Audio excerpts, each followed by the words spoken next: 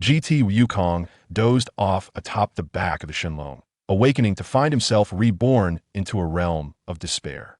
Number 17. Suin Wukong, I was wrong. I should not have indiscriminately slaughtered the innocent. Hey Jean Felisa, Suin Wukong, spare my life. By Lucy Meow, Dashingwan. For the sake of Kasi and Bajuosi, please let me go. Chuan Wang. Father, I was wrong. Chapter 1. At last, I have defeated Yixinglong. Suin Wukong, you are but a mere mortal, yet you dare to challenge my authority repeatedly. Yixinglong's forehead bulged with veins as he roared in fury, his voice shattering the clouds. Suin Wukong, your time of death has come. I shall send you to hell. Without the power of the Dragon Balls, you shall never return. Yixinglong grinned broadly, as if everything were under his control. As the figure of Yixing rapidly approached, Suin Wukong felt an overwhelming sense of helplessness. Am I truly unable to defeat him? He closed his eyes, seemingly resigned to his fate. Observing Suin Wukong with closed eyes, Yixinglong delayed his attack. It appears you have accepted your fate, Suin Wukong. Indeed, I am not someone of your lowly stature can contend with. You should consider yourself fortunate, having played with me, a mere ant, for so long. I am quite pleased. However, I have grown weary of this game. Yixinglong's form shifted abruptly. He kicked back with his right leg, his body rotating slightly clockwise as his left fist struck Suin Wukong's abdomen with tremendous force. Suin Wukong felt a searing pain in his belly, the world spinning around him, and blood erupted from his mouth as he clutched his stomach and knelt on the ground. Wild monkey, do you now understand the gap between us? You are in your ordinary form now, unable to maintain your Super Saiyan Force state. Yixinglong seized Suin Wukong's tail and delivered another heavy blow to his face. Suin Wukong flew like an arrow, crashing into a mountain peak. Rising again, he coughed, more blood gushing forth. Witnessing Suin Wukong's pitiful state, Yixinglong could no longer contain his laughter. Ha ha! Suin Wukong, your death draws near. Who can rescue you now? Yixinglong pointed mockingly at the approaching crowd, as if they were mere refuse. Is it that self-important yet feeble Vegeta, or perhaps Krillin, who can only serve as a sidekick, or those useless wretches who have yet to mature? Suin Wukong, you have reached the end of your road. Well, I shall grant you release. Yixinglong kicked the prostrate Suin Wukong into the air like a soccer ball, then elevated his energy. Faster than Suin Wukong, he ascended to the heights, fingers clasped together, delivering a forceful blow to Suin Wukong's abdomen as he sped toward him. Suin Wukong plunged into the ground like a cannonball, remaining incapacitated for some time. Oh dear, it seems I struck a bit too hard and killed Suin Wukong. Yixinglong brushed off the bones of his armor, glancing at the onlookers. Father, Suin Gohan cried out urgently, having exhausted all means, his power entirely transferred to Suin Wukong. Kaluota, have you truly been defeated? Vegeta pressed tightly on his bleeding wound with his left hand. Everyone, Suin Wukong's voice resonated deeply, but only an endless cloud of dust responded. With my power, I cannot defeat Yixinglong. It appears I must resort to that technique. Closing his eyes, Suin Wukong's spiritual energy soared beyond the earth, leaping across the galaxy to reach the cosmos. All living beings on Earth, Moon, Sun, and all life and planets in the universe. I beseech you to share a portion of your energy with me. It is Father. Suin Gohan heard Suin Wukong's voice, the gloom lifting, joy evident on his face. It is Wukong. Krillin immediately raised his right hand high in the air, proclaiming, Wukong, I give you my energy. Kaluota. Truly, Vegeta smiled slightly, raising his right hand aloft. It is Suin Wukong. Friends from New Namek and across the universe also raised their hands in solidarity. Nourished by the energy of the earth, Suin Wukong gradually ascended from the depths below. Suin Wukong, what is that energy sphere you are raising? Could it be a Genki Dama? Damn it! Why are you still alive? Die already! Yixinglong's face contorted with rage as he unleashed an energy wave aimed directly at Suin Wukong. Struck, Suin Wukong let out a muffled grunt, continuing to await the arrival of energy from the cosmos. How is this possible? You have but a breath left and still live. Impossible, this cannot be. Yixinglong furiously gathered his energy orbs, relentlessly hurling them at Suin Wukong. Yet Suin Wukong remained steadfast in the air, seemingly unscathed apart from some tattered clothing. Could it be? Yixinglong's complexion turned pale as he clutched his head and howled in fury. Damn it all. Yixinglong gathered all his strength, preparing to unleash a devastating blow upon Suin Wukong. I'm sorry, Yixinglong. Only you cannot be forgiven. Sun Wukong felt the vital energy of the universe converge, casting a complex gaze upon the deranged Yixing. No, no. As he beheld the incoming energy blast, Yixing was consumed by boundless regret. If only I had killed Sun Wukong sooner. This thought lingered in his mind as he met his fate. With Yixing reduced to not a single cell remaining, Sun Wukong closed his eyes in satisfaction and plummeted straight down from the sky. Daddy! Daddy! As Sun Wukong fell, Sun Wufan rushed forward to catch him. The deceased Yixing transformed into the 7 Dragon Balls, which resonated, and a beam of light pierced the heavens, from which a dragon emerged. The crowd tensed, their expressions grave, in a defensive stance, but they relaxed slightly upon seeing it was the Shenron. It's the Shenron. But Daddy, why hasn't the sky turned dark? Little Fong looked up at the sky, puzzled, and questioned Sun Wufan. I do not know either. Sun Wufan shook his head, as this was his first encounter with such a phenomenon. Awaken, Wukong, awaken. The Shenlong's eyes sparkled as its power traversed space to reach Sun Wukong, instantly healing all his wounds. It is the Shenlong. Sun Wukong rubbed his drowsy eyes and spoke slowly. Sun Wukong, your time has come. Come with me. Has it arrived so soon? Shenlong, could you grant me one last wish, just one? Sun Wukong gazed upon the ravaged earth and the homeless people, unable to restrain his plea. Speak, this is the final time. Thank you, Shenlong. Restore the environment destroyed by the evil dragon, and revive the deceased. Ding! The Shenlong's eyes blazed with brilliance, its power crossing into the underworld, and soon the dead began to rise from the ground, while the environment returned to its former state. I had a dream that I went to the underworld. Ha ha! This dream felt so real. An old man, propped up by a cane, laughed heartily. Me too. It seems our age has led us to dream of our daily thoughts at night. An elderly woman beside him chimed in, helping the old man for fear he might fall. It is time now. Sun Wukong, come up. The Shenlong lowered its body, bringing its head before Sun Wukong. Sun Wukong climbed onto the Shenlong's form, his face radiant with joy. I will be away for a moment, but I shall return soon. Will you still have dinner? Wukong! Chi-Chi anxiously shouted after the departing Sun Wukong. However, he was already too far away to hear her voice. Kakarot, where are you off to for training now? Vegeta suddenly wore a look of disbelief, for he noticed remnants of Sun Wukong's clothing at the spot he had just vacated. Kakarot, Vegeta gazed pensively in the direction of Sun Wukong's departure, lost in thought. Bulma and the others presumed that Sun Wukong would return home as he always did, sharing their sentiments before following suit. Little Fong, seeing everyone leave, prepared to follow, but suddenly noticed the tattered blue battlesuit from Sun Wukong's recent battle. Little Fong picked up the torn remnants of Sun Wukong's clothing, incredulously stating, "How could Grandpa's clothes be here? Did he not leave with the Shenlong?" Vegeta replied coolly, "You should keep that well." With that, he took off into the sky. Left behind, Little Fong clutched Sun Wukong's clothing, sorrowfully murmuring, "Grandpa." Chapter 2 What? I have been reborn? The back of the divine dragon is indeed warm and incredibly comfortable. Sun Wukong's gaze gradually became hazy, his mouth slightly agape. His brows relaxed, and he surrendered entirely to the embrace of the divine dragon. Unbeknownst to him, Sun Wukong fell into a deep slumber. In the West City, at the first surgical hospital, the clock struck 3 in the morning. Hurry, hurry, Piccolo urged as he pushed the stretcher into the cardiac surgical waiting room. With Gohan trailing closely behind, the wheels rolled over the floor, sparking as they turned rapidly, emitting an urgent sound. Hello, hello, is this Bulma? Kiki dialed Bulma's phone, and as soon as the call connected, she eagerly inquired, "It's me, what's wrong? Why are you calling so late?" Bulma glanced at the clock on her bedside table, hastily tearing off her sleep mask. Goku has fallen ill. His life hangs by a thread. What? Bulma nearly dropped her phone in shock, as it was unfathomable to her that Sun Wukong had ever been sick, let alone in a life-threatening condition. Where's Goku? I will head over immediately. As a longtime friend, Sun Wukong was undoubtedly one of the most significant people in her life. The divine dragon's powers were limited and could not resurrect those who died of natural causes, and death from illness fell into this category. Bulma had no time to prepare. She hastily tied her hair into a ponytail with a rubber band and threw on a jacket before setting off. Upon arriving at the spacious courtyard, Bulma quickly retrieved a universal capsule and tossed it into the distance. Boom! A tremendous explosion resonated as clouds of dust billowed, revealing an aircraft standing majestically in the center of the courtyard. Soon after, Vegeta, Krillin, Master Roshi, Ten Kaiotsu, and Yamcha received the news and rushed to the hospital to offer their support. Another one, cardiac surgery, quickly notify the lead surgeon.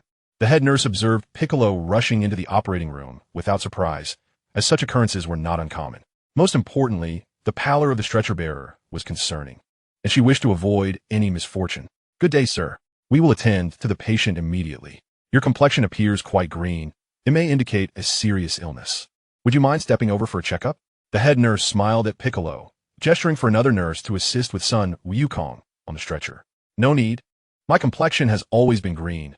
I don't require an examination," Piccolo replied, exasperated and waving his hands dismissively. "That only makes it more serious. Based on my extensive experience in cardiology, one's complexion reflects their health. The worse the complexion, the more dire the health condition, particularly if it is persistent. Given your long-standing green complexion, I seriously suspect you may have a heart condition and require immediate treatment." The head nurse appeared increasingly anxious, as if Piccolo were on the brink of death. "I am naturally green. It is the color of my kind. Just as those subhumans are not the same as ordinary people." Although Piccolo was thoroughly irritated, he patiently explained. "Ah, I see. You're also a subhuman. That explains your peculiarity." The head nurse finally released Piccolo from her scrutiny. At that moment, a woman hurriedly pushed through the waiting room doors, and it was none other than Bulma.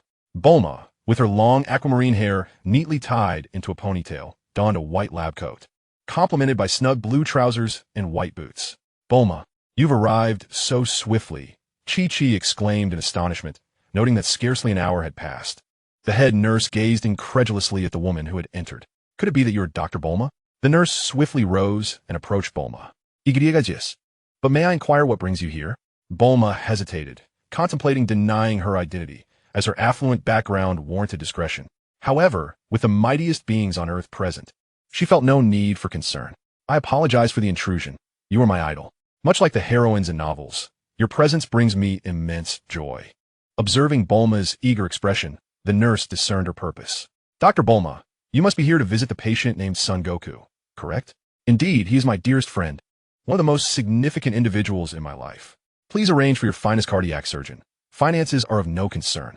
The doctors on duty at present are quite skilled and capable of performing cardiac surgery.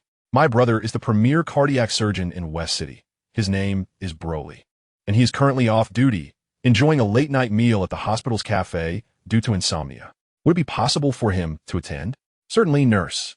Please make the arrangements at once."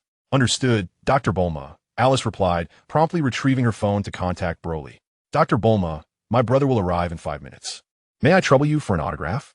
Alice produced a book titled 10 Days to Become a Perfect Woman, opening to the first page and extending it towards Bulma. "Of course." Bulma swiftly signed her name. Gohan gazed at Bulma, as if seeing her for the first time. At that moment, she appeared as striking as Captain Jinyu. "Aunt Bulma, you are so impressive," Gohan exclaimed, his eyes sparkling with admiration. "What do you mean, Aunt?" "Young lad, such remarks are rather hurtful to a stunning young lady. Please, call me sister." Bulma placed her hands on her hips, her lips curling into an adorable pout. "Gohan, it is indeed impolite to address a lady in such a manner. Women appreciate being referred to in a more youthful fashion," Piccolo noted, affectionately ruffling Gohan's head. Bulma's gaze fell upon Son Goku, lying on the hospital bed, and she was overwhelmed with emotion. In the past, Goku had always been optimistic and resilient. Never before had he appeared so gravely afflicted. "Piccolo, why not use the Dragon Balls? Surgery carries its own risks. A Senzu could suffice," Bulma queried, her confusion evident as she sought clarification. "The Dragon Balls remain petrified and will require several months to restore. Goku's condition is critical and cannot afford to wait for them. Senzu beans are ineffective against illnesses," Piccolo replied. As Son Goku opened his eyes, a wave of excruciating pain surged from his chest, and he clutched it in agony. "What has transpired? Was I not completely lost to existence? Where am I? My head throbs painfully." Son Wukong is beset by a wave of memories. "It appears I have been reborn. Frieza and his father met their demise at my hands. Trunks did not deliver the special medicine, and I have contracted a viral heart disease, leaving my life hanging by a thread." Son Wukong, acutely aware of his suffering body, finds himself at a loss for words. To face death so soon after rebirth, and to succumb to illness, such a fate is considered a normal death, rendering the Dragon Balls ineffective for resurrection. Currently, it seems I have entered the world of the Great Trunks. Gohan's circumstances are dire, and I must deliver a warning to him before my time runs out. Sun Wukong attempts to rise, but the excruciating pain renders him incapable of movement. Cursed be this fate. Sun Wukong roars in fury, his voice piercing through the night sky. Upon hearing his anguished cry, Gohan rushes to his side and grasps his hand. Father, you have finally awakened. How are you now? Chapter 3, Gohan. Do not become a mere shadow of yourself. Sun Wukong gazes upon the young Gohan, his heart brimming with unspoken words. Yet, he struggles to articulate them. Gohan is so young. What can be done? Nevertheless, some truths must be conveyed. Gohan, I fear I may not endure much longer. But there are things I must share with you. Will you promise me? Sun Wukong speaks softly, striving to keep his tone calm. I know your dream is to become a great scholar, and I fervently hope you can realize that dream. However, the world is not always peaceful. You must never forget to train. At the very least, you must easily master the power of a Super Saiyan. This warning may spare Gohan from the relentless pursuit of the androids, leaving him with a fighting chance. Sun Wukong wishes to impart more wisdom, but the searing pain causes him to lose consciousness. Father, Father. Gohan clutches Sun Wukong's hand, calling out with urgency. Sun merely fainted. There is no need for alarm. Bang! The door to the waiting room swings open, and a man with slightly graying hair, clad in a white coat and wearing a surgical mask, enters, accompanied by Nurse Alice. This must be Dr. Bulma. It is an honor to meet you. As soon as Bullrose enters, he takes Bulma's right hand in both of his face alight with admiration. I have long heard of your achievements, and my reverence for you flows like an unending river, as relentless as the floods of the Yellow River. Enough, enough. Spare me the flattery. My friend is in urgent need of treatment. Bulma exclaims, shaking off his grasp. She has already shown considerable restraint. Had it not been for her request, she would have surely lost her temper. My apologies for my rudeness. Assistant, arrange for the patient to undergo cardiac surgery immediately. Bullrose bellows towards the door, and several men in white coats promptly enter to take Sun Wukong's stretcher away. Dr. Bulma, fret not. The hospital is well stocked with cloned hearts of various types. This surgery will be a mere trifle. I shall return shortly. Broly regarded Sun Wukong with indifference, for his surgical procedure boasted a 100% success rate. Thank you for your efforts. Observing Broly's unwavering confidence, Bulma exhaled a sigh of relief, while Violet's eyes regained their clarity and gentleness. Father is saved, exclaimed Son Gohan, joyously leaping into Piccolo's embrace. Piccolo, however, felt a whirlwind of emotions. He fervently wished for Wukong's recovery, yet the words spoken by Sun Wukong earlier suggested an inevitable demise. Sun Wukong was no fool. He would not speak without cause. It was uncommon for him to share his last words lightly. Perhaps he was merely overthinking. Piccolo stepped out of the waiting room to gather his thoughts. At that moment, Vegeta, Krillin, and others had all arrived, gathered outside the operating room. After a mere half hour, the surgical lights dimmed, and Broly emerged with a face full of regret. I apologize, Dr. Bulma. Mr. Sun Wukong suffers from a heart condition induced by an unknown virus that has spread throughout his body. This virus is unlike anything I have ever encountered. I am at a loss, and for that, I am truly sorry. Broly bowed deeply, having made grand claims only to face immediate reality. Yet, in light of his dignity, he knew he must elucidate the situation. Failing to save Sun Wukong was one thing, but incurring Bulma's wrath was entirely another. Upon hearing the doctor's words, Chi-Chi could no longer support herself and fainted. Mother! Mother! Son Gohan cried out as he caught Chi-Chi's collapsing form. Gohan, allow me to care for your mother. You should check on Wukong, Krillin suggested, taking Chi-Chi into his arms and leading her to a hospital bed. All right, I understand. Please attend to Chi-Chi, the woman who just fainted. Bulma instructed as they made their way to Sun Wukong's surgical room, their faces heavy with concern as they beheld Wukong's anguished cries. Kakarot, is this truly how it ends? Vegeta clenched his fists, veins bulging, gritting his teeth in frustration. Bulma paced anxiously. Despite being hailed as a once-in-a-century genius, she found herself utterly devoid of solutions. Suddenly, Sun Wukong felt a wave of relief wash over him, as if his body had regained its vitality. He sat up and gazed at the assembled crowd, aware that this was his moment of reflection. Everyone, it appears I have reached my final hour. Fear not, for even in death, I shall remain connected to you all. The realm beyond is serene. I have ventured there before, and now I shall merely reunite with old friends. Gohan, remember my words, never forsake your training. For in the face of catastrophe, mere survival will yield only regret, and it shall be too late to turn back. Suddenly, an intense pain surged in his chest, causing him to collapse in agony. Piccolo reached out with his right hand, but ultimately, it fell limply to his side, leaving him desolate. Kakarot, you wretched fool! Vegeta cursed through gritted teeth, his immense energy surging uncontrollably, causing the room's furnishings to quake and shatter. Gohan quickly shielded Bulma, preventing her from harm. What is wrong with you? You nearly caused me injury, Bulma exclaimed, rising to her feet and pointing an accusatory finger at Vegeta, unleashing a torrent of indignation. Vegeta let out a cold snort, gazing intently at Bulma for a moment before soaring into the sky. He left. Broly, having been knocked onto the sofa by Vegeta's overwhelming presence, rose in disbelief at the scene before him, his jaw dropping in astonishment. This fellow Vegeta, utterly disregarding the presence of ordinary individuals, was so self-absorbed. Krillin rubbed his bald head, wearing an expression of helplessness. Let him be. Goku was the one he had always aspired to surpass, tirelessly training to catch up, only for Goku to pass away unexpectedly. He must have given up on his training by now. Piccolo observed Vegeta's departure, lost in thought. Just a braggart, always proclaiming himself the Prince of Saiyans. I detest such individuals.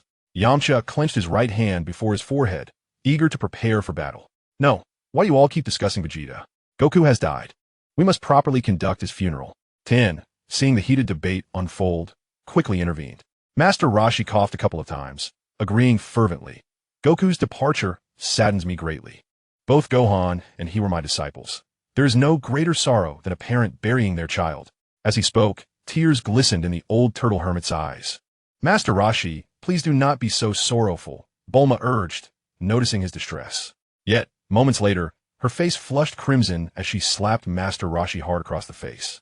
You old lecher, Goku has passed, and you still engage in such behavior. Utterly disrespectful. Ha!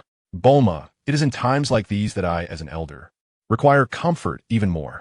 You have blossomed quite well, Master Roshi remarked, resting his chin on his hand with a mischievous glint in his eyes. Chapter 4. No More Battles. My son, Saiyans undergo aptitude testing from birth. You are the most exceptional talent our race has seen in centuries. You shall undoubtedly become a Super Saiyan, vanquishing that monster Frieza and revitalizing the Saiyan lineage. Vegeta stood atop a snow-capped peak, staring unwaveringly at the heavens.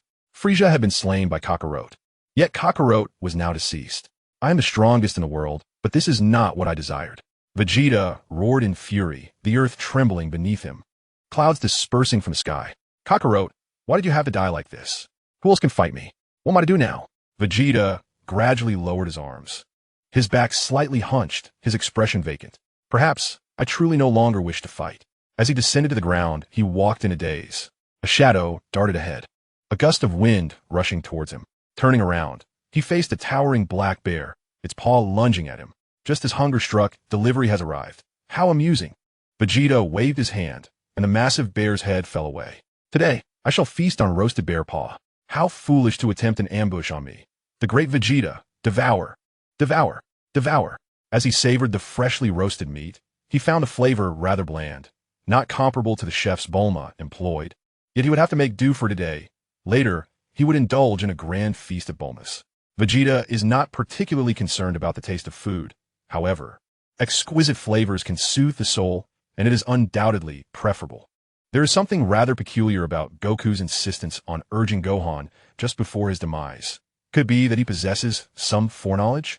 If that is indeed the case, I must augment my strength. Vegeta remains haunted by Goku's words from before his passing, pondering them repeatedly even during meals. Observing his tattered appearance, Vegeta resolves to set off immediately. In West City, at Bulma's residence, upon his arrival, Vegeta strides directly toward Dr. Brief's laboratory. With a forceful kick, he bursts through the door and, without a hint of courtesy, demands of Dr. Brief, "Old man, construct for me a gravity chamber with 300 times the gravity." That lowly Saiyan Kakarot transformed into a Super Saiyan with merely 100 times. I require triple that. Faced with the wrath of this formidable warrior, Dr. Brief dares not refuse. Mr. Vegeta, 300 times gravity is exceedingly strenuous. You may not withstand it, he cautions, genuinely concerned that Vegeta's training failures might implicate him. I care not. Build it for me immediately. Vegeta's fury ignites at Dr. Brief's hesitation. Very well. Go have something to eat. I shall complete it within a day, Doctor. Brief concedes, recognizing the imminent threat of Vegeta's rage. Once Vegeta has departed, Dr. Brief lets out a heavy sigh. If only Vegeta possessed even half of Goku's charm, right? Mimi? The black cat perched on Dr. Brief's shoulder gazes at him quizzically. In the communal dining hall of Bulma's home, Vegeta sits alone at the table, facing an impressive mountain of delectable dishes. Wow, delicious. This takoyaki is absolutely exquisite, and this pasta too, and this pig's trotter and sauce. In no time, the banquet before him is entirely consumed, leaving the chefs utterly astonished. In the afterlife, King Yama meticulously reviews documents when Goku suddenly materializes before him. King Yama glances briefly at Goku before returning to his work, only to look up in surprise. Is that not Goku? How have you met your end again? Upon reviewing Goku's life, King Yama discovers that he succumbed to viral heart disease. Given his status as a rare martial artist who has saved Earth and the universe on numerous occasions, his physical form can be preserved. Goku, do you know where you wish to train? I can arrange for someone to escort you. I shall go on my own. Goku had already determined his destination prior to his death. Very well. I wish you a safe journey, Goku. King Yama's demeanor is warm and gentle, a stark contrast to his usual authoritative presence. The old Kaioshin is the most knowledgeable and powerful deity Goku has ever encountered. Thus he resolves to seek the Kaioshin realm. The energy of the Kaioshin is elusive. It appears I must utilize my mental power. I recall the realm lies in that direction. Goku places his finger against his forehead, carefully channeling his mental energy toward the Kaioshin realm. Soon, beads of sweat stream down his forehead, and he feels on the verge of exhaustion. This is it. With exuberance, Sun Wukong shouted, and in an instant he vanished from sight. In the realm of the King of Worlds, beneath a fragrant osmanthus tree, Xian took a delicate sip of green tea, his eyes narrowing slightly as he inhaled the surrounding aroma, which surprisingly lulled him into a mild drowsiness. Lord King of Worlds. A deep, resonant voice broke the tranquility. It belonged to Jebet, who stood with his right fist pressed to his left chest, delivering a report. Scene jolted awake as if struck by lightning, focused on Jebet. Jebet, what progress have you made on the investigation I assigned you? Scene Inquit, setting down his teacup and fixing his gaze on Jebet. According to my findings, Lord King of Worlds, Babidi has traveled to the North Galaxy. The specific location requires further investigation. The mention of Babidi sent shivers down Xian's spine. He was a persistent nightmare that haunted him, a threat that needed to be neutralized immediately.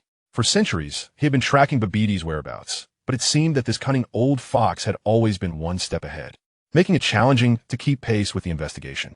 Xian drained his cup of tea, contemplating his next move, when suddenly, a figure clad in an orange martial arts uniform materialized before him, nearly causing Xian to stumble in shock. Where did you come from? How dare you appear in the realm of the King of Worlds? Speak the truth. Jebet fumed, incensed by the audacity of a mere mortal interrupting the sanctity of the divine. I am Wukong, Sun Wukong. He grinned sheepishly, scratching the back of his head in embarrassment. Jebet, there is no need for concern. Xian waved his hand dismissively, sensing an immense latent energy radiating from Sun Wukong. Though the exact magnitude was unclear, it was evident that this individual was no ordinary being. I am curious how you arrived here, as the realm of the King of Worlds has not seen another soul in billions of years. It was instantaneous movement, a technique I learned on planet Adatella. By simply sensing the opponent's energy, one can arrive anywhere, Sun Wukong explained, pausing briefly to glance at Jebet. Unfortunately, I cannot sense your aura, so I substituted it with my mental energy to reach this place. Instantaneous movement and mental energy? Wukong, you are truly remarkable. It is unfathomable that you are merely a mortal. Xian could no longer contain his astonishment. How could a mere mortal develop a capability for spatial movement that even deities could wield in just a few million years? It was utterly preposterous. Chapter 5. A mortal dares to challenge the divine. Instantaneous movement and mental energy. You are clearly attempting to smuggle yourself here, masquerading with an air of profundity. I see through your ruse entirely. Jebet circled around Sun Wukong, exuding confidence as if he could unravel all mysteries. Mr. Jebet, you misunderstand. I truly arrived through instantaneous movement. I just died and instantaneously transported here directly from the King of Hell, Sun Wukong insisted, pointing to the white halo above his head. Look at this. It proves I'm indeed a deceased soul. Jebet, you are overly concerned. I'm already aware of Sun Wukong's circumstances. Xin had just established a mental connection with the North King and quickly learned about Sun Wukong's past. Oh, it is as follows. Since the Lord of the Kais has spoken, I shall refrain from further comments.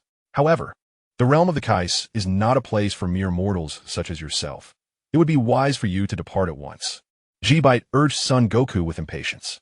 I merely wish to convey some matters to the Lord of the Kais. Regarding the entity known as Majin Buu, Son Goku replied calmly, his expression serene as he gazed at Shin, aware of the Kais' deep concern for Majin Buu. Majin Buu? Are you referring to the Majin Buu born in ancient times? The Lord of the Kais' expression brightened momentarily, though he quickly regained his composure. What news do you bring, Mr. Goku? Babidi has concealed the colossal egg of Majin Buu in a desolate region of Earth, where they lie in wait underground, prepared to strike at any moment. Then what are we waiting for, Jibite? Let us hasten to Earth at once. Shin could no longer contain his eagerness to set off for Earth, having received such pivotal intelligence. Indeed, on a personal level, Majin Buu was deeply entwined in enmity with Shin, having slain the Kais whom he regarded as family.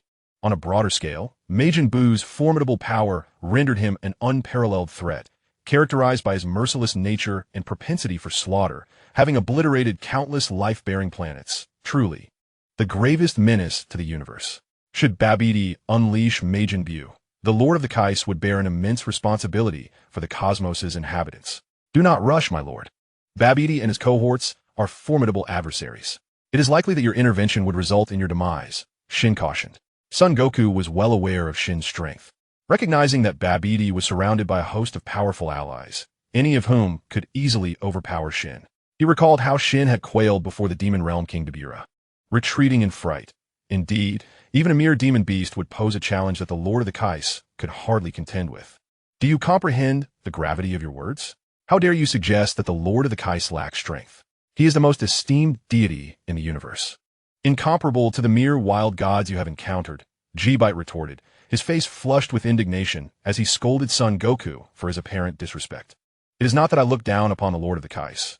Rather, it is that Babidi has already ensnared the Demon Realm King Beerus. I believe you would wish to avoid needless sacrifice. Son Goku remained unfazed by Jibite's rudeness, patiently offering an explanation. What? The Demon Realm King Beerus has also fallen victim to Babidi? That vile Babidi, how detestable!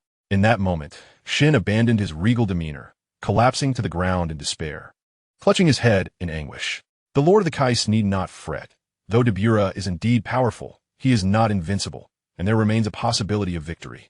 With his experience, Son Goku believed that it would not take long for him to transform into a Super Saiyan 2, easily defeating an adversary comparable to Cell.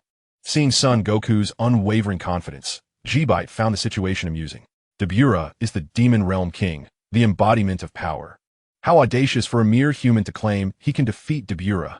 It is sheer folly. Human, I know not from whence you derive your confidence. Do you not see the halo above your head? Is it not enough to awaken you? Jibite scoffed, gesturing towards Son Goku.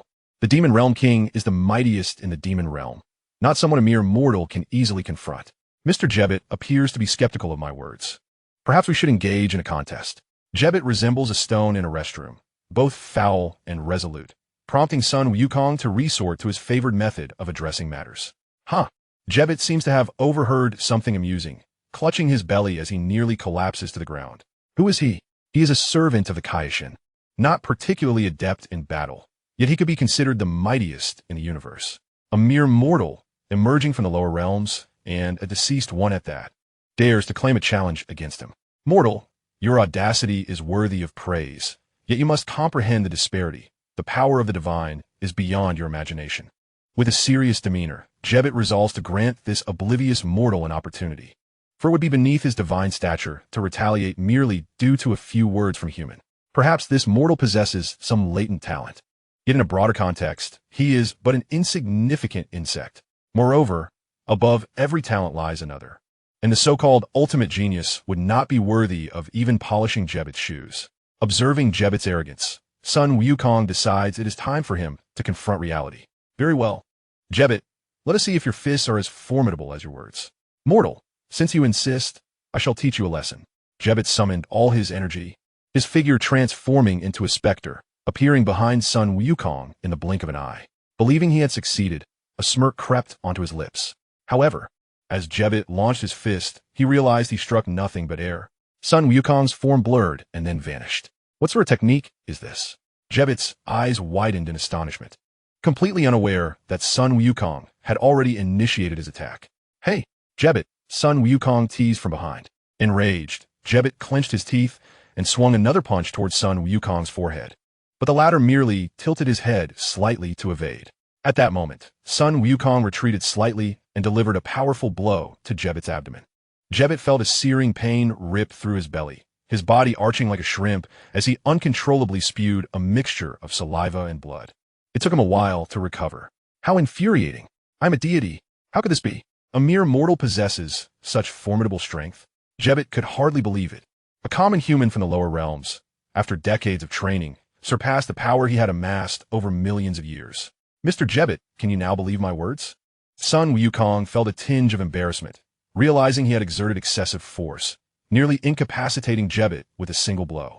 Though you have bested me, it does not prove you can defeat Dabra. Jebit had begun to acknowledge Sun Wukong's prowess, yet he remained apprehensive about Dabra's formidable reputation.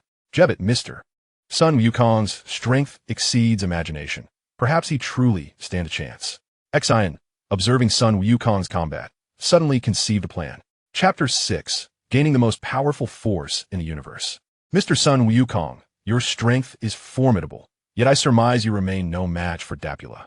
However, I can bestow upon you a power that, once acquired, will render you the mightiest in the universe. Saiyan's expression grew grave, for he was on the verge of making a decision that contradicted his ancestors.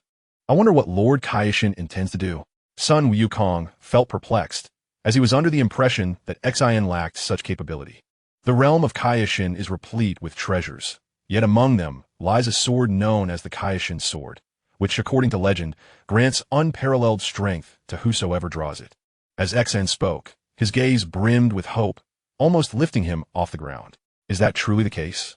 In his previous life, Sun Wukong had witnessed Son Gohan wield this sword, and its purpose was to liberate the old Kaioshin sealed within. Indeed, the Kaioshin sword is the mightiest blade in the sacred realm. To obtain the strongest power in the universe is surely no falsehood. Yet, Saiyan harbored doubts. For the notion of acquiring such strength was merely a legend. No Kaioshin throughout history had ever succeeded in drawing the sword. However, in this moment of desperation, they could only place their hopes in myth. Very well, Lord Kaioshin, please lead me to the sword. Sun Wukong understood that further words were futile. The priority was to have the old Kaioshin seal lifted. Guided by Saiyan and Jebit, Sun Wukong swiftly arrived at the foot of a towering peak. Beneath the summit lay a tranquil lake, its surface gently rippling, suffused with a sacred aura. Atop the mountain rested a colossal rock, firmly embedded within which was an ancient sword. Saiyan, alongside Sun Wukong, ascended to the stone, pointing towards the blade. That is the Kaioshin sword. However, it appears to be sealed and cannot be drawn. Please give it a try. Sun Wukong was aware of the sword's immense weight and approached with caution. With a mighty roar, he unleashed all his energy, positioning himself on either side of the divine sword. He gripped the hilt tightly and exerted all his strength to pull it free. Yet, no matter how hard he exerted himself, the sword remained immovable. Lord Kaioshin, I believe you have overestimated this mere mortal. After all, how could a mortal succeed where generations of Kaioshin have failed? Jebit thought this endeavor a complete waste of time and could not help but voice his opinion. It seems my current strength is insufficient to draw the sword. I must transform into a Super Saiyan. With that declaration, Sun Wukong let out a resounding shout. A golden aura erupted from within, enveloping him entirely, his hair shimmering into gold. A tremendous energy radiated from Sun Wukong, stirring a powerful whirlwind that forced Jebit back, his heart filled with astonishment. The Super Saiyan form is indeed terrifying. Could this possibly be the energy of a mere mortal from the lower realms? Jebit felt like a fool in comparison. Once transformed, Sun Wukong immediately resumed his attempt to draw the sword, expecting it to yield effortlessly. However, reality proved otherwise. Sun Wukong maximized his energy, gritting his teeth in determination. Veins bulged upon his arms, neck, and even forehead. At last, the rocks beneath his feet began to fracture in a web-like pattern, and the divine sword slowly started to rise. It moved. Mr. Wukong, exert yourself. Sin continuun sa uget. Hoping that Sun Wukong would muster the strength to draw forth the King Kai's sword in one vigorous effort. Jebbet clenched his fists, sweat pouring down his brow in tension. Uh, uh, Super King Kai fist, arise for me. Sun Wukong let out a thunderous roar, channeling all his power into his hands. Boom! Finally, with a resounding crash, the massive rock shattered, and the divine sword was finally extracted. Sun Wukong, having exerted himself excessively, nearly stumbled but managed to regain his balance. Upon drawing the sword, it was not particularly heavy. Sun Wukong effortlessly lifted it in his normal state and swung it a few times. Mr. Wukong, you have done splendidly. The King Kai was ecstatic, nearly jumping for joy. Mr. Wukong, have you gained an immense power? Jebbet inquired directly, his impatience palpable. Not at all. Sun Wukong was aware that the King Kai sword was merely an ordinary sword. Mr. Wukong, it is possible that your ability to wield this sword freely will grant you that power. Although Xian was perplexed, he was eager to give it a try. Then I shall attempt it. Though it is merely an ordinary sword, adapting to it may enhance some strength. Sun Wukong began to wield the divine sword, slowly acclimating himself. Within just a few hours, he was able to execute various sword techniques. Marvelous! Mr. Wukong. Xian could not contain his applause from the sidelines. Mr. Wukong, how do you feel now? Have you attained immense power? Xian asked eagerly, for it was a legend passed down for billions of years in the sacred land. Legends deceive. This sword bears no remarkable qualities aside from its weight, Sun Wukong replied, handing the sword to the King Kai. Though Xian's strength was not formidable, he could still overpower Frieza without the enhancement of seals, and the King Kai sword was not difficult to lift, after all. Sun Wukong could manage it in his normal form. It is quite heavy, yet, indeed, as Mr. Wukong said, it possesses no special attributes. Xian took the divine sword, scrutinizing it closely, confirming there was nothing amiss. What a pity, Mr. Wukong. I feel quite ashamed that I could not assist you. Although I am the King Kai, I possess no means to help you grow stronger swiftly. The King Kai spoke with a hint of despondency, feeling like an ant when facing the likes of Majin Buu and Dabura. Just when there was a remarkable martial arts master, he found himself powerless to assist. There is no need for the King Kai to worry. I know of someone who can resolve all problems. Who?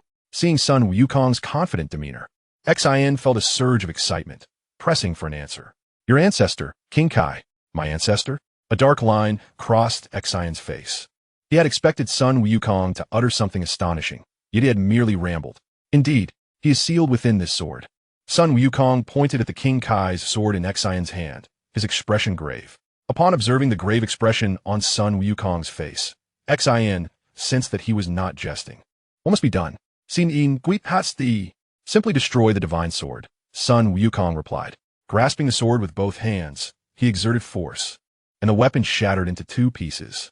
The divine sword has been broken, exclaimed Jebbet, his jaw nearly dropping to the ground as he gazed at the remnants of the King of Worlds' sword, as if he had lost something of great significance. With a delicate chime, a figure clad in the attire of the King of Worlds emerged. The elder, with his white hair and pointed ears, was unmistakably a quintessential Grindine, confirming Xian's belief that he was indeed the ancestor Sun Wukong had mentioned. Is it true? Xian pondered in disbelief, astonished that a mere mortal could possess such profound knowledge of the sacred secrets. Who might you be? Xian inquired politely to ascertain the truth. Chapter 7. I am your ancestor. I am you, your ancestor from 15 generations past. The old King of Worlds declared leisurely, a sinister grin creeping upon his lips. What? 15 generations ago? That must be 70 million years. Xian's mind reeled at the thought. How could this be possible? He gazed at the weathered elder before him, realizing he was indeed a figure of great significance. Without hesitation, he knelt, tears brimming in his eyes. Ancestor, for countless millennia, after other apprentice kings of worlds and the Grand King had perished at the hands of the fiend Majin Buu, he had ascended directly from an apprentice to a full-fledged king of worlds. However, he was utterly inexperienced, having only recently begun his training. At that moment, a venerable figure in the industry stood before him, promising to elevate his potential, and Xian could only yield to his instincts. Ancestor, you are unaware that in ancient times, Bibidi created the terrifying creature Majin Buu, who annihilated all the kings of worlds. I was fortunate to survive. Xian lamented the atrocities of Majin Buu and Bibidi, revealing that Bibidi's son, Babidi, was preparing to resurrect Majin Buu. Is that so? Just a demon? Why the fuss? Go, fetch me a pot of tea. The old king of worlds commanded, settling slowly onto the grass. Ancestor, it is chilly on the ground. Please take a seat. Xian conjured a chair and placed it behind the old king of worlds, who graciously sat down. Master king of worlds, I shall prepare the tea, Jebbet remarked, promptly heading to the kitchen. Greetings, old king of worlds. Sun Wukong said respectfully as he regarded the elder. You were the one who released me, I presume? What is it that you desire? The old king of worlds squinted, revealing no hint of joy. I wish to remain by your side, to cultivate my abilities. What do you think? Sun Wukong asked cautiously, scratching his head. Cultivation is too tedious. I possess a method that can help you surpass your limits and significantly enhance your strength, thus saving you the time of training. What say you? As he spoke, the old king of worlds unconsciously crossed his legs, a grin spreading across his face. This is quite commendable, but once the development is complete, may I remain by your side to cultivate? Is it truly your desire to stay and refine your skills in my presence? The old Kai was perplexed. He had done nothing, yet this mortal had decided upon him. Naturally, I have heard of your extensive knowledge, old Kai. Being near you would undoubtedly be immensely beneficial. In my previous life, it was indeed a significant regret that Sun Wukong did not cultivate under the old Kai's guidance. Now reborn, how could I not seize this opportunity? Young man, your words are most delightful to hear. May I inquire your name? I am Wukong, Sun Wukong, a Saiyan. A Saiyan? Ah, that is indeed splendid. The old Kai opened his eyes, scrutinizing Sun Wukong intently. Very well, I consent to your cultivation by my side. The old Kai rose, turning his back to Sun Wukong. Pondering for a moment. Wukong, I possess 2 methods of cultivation. I wonder which you would prefer to learn. What are the 2 methods? Sun Wukong was filled with anticipation, eager to hear the answer. One method is the way of enlightenment, which involves meditation, sensation, and divine connection to gradually touch upon the truth, ultimately reaching the highest realm. The advantage of this approach is its lack of bottlenecks. With sufficient comprehension, one may advance without obstruction. As he spoke, the old Kai radiated a sacred aura, reminiscent of the world's essence. How long does this method take to succeed? Hearing of such a marvelous cultivation method piqued Sun Wukong's interest. For a genius, typically a millennium to enter, 10 millennia for minor accomplishments, and significant achievements depend on opportunity. As for the highest realm, only legendary figures are said to attain it. For ordinary individuals, it could take millions of years to achieve even minor success. What? A millennium to enter, and it requires genius? I shan't pursue this. Sun Wukong shook his head vigorously, hastily waving his hands. The second method involves martial mastery, honing the body through combat, swiftly breaking through the forces of the rules to achieve minor success. Yet attaining great success is as challenging as reaching the heavens. How so? Sun Wukong, now thoroughly confused, could not help but inquire. It entails training the body to rapidly gain divine power, thereby enhancing one's strength swiftly. The old Kai pointed directly to the essence, bluntly explaining, once one becomes divine, there will be a leap in capability for you Saiyans, a direct enhancement of 20,000 times. This is merely the entry level. With each small advancement, one can strengthen tenfold, for instance, progressing from minor success in the first stage to the second stage, and from major success in one small stage to 100-fold enhancement. There are 5 stages in total for both minor and major successes. Such absurdity. Does that mean entering at the outset equates to 10 times that of a Super Saiyan 3? How is this accomplished? Sun Wukong's interest was piqued, and he was eager to attempt it. Patience, patience. Your current strength is still far too weak, making you vulnerable to premature failure. I shall first unlock your potential, and then you may cultivate. That would be splendid. Upon hearing about unlocking potential, Sun Wukong was filled with anticipation. In my previous life, Gohan received such treatment. At that time, he found it exceedingly tedious and, unbeknownst to himself, fell asleep. Please sit. I shall first assess your strength to facilitate the planning of your cultivation regimen. With that, the old Kai seated himself cross-legged upon the grass nearby. Sun Wukong sat immediately before the old Kai, his body taut and poised like a pine tree. Do not be so tense, relax. This process will take quite some time. If you feel weary, you may close your eyes and meditate. The old Kai's voice was gentle, akin to the warm sunlight of spring. Upon hearing the old Kai's words, Sun Wukong, feeling no need for formality, closed his eyes and began to meditate, recalling the lengthy duration of his previous experiences. Before long, he felt a slight drowsiness, His head grew heavy, and he could not resist the urge to lower it. Wukong, do not sleep. I, an old man, have yet to doze off. How can you? After a while, just as Sun Wukong was about to succumb to slumber, he glanced up quietly at the old Kai, only to find him already asleep, his hands still poised in a position of sensing power. Just as Sun Wukong contemplated speaking, Jebbet approached, pushing a small cart adorned with a delicate white ceramic teapot and 4 teacups. Ancestor, you must be tired. Please have some tea. Jebbet's craftsmanship was remarkable. The tea leaves were personally cultivated by him in the Kaishin realm. Gently, Xin patted the old Kai's shoulder, assisting him to sit upright in the chair once he awoke. Xin selected the most exquisite cup, poured the fragrant tea from the teapot, and carefully presented it to the old Kai. As the tea filled the cup, it released an enchanting aroma, reminiscent of a blooming flower garden. How delightful! Sun Wukong exclaimed as the enticing scent wafted through the air, causing his stomach to rumble audibly. Noticing Sun Wukong's eager anticipation, Xin poured another cup of tea and offered it to him. Sun Wukong accepted the cup, observing its intricate plum blossom carvings. Does the old Kai hold a fondness for flowers? He pondered as he savored the rising steam, taking a cautious sip before finishing it in one go. Ha! This is merely ordinary tea where there are various styles available. As a Kaishin, one lacks for nothing. Even if something is missing, it can simply be conjured into existence. Chapter 8. The Mysterious Form. Old Kai, having enjoyed the tea, shall we proceed? Sun Wukong was filled with anticipation for the mysterious form. Having long coveted this state, yet hesitated to broach the subject with the old Kai. After his rebirth, having experienced the transition from death to life, his mindset had transformed, becoming unrestrained. Urge. All you do is rush. I've yet to finish my tea. The old Kai shot an exasperated glare at Sun Wukong. Please do not be angry. I apologize. Sun Wukong stepped forward, offering the old Kai a back massage. Oomph. Now that is more like it. At least you are perceptive. The old Kai savored the tea for a while before feeling satisfied and ready to begin. The verdant grass beneath them was soft and full of vitality, its lushness inviting one to lie down. Warm rays of light cascaded from the sky, creating a most comfortable ambience. Sun Wukong sat cross-legged upon a flat rock, a hint of eagerness gracing his features. Across from him sat the old Kai. He adorned the distinctive earrings of the Supreme Kai, his slender physique complemented by small eyes that sparkled with an elusive light, a hint of a rather unseemly grin lingering at the corners of his mouth. Incongruous with his divine status, Shin and Jebbet stood not far away, anxiously observing the scene. The Elder Supreme, Kai leisurely stroked his beard, scrutinizing Sun Wukong from head to toe, smacking his lips in contemplation.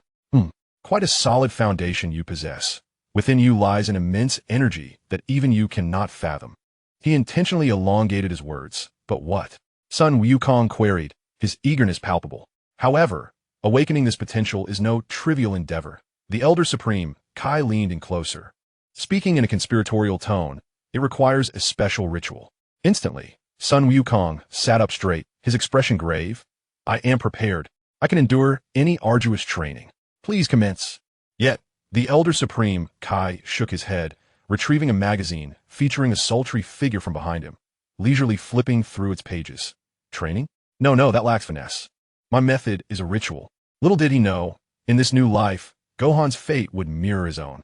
What transpired next left everyone utterly astounded. The so-called ritual consisted of the Elder Supreme, Kai, performing a comical, ancient dance around the seated Sun Wukong, chanting incomprehensible syllables. The entire spectacle appeared exceedingly ludicrous. Sun Wukong kept his eyes tightly shut, his body taut, bracing himself for the anticipated surge of pain or infusion of energy, yet he felt nothing. Only the soft rustle of the grass in the breeze and the peculiar humming of the Elder Supreme, Kai, filled the air. Minute by minute slipped away, an hour, then 2. Esteemed Elder, this is taking far too long.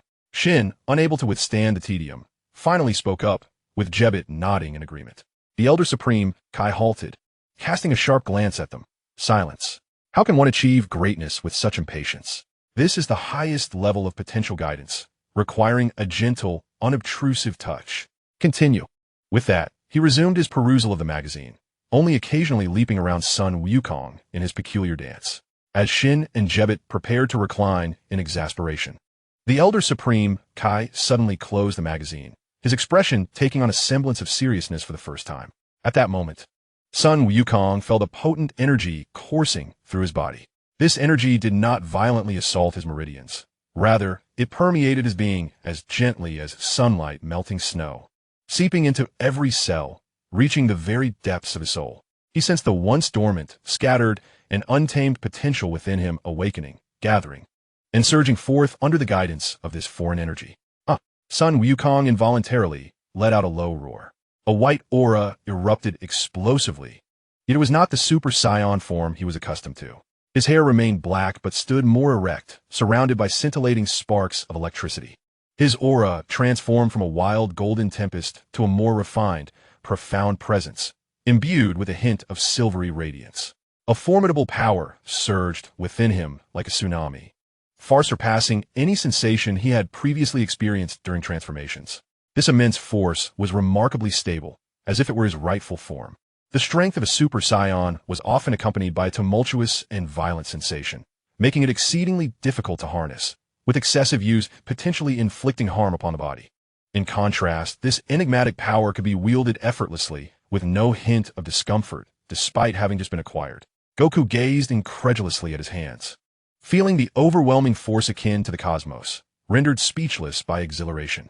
The Super Saiyan transformations he had once fervently pursued now seemed futile and inefficient in the face of his pure and formidable power. Rising to his feet, Goku bowed deeply to the old Kai. "Thank you very much, esteemed old Kai." At this moment, his gaze was sharp, his aura calm and vast, as if he had undergone a complete metamorphosis. "I understand that you wish to transform into a Super Saiyan, but those are merely misguided methods of transformation," the old Kai stated seriously. "Gaining power at the expense of your body can be likened to a dark art. I granted you the potential to develop your abilities, not so that you might rely on Super Saiyan strength, but rather to enhance your inherent power. Is the power of Super Saiyan 4 also an aberration?" Goku retorted. "It is a form I have painstakingly developed. It is not something I can easily relinquish." "Super Saiyan 4? Are you referring to the Great Ape Transformation? The form achieved after compressing the power of the Oozuru?" The old Kai looked at Goku astonished. The Great Ape Transformation was a legend passed down from billions of years ago, long thought to be lost. He had learned of it by chance, and he wondered how Goku could possibly know of it. "Indeed, esteemed old Kai," Goku replied. "I am curious about how you came to know of this form." "I see now. You are a reincarnated being, which explains your knowledge of my sealed secrets," the old Kai realized. "Do not worry. Super Saiyan 4 is a primal transformation, distinct from other Super Saiyan forms, and it does not harm the body. Furthermore, this power aligns perfectly with the martial way, and you should strive to attain this form sooner." Perceiving Goku's apprehension, the old Kai patiently elucidated. Goku exhaled in relief. As long as Super Saiyan 4 remained viable, he felt reassured. After all, even Super Saiyan 4 could suppress power for normal combat. "That will suffice for today. Tomorrow morning at 6. I shall personally train you at the training facility. Do not be late," the old Kai remarked, appearing somewhat fatigued as he hurriedly departed. Chapter 9. Harsh Training. "My goodness, Ancestor, this power is extraordinary. With this strength, Mr. Goku will surely defeat Majin Buu with ease." Xian, witnessing Goku's explosive power, was exhilarated and wished to take him directly to Earth. "Calm down. Majin Buu has yet to be born. It is best to confront him once he emerges. Goku's training is of paramount importance and must not be delayed, for time is of the essence." The old Kai raised his gaze to the starry sky, murmuring softly to himself. "Ancestors, what do you see?" Noticing the old Kai's melancholic demeanor, Shin hurriedly inquired if there was anything he might assist with. "When the time comes, you shall understand. The most pressing matter now is to diligently train Goku. Please arrange for Jebet to provide him with a room. He is currently residing in the Kaishin realm." Observing Shin's worried expression, the old Kai waved his hand dismissively. "You should also rest early."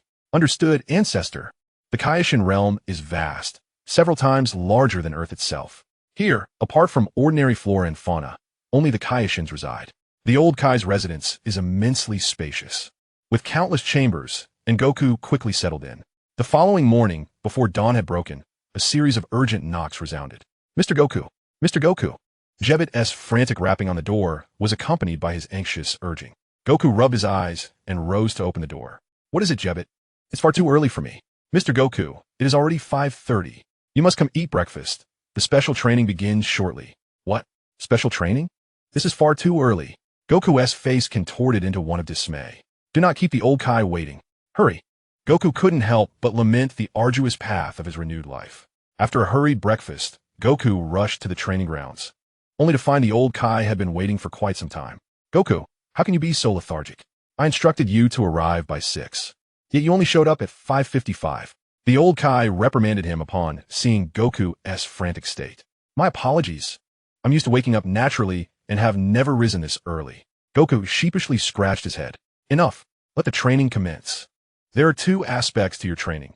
First, to swiftly enhance your strength through various methods. Second, to master the control of your power.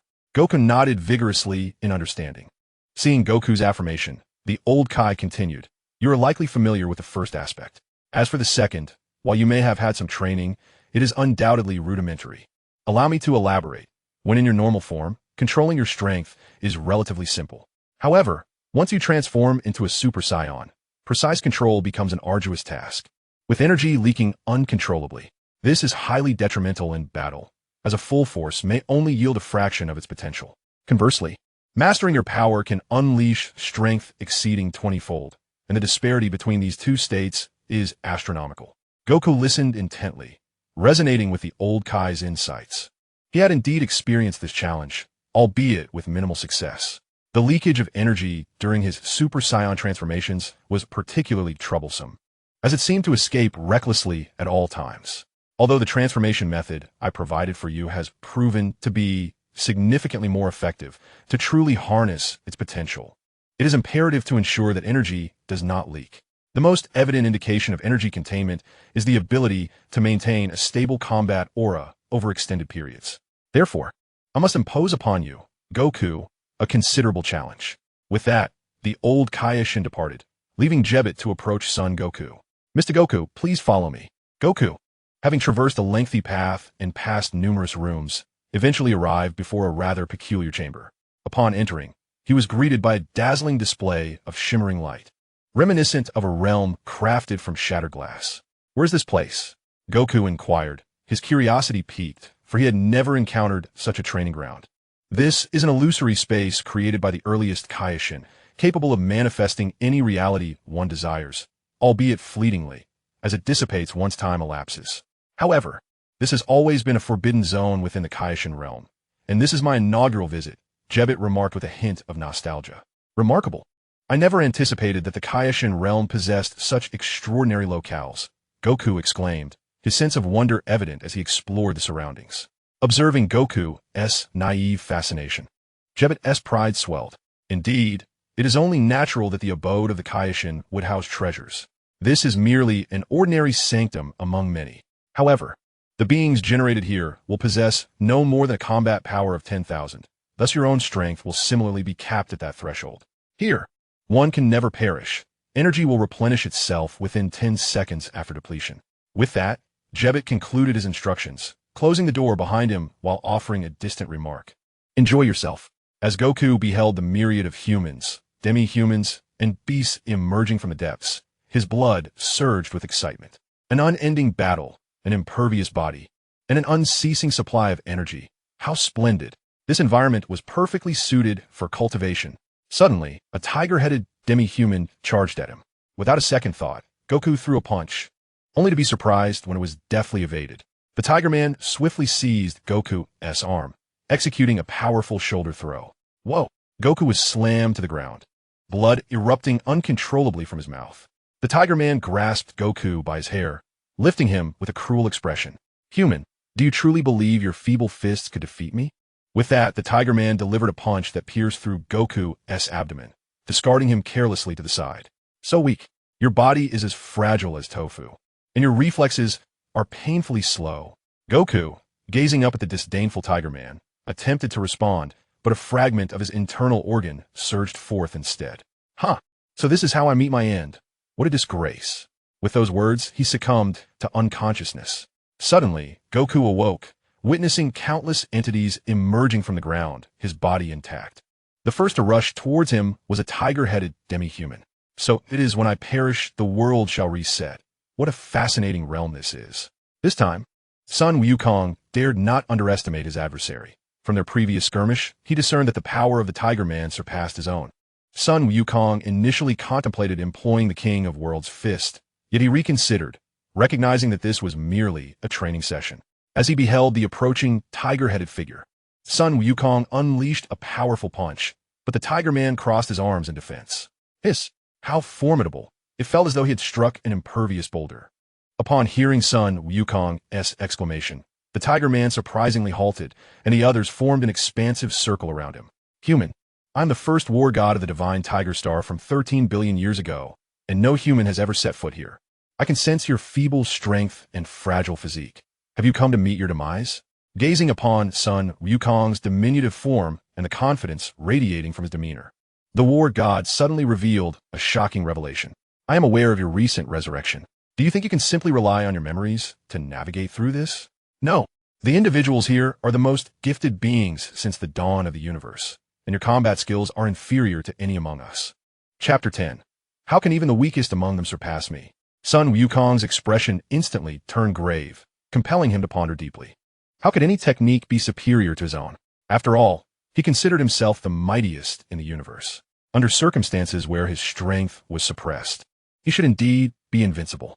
Evidently, you do not believe, thinking that it was merely coincidence. Let the mouse take a turn. Stepping forward was a diminutive, scrawny, mouse-headed figure, exuding a mysterious purple aura, entirely undetectable to Sun Wukong's senses.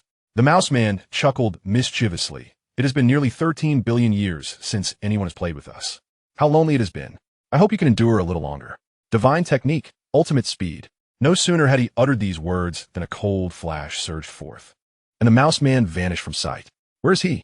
Sun Wukong held his breath, straining to sense his presence, yet found nothing. Suddenly, he felt a powerful gust of wind approaching from behind. What? From behind? Sun Wukong was taken aback, turning to react, only to find a hand piercing through his body. What? How is this possible? Sun Wukong could hardly believe it, staring vacantly at the mouse man, who held a pulsating, blood-soaked heart in his right hand. Overwhelmed with confusion and anguish, Sun Wukong collapsed. Is this the end? The mouse man clenched his right hand tightly, blood splattering forth, a stream of crimson spraying at the corner of his mouth. With a flick of his tongue, he licked the blood before retracting it swiftly. Delicious. Once more, the world reset. This time, Sun Wukong was devoid of his initial calm demeanor, and his adversaries refrained from striking directly. What is happening? Is your power truly only 10,000? How can you so easily breach my defenses? Sun Wukong was utterly perplexed, feeling like an ant before the collective might of the universe's foremost warriors. This is because combat only considers strength, not superficial fame. Perhaps you are one of the mightiest beings in the cosmos, yet when placed within the vast continuum of billions of years, you scarcely make the list.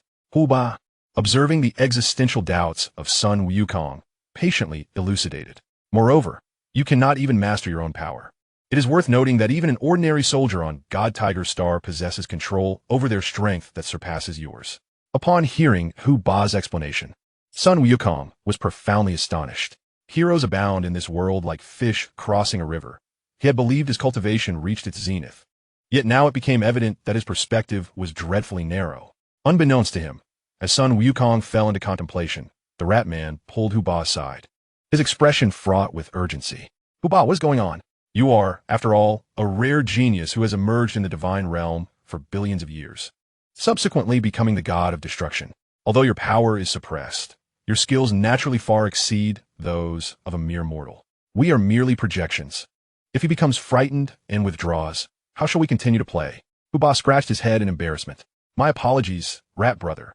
I momentarily lost my composure. Tried to ignite his fighting spirit, but it backfired. Ah, I see. Here, we are surrounded by the prodigies of the universe. It is an honor to battle with geniuses like you. Please, teach me. Sun Wukong regained his confidence, assuming a combat stance with a serious expression. Apparently, you have not been disheartened. How about I engage you in combat? A figure approached Sun Wukong. Although she did nothing, he felt an inexplicable sense of oppression. She possessed a statuesque figure, far surpassing that of an ordinary person, her blue skin shimmering with a subtle luster. Her long white hair was neatly tied into a high ponytail that cascaded down to her waist, accentuating her grace and mystery. Her visage was striking, and her eyes particularly captivating, round and gentle, emanating a sense of calm detachment, as if they could see through all things. She wore a flowing green robe paired with matching long stockings, a red belt accentuating her curves. A large, pale blue halo floated above her neck, while her right hand wielded a long staff, the middle portion of which was red. She stood upon white high-heeled shoes with black soles, further enhancing her cold elegance and authority. Who are you? I am Dora, an angel. Dora? Is that a name? How peculiar. Sun Wukong found this name as strange as Bulmas. It is merely a name. My full name is Lamus Dora. Lamus is my father's name, and I take pride in inheriting it. Lamus? What an odd name. I've never heard of it. Sun Wukong pondered for a long time, unable to discern who it was. Dora's lips curled slightly as she pointed her staff at Sun Wukong. If you can touch me, that would count as your victory. What do you say? Huh? Touching you counts as my victory? Even if your strength is formidable, it is suppressed like mine. How dare you be so arrogant? Sun Wukong, feeling belittled, instantly became infuriated. Kaioken times 10. A red aura enveloped Sun Wukong's entire being as he launched himself into the air, delivering a punch aimed at Dora's face.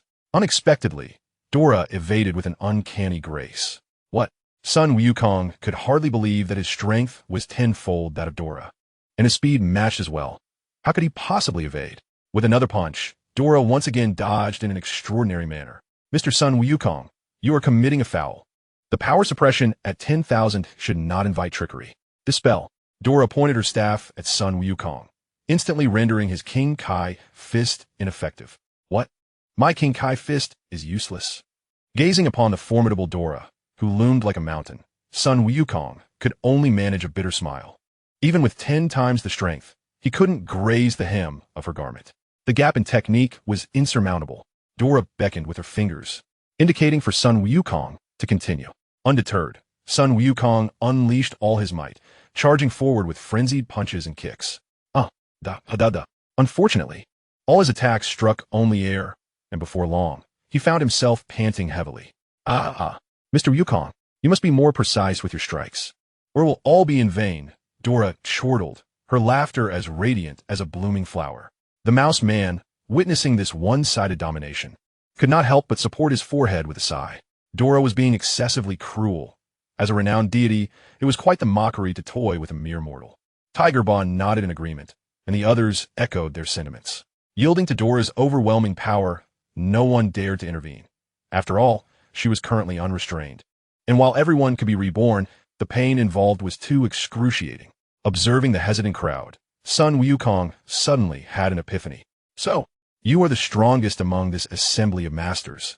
If I can defeat you, then I shall prevail.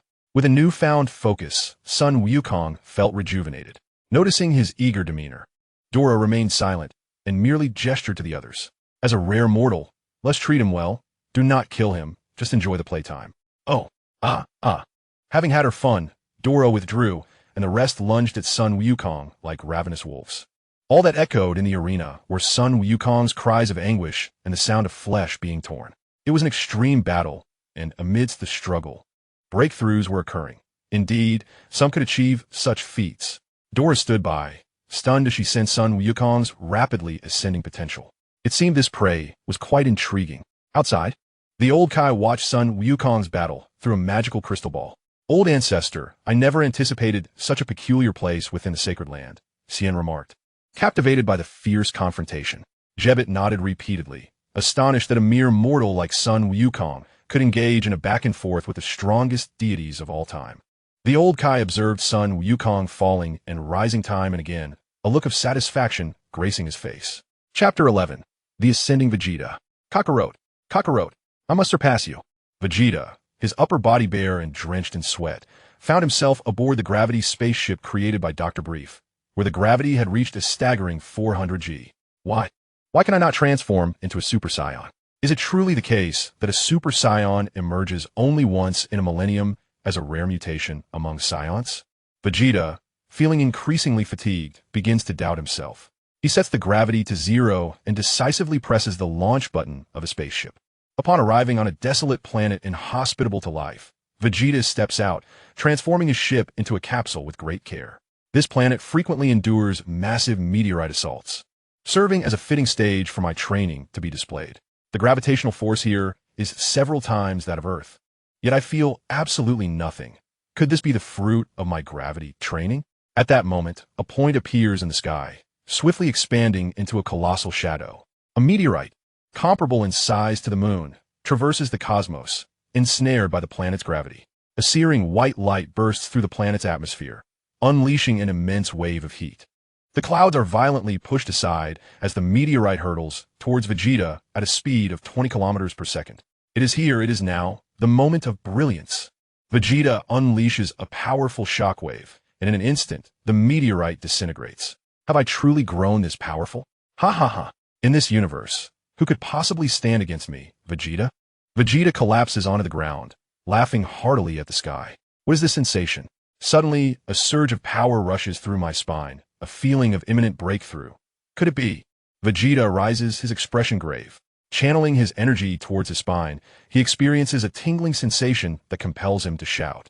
A golden aura erupts from Vegeta's body, rapidly enveloping him, his hair transforming into a golden hue under its influence. Undoubtedly, Vegeta has transformed, finally becoming a Super Saiyan, the legendary warrior. Do you see this, Kakarot? The Super Saiyan is not solely your domain. I, Vegeta, can also ascend to this form. Moreover, my Super Saiyan lineage is far more noble, and my power eclipses that of an ordinary Saiyan like you. Vegeta bellows towards the heavens, all his resentment and humiliation dissipating in that moment. Meanwhile, Bulma grows concerned as the spaceship remains absent for several days. Could it be that Vegeta has perished in the cosmos? Bulma, why are you still worried about that guy? He is a ruthless killer, clearly not in his right mind. Dying in space would be for the best. Yamcha, noticing Vegeta's absence, l'amant. Uncle Yamcha, how can you speak so of Uncle Vegeta? He has reformed, much like Uncle Piccolo, due to Goku's dying wish. Everyone has decided to train in Bulma's home utilizing gravity for a time. Krillin observes Gohan's innocent demeanor and can no longer hold his tongue, declaring that Vegeta is the kind of person who would kill his own allies without hesitation. He merely refrained in the past due to Goku's restraint. Once he transforms into a Super Saiyan, who knows what he might do? Uncle Krillin, your concerns are entirely unfounded, are they not? The arrival of Uncle Vegeta on Earth, without any bloodshed, indicates a profound transformation in his character. After all, how can a child comprehend the difference in sensation before and after acquiring strength? Suddenly, a ferocious energy permeates the cosmos, prompting Krillin to close his eyes and attune his senses. Abruptly, he opens his eyes, pallid with fear. It is Vegeta. His power has surged exponentially. How infuriating. He has truly succeeded. One can only hope that Vegeta has genuinely turned over a new leaf. Otherwise, I shall be compelled to unleash that technique. Tien Shinhan produces a vial adorned with a talisman, an incantation specifically for the Mafuba technique. How could I have forgotten Tien's proficiency in this skill? At this moment, Krillin beams with joy, linking arms with Tien and laughing heartily. Ah, this is merely a precaution. Tien, momentarily flattered, blushes and offers an awkward smile. Tien, you must teach me this technique. If that scoundrel Vegeta dares to disrespect me, I shall confine him within the vial. The thought alone is amusing. Yamcha, akin to a paparazzo reveling in a scandal, grins with increasing intensity. Observing the jubilant group, Piccolo snorts disdainfully, deeming them a bunch of idle schemers, forever seeking shortcuts. Uncle Yamcha, my father once mentioned that if the Mafuba wave is unleashed to destroy the vial, it becomes utterly ineffective. Piccolo fell victim to it previously due to his lack of experience with this technique. Moreover, failure would deplete a considerable amount of energy, an unwise endeavor. Unable to contain his thoughts amidst the fanciful chatter, Gohan interjects. Those who are weak often cling to that which is powerful, regardless of its nature. Anything that brings inner peace is sought after, just as people turn to deities and idols, for even if they are mere figments of imagination. Such beliefs have taken root in the heart, becoming immensely potent. To shatter another's illusion invites unnecessary trouble. Observing Gohan as provocation of ire among the group, Piccolo takes him aside for a patient admonition. Piccolo, you need to reconsider your approach. How can we be so petty? Your words lack consideration. Krillin is the first to speak up. Indeed. Yamcha chimes in, pouting slightly. Amidst the lively banter, Bulma directs the butler to prepare for the evening feast. Everyone, please proceed to the dining room. I have prepared a delightful dinner for you all. The butler approaches, gesturing for everyone to move towards the dining area. Uncle e Piccolo. Let us go. Gohan pulls Piccolo, eager to be the first to enter the dining room, his stomach grumbling in anticipation, reluctant to venture alone amidst the crowd. Very well, Gohan. Rather than ponder how to deal with imaginary foes, it is far more practical to attend to our sustenance. That Piccolo, as his sardonic remarks echo. Tien's third eye nearly bulges with exasperation.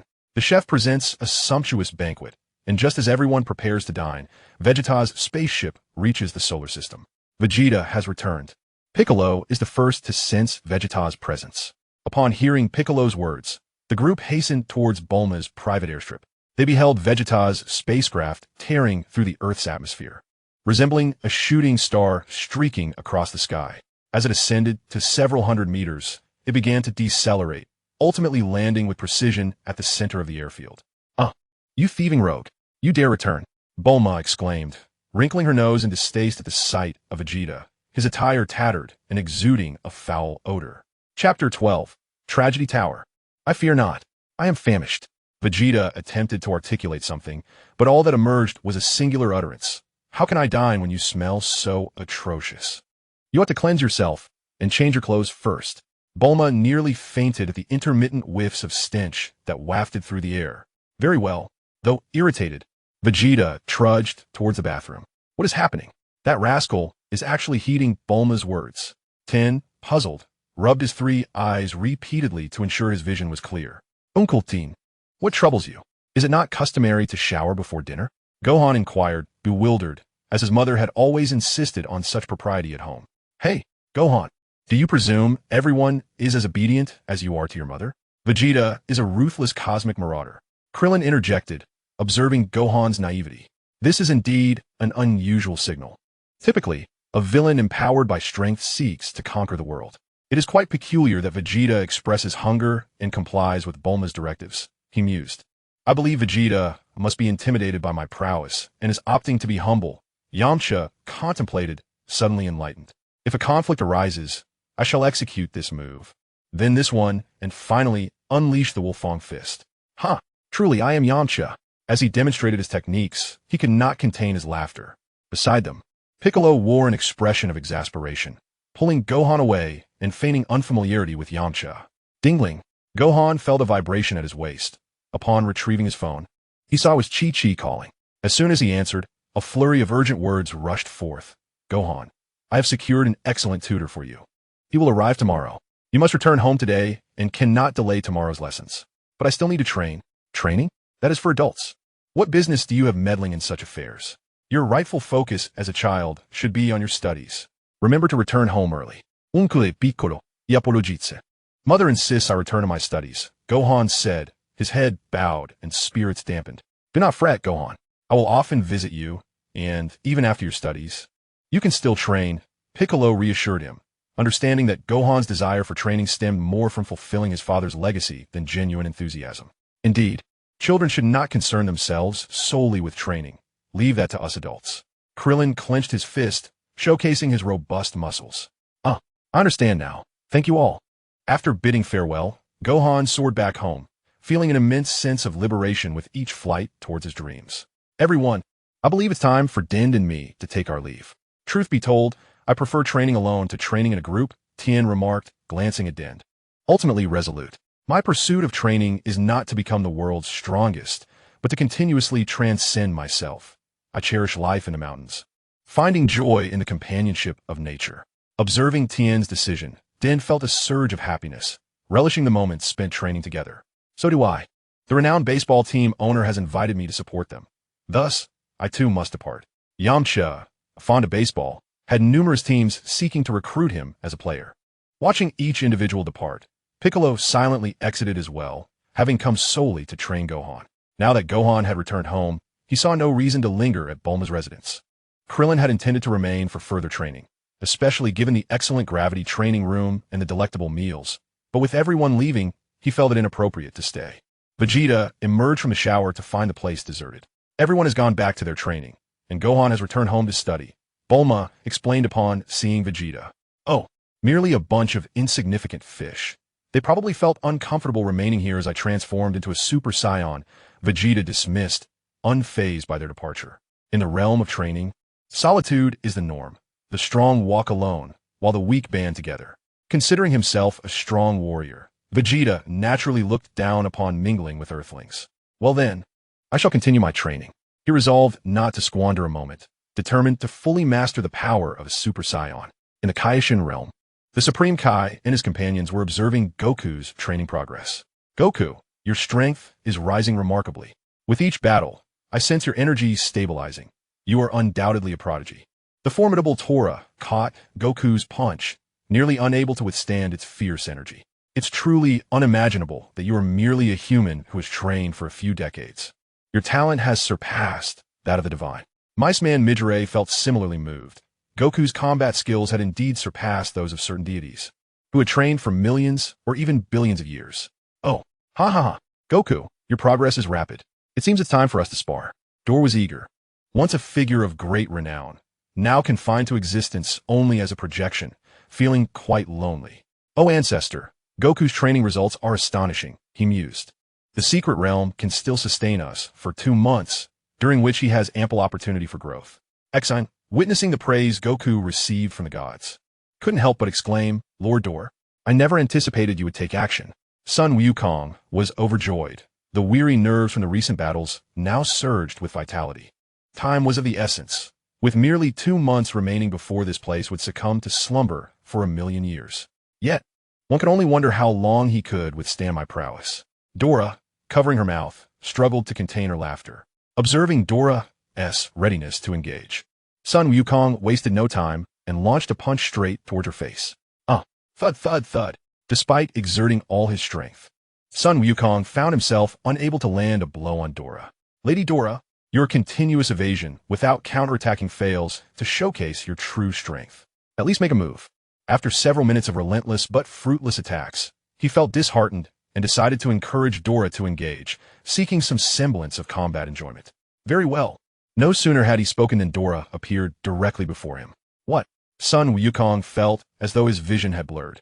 It was as if she had instantaneously traversed the space between them.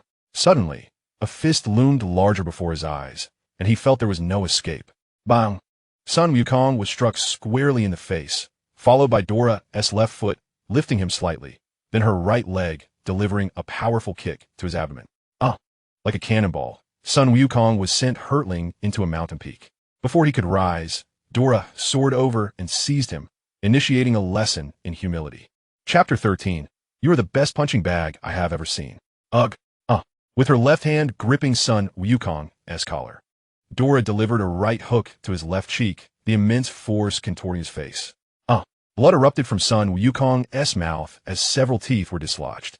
Releasing her left hand, Dora raised her right knee and slammed it into his chin, followed by a devastating uppercut to his abdomen. Just as he realized that his remaining teeth were in jeopardy, a searing pain tore through his stomach. He could only cradle his belly in agony as he collapsed to the ground. Puffed. Sun Wukong cried out in torment, blood continuing to spill from his mouth. Ha ha! Sun Wukong, you truly are resilient. I remember when you first arrived, you couldn't even withstand a punch from Tiger Dominator. Now, after enduring my relentless assault, you still persist. You are indeed a top-tier punching bag. Dora, with her mouth covered, hovered upon her staff, resembling an ethereal being untouched by the mundane world. Oh, is that so? Lady Dora, thank you for the compliment. However, I still believe the gap between us is vast. I can hardly discern your movements. Sun Wukong lay sprawled on the ground, his bodily functions swiftly deteriorating even in his stillness. Of course, I was once a deity at the pinnacle of various universes, and you are merely at the beginning of your journey. Before mastering divine power, your perception of me was like that of a frog in a well gazing at the moon. After you acquire divine abilities, you will see me as a mayfly striving for the vast sky. It seems you are nearing your limit. Allow me to grant you release. Observing Sun Wukong's feeble state, Dora rose and concentrated her energy in her right hand. In a flash of light, the ground was engulfed in a swirling cloud of dust. In a world poised for renewal, Sun Wukong's countenance radiated excitement, brimming with a fierce determination. Lady Dora, please impart your wisdom. As he prepared to engage in battle, Dora signaled for a pause. What is it, Lady Dora? Sun Wukong questioned, puzzled by the interruption of his fervor. Dora, sweeping her hair aside, began to pace while addressing Sun Wukong. You are the most gifted human I have ever encountered. Alas, our time is limited. Otherwise, I would truly relish the opportunity to guide you. She paused, her expression turning somber. This world once harbored countless formidable beings. Yet they ultimately vanished during a great crisis, including the supreme deity, dragon god Sarama. You are akin to a newly sprouted seedling. To grow into a towering tree requires more than mere time. Combat transcends the mere utilization of one's physical energy. It resides in the harmony of body and mind. Dora's voice was gentle, reminiscent of a soft spring breeze. Your body must be free and unburdened to unleash formidable strength. The essence of divinity lies in their immense power. As she spoke, Dora lightly prodded Sun Wukong's left shoulder with her staff. Your muscles are overly tense. You must learn to relax and be natural. Harnessing divine power is merely the foundation. Achieving this places you in a realm beyond that of mortals. Next, your body must instinctively evade danger, not as a reflex, but as an advanced combat awareness. When you strike at me, I can effortlessly evade your attack, especially if your assaults are linear, which exponentially increases the chances of avoidance. Mastery of these two aspects would place one among the apex of the universe. Yet, this is still far from sufficient. For the perils of this world have not yet subsided. Crises will inevitably arise, but they will not vanish without warning. What kind of crisis will the universe face? Sun Wukong's visage reflected his apprehension as he hastily inquired. I cannot say. I am not a prophet, Dora replied. However, I must convey that anything could transpire. Extending her delicate right hand to feel the gentle breeze, nostalgia filled her eyes. I deeply cherish this world, yet I find myself unable to safeguard it. Dora gazed at Sun Wukong, her once piercing gaze softening. In our time together, I have sensed that you are an exceptionally remarkable human. I wish to train you, so that when the crisis emerges, you possess the strength to protect this world. Most individuals, upon acquiring power, see their ambitions swell rapidly. The greater the power, the more intense the ambition. But you're different, Wukong. Upon hearing Dora's praise, Sun Wukong bashfully scratched his head. Lady Dora, you flatter me. Very well, let us not indulge in idle chatter any longer. Wukong, come, let us continue your training. The old Kai observed the scene unfolding within the crystal ball, a sense of ease washing over his features. He had anticipated the necessity of personally training Wukong, yet he was pleasantly surprised by Lady Dora's regard for him. So be it. This is fortuitous. I shall enjoy some respite. In a desolate expanse of North City on Earth, where few dared to tread, a mountain peak stands out remarkably in this location, for at its base lies a colossal metallic door approximately 10 meters in height. The door's surface is flawlessly seamless and exceptionally smooth, appearing as though it is an integral part of the mountain itself. Within this imposing entrance resides a man of average stature, his skin withered, clad in a scientific white lab coat and adorned with protective goggles. His hair a striking shade of white. This individual is none other than Dr. Gallo, who is diligently adjusting parameters before a cryogenic chamber. Number 17. Since the last time I released you, I have sensed your energy is so overwhelming that you defy control. It seems you have completely malfunctioned. I must modify you thoroughly to prevent a recurrence of this failure. As Dr. Gallo tinkers with the settings, the controller remains close to his side. After all, 17 and 18 are not entirely mechanical entities. They may harbor some unknown variables. Such a pity that you, Sun Wukong, have perished. You shall not witness my brilliant creation, Dr. Gallo's magnum opus. Consider yourself fortunate. Otherwise, I would ensure your suffering. Dr. Gallo's fingers move with astonishing speed, resembling a gamer in a frenzied session. After 2 hours of relentless adjustment, he pauses, his fingers weary and reluctant to straighten. He sits for a moment to recuperate before finally rising. Standing before the cryogenic chamber of 18, Dr. Gallo gazes at the girl inside, and the madness in his expression begins to mellow. 18.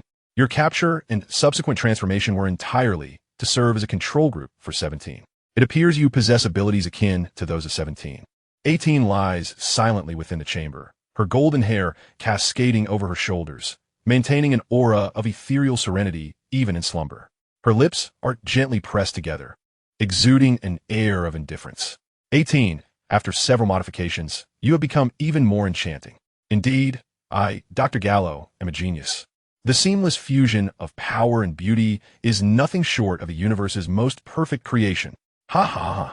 Dr. Gallo's laughter reverberates throughout the laboratory, echoing endlessly. Chapter 14. The Birth of Android 16. My body is becoming increasingly unserviceable. After merely a brief adjustment session, I find myself nearing exhaustion. Dr. Gallo steps outside the door and stretches languidly. He sits upon a smooth rock before the entrance, remaining utterly still like a statue.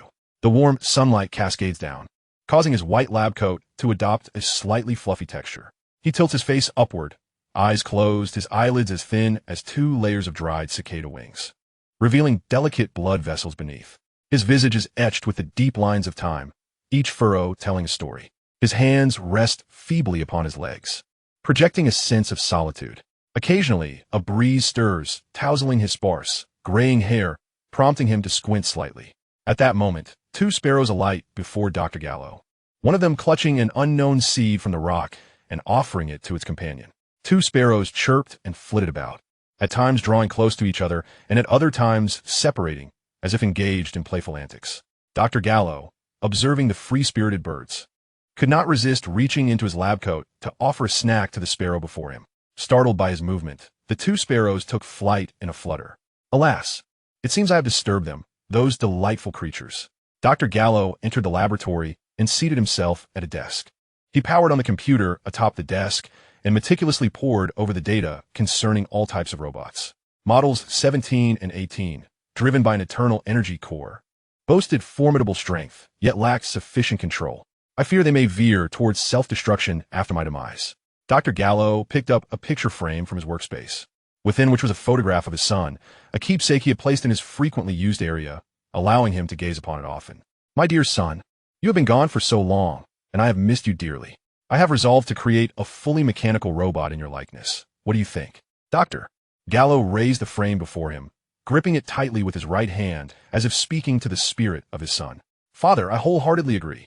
I am overjoyed at the prospect of being with you. Upon hearing this, Dr. Gallo placed the frame before him, a smile illuminating his face. My son, why do you acquiesce so readily? He inquired, moving to stand behind the frame. I have always cherished you, Father. During my time with the Red Ribbon Army, my duties kept me from living alongside you. Now that we can finally share our lives together, how could I refuse? Dr. Gallo set the frame down, and unbeknownst to him, tears had begun to cascade down his cheeks. My son, I truly regret allowing you to join the Red Ribbon Army. Had I not, you would have remained by my side. His withered fingers glided slowly over the glass of the frame, as if fearing to disturb that eternal smile captured in the photograph. His fingertips lingered on his son's cheek in the image. The glass felt frigid, yet the vibrant photograph beneath seemed to retain a trace of warmth. The countenance beneath his touch was so familiar, with eyes and brows reminiscent of his own youth, yet imbued with a vitality he never possessed. That was his sole offspring. If only he could voice his lingering thoughts, but his words faltered, leaving the room steeped in silence. Regret hung heavy, so burdensome that he lacked the strength to articulate it. He recalled that final morning, when his son donned the uniform of the Red Ribbon Army and hurriedly bid him farewell. He had not even taken the time to truly look at his son, to offer words of caution or exchange parting sentiments. He had thought it was merely an ordinary goodbye. Dr. Gallo closed his eyes, bowed his head, and gently pressed his forehead against the frame.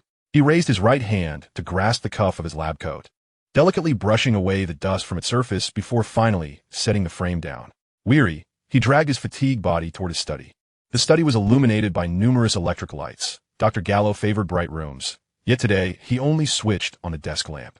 The desk lamp was a gift from his son, its components having been replaced numerous times, yet he could never bring himself to discard it. He deftly extracted a sheet of design paper from a folder and carefully laid it upon the desk. Dr. Gallo retrieved a pencil from the pen holder and immediately commenced his design. With remarkable speed, he sketched beneath the lamp, the pencil emitting a faint, rapid, and continuous rustling sound. At that moment, he was drafting the blueprint for a fully mechanical robot, although his movements were swift. Each line on the paper was executed with utmost precision. Dr. Gallo's expression was serious, and his actions meticulous, entirely contrary to what one might expect from a man with graying hair. Night fell swiftly, the birds outside ceased their song, and nature returned to tranquility. The coffee at his fingertips had long since cooled, yet the data dancing across the computer screen became increasingly vivid, each figure revealing the secrets buried within the robot structure. This was his latest design for a fully mechanical robot. Traditional robots operated on energy sources that did not align with his vision, while the eternal energy furnace proved too difficult to manipulate. He sketched countless mechanical structures on the draft paper, suddenly recalling the rebellion of Units 17 and 18. This thought compelled him to sit up straight. The rhythm of his keystrokes intensified, and the blueprints underwent repeated revisions. as the morning light filtered through the dense forest. He had already dozed off in his chair, dreaming of his son recounting his battle experiences. In the laboratory, the only sound was the relentless work of the intelligent computer deep within the earth. Ding! Ding! The jarring alarm clock rang, prompting Dr. Gallo to rise and stretch his weary body. He sat down, cradling his chin in his left hand, while perusing the results of the previous day. Initially, it had merely been a hypothesis, but through Dr. Gallo's persistent validation, he became convinced that a fully mechanical robot could attain the power of Unit 17. Determined not to waste any time, he immediately set to work. His son had been on the front lines, and their encounters were infrequent. Thus, he resolved to design Unit 16 as a robot with a gentle and kind disposition, ensuring that his son would not suffer injury or death in battle. This presented a significant challenge, as Dr. Gallo had consistently designed beings inclined towards violence and carnage. The challenge was daunting, requiring a complete shift in style. But if it meant having a companion by his side, what was a small sacrifice in the grand scheme of things? Dr. Gallo transmitted the data from his computer to a three-dimensional holographic projector, which swiftly materialized a three-dimensional model of the android based on the data. Everything appeared satisfactory, save for the facial features, which still bore some dissimilarity to his son. Evidently, further modifications were necessary. Cradling his chin in thought, Dr. Gallo once again took his place at the desk, this time bringing along a framed photograph. He resolved to design Unit 16 in complete accordance with his son's likeness as captured in the image, confident that this would yield a satisfactory result. Chapter 15. Clint returns to the Kame house. How infuriating! Why is Vegeta's power so formidable? Krillin struck a large tree trunk with a fierce punch. But without the use of his energy, the tree merely swayed slightly. The overwhelming presence he felt even before the battle was astonishing. One could only imagine how powerful he would be in combat. Why can I not be as strong as he is? Is it merely because I am a human from Earth while he is a Saiyan? Unbeknownst to him, Krillin arrived at the Turtle Hermit's house, descending from the sky in a daze. The Turtle Hermit lay quietly on a beach chair beside the house, basking in the sun, with a magazine covering his face featuring a voluptuous woman on the cover. Sensing someone's arrival, he removed the magazine and stood up. Oh, it's Krillin. What with that forlorn expression? Weren't you training at Bulma's? The Turtle Hermit looked at Krillin with confusion and immediately inquired. I just encountered a minor setback. Krillin chuckled sheepishly, rubbing his bald head. Master Roshi, I would like to continue training with you. Sure, but from now on, the cooking duties will fall to you. The Turtle Hermit replied before reclining again to soak up the sun. Although there was no gravity chamber here, at least I could train in peace. In a remote mountain area in the south, Tien and Kairatsu were trekking onward. Tien, look!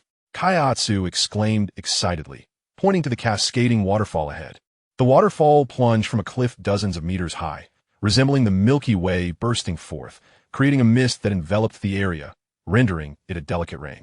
As they approached, the mist greeted them with a refreshing coolness, rendering the scene almost ethereal. Kairatsu, this is truly a splendid place. Shall we settle here?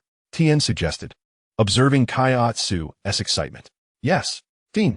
Kairatsu nodded enthusiastically, delighted by the location, especially being with Tien. Kairatsu tied on his apron, retrieved ingredients from a capsule, and began to cook. Tien squatted beneath the waterfall, his upper body bare, relentlessly practicing his techniques while swinging his fists. Once Kairatsu finished cooking, he noticed Tien training beneath the waterfall. Tien, it's time to eat. Kairatsu called, cupping his hands to amplify his voice. Coming, Tien responded, finally leaving the waterfall. Seeing Tien drenched, Kairatsu offered him a towel he had prepared earlier. Tien, the hot water is ready. You should take a shower. Kairatsu, your preparations are truly thoughtful. I don't know what I would become without you. Tien praised, causing Kairatsu to shyly lower his head, fidgeting with his fingers. The owner of the baseball team stood at the edge of the training field, hands clasped behind his back. The setting sun bathed his tailored suit in golden hues. Yet he remained oblivious to it. His gaze was fixed intently on the figure in the center of the field. Yamcha, the golden goose who had earned him countless riches. The sound of the baseball bat slicing through the air is distinctive. Not a mere crack, but a resounding thud, akin to a cannonball, unstoppable in its trajectory. The boss squints, watching the white sphere vanish beyond the horizon of dusk. This marks Yamcha's 20,000th swing of the day, his jersey thoroughly drenched, clinging to his youthful back. There is no need for encouragement, the general manager softly remarks. Talents require no such prodding. The boss releases his clasped hands behind him, declaring to the others, tonight, at the Jack Grand Hotel, I shall treat. However, he discreetly has reserved a table at a hidden restaurant nestled deep within the alley. At 5:30, he personally drives to fetch Yamcha. The establishment bears no sign, catering solely to select patrons. As the boss opens the door, a brass bell jingles. What is this place? Yamcha inquires, curiosity piqued. A friend of mine owns it, the boss responds, guiding Yamcha to a private room. When the first dish arrives, Yamcha's eyes sparkle. Not a Michelin-style delicate presentation, but a large platter of roasted meat, accompanied by sea cucumber and tofu soup, his utmost favorite. Give it a try. The boss suggests, the chef is from your hometown. Yamcha scoops a spoonful into his mouth, savoring it slowly. He lowers his head for another bite, and then another, before setting down his spoon. My mother's recipe, he says, his voice slightly hoarse. I haven't tasted it since she passed. The boss pours himself some tea. She was a wonderful woman. Did you know her? Yamcha asks, surprised. I know every individual who has contributed to my investments. The boss replies with a smile, sliding the tea towards Yamcha, but for now, I simply wish to treat you to a fine meal. For the next 2 hours, they refrain from discussing contracts, endorsement fees, or playoffs. The boss recounts his entrepreneurial journey, detailing the hardships alongside the triumphs and failures. Yamcha, the Black Dragon team has offered you 100 million a year. I can match that offer, even exceed it. The boss pauses, but I wish to show you something else. The contract, Yamcha finally inquires, do you have it? The boss retrieves a folder from his inner pocket, pressing a pen onto the paper, its cap worn down, clearly aged from years of use. The final dessert, vanilla ice cream, is served by the waiter, who the boss catches deftly, gently placing it before Yamcha. As he gazes at the contract beside him, Yamcha scoops a generous spoonful of the ice cream into his mouth. The icy, delectable treat glides across his tongue, eliciting a blissful sigh. As he reclines comfortably in his chair, this is the life one ought to lead. As for cultivation, let it be. Ina desolate, un inhabited desert, piccolo oves. Meditating in the air, he wonders if Gohan diligently practices upon returning home, fearing that if he slacks, it may take considerable time to catch up. As he meditates, the image of Gohan's adorable, round-faced figure comes to mind, and he begins to worry about Gohan's well-being. Having practiced for so long, it is time to check on him. But what might Gohan enjoy? Eureka! On the path to Bowsy Mountain, Piccolo severed a segment of wood from a tree and meticulously carved a figurine depicting a battle between himself and Son Wukong. As he gazed upon his exquisite creation, satisfaction washed over him. This figurine was undeniably beautiful. Gohan would surely be enamored. Upon arriving at Gohan's residence on Bowsy Mountain, Piccolo noticed the door ajar. Gohan! Gohan! Piccolo called out loudly. Uncle e Piccolo. Hearing his call, Gohan leapt from the window and landed in Piccolo's embrace, tears brimming in his eyes, profoundly touched. Although Uncle Piccolo had promised to visit, Gohan had not anticipated his arrival would be so swift. Gohan, look what I have for you.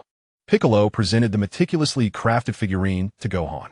Wow, it's so beautiful, Gohan exclaimed in wonder. Chapter 16. The Breath of the Divine, Son Wukong. You have begun to grasp the breath of the divine. Now, give it a try, Dola suggested while observing Son Wukong's significant breakthrough. Son Wukong felt the formidable power surging within him, clenched his fists, and glanced around. Son Wukong shouted, as his aura suddenly coalesced, unleashing a powerful breath of the divine.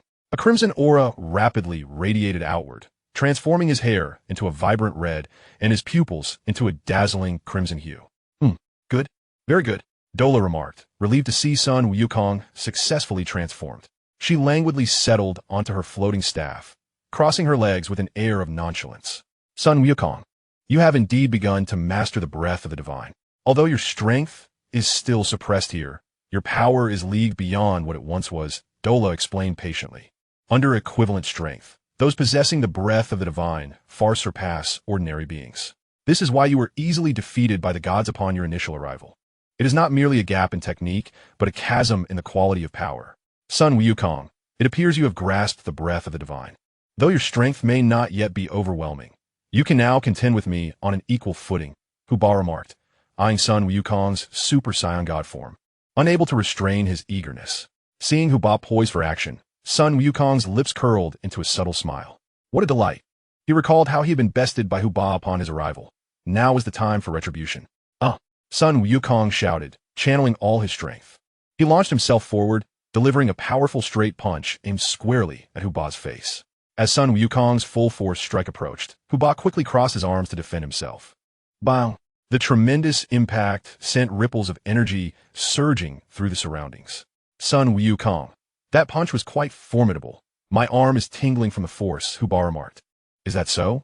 Sun Wukong, encouraged by the effectiveness of his strike, pressed the advantage and launched an uppercut towards Huba's chin.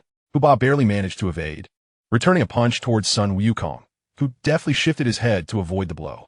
As the fierce tiger turned, its tail swept towards Sun Wukong's eyes, prompting the latter to swiftly bend down to evade the strike. Seizing the opportunity presented by Wukong's evasive maneuver, the tiger crouched low and swept its right leg downwards. Sun Wukong felt an excruciating pain in his left leg, causing him to lose his balance and topple backward. The tiger seized Wukong's left leg and flung him to the ground with relentless force, akin to a feather duster. A cry of anguish escaped Sun Wukong as his face paled in agony. Yet, the tiger was relentless, continuing to hurl him about. Struggling against the intense pain, Wukong summoned his strength and kicked fiercely at the tiger's abdomen, forcing it to release him in a bid to evade the blow. Recognizing his chance for reprisal, Sun Wukong lunged forward, executing a scissors-like attack. The tiger hastily dodged, but countered with a swift sidekick, only to strike nothing but air. Wukong had employed an illusionary technique, with his true self following closely behind, landing a solid punch to the tiger's belly. The impact sent the tiger hurtling backwards like a cannonball, crashing through several trees before coming to a halt. As the tiger clutched its abdomen and began to rise, a sudden gust of wind surged from behind. In an astonishing display, Sun Wukong instantaneously teleported behind the tiger, delivering another powerful blow to its back. The tiger felt as though its spine might shatter, blood trickling from the corner of its mouth. With a sinister grin, it spat out a mouthful of blood. Sun Wukong, you have impressed me. I, Huba, had almost forgotten the sting of defeat until you reminded me. However, your current prowess may not suffice to vanquish me, for you have only just begun to harness your power, and soon you will struggle to maintain control. The tiger's gaze pierced Wukong, pinpointing his vulnerabilities. Indeed, Wukong had only recently tapped into his divine energy. If he failed to subdue Huba swiftly, he risked regressing to a mere mortal due to his inability to control his newfound strength. Feeling the surging, albeit volatile, divine energy within him, Wukong clenched his fists, preparing to continue the battle. This ends now. Dora, having discerned Wukong's fatigue, called for an immediate halt. With a sigh of relief, Wukong acknowledged his limits, realizing that his transformation was still taxing on his body. Wukong, while your divine energy is relatively gentle, prolonged combat in your current state is unwise. You must undergo further training until you fully master this energy. Today's session concludes here. Focus on your cultivation. As Dora rose to depart, Wukong recognized that he had broken through a bottleneck and needed to consolidate his newfound abilities, a task he felt confident to undertake alone. Observing Dora's departure, Wukong retreated to his chamber, intending to rest and celebrate his transformation. Meanwhile, the Rat Man, Midgeray, pondered the astonishing speed with which Wukong had mastered the divine energy. Could it be that my centuries of cultivation render me an exceptional talent in this world? It feels increasingly foreign to me, as a mere mortal effortlessly wields such formidable power, with a foundation so profound. Indeed, the prospects before him are limitless. Huba could not help but voice his grievances. The performance of Sun Wukong was truly astonishing. Upon recognizing their shared feelings, the two exchanged a knowing glance and departed with smiles. Upon returning to his chamber, Sun Wukong felt the divine aura within him, and with each moment of reflection, his astonishment grew. Unlike the Saiyan energy propelled by S-cells, this essence was far more tranquil, devoid of any violent undertones, reminiscent of a mysterious form. The anticipated power from this transformation far surpassed that of a Super Saiyan at the third tier, though it fell short of the fourth. Nevertheless, due to the serene nature of this energy, Sun Wukong conceived an idea. Should this notion come to fruition, his strength would ascend beyond mere dimensions, eclipsing that of ordinary deities. Yet, after achieving this, he pondered whether he could defeat Dora, as the suppression of power rendered such aspirations uncertain. The following day, Sun Wukong arrived early at the training ground, only to find that the others had been waiting for quite some time. They formed a circle, seated on the ground, with Dora at the center, seemingly engaged in conversation. "Greetings, Lord Dora." Upon his arrival, The crowd remained unresponsive, prompting Sun Wukong to hastily greet them. Wukong has arrived. Well, let's conclude today's meeting. Dora turned her gaze upon Sun Wukong, a hint of concern in her expression. From today onwards, your training intensity will be significantly increased. You have no objections, I trust? Of course not, Lord Dora. Increased intensity sounds splendid. Sun Wukong eagerly rubbed his fists together, brimming with enthusiasm. Observing his fervor, Dora felt a wave of exasperation. She had worried he might struggle to adapt, only to find her concerns unfounded. Since you are so eager, everyone shall join in. At her command, the group promptly rose to attention. Chapter 17. I hear you are a genius. Sun Wukong, may I challenge you to a duel? A figure emerged from the crowd, standing quietly yet radiating an imposing presence. He was neither a deity nor Saiyan, appearing somewhat akin to an earthling. His long, curly hair cascaded loosely, reminiscent of an artistic painter. With bulging muscles and a fierce visage, he was intimidating, marked by a deep scar on his left cheek. Clad in immaculate white martial arts uniform and boots, he exuded an aura of fastidiousness. May I inquire your identity? Sun Wukong felt an overwhelming surge of power within him. If this individual were merely an unknown seeking to spar, he could easily dismiss him. However, if he proved formidable, Sun Wukong would not hold back, giving his all. I am but a warrior from a distant planet, billions of light years away from Earth. Y pusas no remarcable habilidades. Having merely vanquished a few self-proclaimed cosmic emperors and fought evenly with the god of destruction, he clasped his hands together, bowing his head as if a devoted student seeking wisdom from a master. Yet, as he finished speaking, his lowered head gradually rose until his chin was tilted skyward. I am Sun Wukong, a Saiyan raised on Earth. Sun Wukong regarded the disdainful gaze of his opponent with indifference. A Saiyan indeed. I never anticipated that Lord Dola would hold someone like you in such esteem. It truly surprises me. The long-haired man exhibited a look of astonishment, which soon morphed into confusion. I am intrigued to discover what makes you so special. As he spoke, a murderous intent surged forth, akin to encountering a sworn enemy. Wait, it seems we have never met before. Why such a strong reaction? Observing the drastic shift in expression on his adversary's face, Sun Wukong felt utterly perplexed. Though this is our first encounter, I have encountered you countless times in my dreams. As he spoke, his animosity became increasingly palpable, as if he were poised to dismember Sun Wukong at any moment. Dreams? What do you mean? Sun Wukong felt utterly baffled. How could someone harbor such hatred over a mere dream? What is the meaning of this? As he watched Sun Wukong's bewildered demeanor, the long-haired man gradually regained his composure. It seems I must share my story. My name is Guidwa. A nostalgic glimmer crossed his features as he began to speak. From the moment of my birth, I was heralded as a prodigy, a rarity seen once in a billion years. My master, Gumando, the foremost martial artist in the world, took me as his closed-door disciple upon hearing of my innate talent, bestowing upon me the name Guidwa. At this juncture, Guidwa's face radiated joy, dispelling the earlier ferocity. Thereafter, I devoted myself to rigorous training without respite, even when my limbs threatened to break from exhaustion. My master expressed immense satisfaction with my progress, hiring several physicians to monitor my physical condition. During this time, the King was recruiting martial artists from the lower realms to confront an impending crisis, organizing a grand cosmic martial arts tournament. My master strongly encouraged me to attend, and I eagerly accepted the invitation.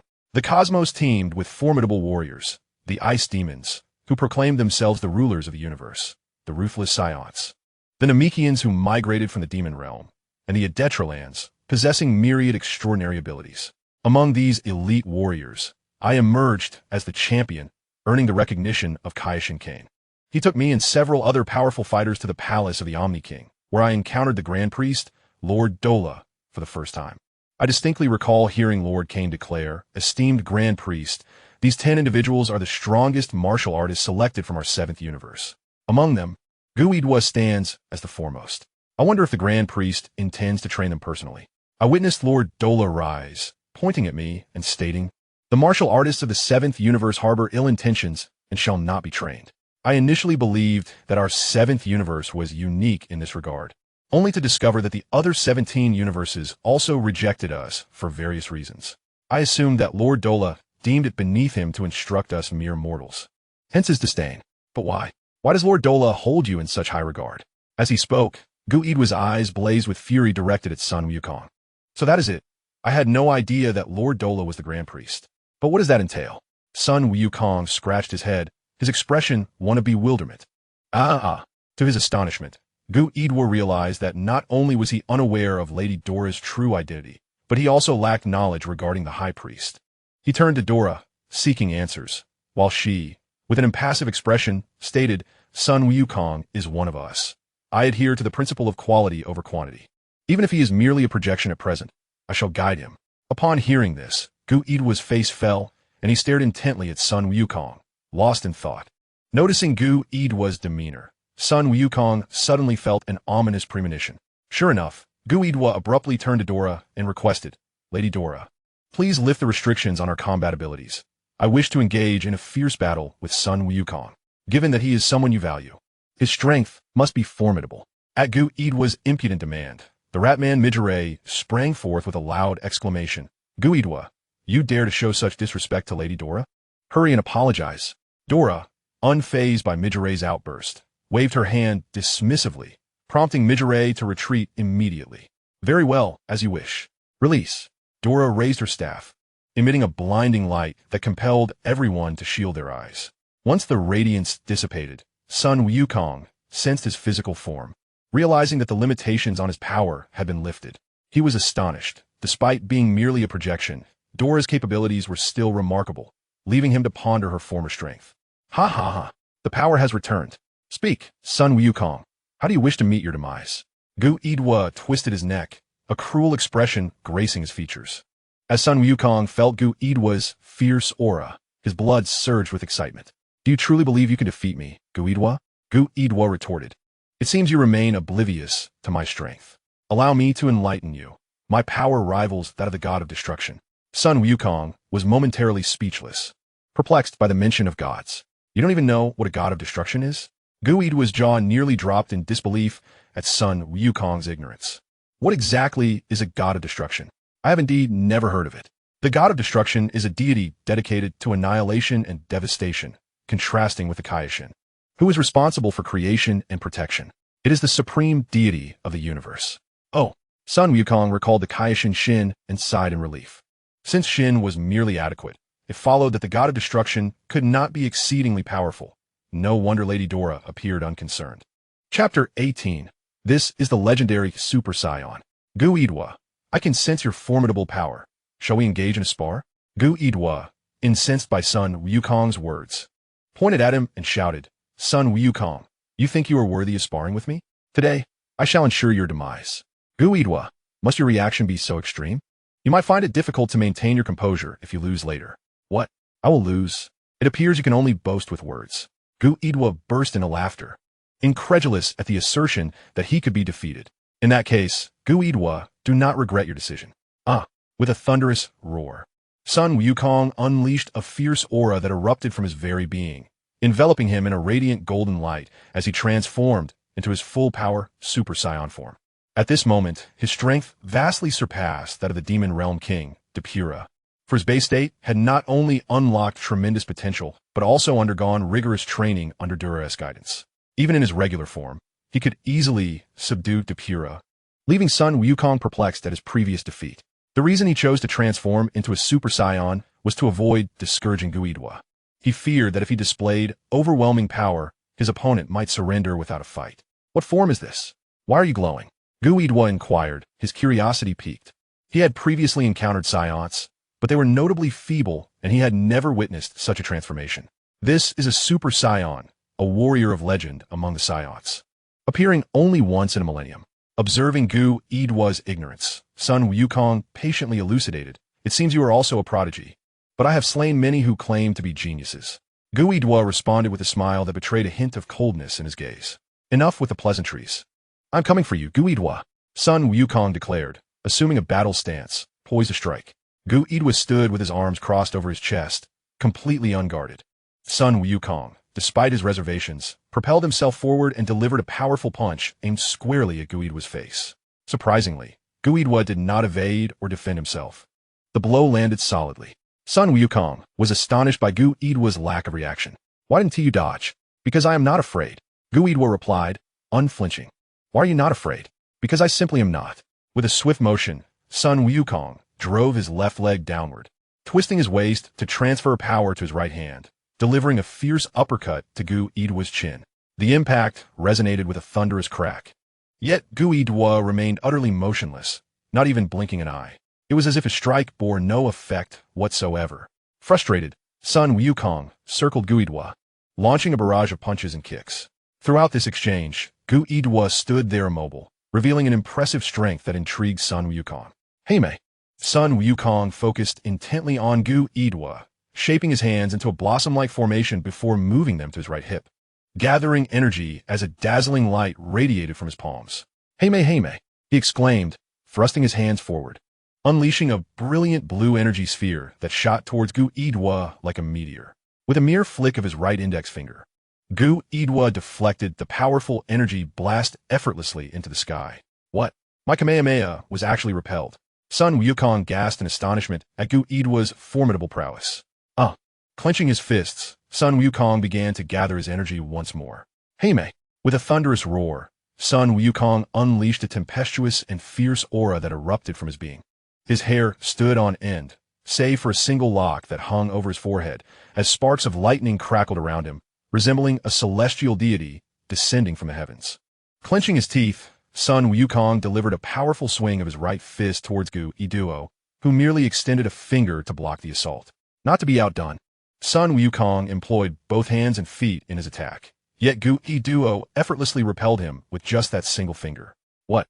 This was a being surpassing even the mightiest Super Saiyan, yet he was still thwarted. Sun Wukong was taken aback. This level of power should have been invincible.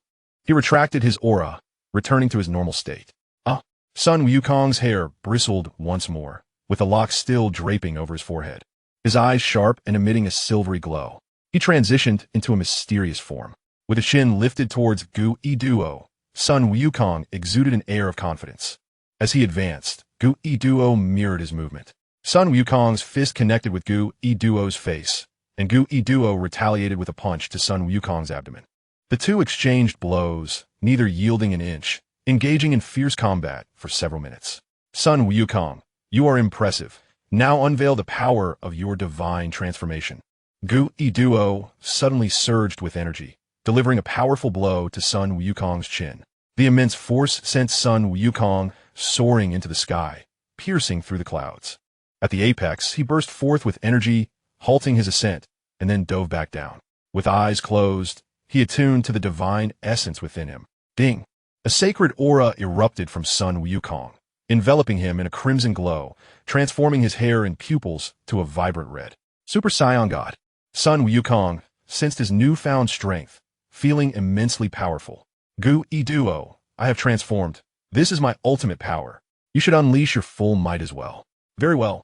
I shall show you what true power is. Gu Iduo clenched his fists and assumed a horse stance, gathering energy.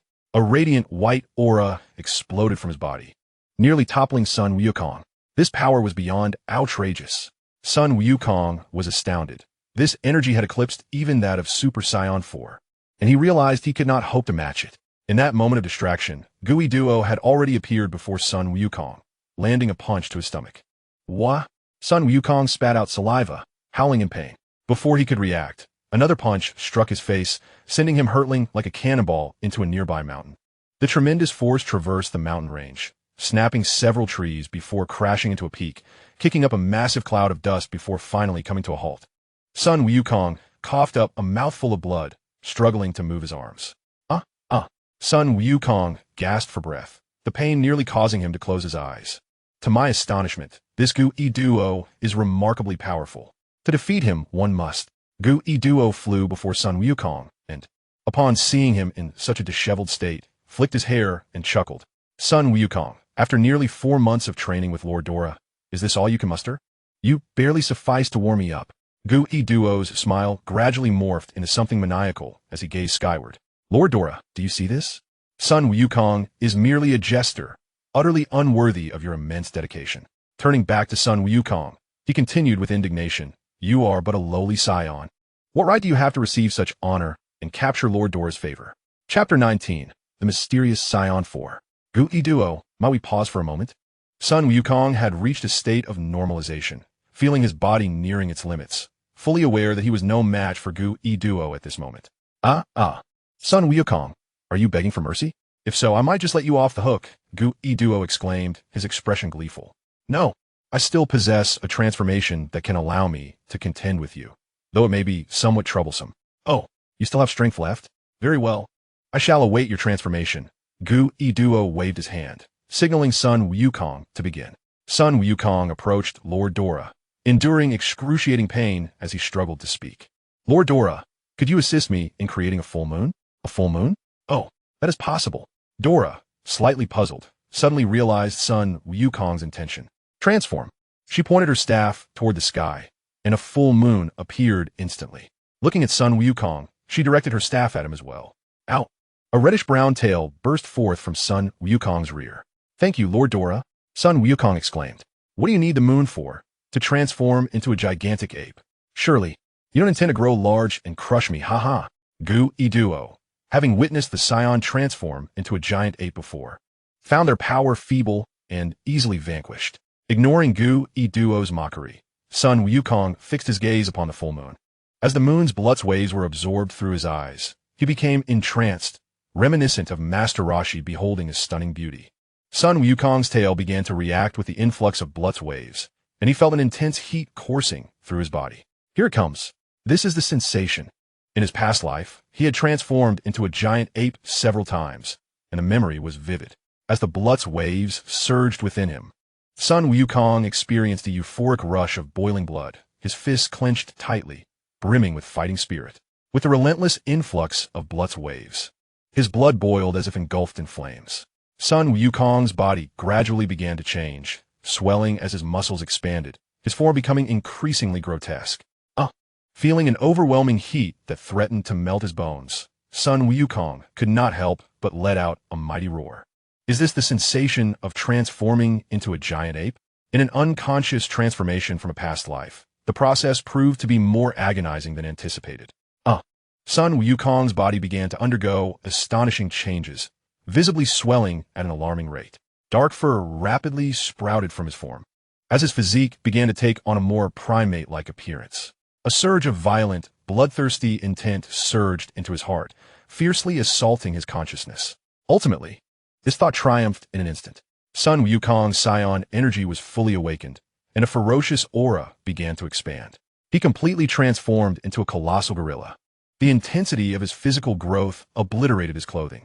His immense body radiated an aura of destruction, and his terrifying might tore through the heavens. Howl! Sun Wukong roared with unrestrained fury, his body continuing to swell. 3 meters, 10 meters, 20 meters, 50 meters. The gigantic ape Sun Wukong relentlessly pounded his chest, having wholly lost his rationality. The wild, primal emotions governed his being as he opened his massive maw, unleashing a cataclysmic Saiyan energy wave towards a great mountain. Wild monkey, what are you aiming at? Gu E, witnessing the colossal ape Sun Wukong overlook him, could not help but speak up. Observing someone approaching him, the gigantic gorilla Sun Wukong gathered energy in his mouth and unleashed a wave of light towards Gu E. Gu E effortlessly dispersed the energy with a single punch, his face betraying a knowing expression. Sun Wukong, after all this, you've come merely to amuse me? Fine, I shall put an end to this farce now. Just as Gu E contemplated intervening, the gigantic ape Sun Wukong swung a fist at him, prompting Gu E to hastily defend himself. Gu E, I must disappoint you, exclaimed the colossal Sun Wukong, revealing no sign of losing control. At that moment, his power was immense, having reached a mysterious form, drastically different from the ordinary tenfold giant ape state. The giant ape Sun Wukong was elated, bellowing with triumph. He had not anticipated the strength of his giant ape form. Now at the pinnacle of his ordinary power, realizing that this form could unleash the Saiyan power within him, showcasing the might of his bloodline. At this juncture, he recognized that he was merely an ordinary giant ape, distinct from the golden giant ape described by Xiao Fong, yet undoubtedly connected to the S-cells.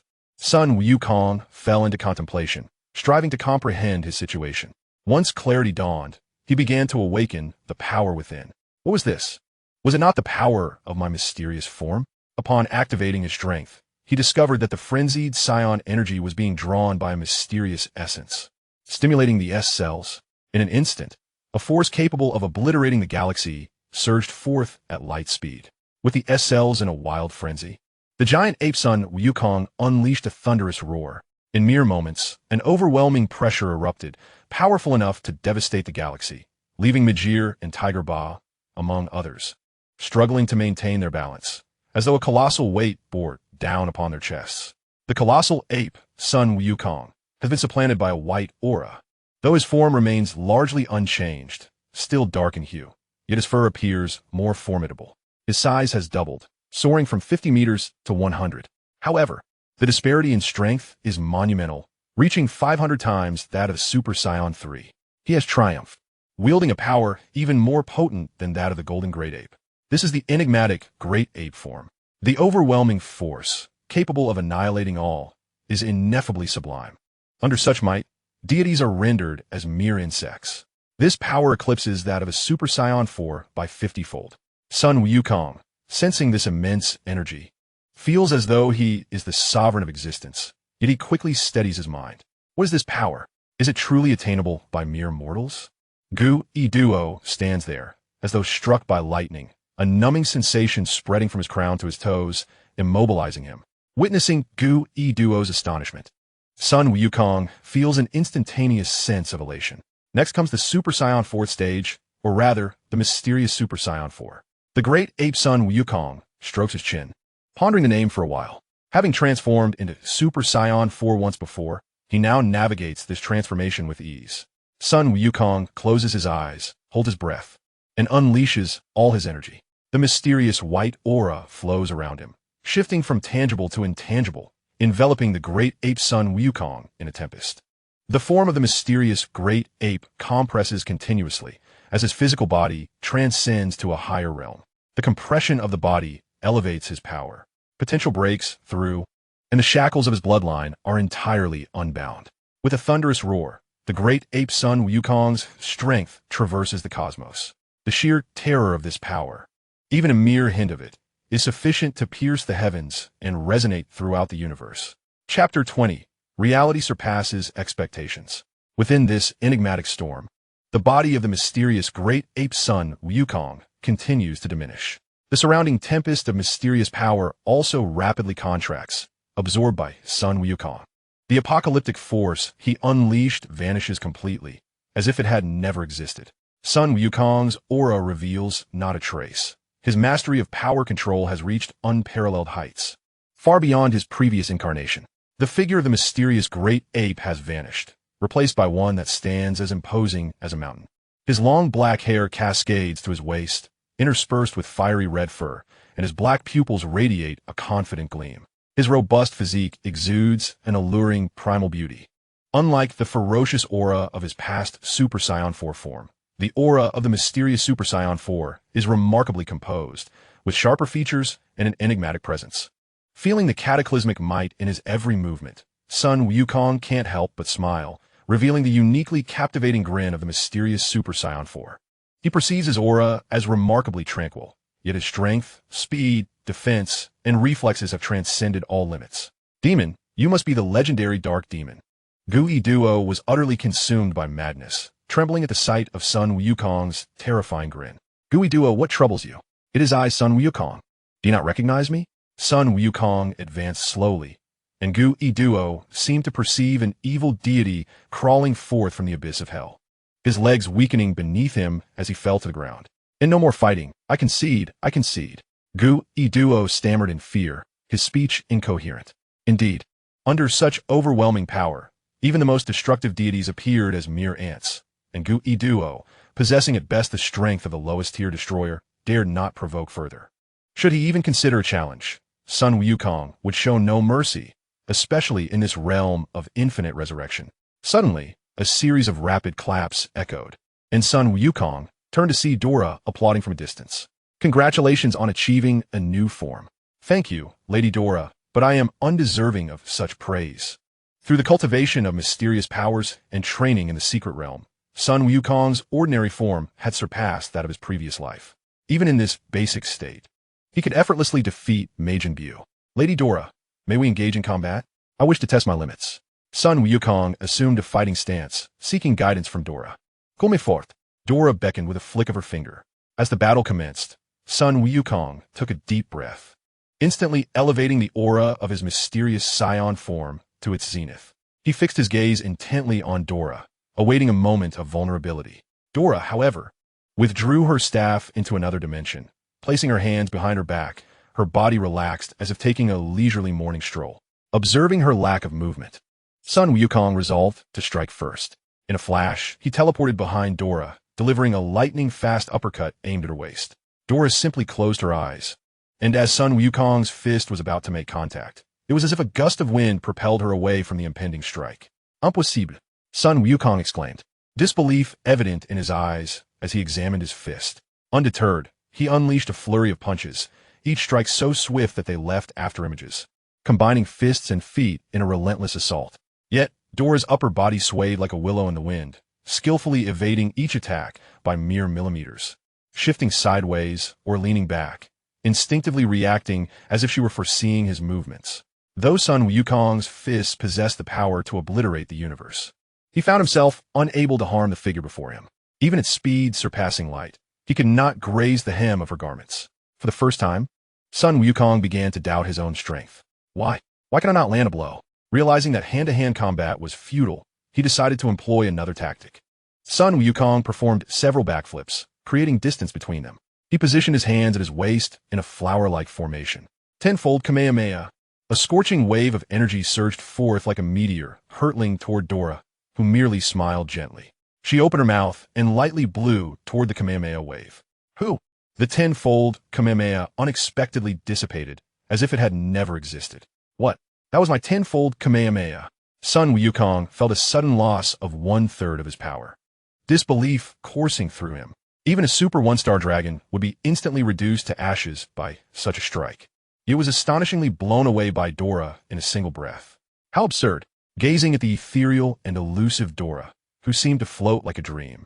Sun Wukong experienced a profound sense of helplessness for the first time in his life. This sensation doused his fiery fighting spirit with a chilling despair, leaving him dumbfounded as he stared at Dora, completely devoid of his combat fervor. After a long pause, Sun Wukong finally regained his composure. Dora, what exactly is your strength now? With a chuckle, Dora remarked, it took you quite a while to ask me that. Although I am merely a projection at the moment. My divine power has reached a significant level, surpassing even your 7th universe's angel, Whis, by a minuscule margin. Divine power at its pinnacle. As described by the old Kaioshin, who is Whis? Sun Wukong racked his brain, but could not recall this figure. In his previous life, he had seen many great beings. Why did he not recognize anyone in this life? Whis is the attendant of your 7th universe's god of destruction, Beerus. Dora replied, exasperated, wondering why Sun Wukong, with his considerable strength, had such limited knowledge. God of destruction? I've neither seen nor heard of such a being. Sun Wukong responded, utterly perplexed. Where am I? What am I doing? Why am I so uninformed? Never mind if you haven't encountered him. It doesn't matter. For your strength has now surpassed that of the god of destruction, Dora said with a slight smile, offering no further explanation. Is that so? It seems the god of destruction isn't very strong after all. Sensing the latent power within him, Sun Wukong felt a wave of relief. The god of destruction is indeed formidable. Under normal circumstances, mortals cannot triumph over divine beings, especially those whose role is to engage in battle like the god of destruction. You are an anomaly, but do not mistake the exceptional for the commonplace. Indeed, throughout the annals of time, numerous human champions have emerged. Initially, they were invincible, contending in larger arenas, eventually giving rise to a temporary cosmic powerhouse. However, if one foolishly attempts to challenge the god of destruction, the outcome is invariably annihilation. The dignity of the divine cannot be provoked, let alone that of the god of destruction. As the mightiest entity in the universe, their word is absolute. Even the deities of lower realms tread cautiously, much less mere mortals. From a certain perspective, this further fosters the god of destruction's disdain for all. Any slight annoyance may lead to the obliteration of stars and lives. Chapter 21, You Unrefined Child. As dusk settled upon Bowsy Mountain, it became the most tranquil time in this place. The sunset painted the sky with hues of crimson, draping the mountains in a delicate golden veil. Deep within Bowsy Mountain stood a small structure resembling a temple, approximately 10 square meters in size. This was the childhood abode of Sun Wukong. Approximately 50 meters from the small house lies the abode of Sun Wukong and Chi-Chi. Chi-Chi is diligently preparing dinner, busier than usual, for her son, Sun Gohan, is returning home. "Mom, I'm back," Sun Gohan exclaims as he enters, his left hand gripping a large carp and his right hand hoisting a basket of wild fruits. "Gohan, you finally returned. Hurry and take a bath. Dinner will be ready shortly. Don't forget to comb your hair. It's a mess." "And your teacher 1T approve," Chi-Chi responds, her satisfaction evident at the sight of the bounty Gohan has brought home. However, her irritation surfaces upon noticing Gohan's disheveled appearance. Suspecting he has neglected his grooming once again. "All right, Mom." Son Gohan promptly heads to the bathroom, determined to make a good impression on his teacher. After all, how could a future scholar present himself in such a disordered manner? The following morning, while Son Gohan remains lost in slumber, Chi-Chi rouses him to meet his tutor. The tutor, a middle-aged gentleman adorned with golden spectacles and wielding a riding whip, exudes an air of authority. "Greetings. Are you the renowned teacher, Carrie?" Chi-Chi inquires, her face brightening at the sight of the refined educator. "Indeed. My fee is doubled, considering your child's notorious lack of discipline," Carrie replies, casting a disdainful glance at Son Gohan. "The fee may be doubled, yet Gohan is a good child, not undisciplined," Chi-Chi retorts, her annoyance simmering beneath the surface. But she refrains from expressing it, recognizing the effort it took to secure this tutor. Regardless of whether he resembles a wild stallion, a stubborn mule, or a rampaging bull, I, Carrie, a distinguished educator, shall transform him into a respectable student, he declares, flicking the whip in his hand and licking his lips with a mocking gaze directed at Son Gohan. The latter, feeling the contempt emanating from Carrie's eyes, is momentarily enraged but chooses to remain composed, mindful of his mother's choice of tutor. "Gohan, remember to study diligently and heed your teacher's instructions," Chi-Chi advises before closing the study door and commencing breakfast. With Chi-Chi out of sight, Carrie swiftly strikes Son Gohan's back with the whip. Gohan lets out a cold grunt, glaring fiercely at Carrie. "What are you staring at, you insolent brat? How dare you meet your teacher's gaze? That is sheer disrespect. It is said you lack upbringing." And indeed it appears so, Carrie barks, noticing the flicker of fury in Gohan's eyes. His tactics have proven effective in the past. Children often succumb to his intimidation and begin to study, resulting in improved grades, thereby enhancing his reputation. As for the potential psychological scars left on the children, he is indifferent. They are not his offspring. The parents, after all, hire him to educate their children, and if they are unwilling to discipline them, they cannot expect him to hold back. Thus, he administers his punishments with vigor. "Now, then, here's a test paper. I wish to assess your knowledge level to devise an appropriate teaching plan," Carrie states, retrieving a sheet of examination paper from his bag and handing it to Son Gohan. It was a set of elementary-level exam papers, yet the questions were rather challenging. Gohan had not neglected his studies, but the material was evidently beyond the grasp of a mere 7-year-old. "Fool, can't you solve such simple problems?" Carly exclaimed, pointing at Gohan, spitting as he spoke. "Indeed, the offspring of trash remains trash, with an intellect so concerning that I must educate him properly." Carly stood behind Gohan, raising a whip and began to lash out furiously. Carly reveled in this madness. It was a delightful outlet for his pent-up frustrations and a perverse satisfaction of his desires. "I heard your father is a thug, always absent since your birth, and eventually died of AIDS. Educating such a worthless descendant is something I excel at." For nearly 3 minutes, Gohan continued to fill out the exam despite Carly's relentless beatings. Observing Gohan's compliance, Carly began to probe the limits of his patience. "My father is not a thug, nor did he contract any disease. Stop making baseless claims." Unable to endure the slander against his father any longer, Gohan rose to retort. A glimmer of murderous intent flashed in Gohan's eyes, startling Carly momentarily. "Oh, you little wretch dare to talk back? Watch me beat you senseless." Carly was taken aback, but quickly dismissed his unease, viewing Gohan merely as a child. With a sudden swing of the whip, blood flowed from Gohan's head, trailing across his eyes, which were now clouded in a haze of red. Constrained by the presence of ordinary people, Gohan suppressed his aura, leaving him vulnerable to Carly's attack. Wiping away the blood, Gohan glared furiously. "You still refuse to repent and dare to glare at me." Carly lashed out again, but Gohan could no longer contain himself and seized Carly's swinging arm. Realizing he was caught, Carly attempted to free himself and deliver a harsher punishment, but found himself unable to escape. Suddenly, He recalled that Goku was a remarkably strong individual, reputed to lift cars from ditches. "Oh no, Kiki, your child is going to kill me," Carly screamed in a pig-like wail, alarming Kiki. "What happened?" Kiki rushed to open the study door. Upon seeing her enter, Gohan released his grip. Hissing in pain, Carly rubbed his wrist, gasping. "Your child refuses to heed instruction and has struck his teacher. This is beyond redemption." Upon Kiki's arrival, Carly immediately distorted the truth, pointing an accusing finger at Gohan. "I apologize, Carly. Gohan is merely a bit mischievous. How about we triple his pay?" Kiki, noticing the unjust expression on Gohan's face, felt a surge of anger. "Triple." A flicker of greed sparkled in Carly's eyes, but upon seeing Kiki's urgent demeanor, he swiftly turned, displaying 5 fingers. It must be 5-fold. Kiki hesitated at the thought of such exorbitant fees. Son Wukong has already perished. His ability to earn is limited. And son Gohan has an insatiable appetite. You must understand, your child is notoriously worthless. And what of your late husband? Was he not a ne'er-do-well? Always out of sight? He too is infamous for his ineptitude. Carrie, as she spoke, became increasingly engrossed, her expressions becoming ever more vivid. Yet, as she spoke, Kiki's face darkened, and upon glancing at the equally furious son Gohan, she instantly grasped the entirety of the situation. Kiki flung open the window, seized Carrie, and unceremoniously tossed her out like refuse. Chapter 22. The 3-year period has expired. Android 16, you are a failed creation. A profound power cannot be balanced with control, and thus I shall permanently seal you away. Alas, Dr. Gero retrieved Android 16 to the stasis chamber, sighed, and sealed the door.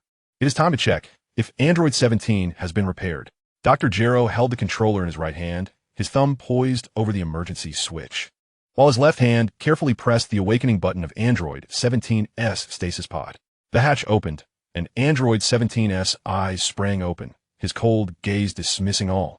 He rose and met Dr. Gero's anxious yet composed eyes. A glance at Dr. Gero's right hand revealed his firm grip on the controller, and understanding dawned upon him. "Good morning, Dr. Gero." Android 17 greeted with a feigned warmth, his icy eyes now imbued with affection. Dr. Gero was taken aback, uncertain. "Are you greeting me, Android 17? Of course, you are my creator." It appeared that he had fully recovered. "I shall now awaken Android 18, Dr. Gero exclaimed, excitement overwhelming him as he tightened his grip on the controller and swiftly activated Android 18's awakening button. As the hatch opened, Android 18's eyes met with Android 17, standing behind Drive Gero, who subtly signaled her. She understood and glanced at the controller in Dr. Gero's hand. Instantly, her icy demeanor softened, and a gentle voice emerged. "Good morning, Mr. Gero." Her enchanting voice was captivating, sending waves of euphoria through Dr. Gero. "Even you greet me, Android 18?" Previously, Android 18 harbored a deep-seated hatred for him, wishing for his demise at every encounter, yet she had never been so submissive. He had forgotten that Androids 17 and 18 were human modifications. Their intellect had not diminished. The animosity remained, merely subdued by the controller's influence. As Dr. Gero, lost in exhilaration, slightly loosened his grip on the controller, Android 17 swiftly moved to his side and snatched it away. Dr. Gero, sensing the peril in losing control, exclaimed, "Android 17, what are you doing? That is the switch that allows us to halt operations at any moment. I intend to destroy it." Android 17 replied coldly with a smirk. "Android 17, you are defying my orders." Dr. Gallo was incensed to witness the autonomous actions of Subject 17. "You old fool, I have no intention of slumbering indefinitely." With that declaration, Subject 17 clenched his right hand, shattering the control device into countless fragments. "I see you are utterly malfunctioning. I shall ensure you remain in stasis." Dr. Gallo seethed, momentarily oblivious to his own peril. However, the controller lay in ruins. Subject 17, perplexed, inquired, "Is it not simple to create another? For you, Dr. Gallo, it would take but a minute. Is that so?" Subject 17 replied with a cruel grin, delivering a fist that pierced Dr. Gallo's chest. Then, akin to kicking a lifeless dog, he left the doctor a mangled corpse, utterly lifeless. "Now that the control device is destroyed, it is time for us to revel in chaos," Subject 17 exclaimed, gazing at the equally deranged Subject 18 with exhilaration. The prolonged human experimentation by Dr. Gallo had twisted the psyches of both Subjects 17 and 18, transforming them into grotesque beings. Their hearts harbored only the desires of destruction and annihilation, venting their inner discontent. In the southwestern islands of the city, flames soared into the sky. Run, run. Two demons clad in human skin have appeared. Fear enveloped the city once more, reminiscent of the terror brought forth by King Piccolo, yet even more harrowing. Subjects 17 and 18 slaughtered anyone they encountered, their boundless power fueling their reckless rampage. Please, beautiful, spare me. I possess wealth, immense wealth. You can use it to procure the most exquisite jewels and the latest handbags. A corpulent entrepreneur, clinging to Subject 18's trousers, groveled on the ground, pleading for mercy. Money? Do I require such trivialities for my acquisitions? And do not dare lay your hands on a lady. Subject 18 kicked the entrepreneur aside, reducing him to mere fragments as if struck by a catastrophic force. You truly relish the game. Subject 18 noted, deliberately prolonging the entrepreneur's demise rather than ending it swiftly. Such formidable power is a hard-won treasure. One must savor it to justify the years of suffering endured, Subject 18 retorted, tossing her hair back and unleashing a key blast at a fleeing survivor. Meanwhile, in West City, aboard Bulma's gravity spaceship, Vegeta deactivated the gravity and reveled in the fruits of his latest achievements. This power is utterly enthralling. As he felt the relentless surge of Saiyan's strength coursing through his body, Vegeta's laughter spiraled into madness. This power far surpassed that of Frieza. He was destined to become the new sovereign of the universe. After 3 years of rigorous gravity training, only he, Prince Vegeta, had persevered.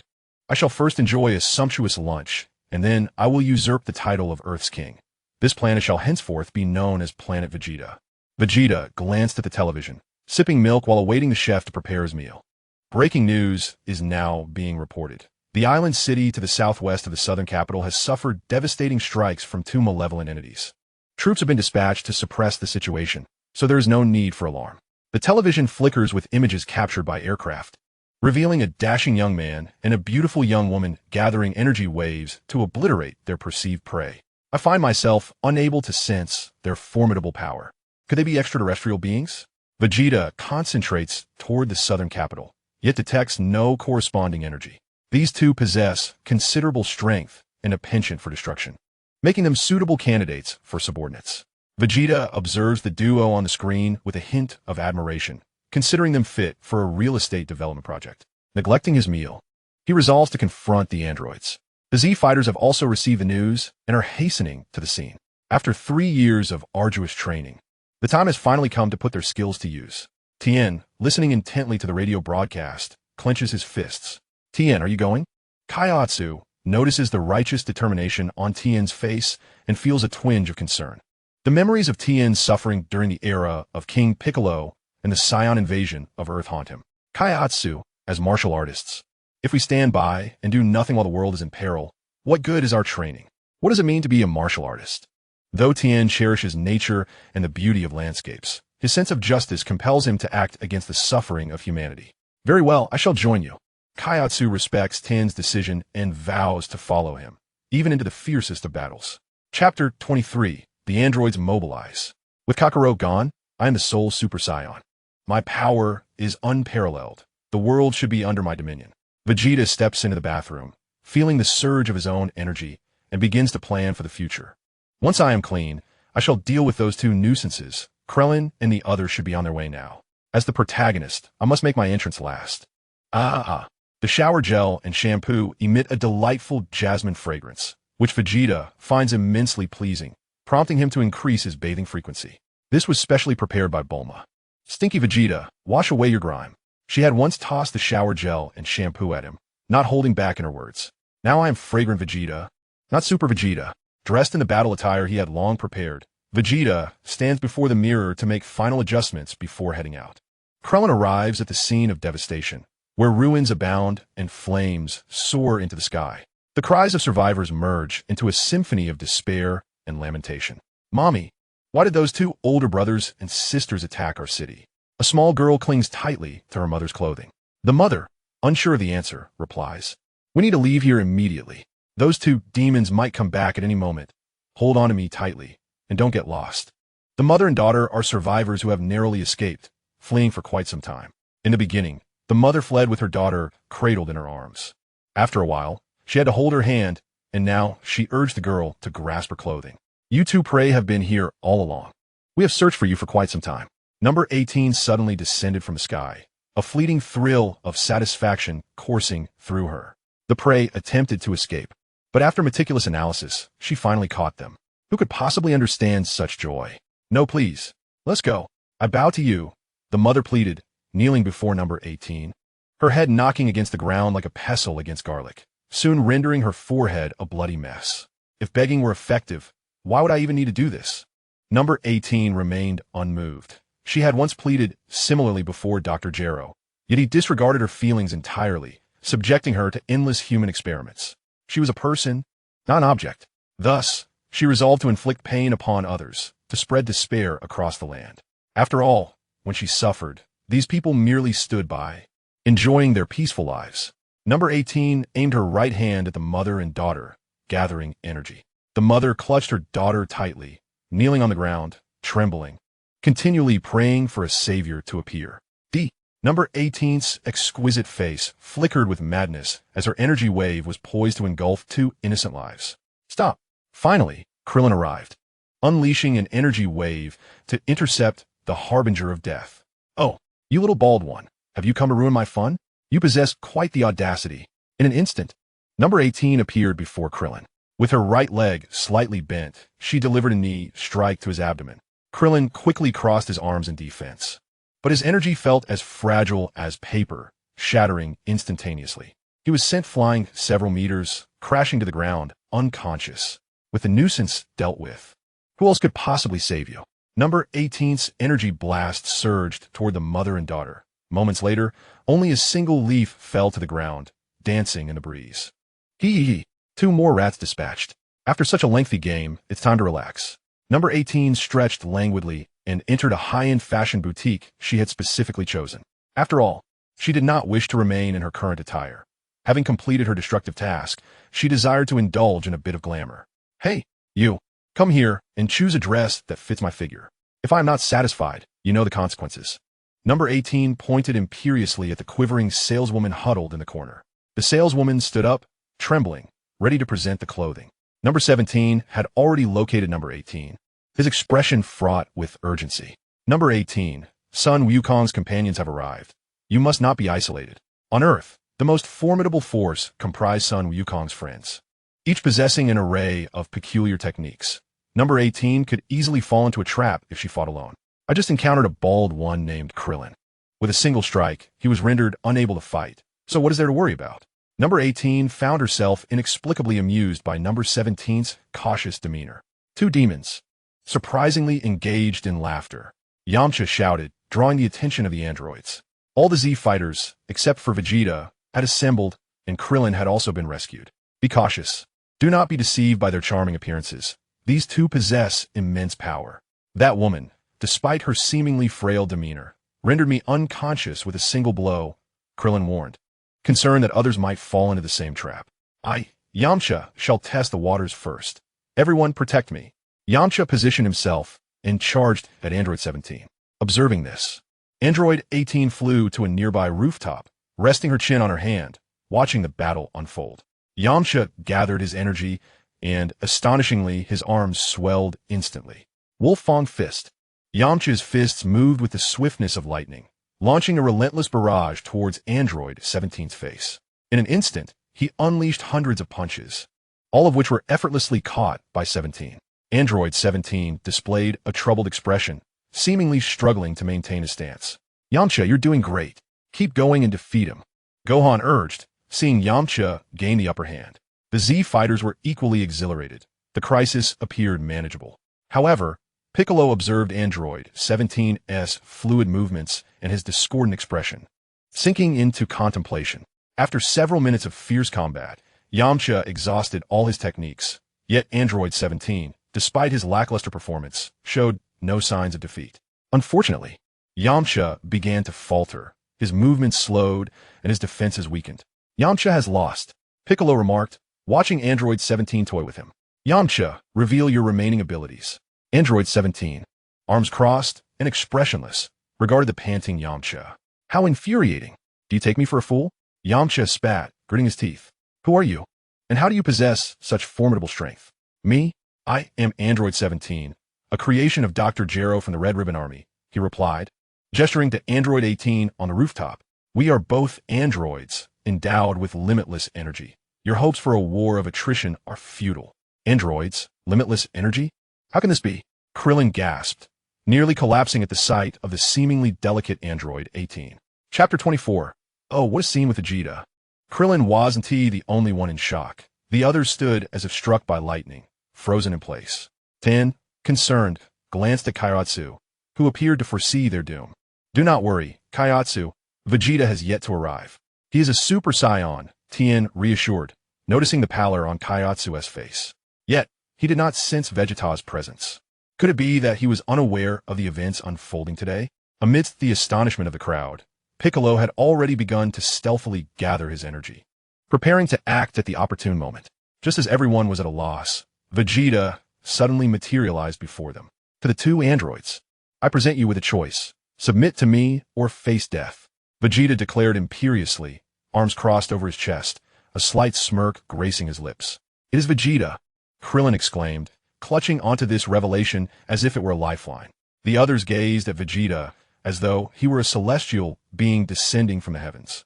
Vegeta, you are but a defeated foe of Son Goku, with a battle power merely in the tens of thousands, yet you dare to boast before us. Android 17 scoffed at the confident Vegeta. You, mere puppet, have already sealed your fate with such insolent words. Prepare for judgment. Vegeta's pride was deeply wounded by being compared to Goku, igniting a furious indignation within him. Who was he?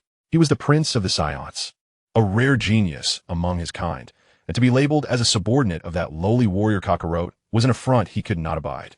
With a wild fervor, Vegeta clenched his fists and crouched slightly, maximizing his energy. In an instant, he propelled himself to Android 17's front. A punch of immense force aimed squarely at 17's face. Yet the android merely tilted his head back slightly, evading the attack. How could it be? Just moments ago, he had been evenly matched with Yamcha, yet now, upon engaging, Android 17's speed was astonishingly rapid. Taking advantage of 17's momentary lean back, Vegeta aimed a kick at his abdomen, but it was intercepted. Boom! The energy surged forth, creating a powerful gust that swept through the surroundings. What a formidable energy wave! Tien's jaw dropped, his eyes wide in disbelief as he witnessed the clash between Vegeta and Android 17. After several exchanges, Vegeta realized that in his regular state, he was no match for 17. He leaped aside, his body taut, channeling the S cells within him towards his spine. In an instant, the world seemed to fade. A tremendous golden aura erupted from Vegeta, enveloping him entirely. The sheer force obliterated everything around him. I am Super Vegeta, he proclaimed, his right hand clenched. Thumb pointed at himself, exuding an air of confidence. What is happening? Aren't Saiyans only able to transform into great apes? Android 17 pondered, momentarily stunned. First, he displayed formidable power in his normal form, and now he suddenly transformed. Dr. Gero's database was utterly flawed. Observing 17's astonishment, Vegeta erupted in laughter. It seems you are aware that your strength pales in comparison to mine. Are you preparing to beg for mercy? Though 17 wished to respond to Vegeta's beaming grin, words failed him as he swiftly advanced, landing a punch squarely on the unsuspecting Vegeta's face. Bang! Vegeta was abruptly sent flying by a single punch, crashing through several towering buildings before finally coming to a halt. Rising from the ground, he wiped the corner of his mouth, crimson blood staining his protective gloves. Staring at the blood that flowed forth, Vegeta was engulfed in disbelief and profound self-doubt. As the universe's preeminent warrior, a Super Saiyan, how could he have been wounded by an android? It was inconceivable. Such a thing could not possibly occur. Standing tall, fury surged within him. The S cells in his body pulsated wildly, and his aura reached its zenith. Enough of this charade, Android 17, he bellowed, his rage intensifying as he gazed at the expressionless face of his opponent. In less than a second, Vegeta's iron fist surged towards 17's face. Even before the punch landed, the force of his blow whipped up a fierce whirlwind, uprooting the trees behind 17. With a resounding crack, 17 effortlessly caught the punch with his right hand, not even shifting his stance. Realizing his initial strike had failed, Vegeta unleashed a left uppercut aimed at 17's abdomen. Yet 17 intercepted that blow as well. In the blink of an eye, Vegeta had unleashed hundreds of attacks, yet he found himself completely overpowered by 17. Piccolo. observing the calm and composed demeanor of 17, instantly recognized Vegeta's inevitable defeat. Witnessing his attacks prove utterly ineffective, Vegeta soared into the sky, gritting his teeth in frustration. "Final flash," he shouted, as an astonishing wave of energy began to gather in the heavens, leaving the Z fighters on the ground in stunned silence. "Vegeta, if you unleash such immense power, the Earth will be obliterated," Krillin shouted, desperately hoping Vegeta would relent. But consumed by rage, Vegeta paid no heed. With a cataclysmic roar, a devastating energy wave hurtled towards 17 like a meteor. The ground trembled under the colossal explosion, annihilating everything within a 100-mile radius. As the dust settled, 17 stood unscathed, several meters above the ground, enveloped in a protective shield. How could this be? This was my final flash. Vegeta remained frozen in the air, feeling the overwhelming drain of his power, instantly petrified. Suddenly, as the crowd remained in shock, 17 delivered a heavy punch directly to Vegeta's abdomen. Ugh! Vegeta coughed up a mouthful of blood, his body bending in agony. Before he could react, 17 crossed his arms and struck fiercely at Vegeta's back. Vegeta plummeted to the ground like a cannonball, the earth shattering beneath him, sending dust soaring dozens of meters into the air. Emerging from the rubble, Vegeta's clothes were tattered and torn. Breathless, he struggled to maintain his Super Saiyan form, which was on the verge of collapsing. 17 descended back to the ground, extending his right hand, gradually channeling energy into it. Vegeta, witnessing the impending might, braced himself for a full defense. Meanwhile, in the other world, Goku had already been there for 3 years. 2 years prior, Sun Wukong had already mastered the power of Super Saiyan God and the enigmatic form of Super Saiyan 4. His control over energy had reached an unparalleled zenith. Currently, he was engaged in meditation, solidifying his own strength. "Wukong, Earth is in peril, and the Z warriors are on the brink of destruction. You must return," urged the old Supreme Kai, who, through a magical crystal, had witnessed the feeble state of Vegeta. "What shall we do?" Sun Wukong exclaimed, pointing to the halo above his head. "I am deceased and cannot return to the mortal realm. I have granted you a life through the authority of the Kai, but this privilege is bestowed upon an individual only once, so cherish it wisely." The old Supreme Kai chanted, causing the halo above Sun Wukong to vanish in an instant. Chapter 25. The Annihilation of the Z Warriors. Gohan, I fear Vegeta cannot evade the onslaught of Android 17. You must assist him. Piccolo sensed the energy gathering at his fingertips and began to strategize. Understanding the urgency, Gohan stealthily made his way to Vegeta's side. Krillin, too, gathered his energy, preparing to intercept Android 18 support. The energy wave of Android 17 surged forth.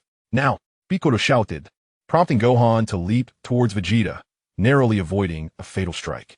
Special Beam Cannon. Piccolo unleashed his full power, directing the amassed energy towards Android 17, who felt a chill run down his spine and immediately erected a protective barrier.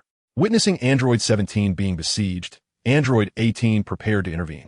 Kamehameha, Krillin was ready, swiftly moving to intercept her. In the blink of an eye, the battle reached its conclusion.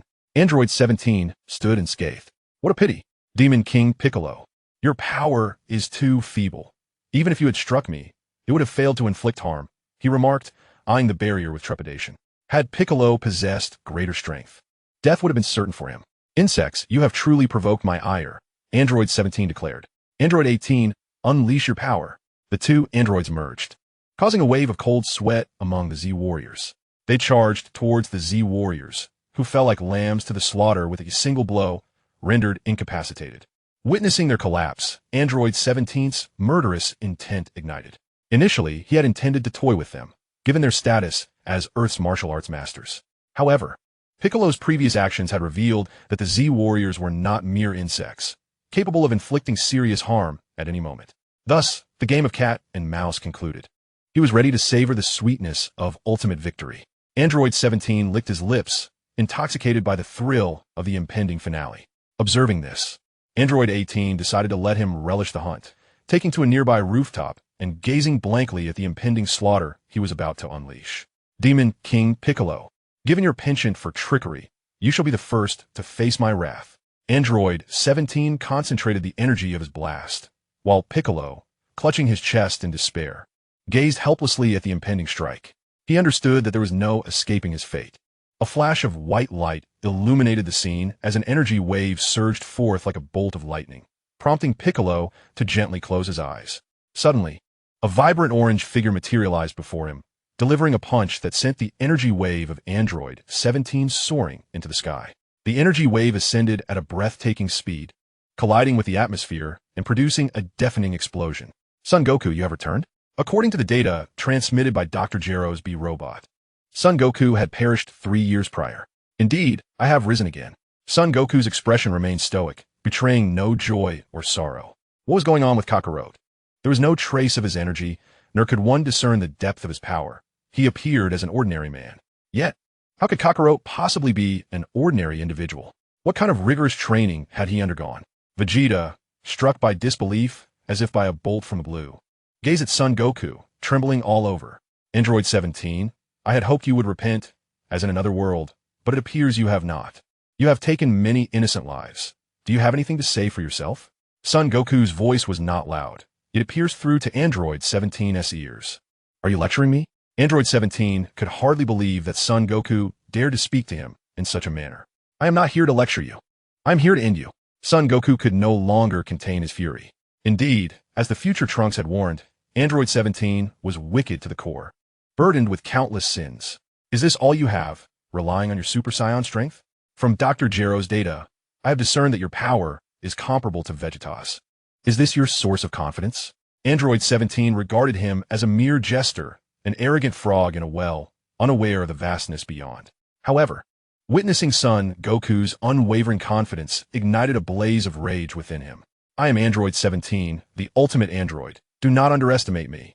With all his might, Android 17 charged at Son Goku with the speed of 1,000,000 cheetahs, unleashing a punch imbued with thunderous force.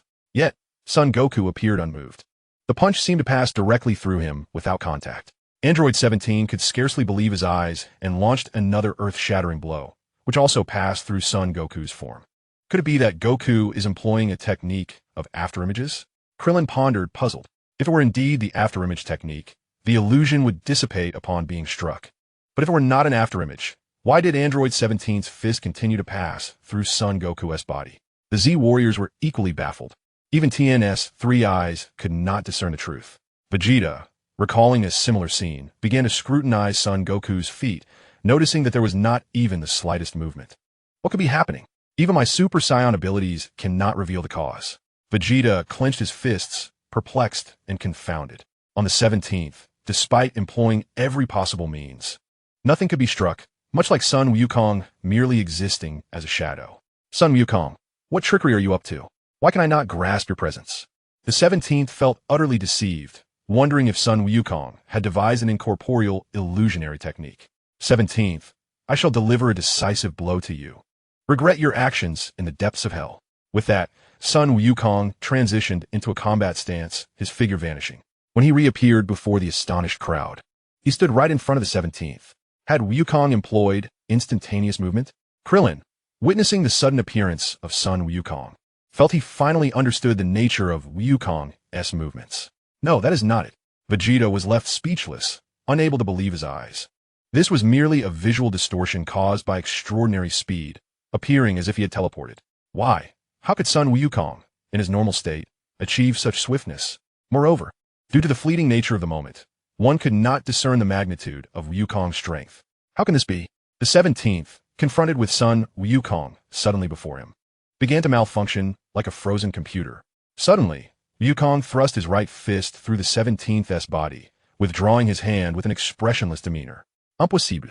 The 17th gazed at his hollow abdomen, disbelief etched upon his face as he collapsed in defeat. 17th. The 18th could no longer remain seated. She descended and cradled the 17th's body, weeping bitterly. Fueled by rage, she glared at Sun Wukong, unleashing a wave of energy directed towards him.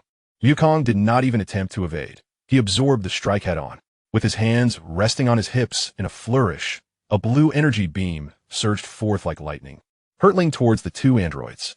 In the wake of the searing energy, the ground bore a long path extending into the distance. Chapter 26. Shizuka has not changed at all. Father, you are so strong.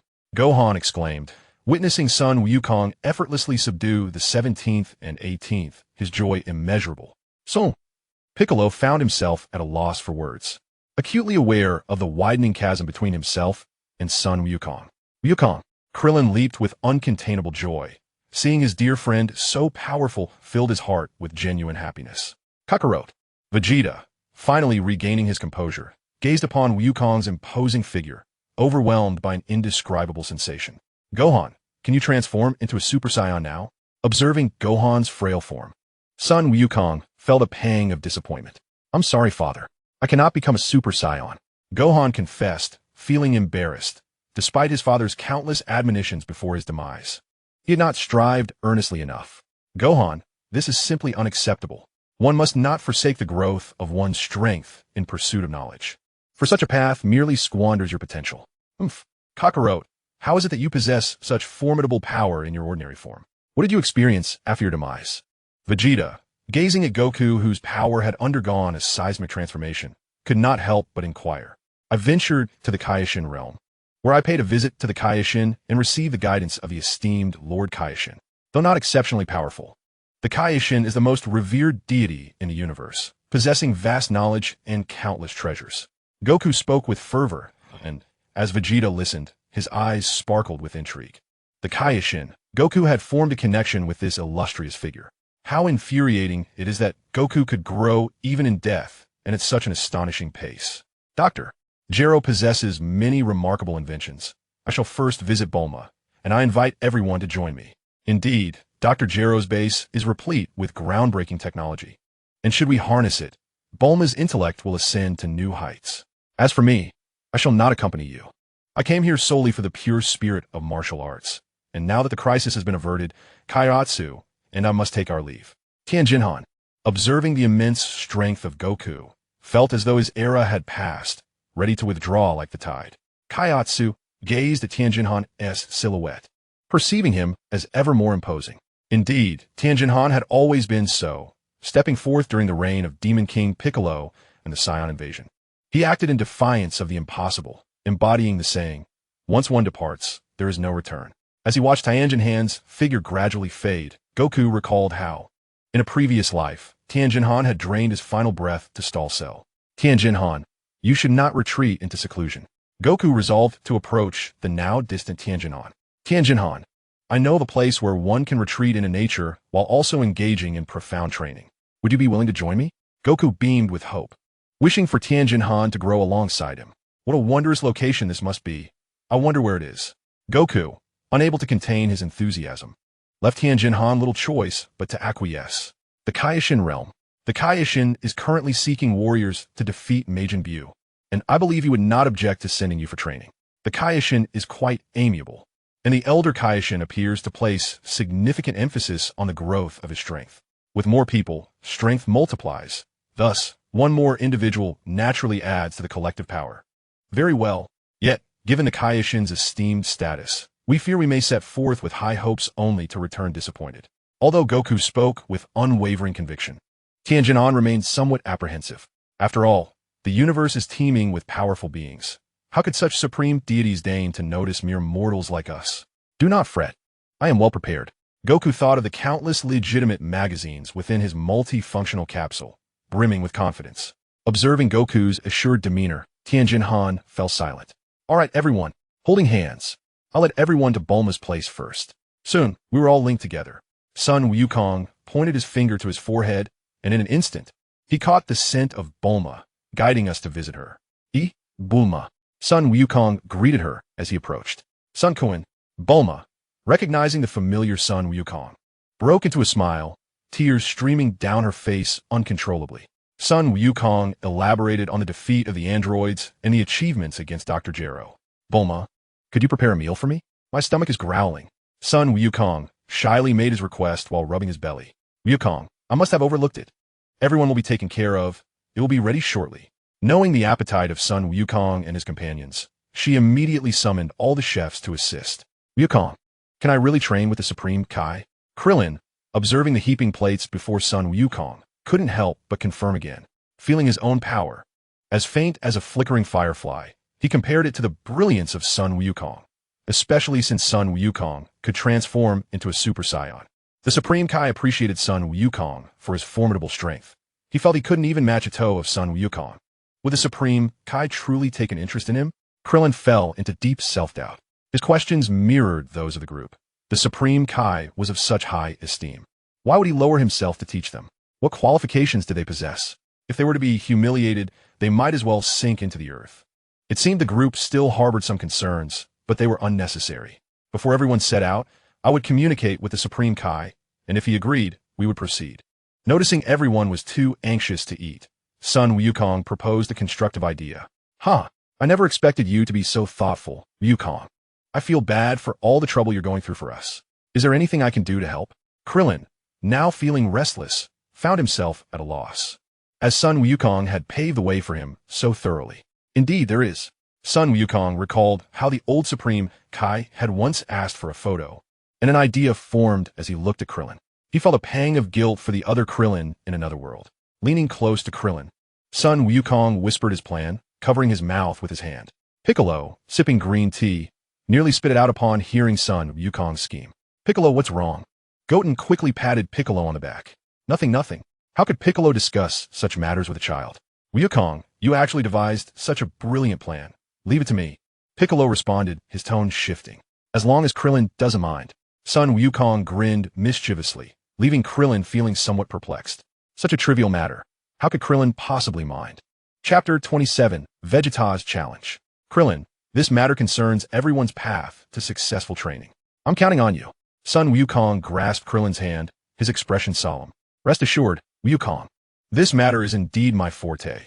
Entrust it to me, and you shall not be disappointed. Krillin patted his chest, brimming with confidence.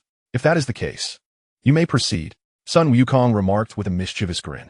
Krillin, just ensure you do not hold any grievances against me in the future. At that moment, Sun Wukong recalled an unresolved task and resolved to assign it to Gohan. Gohan, there's a task I must entrust to you. You are to protect Bulma while she gathers data at Dr. Gero's facility. Additionally, you must venture into the depths of Dr. Gero's base to eliminate an android, Cell, who remains in his embryonic state. Sun Wukong explained, observing Gohan's puzzled expression before elaborating further. Cell is a terrifying creation solely driven by destruction and slaughter. Should he be allowed to mature, countless innocent lives would be jeopardized by his existence. You must eradicate him while he is still in his embryonic stage to avert a grave catastrophe. Sun Wukong's demeanor turned serious as he reiterated, remember, you must show no mercy. Decisiveness is paramount. Today's actions will yield tomorrow's consequences. If you spare him, Cell will undoubtedly wreak havoc upon the world in the future. Understood. Father, Gohan replied. Though he had never encountered Cell, he had witnessed the devastation wrought by androids 17 and 18.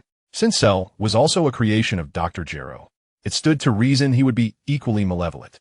With the android crisis addressed, the next step was to collaborate with the Supreme Kai to deal with Majin Buu and Babidi, thus restoring peace to the world. Sun Wukong reflected on his previous life, knowing that the impending crisis was no longer a concern. Kakarot, let us engage in battle. Vegeta, having closely observed Sun Wukong, yearned to discern the extent of their disparity. Very well, but we must find another location. If we damage this place, Bulma will be furious. Sun Wukong dreaded Bulma's wrath, and such a situation was best avoided. Noting Sun Wukong's evident trepidation towards Bulma, Vegeta refrained from commenting, as he too had a stake in this matter. Before long, the two arrived at a desolate rocky expanse, devoid of life. Kakarot, this place reminds me of my first visit to Earth. Vegeta mused, reflecting on how their differences had only widened since that time. Kakarot, Vegeta's energy surged to its peak, a brilliant white aura erupting around him. He exclaimed, transforming into a streak of white lightning, closing the distance to Sun Wukong in an instant. Vegeta launched a straight punch aimed at Sun Wukong's face, who appeared to anticipate the move, deftly tilting his head aside to evade it. The punch narrowly missed by a mere centimeter, the gust of wind brushing past Sun Wukong's ear.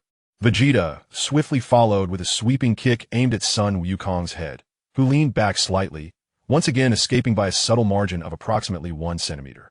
Observing his two attacks fall short, Vegeta intensified his assault, unleashing a flurry of punches and kicks with lightning speed. Despite Vegeta's rapid onslaught, Sun Wukong remained unfazed, skillfully countering each move. What is happening? The movements of Sun Wukong were remarkably sluggish, so slow that they could be easily observed. Yet, how was it that he could not be struck? His actions appeared peculiar, as if he possessed foreknowledge of his opponent's intentions, seamlessly evading attacks at the moment of their execution. Frustrated, Vegeta realized that his efforts were futile and thus transformed into a Super Saiyan, unleashing his full power. The golden aura he radiated conjured towering waves of energy. Witnessing Vegeta's energy spiraling wildly, Sun Wukong felt a pang of regret.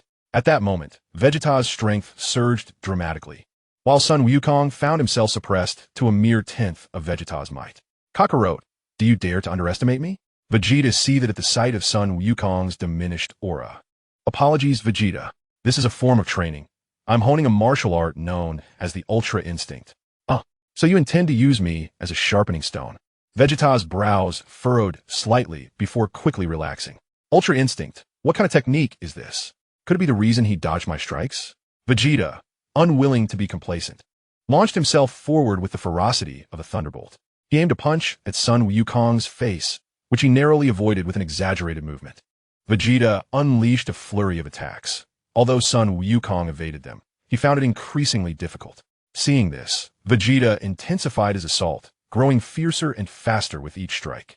Beads of sweat began to trickle down Sun Wukong's forehead as he struggled to keep pace. Kakarot, are you still holding back your power? Vegeta raised an eyebrow, questioning whether Sun Wukong was merely testing his limits. It appeared that mastering the Ultra Instinct was no simple feat, Vegeta. Allow me to demonstrate the full extent of my power. After training alongside Vegeta for so long, it was time for him to reciprocate. Sun Wukong began to amplify his aura, the white energy expanding instantaneously. He elevated his energy to its zenith, ensuring that not a single ounce leaked from the defensive barrier surrounding him. Such terrifying control. Kakarot, you have truly reached this level. Vegeta, in disbelief at Sun Wukong's extraordinary mastery, was suddenly struck by a sharp pain radiating from his abdomen, overwhelming him in an instant. Vegeta, can you withstand this punch? Sun Wukong appeared before him with astonishing swiftness, and Vegeta, unable to comprehend the situation, collapsed to the ground, struggling to rise. He realized he had sustained severe injuries and was incapable of standing. Impossible. I am a Super Saiyan. How could I not withstand a single blow from Kakarot? Is the disparity in our powers truly this vast? The Kaioshin must indeed be formidable, enabling Kakarot to achieve such strength in just 3 years. Vegeta pondered deeply, ultimately attributing his predicament to the Kaioshin's mysterious abilities. Vegeta, you can no longer fight. I shall take you back. Sun Wukong declared as he lifted Vegeta onto his back and soared toward Bulma's abode.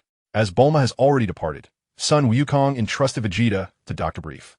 Uncle Brief, Vegeta has sustained considerable injuries, so I'm leaving him in your care. Dr. Brief gazed at the barely conscious Vegeta, then looked at the vigorous Sun Wukong and couldn't help but smile faintly. Wukong, your strength has indeed advanced. Splendid. Just leave Vegeta to me. Undoubtedly. Wukong's prowess rendered the once formidable Saiyan prince as docile as a kitten before him. How amusing. Vegeta, look at you now, once so arrogant and brazen. Yet, how easily you falter in Wukong's presence. Dr. Brief, observing the injured and incapacitated Vegeta, felt an overwhelming sense of joy. He cheerfully produced a special remedy to tend to Vegeta's wounds. Alas, if only Sun Wukong had managed to procure Frieza's healing salve, it would have been perfect. Chapter 28. The universe shall bow beneath my feet, Babidi. Lord Babidi. Lord Babidi. A muscular and imposing demon, with dark purple skin and yellow pupils, adorned with an M-shaped insignia on his forehead, was incessantly trying to contact Babidi through the magical communicator. Yamo, is there something amiss? Did I not instruct you that summoning this sorcerer requires no such device? Simply close your eyes and call for me silently. Babidi's voice dripped with impatience from the communicator. Yamo trembled slightly at the tone, but quickly calmed his nerves. He set down the communicator, closed his eyes, and excitedly reported, Lord Babidi, I inadvertently witnessed a fierce battle between two masters in the desert. The energy scanner indicated that one diminutive fighter had an energy level reaching 1,800 units, while the other, a robust man with a crab-like head, surpassed the upper limit of 5,000 units. Impossible. Such mastery cannot exist on Earth. The detector must be malfunctioning. 5,000 units. This surpasses even Dubra's energy level. How could a mere earthling possess such strength? Nevertheless, given the evident prowess of the opponent, track their movements and report back to me. Esteemed Lord Babidi, Yamu guarantees the completion of this task. As Yamu perceived Babiti's earnest concern for his intelligence, he began to feel elated, envisioning himself granted magical power and transformed into a formidable being, thereby allowing him to reign supreme on Earth, surpassing 5,000 units. Babidi reclined in his chair, pondering repeatedly. The energy detector was of his own crafting, leaving no room for malfunction. This could only imply the crab-headed man's overwhelming strength. Babidi recalled the effort it took to control the demon realm's king, Dubra, initially believing the plan to be foolproof.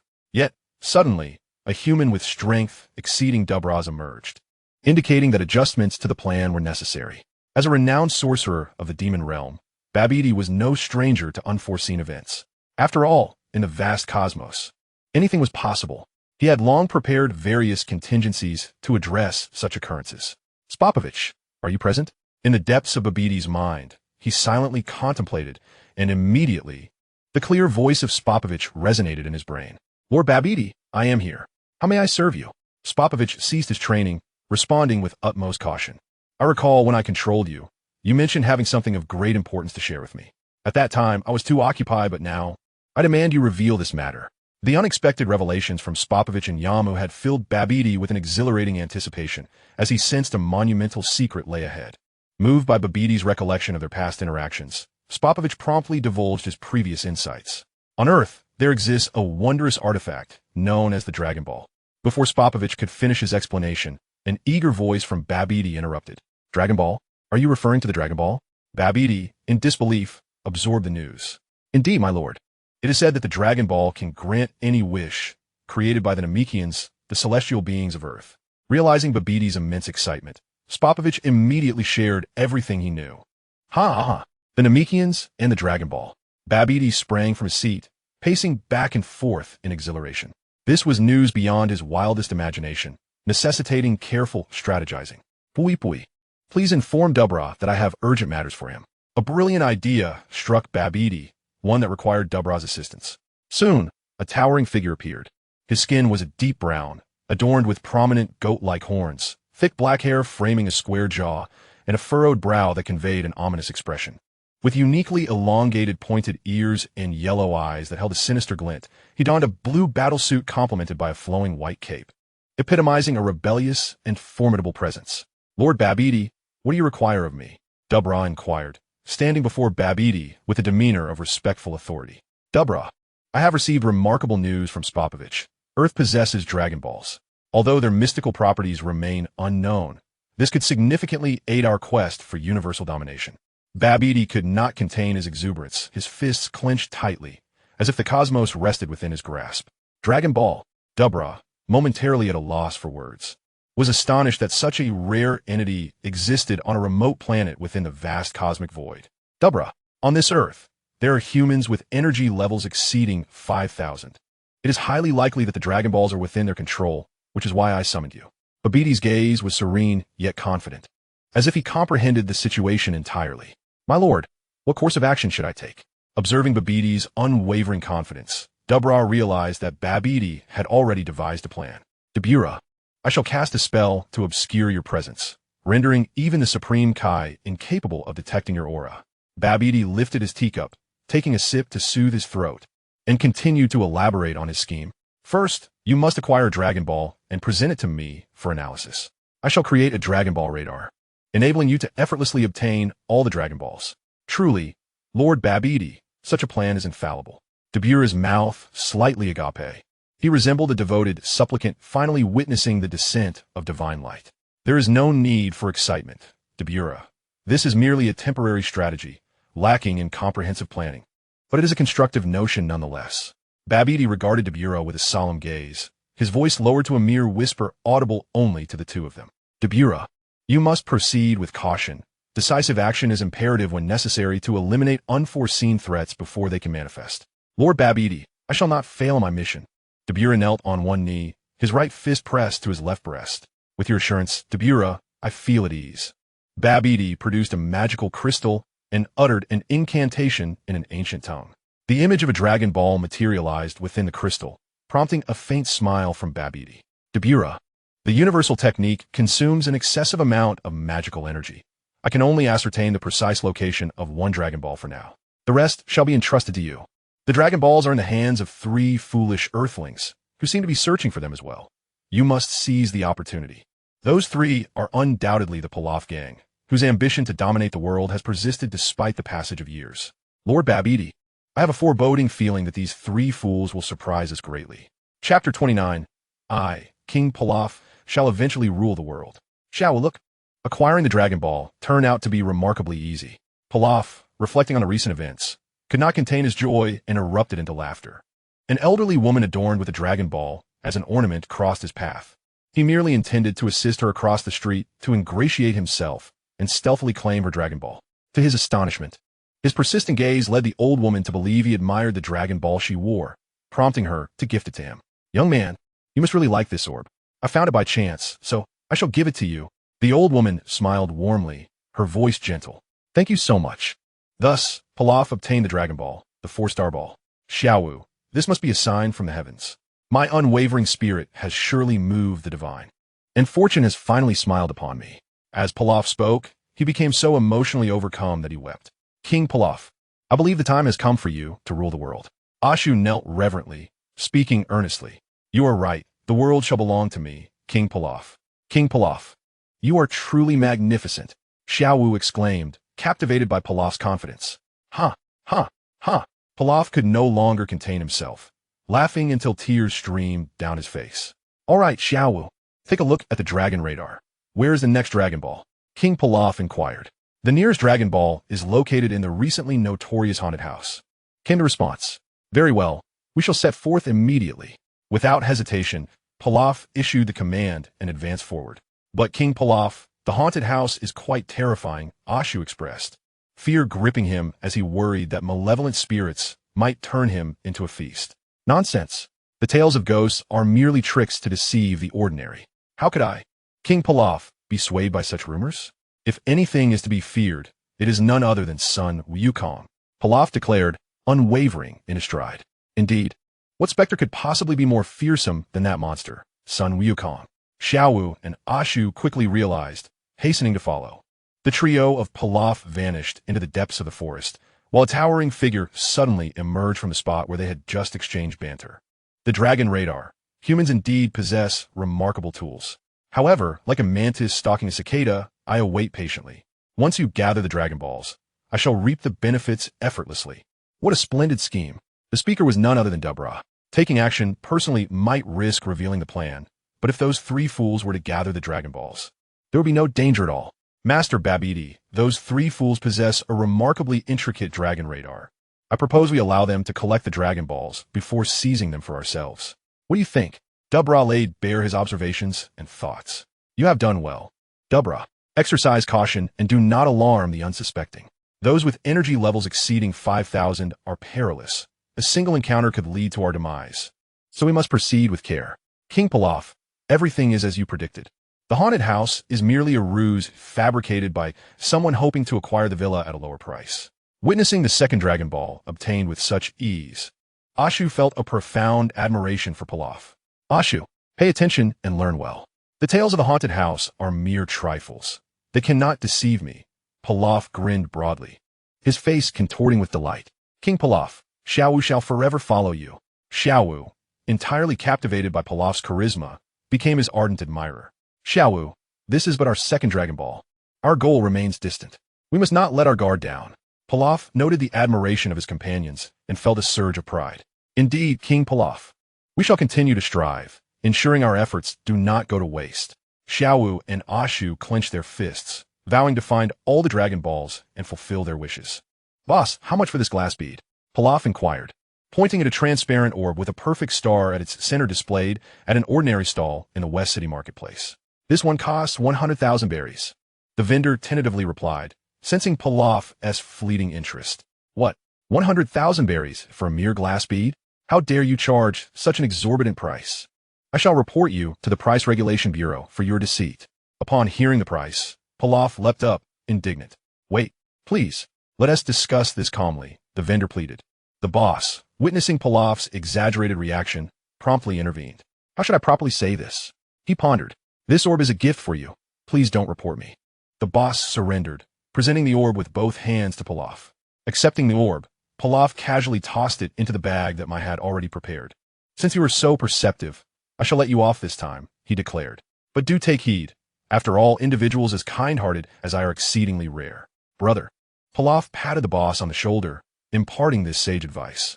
Once they had distanced themselves, Pilaf carefully retrieved the orb from Ai's bag. His eyes sparkled as he beheld the one-star Dragon Ball. Unable to contain his delight, he burst into hearty laughter. "How foolish of someone to generously present me with a Dragon Ball. Indeed, I, King Pilaf, am truly the chosen one." "King Pilaf, you are remarkably astute, acquiring the Dragon Ball without spending a single coin."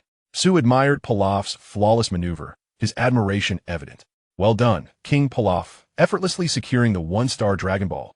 At that moment, I regarded Pilaf as the wisest person in the world. Without the obstacle of Sun Wukong, the Dragon Balls were within easy reach. As long as Sun Wukong is absent, we will soon gather all the Dragon Balls and fulfill our wishes. However, now is not the time for reflection. Where's the next Dragon Ball? King Pilaf, the next Dragon Ball lies deep within the ocean. Cursed fate. I have but a few coins left. Not even enough to purchase a diving suit, Pilaf grumbled, vexed, for even a penny is troublesome for a hero. The trio had no choice but to head towards the sea, pondering their next steps. As they traversed a desolate area, they suddenly stumbled upon a large bag revealing stacks of bills. Pilaf's eyes widened with excitement as he rushed forward. 1,000,000 berries. We struck gold. King Pilaf. In this forsaken place, how could such a fortune be here? I pondered, glancing around, finding nothing amiss. Report to Lord Dubra. The assistance has been delivered. The three fools will soon acquire the fourth Dragon Ball. A demon, his forehead wrapped in a magical cloth, communicated via a magical device to report on his surveillance. Continue monitoring. Remember to keep your distance so the three fools do not discover you. Understood, Lord Dubra. Chapter 30. The Third Eye of Evil. Look, we have finally gathered all 7 Dragon Balls. Pilaf gazed at the now complete set, memories flooding back, causing tears to stream down his face. Hard work pays off. King Pilaf, our fortunes have turned, and our destinies are about to change. Su stood beside Pilaf, feeling as though he were in a dream. I also wished to celebrate this moment, but suddenly a terrifying figure appeared, resembling a demon from the depths of hell. "Well done, Earthlings!" Debura incessantly applauded, abruptly interrupting the celebration of the Pilaf trio. "Who are you?"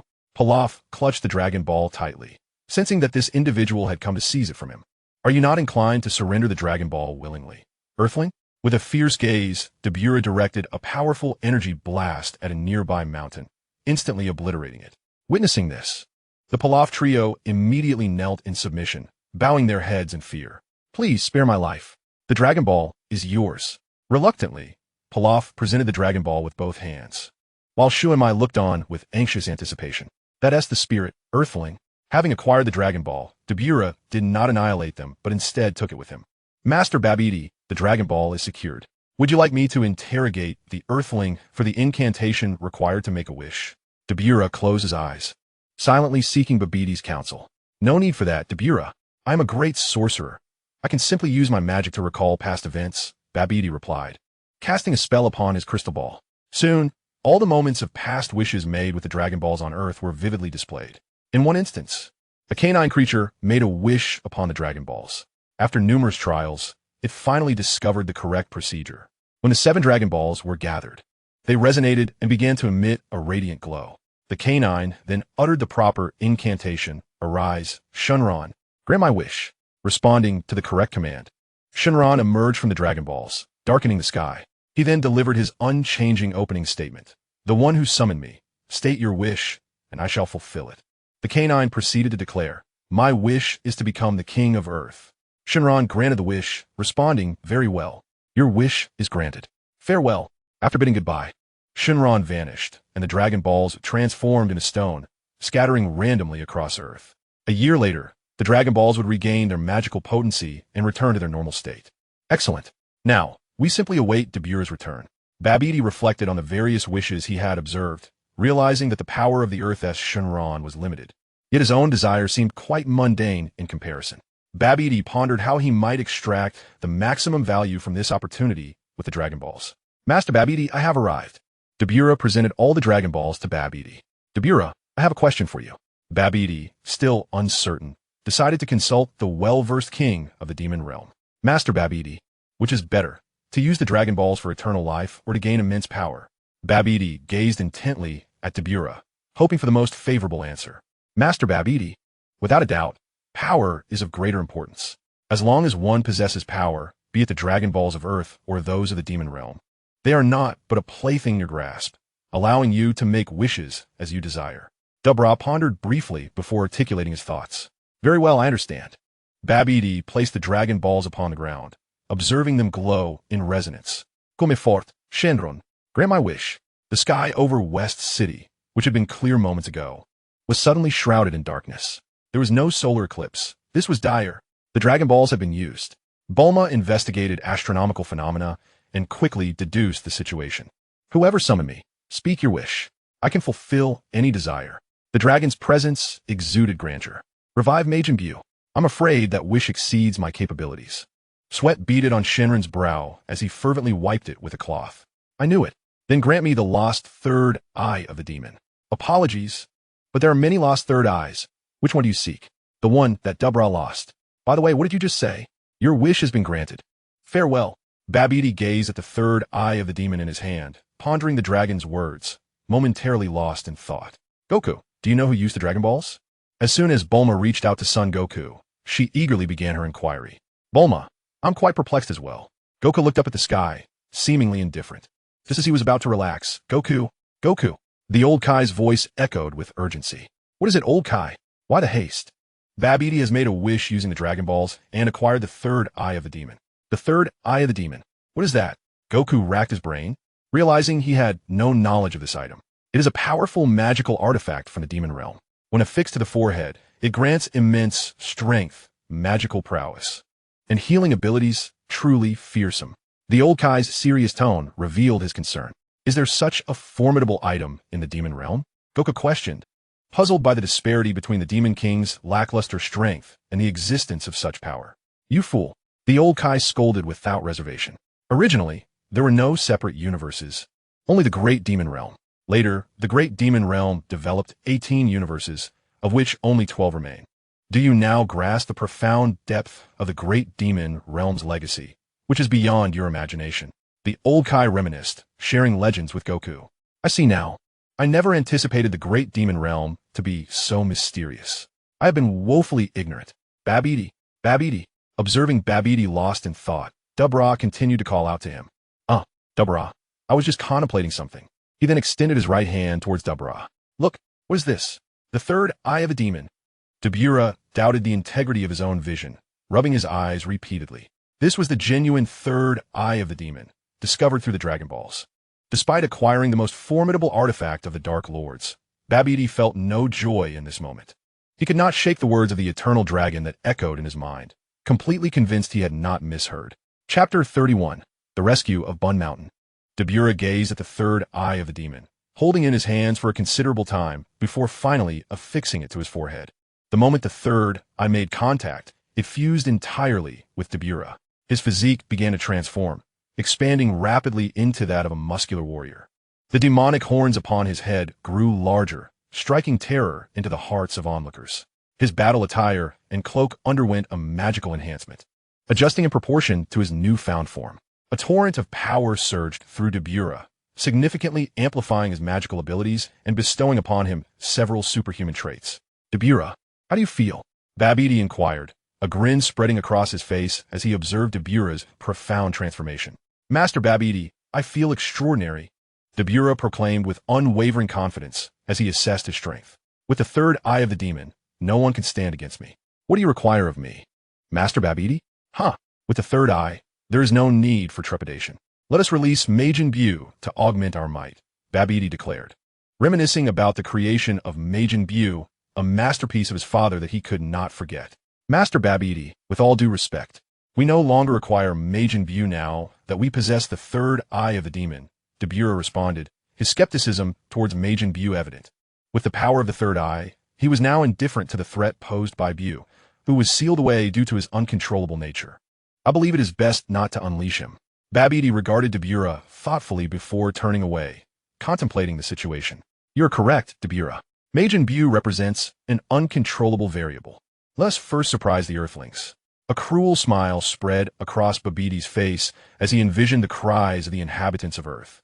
Understood, Master Babidi, Beerus replied, invigorated by Babiti's familiar grin. Meanwhile, on Bun Mountain, Goku used his tail to catch several large fish, effortlessly hauling them home. Behind him, Gohan carried a basket of wild mushrooms in his left hand and a basket of wild fruits in his right. Father, the wildlife on Bun Mountain is not as abundant as it once was. We may not be able to rely solely on hunting for our sustenance in the future. Gohan expressed his concerns. Goku's family continued their hunting endeavors, but some animals began to migrate away from Bun Mountain. Gohan, you are correct. This situation also arose in our previous life, though I did not pay it much heed until the animals were nearly gone. It seems we must alter our survival strategy. We can no longer depend solely on the ecological resources of Bun Mountain. Bao Mountain serves as the sanctuary of Sun Wukong, a place imbued with cherished memories, where beauty abounds. Chi-Chi, Goku, and I have returned, Sun Wukong announced as he set down the day's bounties, only to find Chi-Chi absent. Goku, at long last, you have returned. Chi-Chi emerged from the bedroom, greeted by the sight of Sun Wukong and his son, their arms laden with harvest, as they prepared to cook. Chi-Chi, Gohan and I took a stroll around Bao Mountain, which delayed our return, Sun Wukong explained, casting an apologetic glance at the drowsy Chi-Chi, still awakening from her slumber. However, we noticed that the wildlife around Bao Mountain has significantly diminished. It appears our excessive hunting has frightened them into migration. What shall we do, Wukong? She inquired anxiously. I propose we cultivate the land at Bao Mountain, Sun Wukong suggested, recalling his past endeavors. In his previous life, he had managed a farm there, selling surplus vegetables to local markets for profit. Very well, Wukong. You have truly worked hard, Chi-Chi exclaimed, astonished that Sun Wukong would set aside his training. Haha, Chi-Chi. Farming is also a form of cultivation, he clarified, slightly embarrassed by her misunderstanding. I understand, Chi-Chi replied, believing he had finally achieved enlightenment, albeit with a hint of bashfulness. The following day, as dawn broke, Sun Wukong rose early to commence his tasks. The land at Bao Mountain remained untilled, its soil compact and firm, typically necessitating machinery for cultivation, which was absent from Sun Wukong's home. In the early morning, the dew on the leaves had yet to evaporate, the crystalline droplets exuding a sweetness that delighted Sun Wukong as he savored them. Ah, this is truly delightful, sweet and refreshing, he exclaimed. The gentle breeze swept across the lush grasslands, the rich aroma of damp earth lifting his spirits. He felt a wave of comfort, momentarily tempted to succumb to slumber. Yet, despite his musings, he pressed on, determined to clear the land for farming, alleviating Chi-Chi's worries about their livelihood. Sun Wukong set his sights on a broad expanse of flat land several kilometers from home, a location he had chosen in his previous life. This area bordered a cliff, but otherwise bore no faults. The ground was overrun with weeds, concealing numerous small creatures within. All right, let us begin, he declared. The roots of the weeds varied dramatically in depth, ranging from a few centimeters to several meters, contingent upon the species, soil conditions, and environment. Bao Mountain's fertile soil allowed dandelions, with roots extending up to 3 meters. Though other weeds were not as lengthy, their tangled roots formed an extensive network beneath the surface. Each root had the potential to sprout a new weed, rendering surface removal futile. Only by delving deeply into the roots and thoroughly cleansing them can one prevent the resurgence of weeds with the arrival of spring. Sun Wukong closed his eyes, meticulously controlling his breath to divide it into 1 billion equal parts, which he then cast into the air. He attuned himself to the trajectory of each fragment of power, allowing them to permeate the soil. It was a success, and the moment was now. Sun Wukong simultaneously ignited the 1 billion breaths, and in an instant, the earth erupted in a magnificent display. The weeds and their roots were utterly obliterated, transformed into natural fertilizer for the land. The soil was prepared for cultivation, astonishingly simple. My mastery of breath control has reached its zenith. Alas, my progress in the Zai technique is rather sluggish. What a pity. Sun Wukong soared down the cliff, where a turbulent river flowed below. He enveloped the water with his breath, causing it to flow upstream, surging towards the cultivated land. Upon reaching the air above the fields, the water droplets, under Sun Wukong's breath control, cascaded evenly upon the soil. Irrigation was complete. Next, he needed to procure seeds and a vehicle from Bulma. The Bulma family's enterprise had permeated every aspect of ordinary life, truly a household of immense wealth. Sun Wukong required the vehicle merely to masquerade as an ordinary trader. After all, who would dare conduct business with him if he displayed his monstrous strength? Chapter 32. The world has changed. With his plans set, Sun Wukong immediately set forth. Bulma's residence lay in the direction of the West capital, a city teeming with millions, where Bulma was but a trivial spark amidst the countless flames. In the past, it would have taken him quite a while to detect Bulma's presence. Now, it took but an instant. With a finger poised like a sword against his forehead, he vanished. "Hello, Bulma." Bulma, clad in her nightgown and grooming herself at her vanity, was startled by Sun Wukong's sudden appearance. "Wukong, what brings you here?" Having grown accustomed to his unexpected visits, she noticed his tail and recalled unsettling memories. The last time she saw him resurrected, her excitement had overshadowed this detail. "Huh. This is a gift from the deities. You needn't worry. Even under a full moon, I shall not transform into a gorilla." Observing Bulma's anxious expression, Sun Wukong understood her concerns. "Is that true, Wukong?" Bulma suddenly looked up, fixated on him, fearing she had misheard. "Indeed, it is true. Through my training, I have fully embraced the power of the Saiyan bloodline. The full moon's blood's waves have no effect on me now." Sun Wukong provided a brief explanation, mindful that further complexity might confuse Bulma. "So you have become even more powerful. No wonder you easily defeated the androids last time." Bulma's realization dawned upon her, as if awakening from a dream. "Yes, you have indeed grown stronger." Sun Wukong did not conceal anything. Bulma was not a stranger and could be informed. "How impressive." Bulma caught the key phrases. Such words had never been uttered by Sun Wukong before, indicating his newfound strength. "By the way, Bulma, where's your baby?" In the previous timeline, Trunks would have already been born by this time. Yet neither this nor the last time did he make an appearance. "What baby?" Bulma looked utterly perplexed, her face reflecting confusion. "The child you have with Vegeta." Sun Wukong felt a tinge of urgency and bewilderment. "I have a child with Vegeta? Where did you hear such a thing?" Sun Wukong's mind echoed with a blankness, remembering Trunks from the previous life warning him not to disclose his existence, lest he vanish. Unsure of how to articulate his thoughts, he resolved to be forthright. "I have been reborn from the future." Bulma stood frozen in place, petrified by his revelation, taking a long moment to process it. She had not anticipated such a thrilling future, yet was curious that this timeline diverged significantly from the last. "Indeed, however, I never expected that you and Vegeta had not reached that point." Sun Wukong scratched his head, uncertain of how to proceed. Vegeta. Bulma indeed harbored some feelings for Vegeta, drawn to his pride and the way he refrained from easily expressing his innermost thoughts. She admired his unwavering dedication to his goals, perhaps having been captivated by his charisma in the previous life. However, considering the creation of the time machine, this timeline was fraught with adversity, and even traversing time had become a reality for her. In the face of the android's devastation, acquiring energy was akin to scaling a mountain. A single oversight could lead to dire consequences. Yet from the outcome, she had indeed succeeded in seeking help from the future Wukong. What transpired afterward, Wukong did not know, nor could he ascertain. "Wukong, I understand your intentions now." Bulma opened her safe, retrieving a box filled with various capsules. She extracted one and handed it to Sun Wukong. "This is our company's latest development, a flying car designed with an extra-dimensional space to accommodate a vast amount of cargo. This model is not available for sale, as it was never intended for commercial purposes." "This is incredible. Thank you so much, Bulma." After expressing his gratitude, Sun Wukong instantly transported himself home. As he departed, Bulma extended her hand toward his vanishing figure, her gaze slowly falling. "Sun Wukong, do you only come to see me when you seek my assistance?"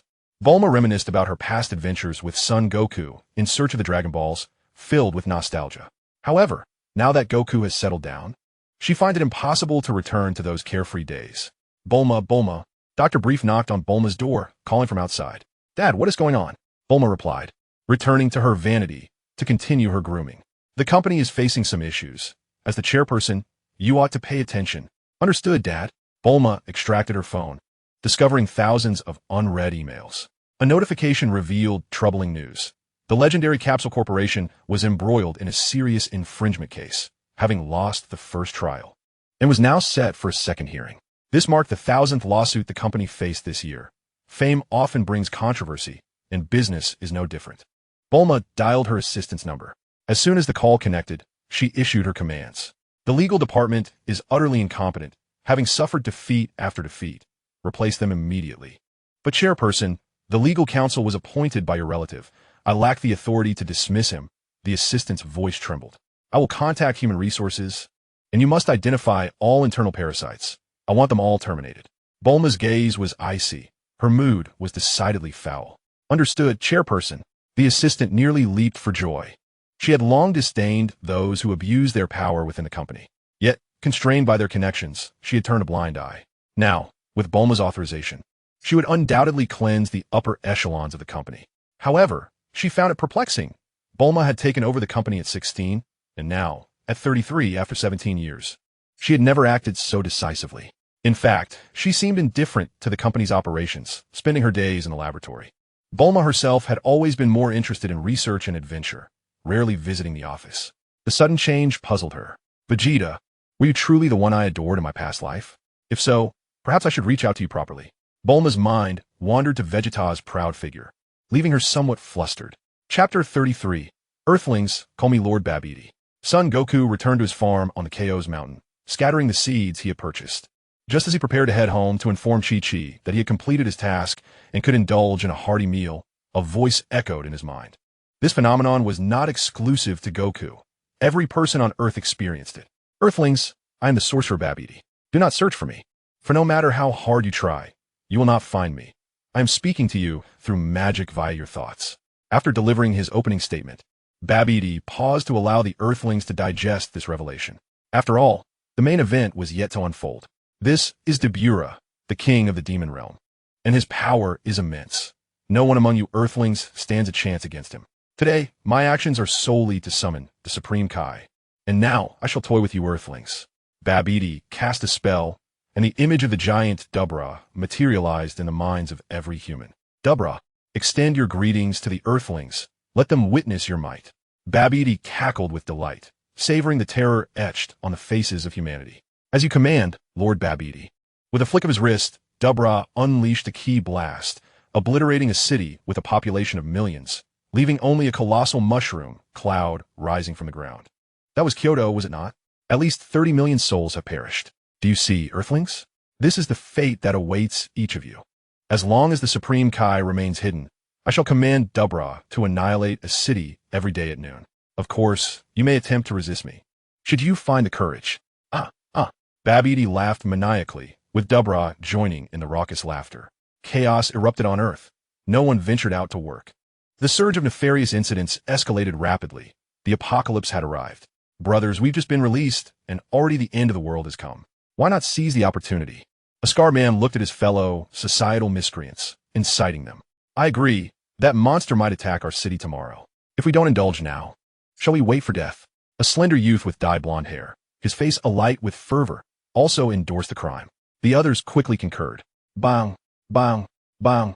The scarred man burst into a bank, unleashing a hail of bullets. Everyone cover your heads and crouch down.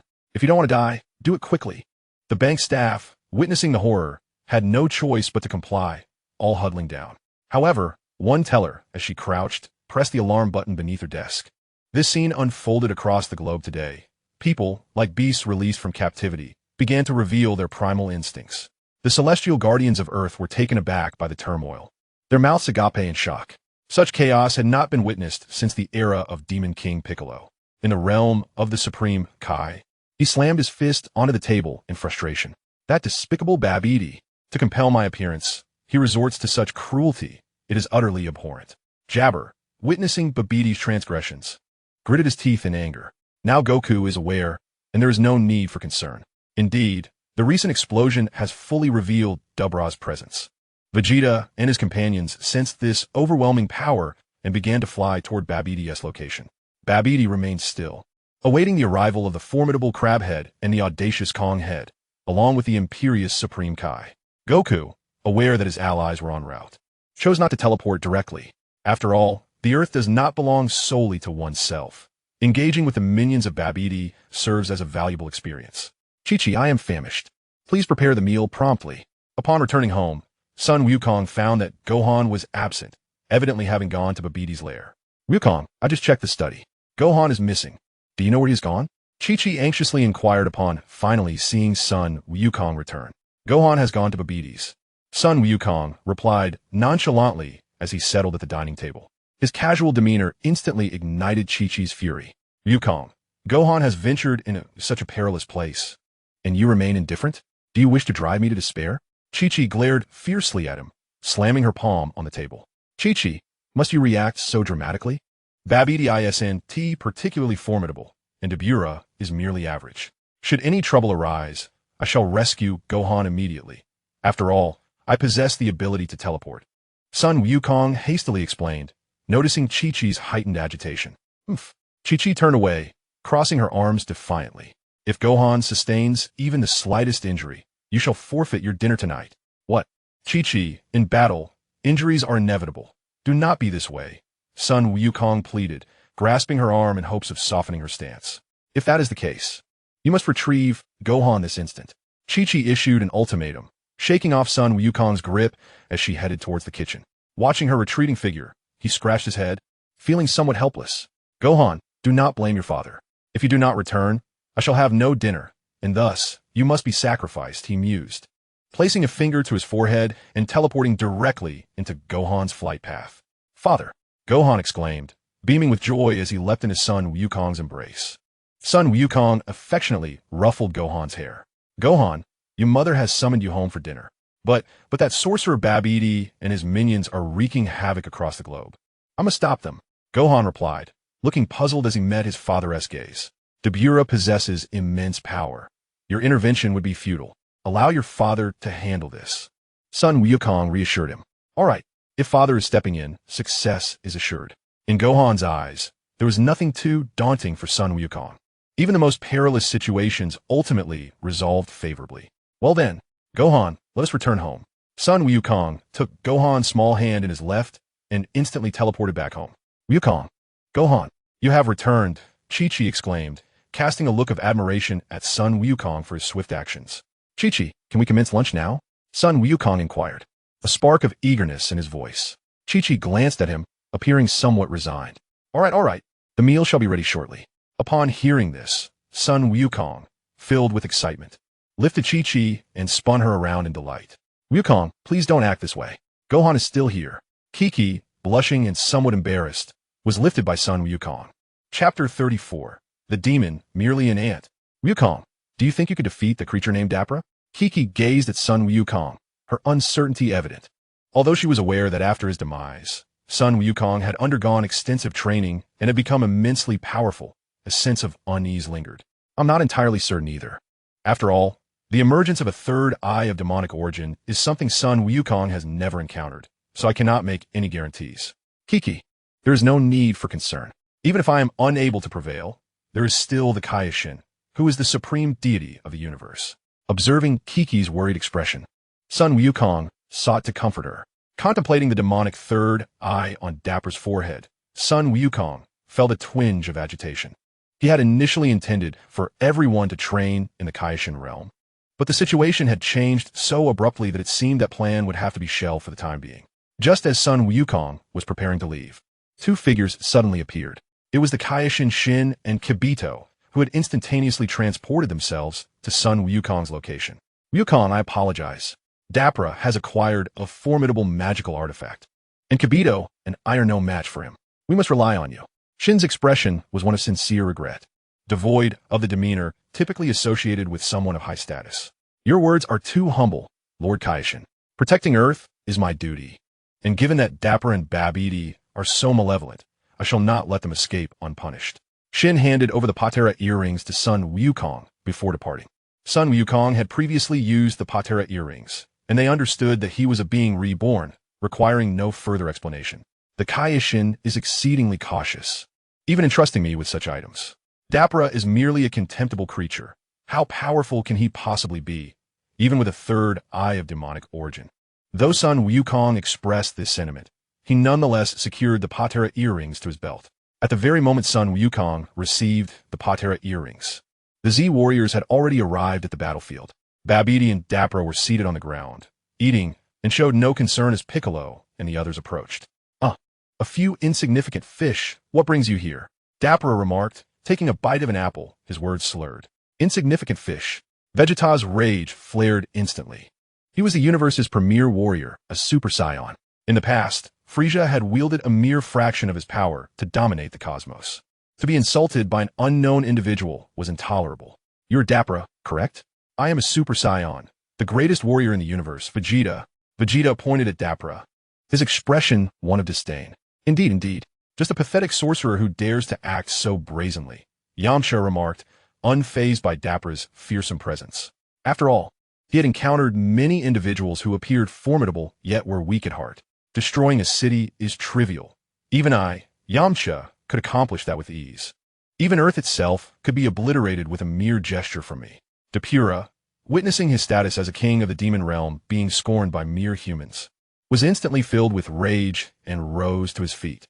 Dapura, do not be agitated. They are merely insignificant characters, Babidi urged, observing Dapura's fury while reciting incantations. The onlookers felt a sudden disorientation, and upon regaining their senses, they found themselves on an unnamed planet. Before them stood a diminutive figure, one of Babidi's subordinates. He was slight of build, comparable in height to Vegeta, with a smooth head resembling Frieza's second form. His purple skin only revealing his face while the rest was enveloped in a tight black suit. His upper body was clad in a white battle uniform that mirrored the color of his head, adorned with white gloves and boots akin to Vegeta's. Iampui, a loyal servant of Lord Babidi, raised on this planet where the gravity is tenfold that of Earth, he proclaimed. The Z-fighters remained unfazed. What did 10 times the gravity signify? Was this a child's play? Babidi had the audacity to consider such a being as a subordinate. Was this a jest at their expense? Everyone, leave this trash to me. Yamcha will handle it. Yamcha declared, clenching his fists and assuming a combat stance. You dare call me trash? I am an elite warrior of the demon realm, while you are mere humans from the mortal world. Pui retorted. However, scarcely had he finished speaking when Yamcha's fist struck his face, sending Pui careening like a cannonball into a hillside. How vile! You lack honor and strike from the shadows. Pui seethed with indignation, rebuking Yamcha. You inexplicably transported us here and yet demand honor? Go to hell. Yamcha charged forward, channeling his full energy. A ferocious roar akin to that of a beast erupted from Yamcha's power, causing Pui to tremble, unable to rise. When Pui finally managed to get up, Yamcha shouted, Wolf Fang Fist. In the blink of an eye, Pui endured hundreds of strikes to his abdomen and head. To prevent Pui from collapsing, Yamcha unleashed a series of blows in rapid succession until he had exhausted his technique. What? Pui has been defeated? He was just a mere earthling. Babidi exclaimed in disbelief as he viewed the scene through the magic crystal. Do not worry, Lord Babidi. Their strength is not formidable. Sending a beast will suffice to eliminate them all. Dapura recognized Yamcha's power and realized that ordinary beings could not triumph over such foes. Once more, the onlookers experienced disorientation. But this time they were enveloped in complete darkness. Tianjin, I am frightened. I cannot see anything, Kaiatsu exclaimed in panic, unable to discern his surroundings. Do not be afraid. Kaiatsu, I cannot see either. We have likely been transported to another planet, but it is nighttime now. A few more delectable humans have arrived. I shall feast upon you all. A chilling sound echoed, startling everyone present. It appeared that Babidi's minions were indeed capable of seeing in this place, as the sorcerer chose locations advantageous to his warriors. Infuriating, Tien Shinhan sensed the aura of the beast Yajirobe without any obstruction. This time it is my turn. Tien Shinhan cracked his knuckles, ready for battle. How foolish of the earthling to dare confront the beast Yajirobe alone. It is laughable. Babidi erupted in laughter upon witnessing a three-eyed earthling stepping forward alone. Yet, his amusement was short-lived. Tien Shinhan, remarkably unaffected by the darkness, accurately pinpointed Yajirobe's location amidst the pitch-black surroundings. Do you possess the ability to see in the dark as well? Yajirobe could scarcely believe his eyes. Of course not. Your aura shines brightly in this darkness. Prepare to meet your end. Tien Shinhan unleashed his four-sided fist, leaving Yajirobe floundering in a state of chaos. In Yajirobe's moment of panic, Tien Shinhan struck him squarely in the abdomen. Yajirobe fell to his knees, clutching his belly, desperate to crawl away. Kamehameha! Tien Shinhan executed a breathtaking strike, unleashing a ki blast that tore through the night sky, obliterating Yajirobe into fragments. Chapter 35. The Demon Realm King, terrifying indeed. What demons? What beasts? To me, Tien Shinhan, they are utterly insignificant. At this moment, Tien Shinhan remained composed and brimming with confidence. Well done, Tien Shinhan. Krillin quickly offered his congratulations. After 2 consecutive victories, they were riding high. Tien and Kaiotsu could hardly contain their laughter, rushing to wipe the sweat from Tien Shinhan's brow. Infuriating.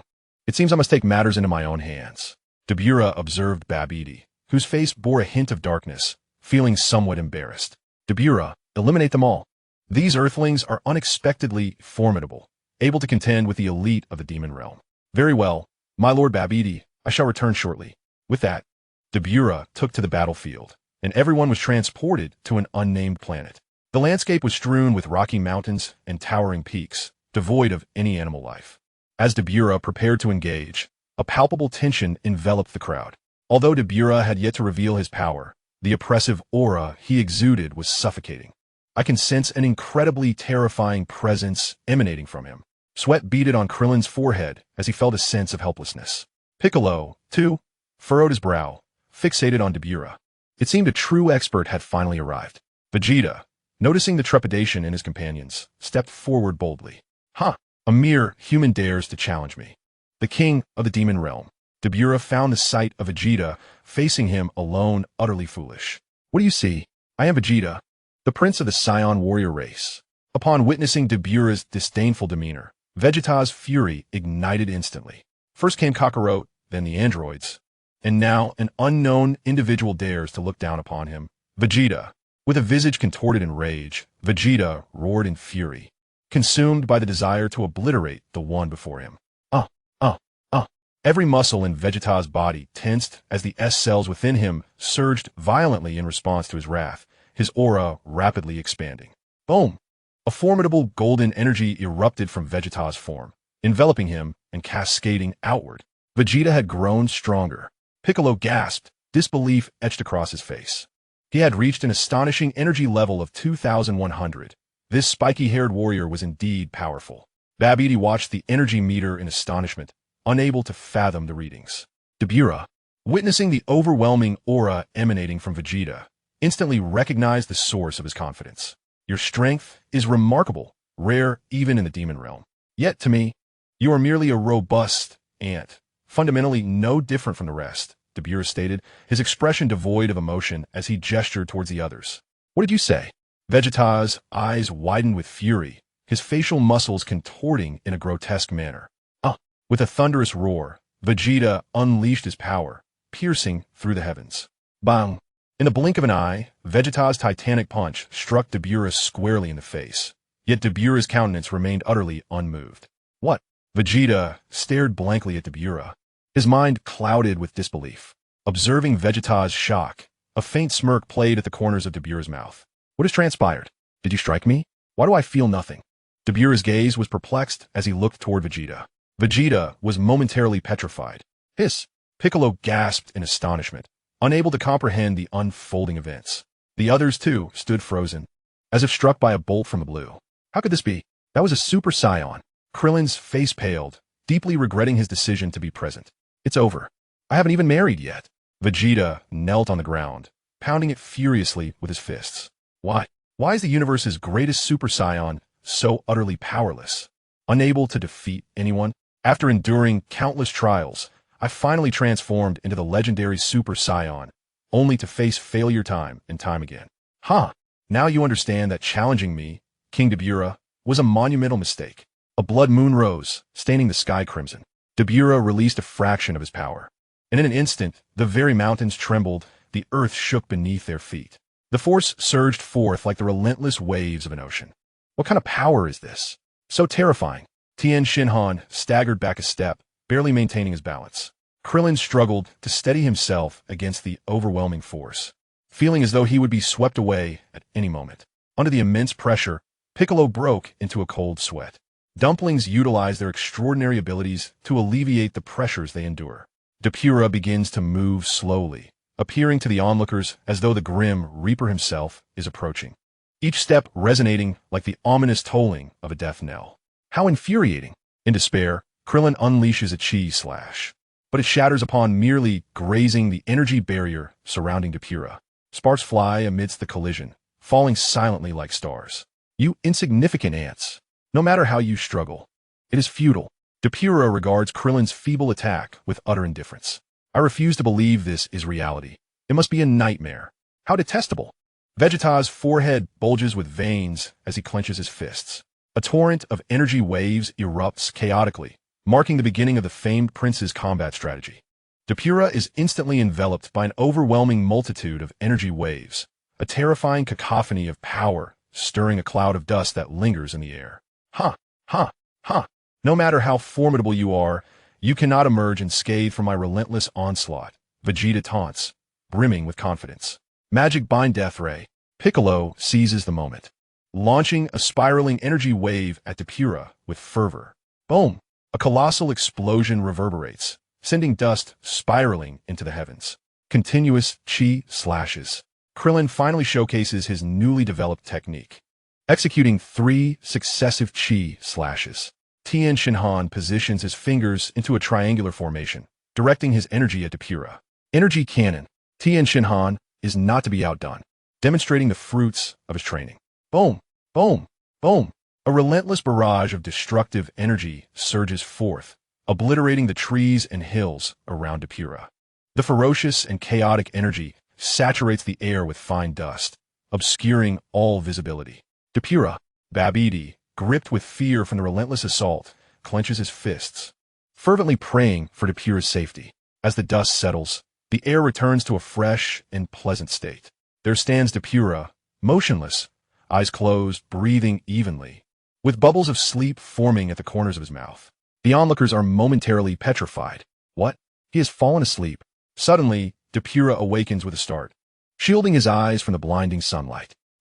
It appears that the earlier cloud of dust had obscured the sky, leading Depura to believe it was time for slumber. With the dust now dispersed, the sunlight is too glaring, preventing Depura from returning to sleep. Hooray! Hooray! Hooray! Depura, you're truly remarkable. Undoubtedly the king of the demon realm. You possess an undeniable grandeur. Look at those foolish earthlings. They have exhausted their tricks. Babidi dances with joy upon witnessing Depura unscathed.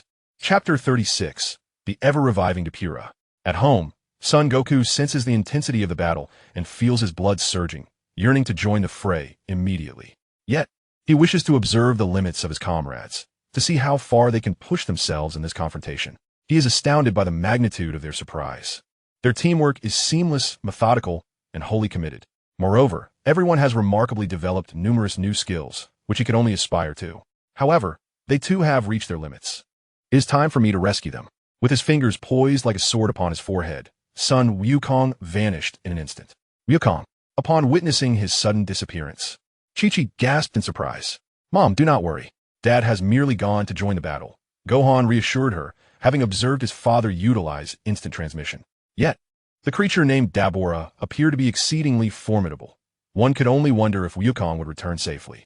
Chi-Chi leaned on the dining table, fervently praying.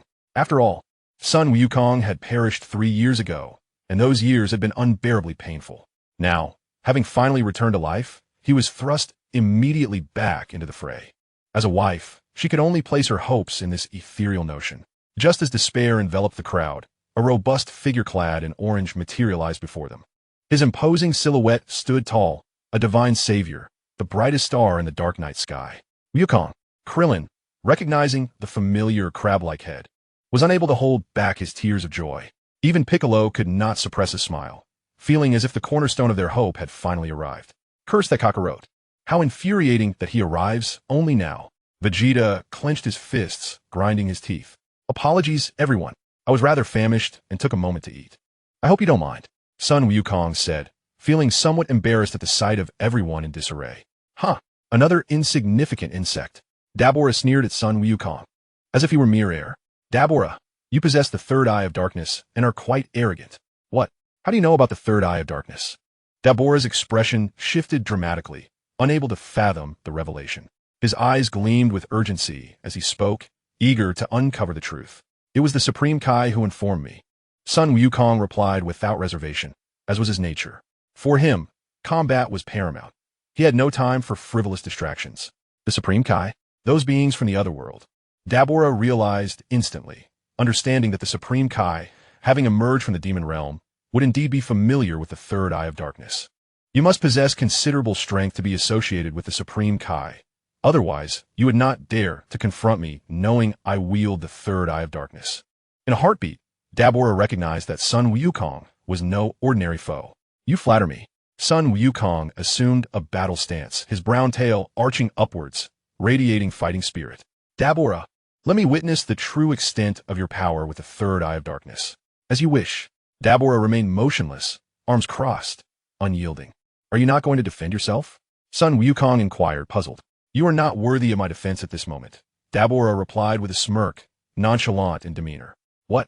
Sun Wukong could hardly believe the arrogance of Dabura. Although he currently appeared in a normal form, he could dispatch a demon like Majin Buu in the blink of an eye. How could a mere Dabura be so audacious? With a resounding thud, Sun Wukong unleashed a powerful punch onto Dabura's face. Is this a mere tickle? Dabura smirked mockingly. Sun Wukong's expression darkened upon hearing this, and he instantly transformed into a mysterious form. What was happening? Kakarot's combat power surged dramatically, increasing nearly 1,000-fold. Vegeta, witnessing the sudden shift in energy, observed Sun Wukong's hair standing on end and a wicked smile adorning his face, his countenance shifting in alarm. With a sudden twist of his waist, Sun Wukong delivered an uppercut that landed squarely into Dabura's abdomen. Ugh! Dabura felt an excruciating pain radiating from his midsection, instinctively clutching his belly and staggering back several steps before collapsing to the ground. He intended to scream in agony, but his mouth filled with viscera and blood. Spitting forth a mixture of blood and internal organs, Dabura gasped. How is this possible? I have obtained the third eye. Why did your single punch inflict such immense damage upon me? As he spoke, a green light emanated from the third eye, enveloping Dabura in a protective shield, instantly alleviating his physical suffering. To his astonishment, the third eye possessed the ability to heal wounds instantaneously. Staring in disbelief at his unscathed body, Dabura was utterly shocked. What? Sun Wukong was momentarily taken aback, but quickly regained his composure. He had witnessed such abilities countless times before, but he had not anticipated such formidable prowess from magical artifact. Not only did it enhance combat strength rapidly, but it also granted the capacity for instantaneous recovery. Nonetheless, Sun Wukong was eager to ascertain the limits of Dabura's newfound abilities. Placing his hands on his hips in a flower-like stance, a blazing energy wave materialized in his palms. Kamehameha! Sun Wukong thrust his hands forward, unleashing a blue energy wave that surged toward Dabura like a meteor. Dabura, sensing the overwhelming energy, attempted to evade, but was far too swift for him to escape. The Kamehameha pierced through Dabura, obliterating everything from his neck down to his legs. Dabura's face contorted in agony as he howled in pain. Yet, after another burst of green light, he resurrected once more. How absurd! Piccolo gasped in disbelief, unable to comprehend what he was witnessing. This relentless regeneration meant that unless Dabura was eradicated to the last cell, he could not be defeated. Faced with Dabura, who had mastered the third, yet still posed a threat, what could they possibly do? Babidi, observing the increasingly dire situation, began to feel anxious. Suddenly, an idea struck him. He transported himself to the enormous egg of Majin Buu, marveling at the sight of Buu's energy reserves now fully replenished. Dabura, although you may not be a match for the formidable Majin Buu, is indeed invincible. As he gazed at the approaching Son Goku, his muscles tensed, and veins bulged upon his forehead, igniting the power of the third eye of evil. Indeed, Dabura felt his strength surging once more, as if he had attained ultimate power. Was this force so immensely powerful? Is this the might capable of annihilating everything? Dabura sensed his power multiply, radiating with vigor as he raised his arms skyward. Son Goku, observing the frenzied Dabura, executed a sweeping kick aimed at his head. The blow sent Dabura flying, crashing into the mountains and piercing through the entire mountain range, unleashing a tempest of debris and cacophonous explosions. Dabura's speech became garbled, his body marred with wounds, his blue battle attire and white cape in tatters. Chapter 37. The Eruption of the Dragon Fist. Regaining his composure, Dabura frantically summoned the power of the third eye of evil. Let's test this. Fire forth. Third eye of evil. With fervor, Dabura unleashed a crimson bolt from the third eye, a fierce and scorching aura obliterating everything in its path. akin to the terrifying gamma-ray bursts of the cosmos. As Son Goku witnessed the relentless onslaught of the third eye's rays, he quickly retaliated with a Kamehameha wave, engaging in a fierce clash. At last, the assault from the third eye subsided. Son Goku, realizing he had expended considerable energy in battle, noted with surprise that Beerus' aura remained unchanged. Remarkably, he could even recover his strength. How grotesque. It seemed I must conclude this swiftly. Yet, before Son Goku could act, countless rocks began to rain down upon him from all directions. Beerus had mastered the supernatural abilities bestowed by the third eye, commanding the surrounding environment to assault Son Goku. Bang, bang, bang. With the speed of lightning, Son Goku shattered the deluge of rocks with each punch. However, the fiery rays of the third eye surrounded him from multiple angles. Wild monkey, the power of the third eye is beyond your human comprehension. With the relentless attacks from the third eye, Son Goku found himself beleaguered. This third eye is truly monstrous. Vegeta, witnessing such a trivial device forcing Son Goku into evasive maneuvers, widened his eyes in astonishment. No matter how I strike, as long as I fail to obliterate him in one blow, he can instantly recover. His power continues to escalate during battle, if this persists. Even this form may not suffice. The aura of the third eye does not diminish, akin to the eternal furnace of Android 17. It seems that I must resort to that move. Sun Wukong leaned forward, his fists clenched tightly, as a tempestuous surge of crimson malevolence erupted, fueled by his mental prowess. As his aura ascended, a terrifying whirlwind manifested around him, rapidly intensifying until darkness engulfed the sky. What technique is this? What has happened to Kakarot? Vegeta stood frozen, gripped by an unprecedented ferocity, while the others gaped in astonishment. A thunderous roar reminiscent of a colossal dragon shattered the night. Dabra trembled involuntarily, as though a heavy boulder weighed upon his chest. Suddenly, a magnificent golden dragon materialized in the space once occupied by Sun Wukong, its length so vast that it could scarcely be contained within the bounds of the western capital. The radiant glow of the dragon illuminated the shadowy world, restoring light to the heavens. The immense golden dragon circled Sun Wukong, voraciously absorbing his strength and augmenting its own power. Under the influence of this formidable energy, the dragon expanded until it encircled the entire planet. With a resounding roar, the dragon's presence sent tremors through the earth, its essence piercing the heavens. The dragon's eyes glinted with lethal intent, transforming its fury into blades that sliced through Dabra. Scattered into fragments, Dabra was momentarily restored only after a flash of green light. Dragon Fist! Sun Wukong bellowed, and Dabra felt as if ensnared, utterly immobilized. Wukong became a mere apparition, merging with the golden dragon, which now radiated an even greater majesty. With a single glance, Dabra was reduced to countless shards. A flash of green light appeared, and somehow, Dabra was restored once more. However, in that instant, the golden dragon surged through his form at a speed surpassing light. A cataclysmic explosion erupted, more terrifying than a gamma-ray burst, reducing Dabra to the smallest particle imaginable. The third eye of evil fell to the ground, captured deftly by Sun Wukong. Such ferocity, such overwhelming murderous intent, such annihilative power. Kakarot, you are indeed a genius. Vegeta stood in awe, completely subjugated by Sun Wukong's prowess as he witnessed Dabra's instant restoration and subsequent obliteration. Wukong. Krillin gazed at Sun Wukong's towering figure, reminiscing about their first encounter when he was nearly of equal height. Now, the times had changed, and Sun Wukong had ascended to heights he could never hope to reach. Wukong. Tien Shinhan recalled the World Martial Arts Tournament when he and Sun Wukong were evenly matched. How many years had passed since then? Sun Wukong had surpassed the Demon King Piccolo, transcended the Cosmic Emperor Frieza, and eclipsed the Demon Realm King Dabra. He had become the highest mountain, the longest river. Everyone marveled at Sun Wukong's strength, envious of his grandeur. Wukong. Krillin leaped into Sun Wukong's embrace, holding him tightly. It is impossible. Babidi gazed at the images emanating from the crystal ball, trembling in fear as he fell to the ground. Before him lay the Demon Realm's king, the most formidable of all, wielding the terrifying power of the third eye of darkness. How could he have been defeated so easily, so utterly? The horror of this creature, named Sun Wukong, was beyond comprehension. It seemed that even the emergence of Majin Buu could not vanquish Sun Wukong. As Babidi lamented his plight, A wisp of pink smoke began to rise gracefully into the air, coalescing into a massive pink cloud.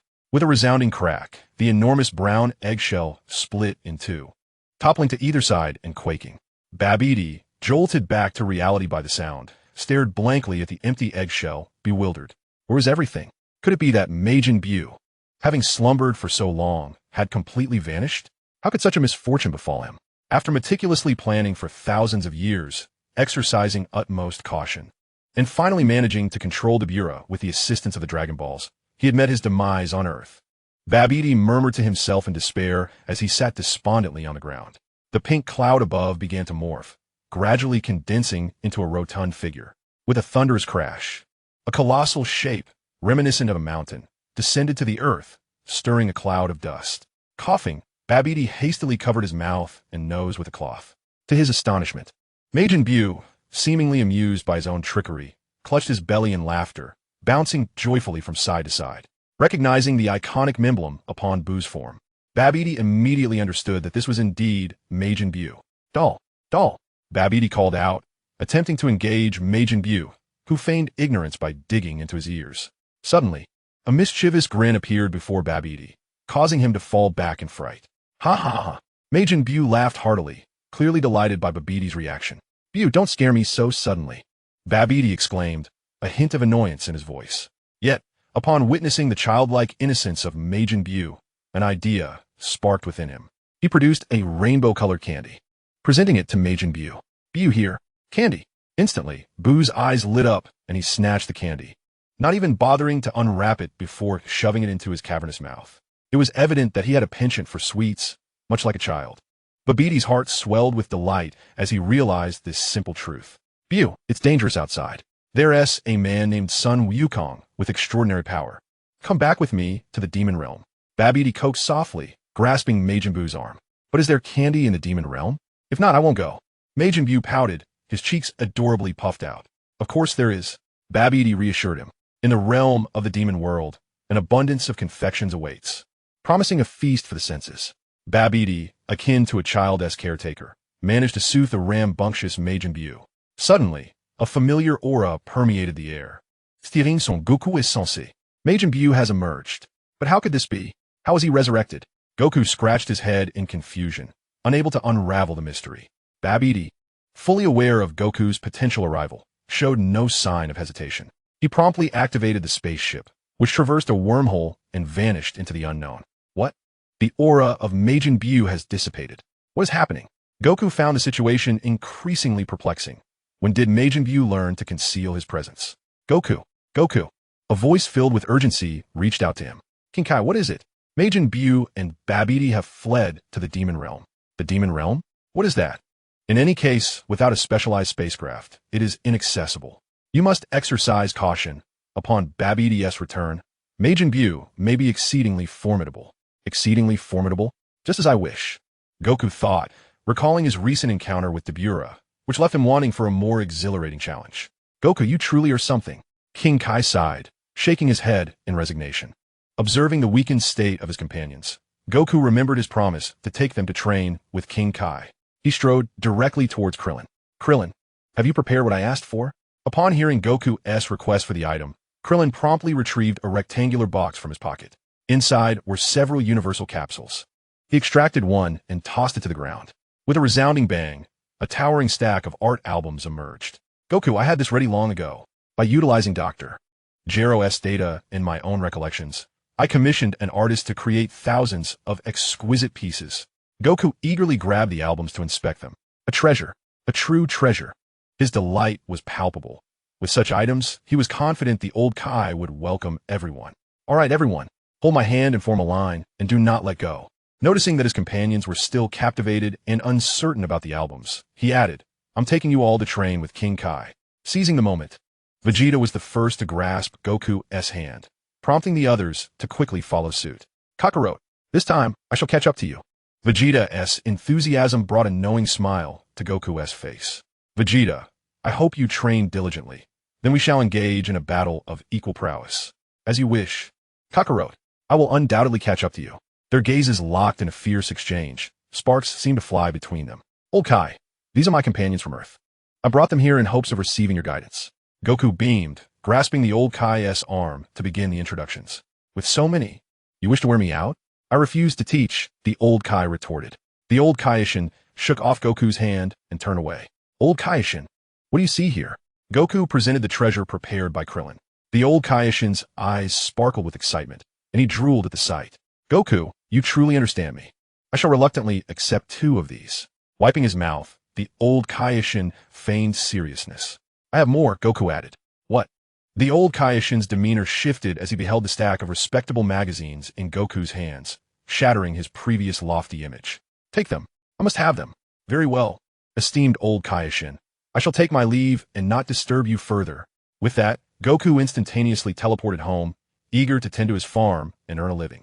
After Goku departed, the old Kaioshin's posture transformed. He clasped his hands behind his back slightly hunched, and regarded the crowd with a grave expression. This is the best of times. This is the worst of times. In ancient epochs, numerous gods arose, yet now all universes languish in obscurity, with the 7th universe being the most diminished among them. Observing the bewildered expressions on the faces of those present, the old Kaioshin paused, his gaze sweeping over the assembly. Ancestors, please take a seat. Xian brought over a chair and positioned it behind the old Kaioshin, who promptly sat down. Among the gathered, they were already the elite of the universe. However, in the past, they would have been considered the lowest of the low. Xian offered a cup of tea, and the old Kaioshin took a sip to moisten his throat. Although Goku's arrival here was unconventional, my intention has always been to enhance the overall quality of the 7th universe. As fate would have it, Goku brought everyone here for training, so I shall seize this opportunity. He continued, the training process may differ from what you all are accustomed to and might fall short of your expectations. If you are willing to stay, we can commence immediately. Vegeta, observing the old Kaioshin's eloquence, felt a twinge of impatience. Yet, considering that his strength relied on the old Kaioshin, he bore it. Mr. Vegeta, do not be so hasty, Xian calmly advised, offering a subtle reminder. What? Vegeta's arms, crossed over his chest, unconsciously relaxed as he gazed at Xian in disbelief. How does he know my name? Could it be that he knows my thoughts?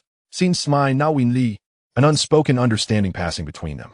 Vegeta, do you have something you wish to convey to me? The old Kaioshin inquired, noticing Vegeta's anxious demeanor. Old Kaioshin, how can I possibly catch up to Kakarot? Vegeta clenched his fists, his face flushed, finally voicing his concern. He was reluctant to plead, yet the growing chasm between himself and Kakarot was becoming unbearable. Soon, he would be unable to see even the exhaust fumes of Kakarot's car. Surpassing Goku seemed daunting, yet catching up did not appear impossible. Upon hearing the old Kaioshin's assertion, Vegeta's interest was piqued. What do you mean? If you were to attain the power of a Super Saiyan God, you would draw closer to Son Goku. The old Kai's lips curled into a subtle smile, a faint trace of amusement flickering across his face. Chapter 39, Super Saiyan God. Super Saiyan God.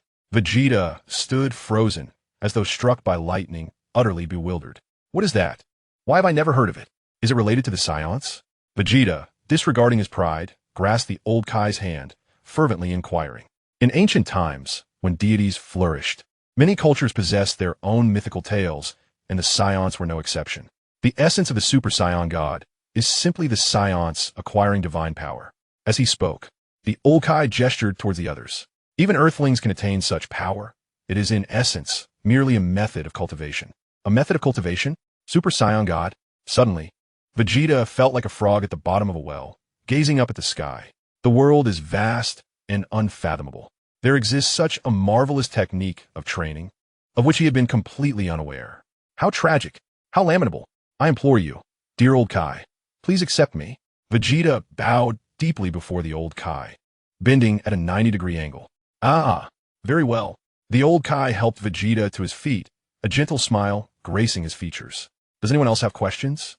Upon hearing this, the others quickly shook their heads. Even the exceedingly proud Vegeta had submitted, leaving them with nothing to say. In that case, let us commence today as training. The old Kai maintained a serene demeanor, tilting his chin slightly and pointing to Jebbet. Jebbet, there are many weeds in front of the Kaioshin's residence. I have observed that they have remained unaddressed for quite some time, so today we will attend to them. The old Kai's expression grew serious as he addressed the group, emphasizing loudly, furthermore, no one is to use their aura, and you must complete this task before noon. If not, you shall forfeit your lunch. What? Dear old Kai, that field spans 10,000 acres. Jebbet exclaimed, his jaw nearly dropping to his chest in shock.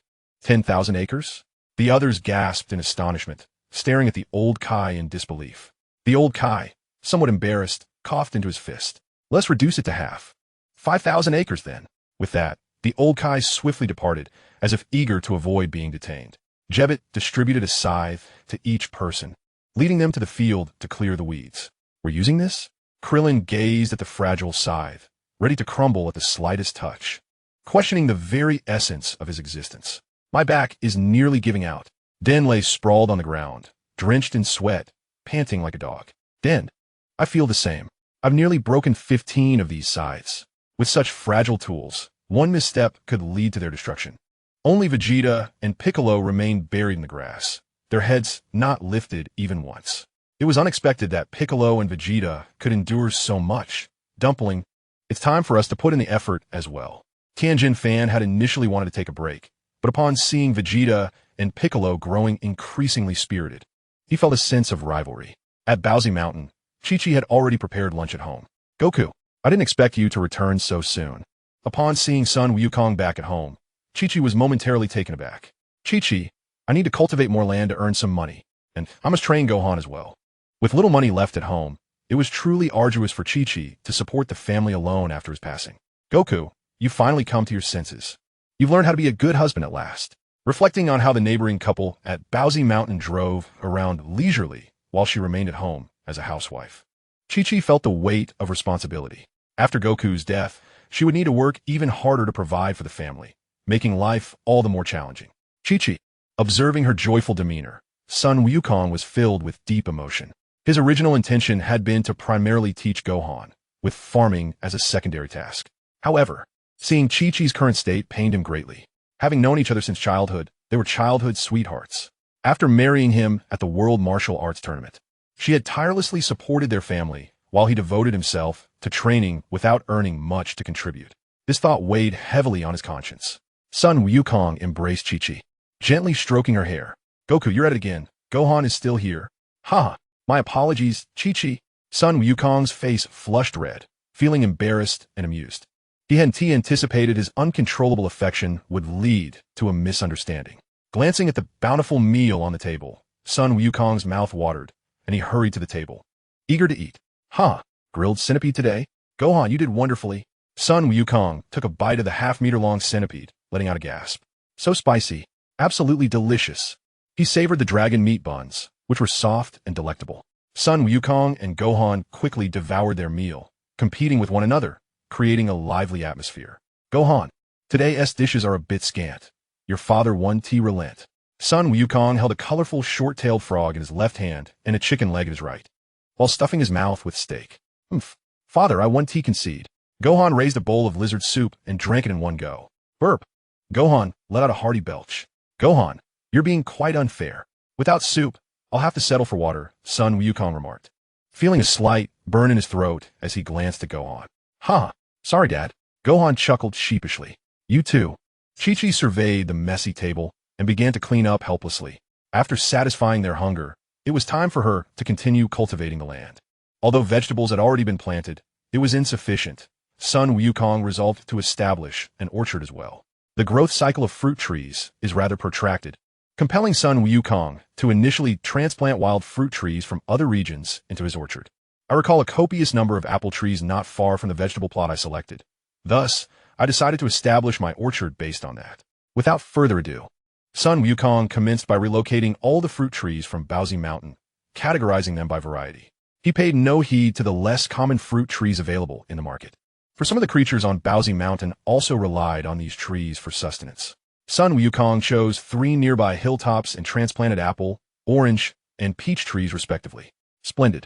Now, he could solely rely on his own harvest, awaiting the maturation of the other planted trees before selling them. As for the rice he usually consumed, he would have to purchase it. Although Bowsy Mountain was not lacking in water, cultivating rice was indeed laborious and harvesting it inconvenient.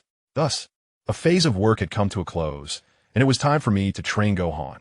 That boy, unencumbered by any pressure, might otherwise spend his days solely immersed in study, risking physical stagnation. Gohan, the most formidable instructor, has arrived. Brace yourself for the most rigorous training. Sun Wukong struck a pose he had observed from a flamboyant individual in the secret realm, finding it exceedingly impressive and committing it to memory. Chapter 40, Quieter Than the Sky. Gohan, having studied for such an extended period, shall we engage in some practice? Observing Gohan, who had been absorbed in his studies for the entire morning, Sun Wukong felt an itch for combat and yearned for a thrilling bout. Excellent. Gohan, having felt the tedium of prolonged study, was also eager for some amusement. They ventured to an open space on the back mountain, a considerable distance from home. The father and son adopted their combat stances, and the battle was poised to commence. Gohan bellowed, unleashing a brilliant aura that soared into the heavens. With a forceful stomp of his right foot, the ground shattered like a spider's web.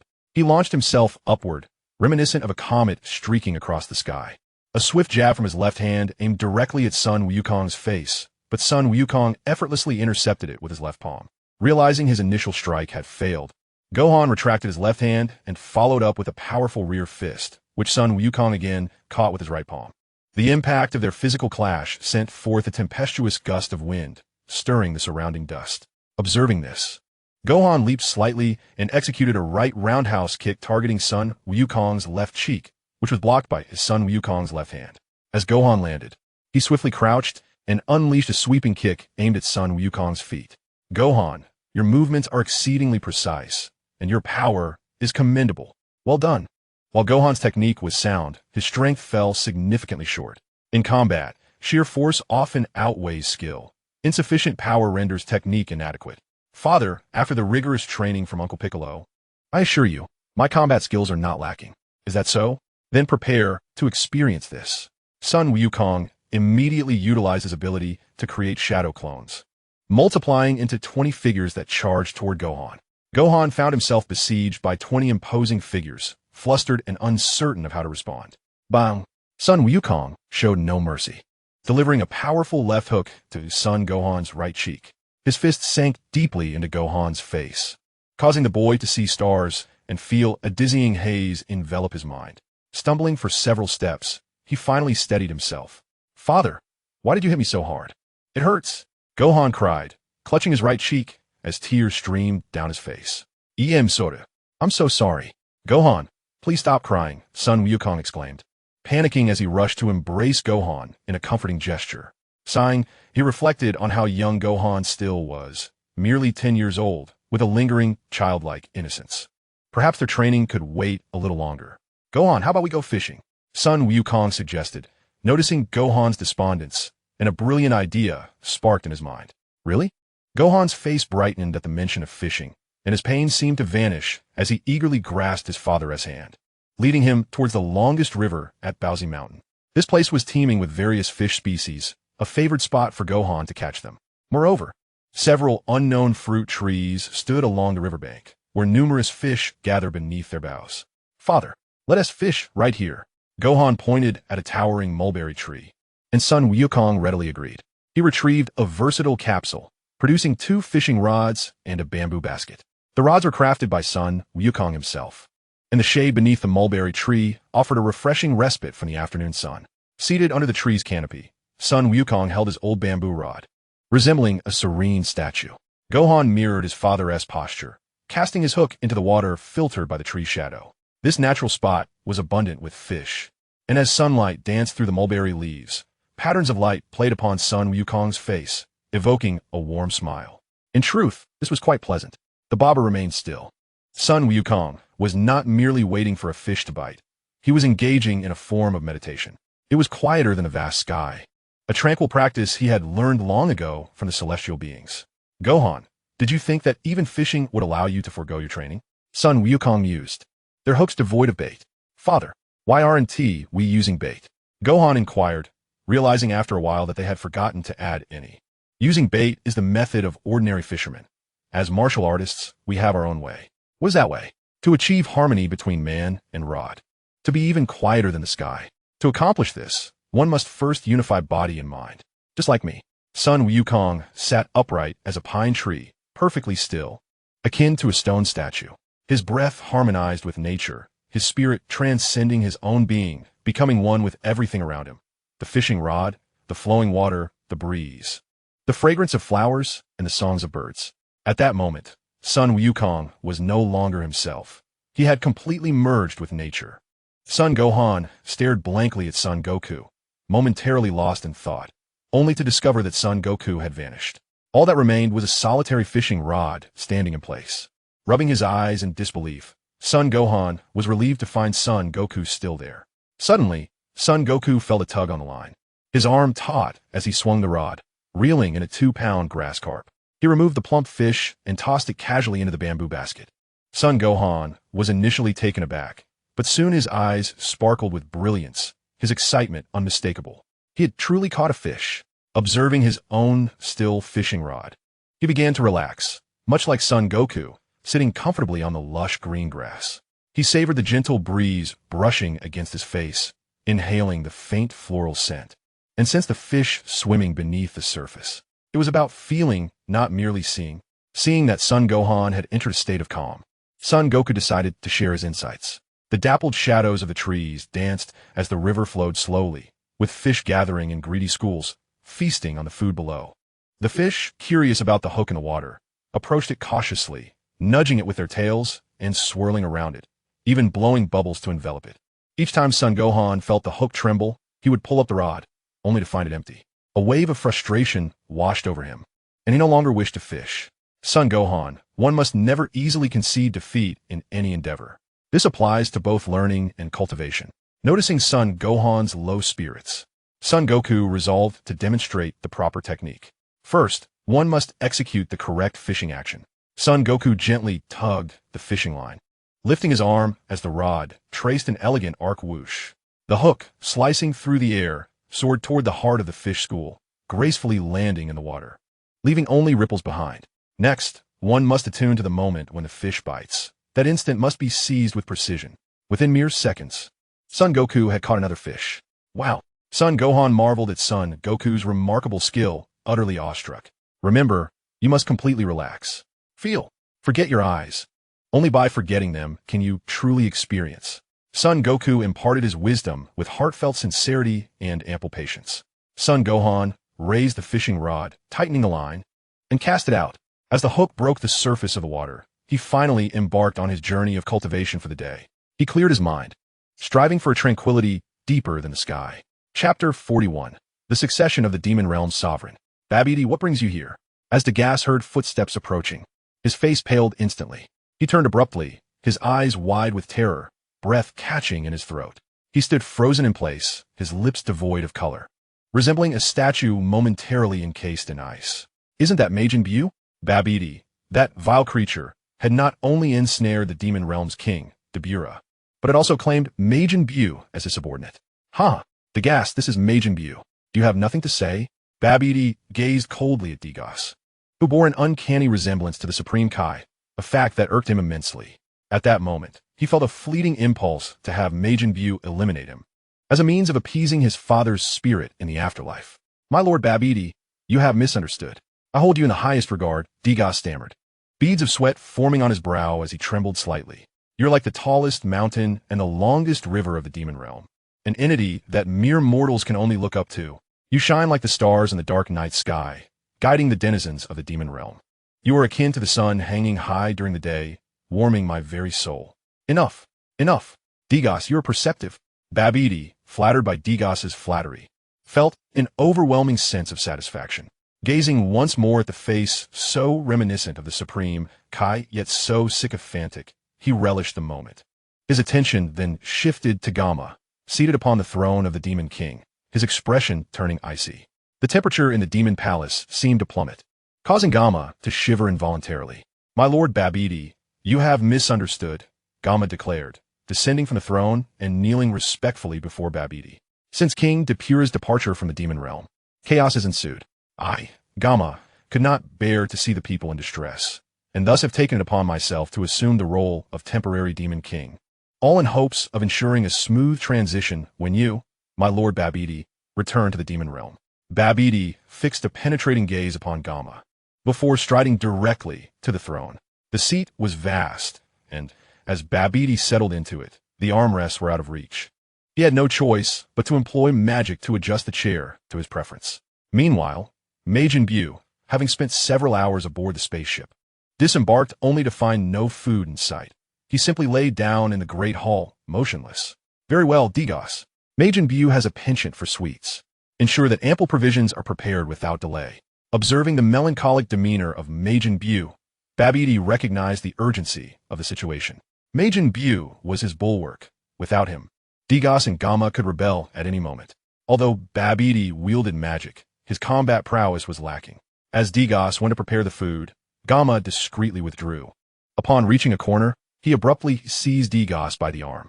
What were your words in the Great Hall just now? Gamma glared at Digos, the threat in his gaze unmistakable. Digos, drenched in sweat and at a loss for words, quickly gathered his composure and adopted a serious tone. My lord Gamma, I merely capitulated to Majin Buu, compelled to utter insincere words.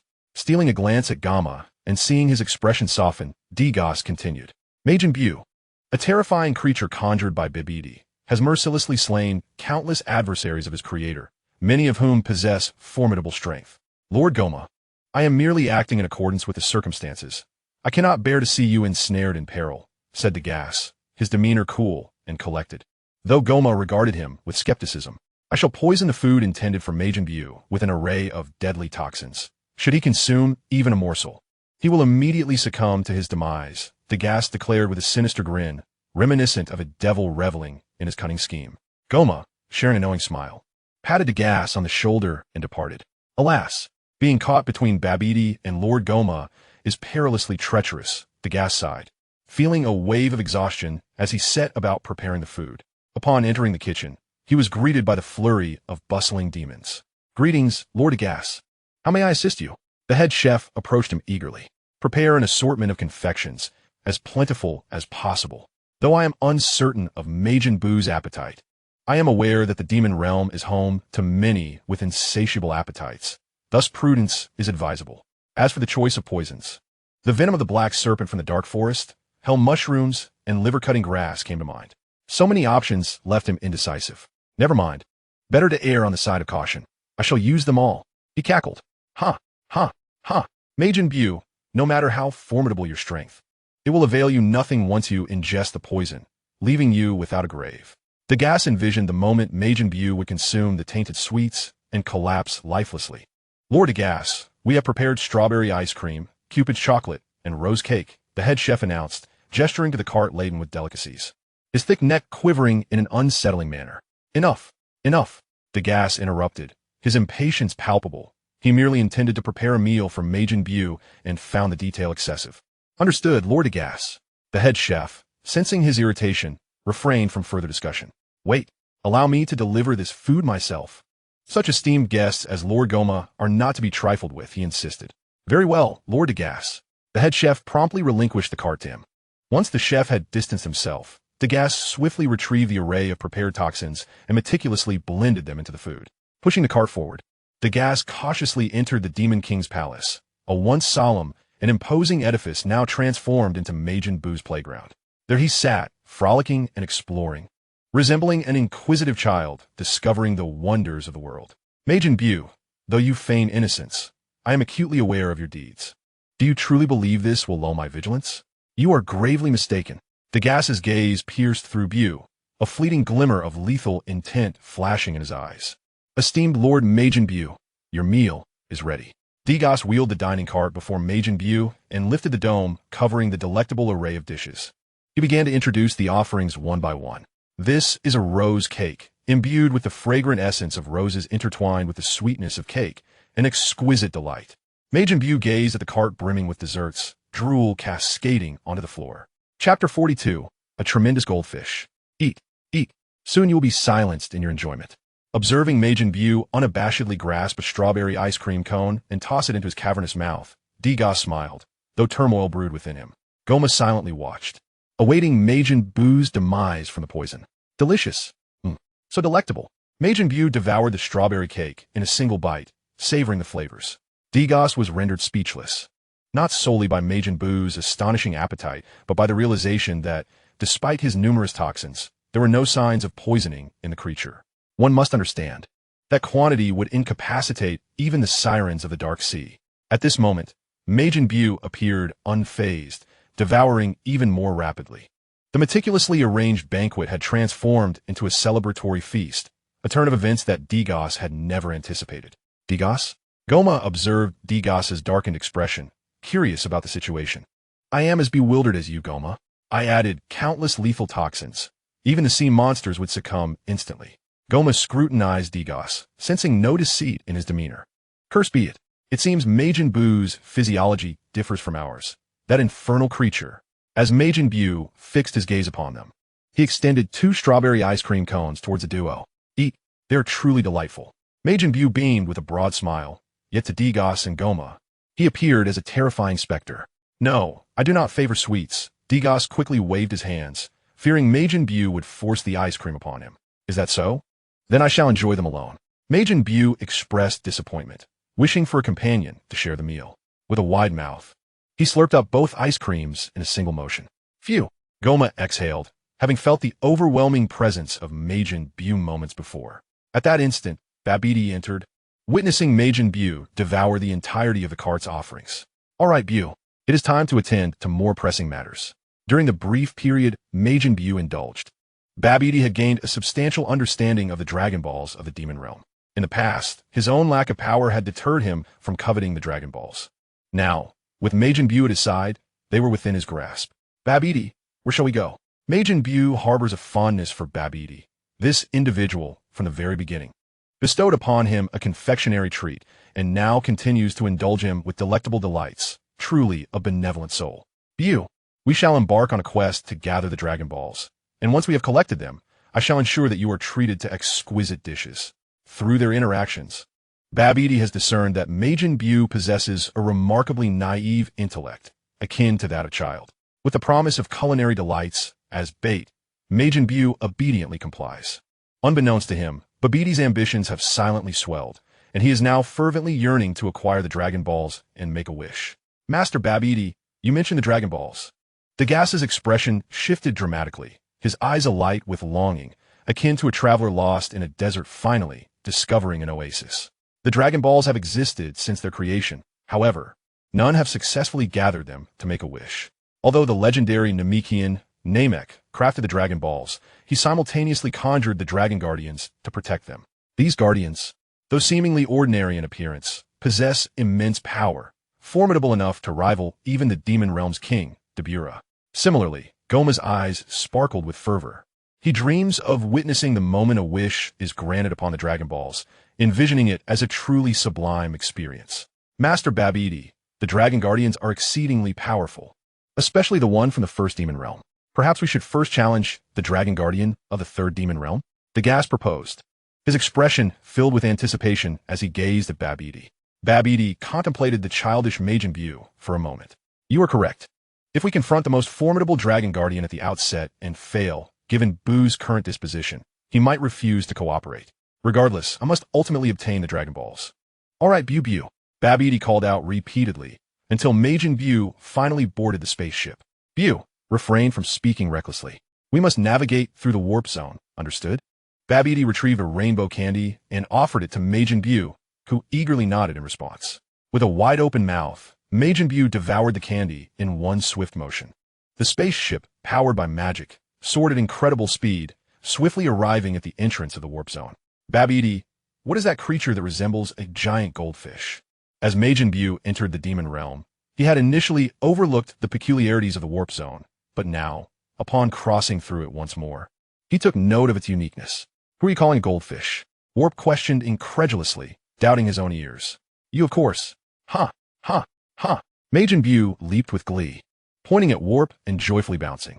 A goldfish indeed. Warp's face flushed crimson, nearly reaching a breaking point. Observing this, Babidi quickly covered Majin Buu's mouth. Buu, cease your impudent remarks. Otherwise, we shall be unable to proceed. Goma, concerned, swiftly produced a piece of chocolate and hurriedly placed it in Majin Buu's mouth. Fearing retribution from Warp, Goma was anxious to avoid any offense. Master Warp, please disregard his words. Buu is but a child.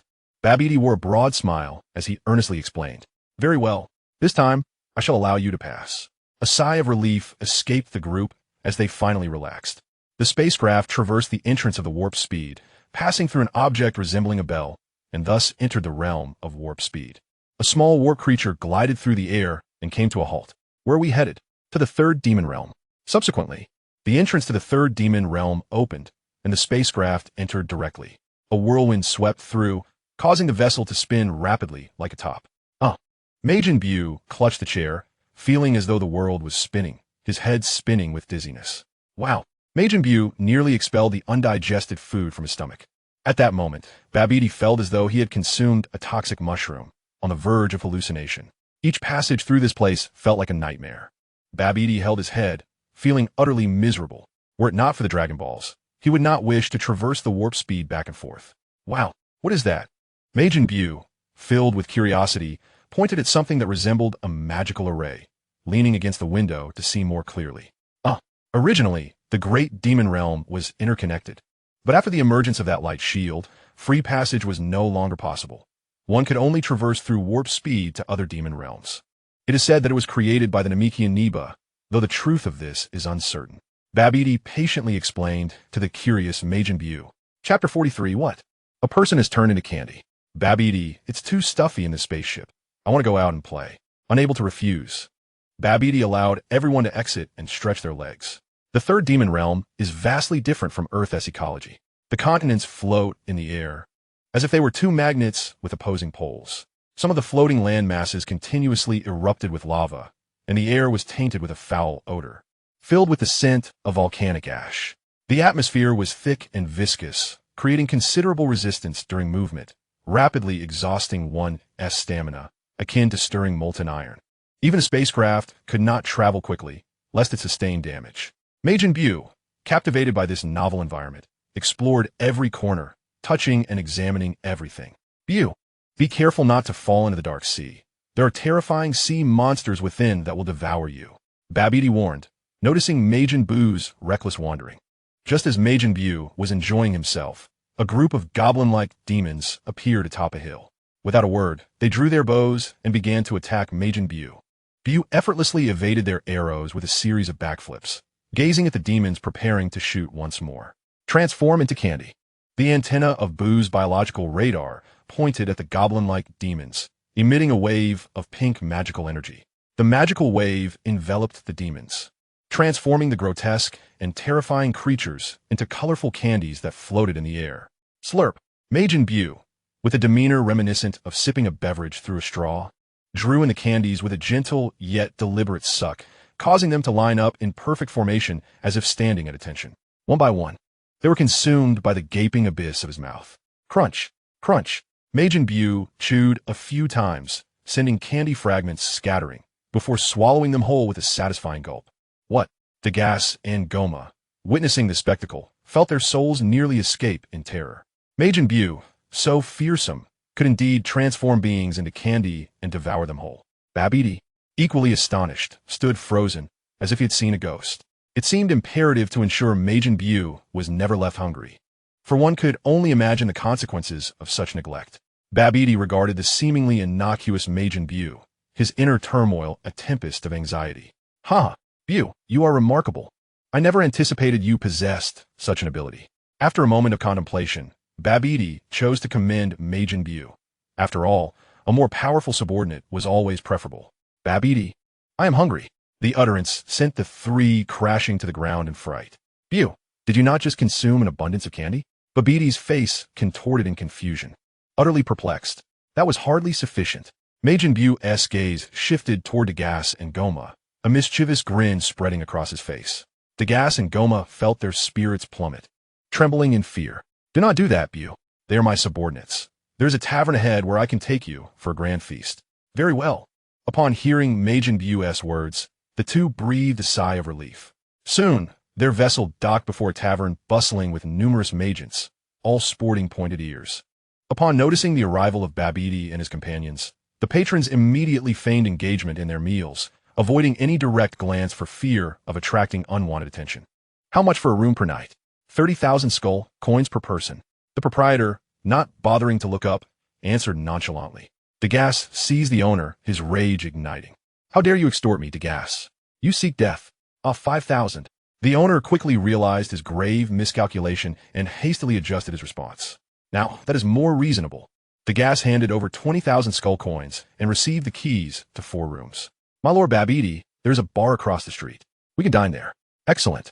As Babidi and his entourage approached the bar's entrance, they were met with a cacophony of clinking glasses and lively conversation, a vibrant atmosphere indeed. With a creak, the wooden door swung open as the gas entered, causing the patrons to turn pale and fall silent upon sighting Babidi and Goma.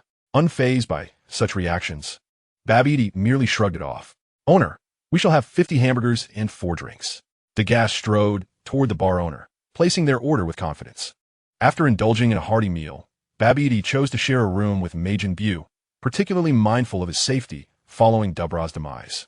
He contemplated exerting control over Daikis and Goma, but was perplexed to discover that neither harbored any malevolent intentions.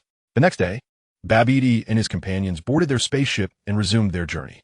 I am famished, exclaimed Majin Buu, his stomach grumbling after merely a short flight of a few minutes. What? Did you not just consume 20 hamburgers? Daikis responded, his jaw nearly dropping to the floor, feeling utterly powerless at the controls of the ship. I don't care. I want it now, Majin Buu declared, throwing himself on the ground and throwing a tantrum. All right. I will get it for you immediately. Daikis, spotting a small shop ahead on the navigation screen, decided to land there for a quick meal. Following the navigational guidance, they soon arrived at a quaint establishment resembling a teapot from which fragrant steam wafted, enticing them with the aroma of delectable dishes. Madam, please serve 50 portions of your signature dish, Daikis exclaimed as he landed the spaceship and hurried into the shop to place the order, having noticed Majin Buu gazing at him, drooling in anticipation. Certainly, the proprietor, a woman with azure skin and shoulder-length hair reminiscent of a Super Saiyan, donned a loose red dress that clung to her form like a second skin, complemented by a white apron and black sleeves, resembling a cafeteria worker at school. Here it is, the house specialty, grilled lizard skewers, and a refreshing herbal honey drink. Majin Buu's eyes widened at the sight of the crimson and yellow grilled lizard, its aroma tantalizing his senses, causing drool to cascade onto the skewers. In mere moments, the hefty grilled lizard, weighing nearly 10 pounds, vanished into the cavernous maw of Majin Buu, akin to a black hole. Such an appetite! The proprietor nearly collapsed in disbelief, yet realized that this would yield greater profits for her. However, as Majin Buu took a sip of the herbal honey drink, he promptly spat it out. It's horrid. So bitter, he lamented, extending his long tongue in distress, as if he had consumed something repulsive. This is our signature herbal honey drink, packed with nutrients and immensely beneficial for your health. Although it may taste bitter at first, the flavor deepens with each sip, the proprietor explained, observing Majin Buu's reaction with concern. Chapter 44, Astonishment. The third eye of the demon is surprisingly affordable. After a lavish meal, Majin Buu gazed curiously at the various peculiar items displayed in the small shop. What are these? He inquired, pointing at a collection of translucent, vividly colored insects. These are medicinal worms. Each type serves a different purpose, the proprietor replied, indicating a red worm. This one is a resurrection worm. Consuming it can restore your vitality. There are also healing insects for burns, which can smooth the skin, as the shop owner introduced. She continued her presentation until she spotted a completely green medicinal insect. This is the tight bug. If one were to split it in half and consume both halves, they could merge for a time, gaining enhanced strength. The shop owner began her introduction as if she were at a market, casually naming her wares. Unbeknownst to her, the figure sitting behind her, Babidi, had already turned pale, having overheard something astonishing. A mere insect could rival his own powers as a grand sorcerer, even achieving feats beyond his capabilities. Was this truly an ordinary shop, rather than a treasure trove? Babidi lunged forward, disregarding his grand sorcerer image, and seized the resurrection insect. Madam, I want them all. Really? After decades of being unsold, someone finally wants them. With a roar, Majin Buu approached the nearby array of jars, casually grabbing one. Dust coated his hands, yet he paid it no mind. There must be something amusing inside. Majin Buu gently blew into the jar, causing its contents to startle him. Inside, 2 eyeballs turned to face him, locking their gaze onto him. Majin Buu shouted, frightened, and hurled the jar away, which landed in Babidi's arms. Buu, what is wrong?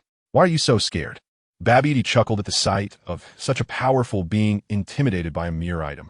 However, upon seeing what was inside the jar, he felt as if struck by lightning. Trembling as he clutched it, His eyes widened, and his jaw nearly dropped to the ground. Was this old shop owner? Babidi stammered, excitement making him quiver. You mean that? That is the third eye of the demon. When placed on the forehead, it grants tremendous power. I believe it is feasible, though 3 have entered. I am uncertain, and the price is quite steep. One was sold a long time ago. The legendary third eye of the demon was indeed a product. Guma stated bluntly, questioning his actions. The gas pinched his arm sharply, and only when pain shot through him did he realize he had not misheard. Yes, it is the genuine third eye of the demon. I never imagined that something I had longed for would be so easily within reach. Once affixed to the forehead, it would bestow power surpassing that of Depura. How terrifying. How much? I want them all. 50,000 skeleton coins each. What did you say? Only 50,000 skeleton coins. The legendary and unparalleled magical artifact could be obtained for such a meager sum. Was this truly real? Was he not dreaming? Babidi observed Gama and Degas, who shared his disbelief. Confirming the reality of his discovery, he produced a hefty handful of coins, unsure if he had given 1,000,000 skeleton coins or several million. He affixed a third eye of magic directly to his forehead and closed his eyes. Under the influence of the third eye's magical powers, Babidi rapidly expanded in size. What is this sensation? An inexhaustible surge of strength flows from within me. Is this the legendary ultimate power? How formidable! It feels as though a single punch could obliterate the entire universe. In this relentless stream of magical energy, terrifying, truly terrifying, I sense that I can wield any magic, even that which is spoken of in legends, without issue. I extol, I marvel, I sing the praises of this wondrous world. Oh, this realm of magic, no. The entire universe should be under the dominion of me, Babidi. I am the sovereign of the cosmos. Babidi was wholly absorbed in his own world. Guest, you have given over 2 million more than required. The proprietress, observing Babidi's eccentric demeanor, reminded him out of professional duty. Keep the excess as a gratuity. Roaring with delight, Babidi placed another third eye of magic into his magical space and, accompanied by the crowd, set forth toward the bald deity. On an expansive flatland, a rocky platform measuring approximately 15 square meters stood, upon which the bald deity number 3 remained motionless. He grasped the colossal hammer, entirely silver, exuding a formidable aura that deterred direct gazes. The bald deity number 3 was a mechanical warrior radiating strength, clad in heavy silver armor. His torso was black from the navel to the knees and at the joints of his arms. His body was defined and robust, resembling that of a robot, with eyes that mirrored mechanical precision. Embedded within his chest was a Dragon Ball, the 3-star ball. As Babidi and his entourage approached, the bald deity number 3 finally stirred. He spun the massive hammer above his head several times before resting it on his shoulder. Shall I retrieve the Dragon Ball? His authoritative voice resounded. Certainly, Bu go. Witnessing the emergence of Majin Bu, the bald deity number 3 swung his hammer with the force of thunder towards Bu's head. A terrifying howl akin to an 18-level typhoon swept across, with a ferocious power capable of tearing asunder all in its path. Seeing such a fearsome strike, Majin Bu retracted his head into his body like a turtle, narrowly evading disaster. Realizing his first strike had missed, the bald deity No. 3 raised the hammer overhead and leaned back, aiming a crushing blow at Bu's head. Majin Bu rolled to evade, causing the massive hammer to crash into the ground, leaving a significant indentation. Bang, bang, bang, bang, bang. The bald deity number 3 relentlessly hammered down upon Majin Bu, but he skillfully dodged each blow. Bu's body compressed like a spring, then propelled upward like a rocket, delivering a powerful sweeping punch aimed directly at the bald deity number 3's face. The deity leaned back just in time to avoid the strike. Immediately, he swung the hammer back to attack Bu. Majin Bu leapt to evade the blow, but the bald deity executed a spinning strike with the hammer. Bu was struck with tremendous force, his head dented inward, and he collapsed to the ground, while the hammer returned to the grasp of the bald deity number 3. Bu. As the formidable Majin Bu faced defeat, Babidi anxiously shouted. Majin Bu rose, rubbed his head, and twisted his neck. With a resounding pop, the dent in his form completely restored itself, leaving him utterly unharmed. How is this possible? The supreme Kai of the universe 3 was momentarily taken aback, gripping his hammer with renewed determination. Chapter 45. The Dragon Balls Within Reach. Bu, Bu, splendid, Babidi exclaimed, exuberantly performing a cheer dance. The previous blow had been somewhat painful. Majin Bu, feeling irate, emitted a white mist from his body, reminiscent of a steam locomotive.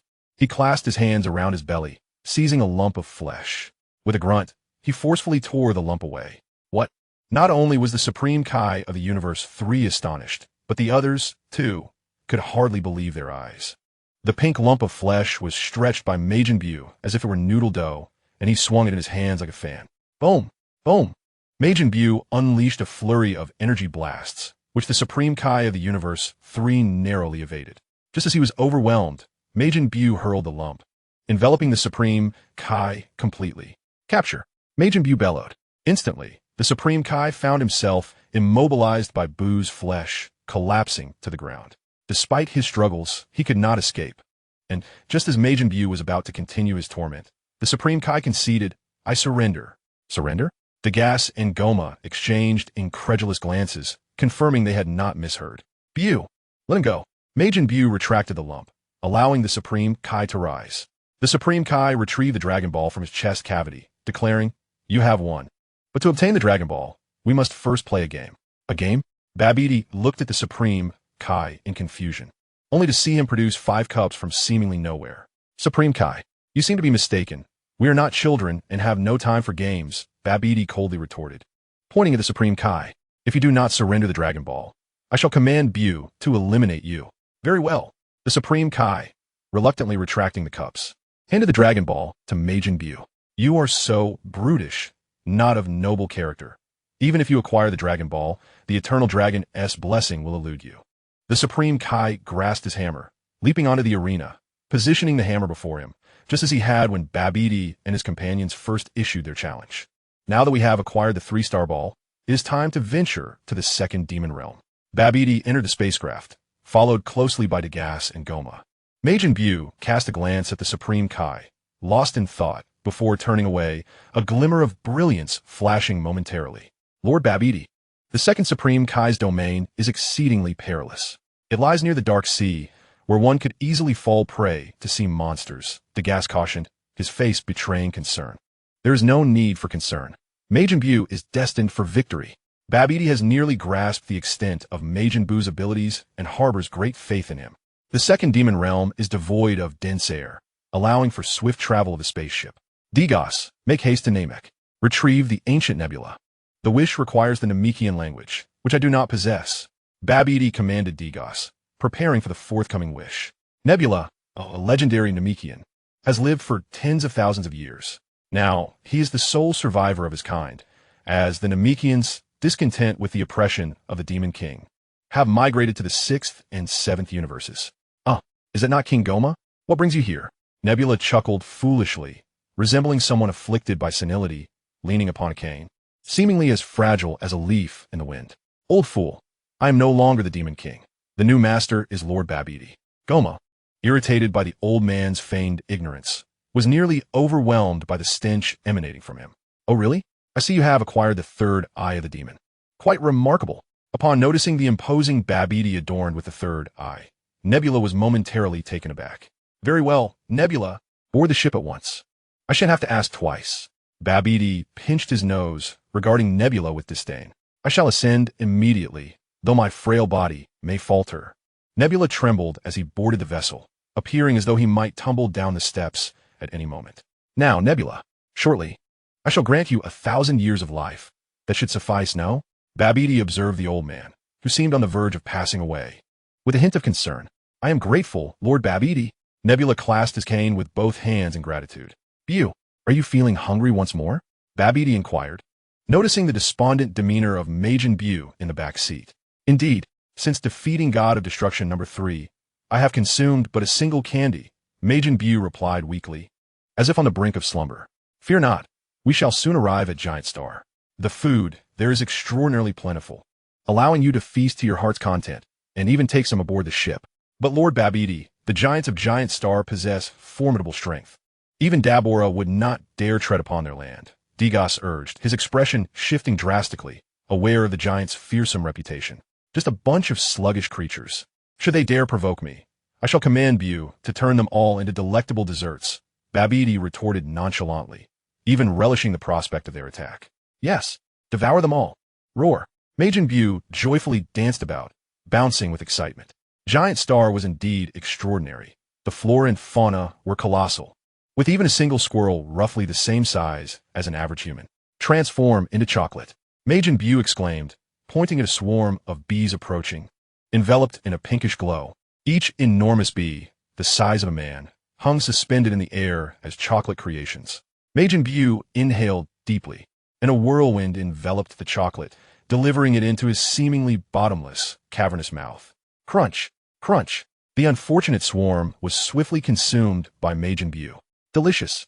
Exquisite! Having savored the sweetness, Majin Buu commenced transforming every creature he encountered into an array of confections, candies, chocolates, cakes. Bang! Bang!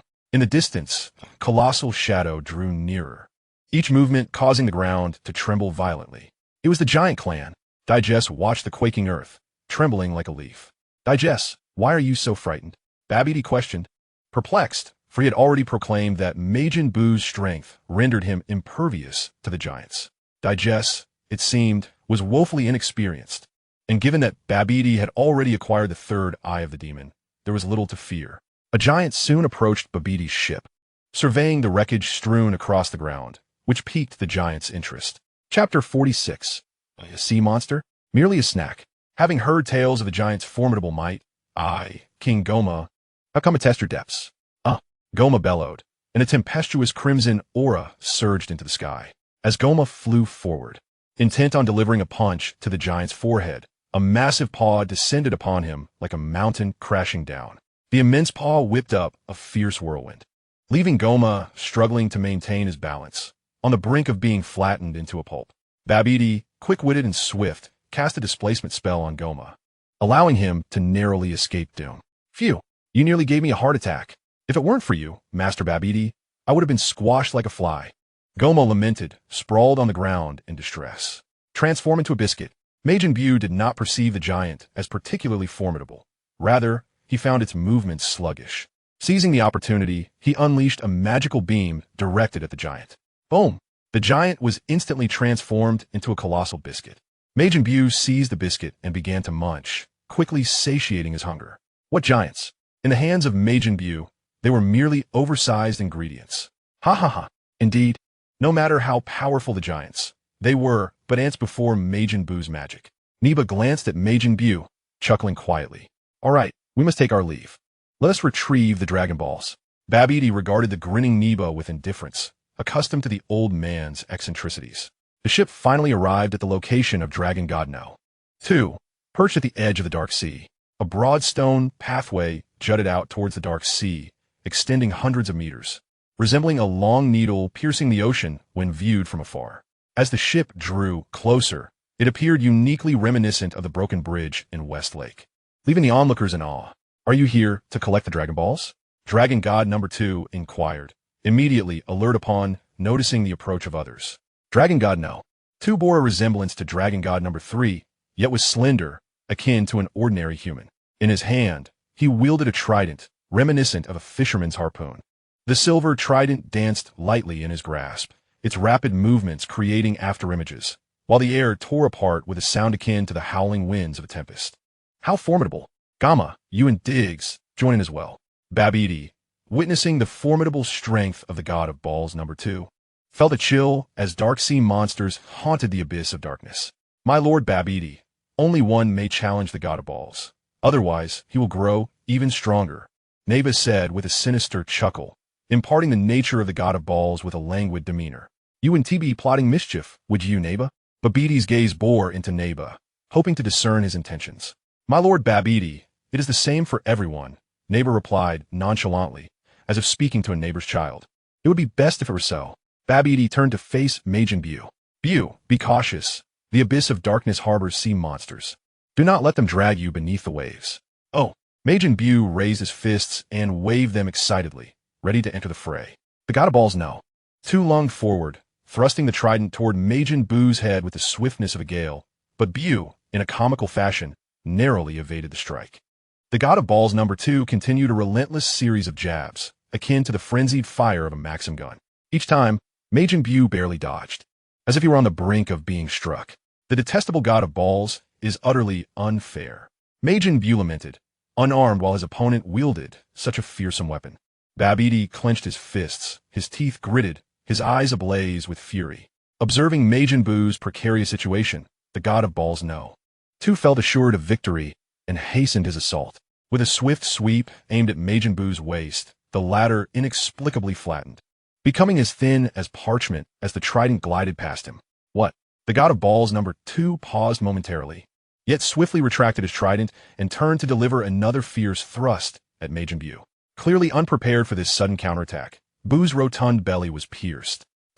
You have lost. The god of balls number 2 glanced at Majin Buu, retrieved his trident, and leaped back onto the challenge stage. Buu. Babidi was incredulous at the sight. The invincible Majin Buu had been felled by the god of balls. Majin Buu, momentarily stunned, finally noticed the gaping hole in his abdomen.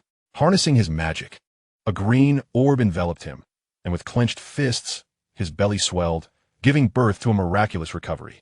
What? How is this possible? This act astonished not only others but also made Babidi question his own vision. Yet, witnessing Majin Buu emerge unscathed, Babidi realized he had not erred. Truly, Majin Buu was remarkable. Go Buu go. I cannot believe you possess such an ability. Let us continue the battle. The god balls too leapt down from the stage, scrutinizing Majin Buu with a furrowed brow. That last blow was rather painful. Majin Buu began to gather energy, steam billowing from the holes in his shoulders and head, forming a white cloud in the air. Majin Buu soared into the air, his speed far surpassing that displayed in their earlier confrontation.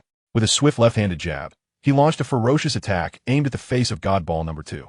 However, God Ball number 2 seemed to be well prepared, as his trident spun rapidly in front of him, resembling a multitude of blades slicing through the air. In an instant, Majin Buu was struck repeatedly by the trident, collapsing to the ground.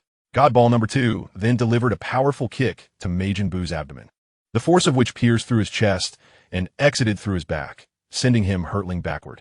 Boom! Majin Buu was launched away by the kick, crashing heavily into the earth and sending dust soaring into the sky.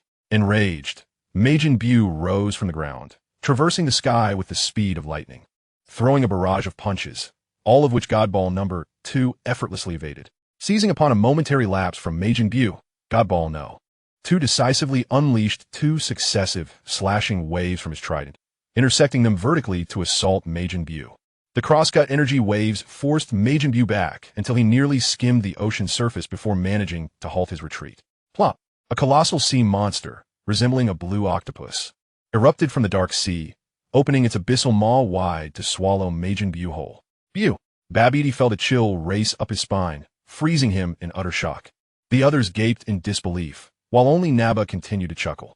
Just as the sea monster was about to plunge back into the depths, it abruptly transformed into a black statue, floating motionless upon the water's surface.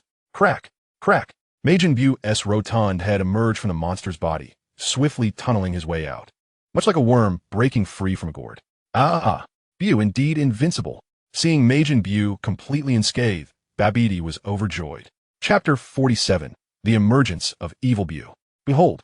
Majin Buu casually waved his hand, astonishingly producing a crosscut identical to that of God Ball number 2.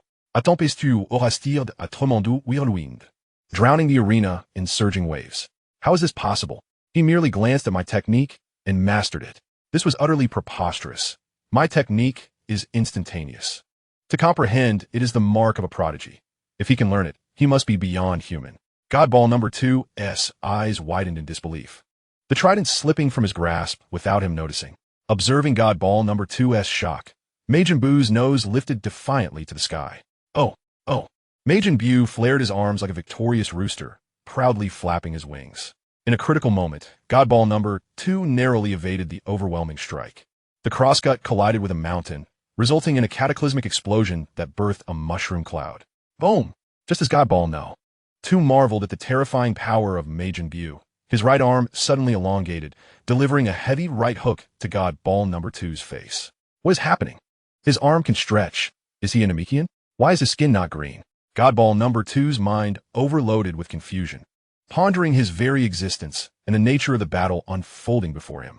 However, the God of Balls number 2 spotted the figure of Majin Buu from afar. He knew he must protect the Dragon Balls. Yet, Majin Buu did not grant him the opportunity to strike, launching a piece of flesh directly at him.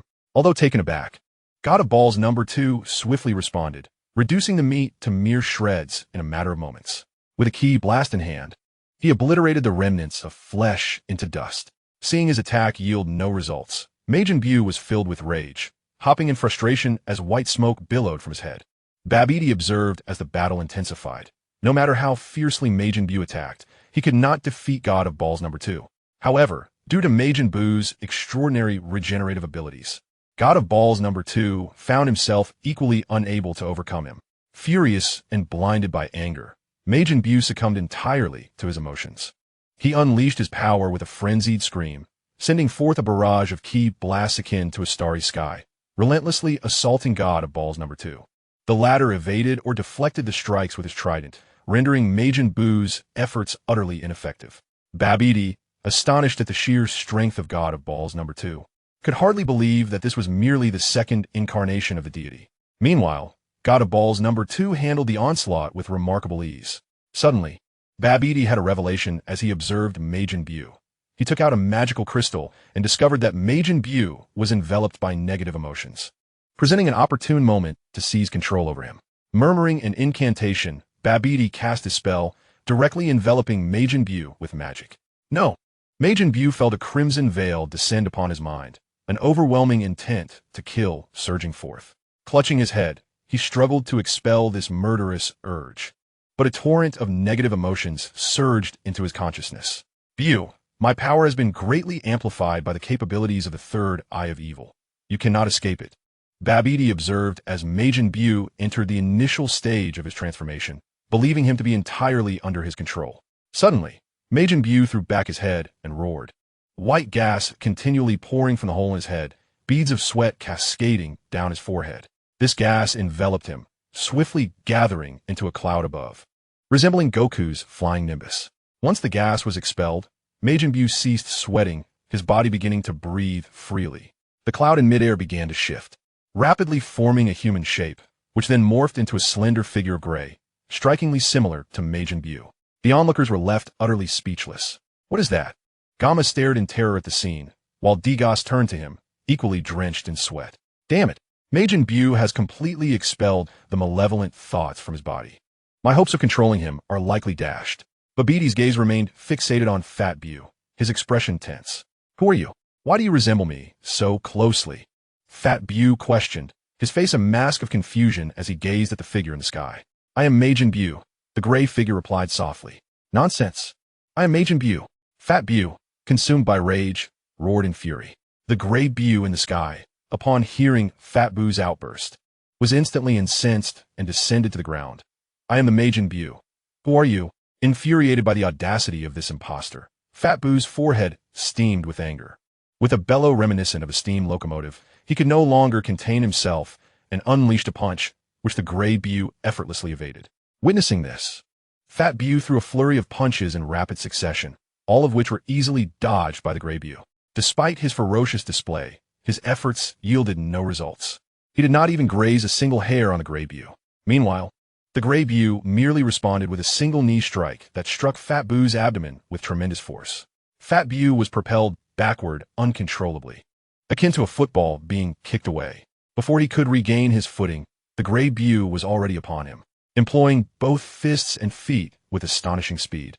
He unleashed a barrage of attacks that left Fat Buu reeling from thousands of blows. Fat Buu's body was marred with numerous dents and contusions on his face, abdomen, arms, and legs. Realizing he was outmatched in close combat, he tore a piece of flesh from his own body and hurled it at the gray Buu. Bind! Fat Buu bellowed, and the meat strip ensnared the gray Buu. However, with merely a slight exertion, the gray Buu shattered the meat strip into pieces. Breathing deeply, the gray Buu inhaled the remnants, chewing them as if they were mere gum, and swallowed them whole, feeling a surge of power coursing through him. Witnessing this transformation, Fat Buu felt as though he had been struck by lightning, momentarily stunned. Yet, he quickly regained his composure and resolved to stake everything on one last effort. Gathering a pink magical energy in his antenna, he launched a spiraling attack toward the gray Buu. Transform into chocolate. Fat Buu cried out. However, this move proved utterly ineffective against the gray Buu, who merely blew gently, sending the magical attack back toward its origin. Fat Buu, in disbelief, watched as his own magic struck him, reducing him to a mere piece of chocolate. The gray Bew swiftly approached, picked up the chocolate, and consumed it. At the moment of ingestion, a vast plume of pink smoke erupted from the gray Bew's forehead, enveloping his entire form, accompanied by crackling lightning. As the smoke dissipated, a robust, entirely pink, new Majin Bew emerged before the onlookers. The mere aura radiating from this new incarnation of Majin Bew sent debris flying and shook the very ground beneath. Chapter 48. The Might of Majin Bew. Bew? Babidi called out tentatively, taken aback by the dramatic transformation of Majin Bew. Master Babidi. Majin Bew replied calmly. Upon hearing this, Babidi was filled with uncontainable joy. He had not anticipated such a profound change in Majin Bew, now under his control. Bew, the god of balls is over there. Go defeat him immediately, Babidi commanded, pointing towards the nearby god of balls number 2 without hesitation. As you command, Master Babidi. Majin Bew swayed his neck, producing a series of crackling sounds. He gradually approached god of ball number 2, halting a few meters away. Shaking his head, he spoke in a deep voice. God of ball, you were fortunate to win just now, as I did not exert my full strength. The time for luck has passed. I shall now savor the fruits of victory. God of Ball wielded his trident with a decisive motion, the end of it striking with a sharp clang. Coldly regarding Majin Bew, he inquired, "Is that so? I sensed hesitation and benevolence in your power earlier, yet now you exude a terrifying aura of malevolence. Are you here to seize the Dragon Balls? What do you intend to do with them? To fulfill your wicked desires?" The trident pointed unwaveringly at Majin Bew as God of Ball questioned him sternly. "Huh? The Dragon Balls? They are merely an added reward for my victory. I am here to defeat you. As for the reason, it may simply be for amusement, or perhaps something else that I shall disclose once I have decided," Majin Bew replied, arms crossed, unfazed by God of Ball's thoughts. The sunlight was warm, and Majin Bew felt a wave of drowsiness. He stretched languidly to awaken himself. "Since this is about the Dragon Balls, I, God of Ball number 2, shall resolutely defend their honor." Taking a deep breath, he bent his legs slightly and propelled himself upward, charging at Majin Bew with the trident in hand. Swish, swish, swish. A flurry of sounds pierced the air as God of Ball number 2 unleashed a ferocious barrage upon Majin Bew, his speed and intensity escalating with each strike. The once rotund Majin Bew had transformed, his power significantly enhanced. He met God of Ball number 2's onslaught with unwavering resolve, both evenly matched in their exchange of blows. Seeing that he could not overpower Majin Bew, a glimmer of cunning sparked in God of Ball number 2's eyes. He deliberately exposed a flaw, and Majin Bew seized the opportunity, delivering a powerful punch to God of Ball number 2's abdomen. God of Ball number 2 grunted, enduring the searing pain. Seizing the moment while Majin Bew attacked, he tightly gripped his trident and swung it fiercely, cleaving Majin Bew in half. What? Babidi watched in shock, his eyes nearly bulging out. Majin Bew, gazing at his severed body, paused momentarily before a smirk appeared on his lips. The two halves of his body began to move independently. The upper half unleashed energy blasts while the lower half launched furious kicks at God of Ball number 2. God of Ball number 2 was already exhausted from blocking Majin Buu's energy orbs and struggled to fend off the onslaught of kicks. Finally, a gap in his defense emerged, and Majin Buu delivered a powerful kick to his abdomen, sending him hurtling backward and crashing through dozens of trees before he finally came to a halt. As God of Ball number 2 attempted to rise, Majin Buu was upon him in an instant, delivering a kick that sent him soaring into the air as if he were a soccer ball. Before he could regain his bearings, Majin Buu executed a double-handed slam, plunging into the earth like a cannonball. Boom! The ground shattered like a spider's web, sending dust billowing into the air. After a considerable time, the second dragon god emerged from the depths, battered and breathless. Master, number 2 can no longer fight. He gasped, his expression filled with remorse as he looked at Naiba. It's all right. Just hand over the Dragon Balls. Naiba's demeanor remained unchanged, still grinning broadly. Yes, master. The second dragon god removed the Dragon Ball from his chest and presented it to Majin Buu. Naiba, you do possess a certain perceptiveness. Babidi laughed heartily as he observed Naiba. Huh. Naiba stared blankly at Babidi, somewhat perplexed, as if he hadn't quite grasped what was being said. Enough of your foolishness. You old fool. Babidi waved his hand, exuding exasperation. Majin Buu had grown significantly stronger than before. Their gaze contemplated the transformed Majin Buu, who now held the Dragon Ball. Deep in thought, Babidi took the Dragon Ball from Buu's hands, examining it back and forth, and could not help but exclaim, I have always known of the Dragon Balls. having only gazed upon them from afar in the past. Now to hold one in my hands feels utterly enchanting. Babidi boarded the spaceship, followed by the others. Digace piloted the craft with Babidi and Majin Buu seated in the rear row and Goma behind Babidi. Naiba, however, occupied the last seat, for his odor was unbearable to everyone. Naiba, could you at least take a bath? Babidi complained. Even from this distance, I can smell your stench. It is truly unbearable. Also, you must be the reason why Buu's battles are so arduous. In desperation, Naiba remained unmoved, showing no signs of response. Damn it! Babidi gritted his teeth, feeling utterly helpless. Although he was a great sorcerer with the third eye of magic, Naiba was the only Namekian in the demon realm, making him unselectable. Goma shook his head while glancing at Naiba. The spaceship, powered by magical crystals, soared swiftly, and soon they arrived at the first demon realm. Digace navigated towards the palace of the demon kings of ages past. The first dragon god stood sentinel at the entrance of the first demon realm's palace, guarding the Dragon Balls, as immovable as the palace guards themselves. Though the Dragon Balls were within reach, Goma and Depura dared not covet them, knowing it would result in dire consequences. Returning to this place felt entirely different. Goma observed Majin Buu, then turned to the first dragon god, shaking his head. Babidi, however, was filled with exhilaration. The Dragon Balls, once a distant dream, were soon to be within his grasp, igniting his excitement. The entrance to the palace was vast, surrounded by walls with only one passageway for entry, devoid of the dangers present at the second Dragon God's location, making it a perfect arena for combat. The placement of the first Dragon God here was purely Naiba's malicious whim. He wished to demonstrate to the Demon King that even with the Dragon Balls before him, they remained unattainable, while simultaneously using the power of the Dragon God to remind the Demon King that strength alone does not grant one the right to act with impunity. Buu, that figure atop the platform, is the Dragon God. Babidi pointed towards the figure before him, a long knife standing motionless like a statue. Chapter 49. Nibar is up to something. My friend, the Dragon Ball you possess is the last one. So, you understand, right? Nibar winked at Ball God number 1, his peculiar smile reminiscent of a strange old man. Upon seeing this, Ball God number 1 offered a salute, his previously indifferent expression now serious, and his grip on the large knife tightened. What do you mean, Nibar? Don't cause trouble. Babidi, observing the serious demeanor of Ball God number 1, felt a twinge of panic. Hee, don't take it too seriously. Isn't Majin Buu quite strong? Or perhaps you lack confidence. Or maybe Majin Buu is just like this. Nibar's wind-blown teeth added a unique tone to his words, laden with mockery. You wretched fellow. Babidi gritted his teeth, glaring fiercely at Nibar. As the two engaged in a heated argument, the onlookers were left speechless. Mayimbu, come fort. Immediately seize that Dragon Ball. Let this old man witness the true essence of power. Some things have their limits, while others do not.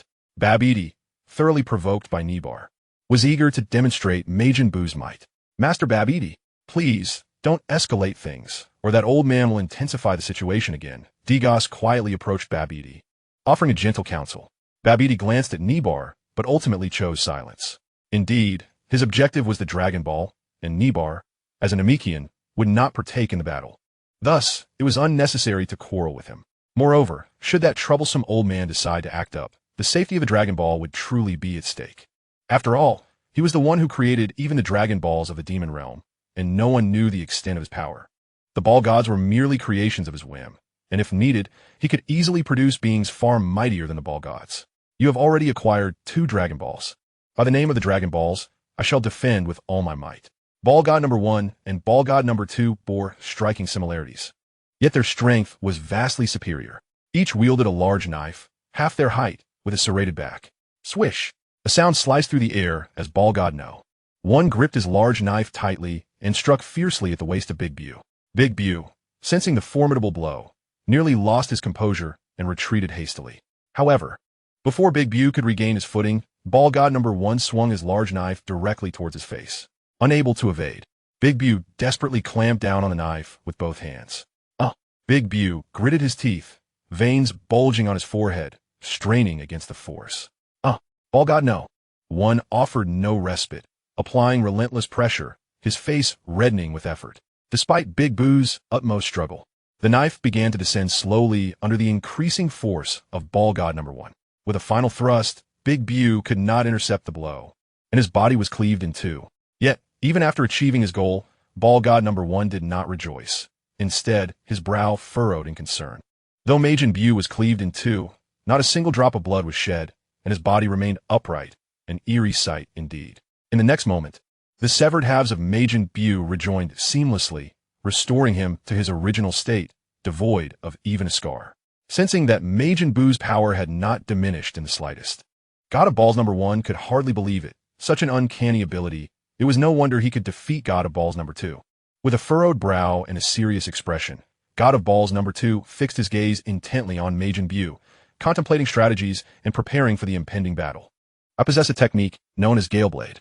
Without a glimpse of the blade, only the swift wind remains in pursuit. With a sudden stomp on the ground, God of Balls number 1 launched himself forward, his figure resembling a silver flash of lightning. Behold my attack, Gale Blade. Swish, swish, swish. In the blink of an eye, God of Balls number 1 unleashed thousands of strikes within a mere second, the air filled with the sound of slicing blades and the tearing of flesh. In an instant, Majin Buu was reduced to countless fragments. Surely, he could not revive from this. As soon as the thought crossed God of Balls number 1's mind, the pieces of Majin Buu's body began to gather together, forming a mass of flesh. In a heartbeat, he was resurrected, standing unharmed once more. Ha, ha, ha, ha. You seem quite astonished by my revival. This is merely one of my most ordinary abilities, Majin Buu declared, arms crossed over his chest, completely regaining his composure, even beginning to jest at God of Balls number 1. This is preposterous. Even the Namekians possess a so-called core, yet you have none. This is beyond my expectations. God of Balls number 1 felt a sense of despair, for the situation had become exceedingly clear. His power was insufficient to completely annihilate Majin Buu in one fell swoop. Without that capability, Majin Buu would revive endlessly. Meanwhile, the strength of God of Balls number 1 was not infinite, placing him in an increasingly disadvantageous position, ultimately leading to his defeat at the hands of Majin Buu. In a state of confusion, God of Balls number 1 glanced at Naiba, hoping for guidance. Naiba merely signaled with an okay gesture, rotating his right hand. God of Balls number 1 suddenly felt a surge of warmth coursing through his body, as an overwhelming power erupted from deep within, like a geyser. He could not help but cry out, his entire being radiating a brilliant white light. Akin to Tien Shinhan unleashing his solar flare, the blinding brilliance causing those present to shield their eyes. Boom! In the moment of distraction, God of Balls No. 1 unexpectedly delivered a powerful knee strike to Majin Buu's abdomen. How is this possible? Majin Buu spat out a mouthful of acidic fluid, clutching his stomach in agony, collapsing to the ground. With a swift motion, God of Balls number 1 drew his blade across Majin Buu's neck, severing his massive head instantly.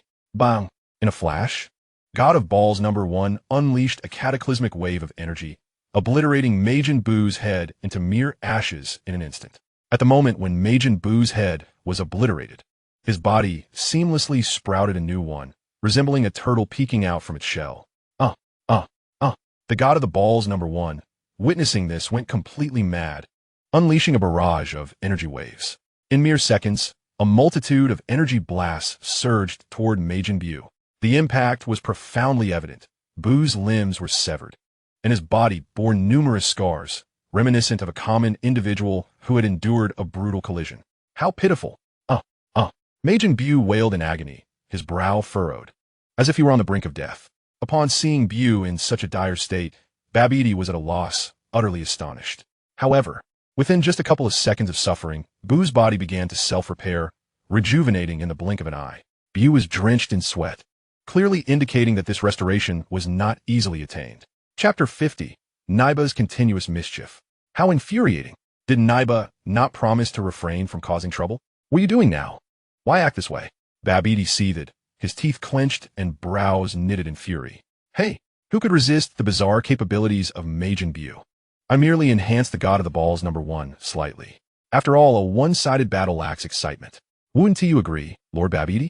Naiba replied nonchalantly, his eyes half closed as if he were in a dream. How infuriating! Faced with Naiba's indifference, Babidi felt utterly helpless, realizing that Naiba was beyond selection. It seemed the only option was to awaken Majin Buu's latent potential. Perhaps this would enable him to engage in combat. Babidi chanted an incantation of unknown origin, enveloping Majin Buu in a magical aura. The instant the spell took effect, Bu was overwhelmed by excruciating pain in his head, clutching it in torment. Then, suspended in midair, he emanated purple lightning, a malevolent aura erupting from him, a frenzy of murderous intent spilling forth, stirring up a storm of dust and debris. The scene left everyone astounded, their eyes wide in disbelief. "Lord Babidi, what have you done? Why has Majin Bu transformed like this?" Degas exclaimed, terror-stricken and fearing that Babidi might direct his wrath at him next. "Degas, do not fret. I merely unlocked a fraction of Majin Bu's potential. His current strength is insufficient to contend with the god of the balls #1 and requires enhancement." With that, Babidi turned to glare at Naiba, a menacing expression on his face. "You old fool, if you wish to retain my 1,000-year lifespan, cease your antics. Otherwise, I shall never summon you from Namek again, and you may await your lonely demise." At last, Babidi uttered what he deemed his most ruthless words, finally relieving the pent-up tension within him. Hey, Naiba chuckled sheepishly, leaning on his cane as he settled upon a nearby rock, his eyes narrowed in amusement. Upon witnessing Naiba's actions, Babidi's lips curled into a grin, and he erupted into hearty laughter, exclaiming, "Naiba, you truly possess discernment." Meanwhile, Majin Bu raised his hands high, letting out a booming shout that captured the attention of all present.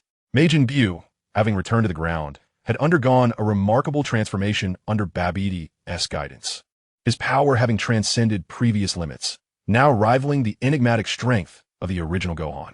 Bu felt an overwhelming surge of power coursing through his body, igniting a fierce battle spirit within him. Unable to contain himself, he unleashed a powerful kick, conjuring a tempestuous whirlwind that erupted at that very moment. The whirlwind, akin to a devastating sandstorm, left no trace of life in its wake. Babidi, witnessing the sheer might of Bu's kick, was elated, his heart swelling with joy. With such formidable prowess, the outcome seemed inevitable. The god of balls was destined to fall. Degas, observing Bu's casual yet cataclysmic strike that stirred the very heavens, couldn't he help but sigh in awe. Majin Bu was indeed terrifying. Such effortless power could fell even the likes of Beerus in an instant, truly astounding. Goma stared intently, hoping to decipher Bu's movements. Babidi had intended to display his prowess before Naiba to evoke envy, but to his surprise, Naiba had dozed off, propped up by his cane. This old fool can sleep through anything," Babidi mused, dismissing him from his mind. "You inflicted considerable pain upon me earlier, god of balls. It is time for retribution." Bu twisted his neck, producing a series of crackling sounds. "Oh, feeling quite confident, are you?" The god of balls brandished his great sword, his visage fierce as a deity of death. This was the final Dragon Ball. As its guardian, he was resolute in its defense. Should he face a virtuous opponent, he might relinquish it willingly, but these individuals were clearly malevolent, compelling him to fight with all his might. The god of balls engaged in a fierce battle with Majin Bu, both powers equally matched. After sustaining a blow, Bu retaliated with a punch, trading blows back and forth. However, it soon became evident that the god of balls was running low on strength, as Bu's regenerative abilities were nothing short of extraordinary. With a resounding thud, Bu landed a punch squarely on the god of balls' face, sending him hurtling like a silver bolt into the surrounding walls. The walls crumbled under the impact, stones cascading down to entrap the god of balls. Struggling to free himself from the debris, the god of balls managed to rise unsteadily, declaring, "In the name of the Dragon Balls, I can still fight." Yet with a sudden thud, he collapsed to the ground, attempting to prop himself up with his arms, only for his weakened limbs to betray him, causing his face to crash against the earth. It seems I can fight no longer," he lamented, gazing at Naiba, whose eyes had narrowed, tears of remorse streaming down his cheeks. It appeared that the battle had drawn to a close. Naiba, finally opening his eyes wide, approached the fallen god of balls. As he reached his side, Naiba extended his right hand, chanting an incantation directed at the god of balls. A radiant green light enveloped the form of the dragon god #1, who felt a warm and soothing sensation coursing through his body, akin to basking in the sun amidst a sea of blooming flowers. With a contented stretch, Dragon God #1 slowly rose to his feet. Babidi, witnessing the instantaneous revival of Dragon God #1, was rendered speechless in astonishment. "Fear not, you have triumphed. The Dragon Balls are yours, Master Babidi." Naiba chuckled mischievously. At this, Babidi exhaled a sigh of relief, having feared that the old curmudgeon might resort to trickery if he were to withhold the Dragon Balls. Babidi would find himself utterly powerless. After all, Naiba possessed the means to constrain the dragon god, as well as other potential avenues of control. What those might be was known only to the heavens. Naiba, with the 3 Dragon Balls now assembled, it seems you have passed your trial, have you not? Was it not stipulated that defeating the dragon god to acquire the Dragon Balls would grant you your wish? Babidi regarded Naiba with a stoic expression, all the while praying that Naiba would not concoct any mischief otherwise. His emergence as the ruler of the demon realm would be met with humiliation. Indeed, you have vanquished the dragon god and secured the Dragon Balls, yet you have not fulfilled the dragon god's trial. Naiba's voice was punctuated by a sinister chuckle. What trial? That was an arbitrary addition. It does not count. Babidi seethed, feeling utterly powerless as he engaged in a futile argument with Naiba. Chapter 51, Purunga, grant my wish.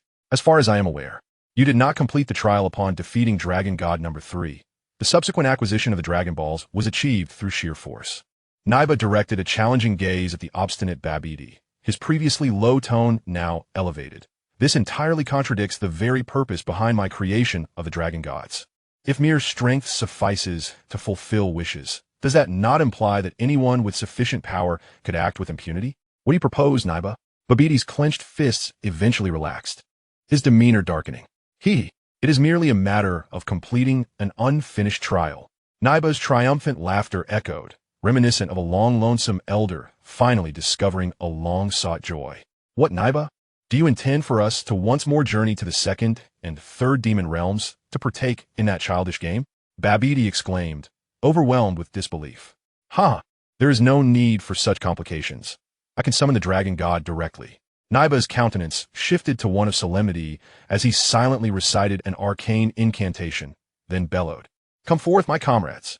In the moment following Naiba's invocation, an overwhelming and blinding light erupted before him. The onlookers instinctively shielded their eyes to avoid the searing brilliance. As the dazzling light subsided and they rubbed their eyes in disbelief, they beheld a scene that challenged their very understanding of reality. Before them stood 3 dragon gods, all gathered in one place, a feat that would ordinarily require the formidable power of a warp master, as they were previously dispersed across various demon realms.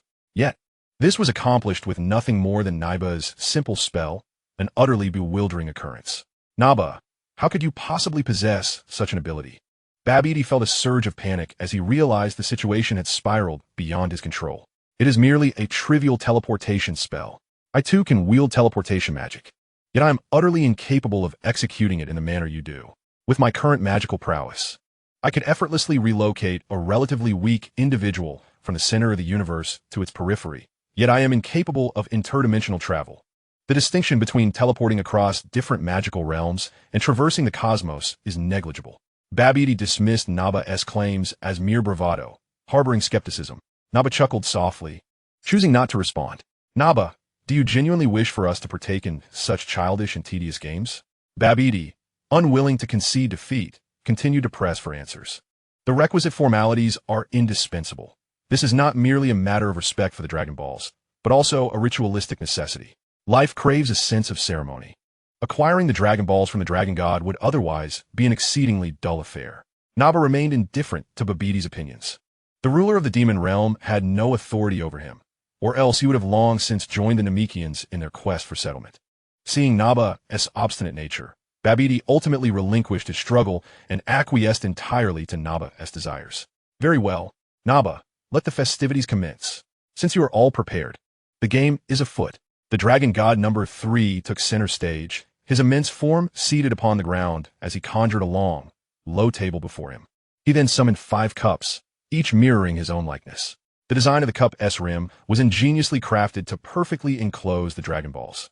Dragon God number 3 slowly placed one of the Dragon Balls beneath the cup, lifting it for all to see, thus confirming his honesty. He then returned the cup to the table and began to slide it about, rearranging the cup's original positions. Once the participants had familiarized themselves with the game's mechanics, Dragon God number 3 suddenly accelerated, his hands moving with such incredible speed that they appeared as myriad phantoms, transforming him into a veritable creature of tentacles. Witnessing this, Babidi and his companions widened their eyes, fixated on Dragon God number 3's movements, fearful of even the slightest distraction. As the actions concluded, the order of the cups was thoroughly disrupted, and Dragon God number 3, satisfied, paused to address the assembly. Where, pray tell, is the Dragon Ball? Babidi was instantly drenched in perspiration, utterly at a loss, staring blankly at Dragon God number 3 in hopes of gleaning some insight. Alas, it was in vain. Dragon God number 3's expression was devoid of emotion, his eyes hollow, lacking any semblance of body language. Confronted with the futility of his thoughts, Babidi turned to his companions. The gas, did you see clearly just now?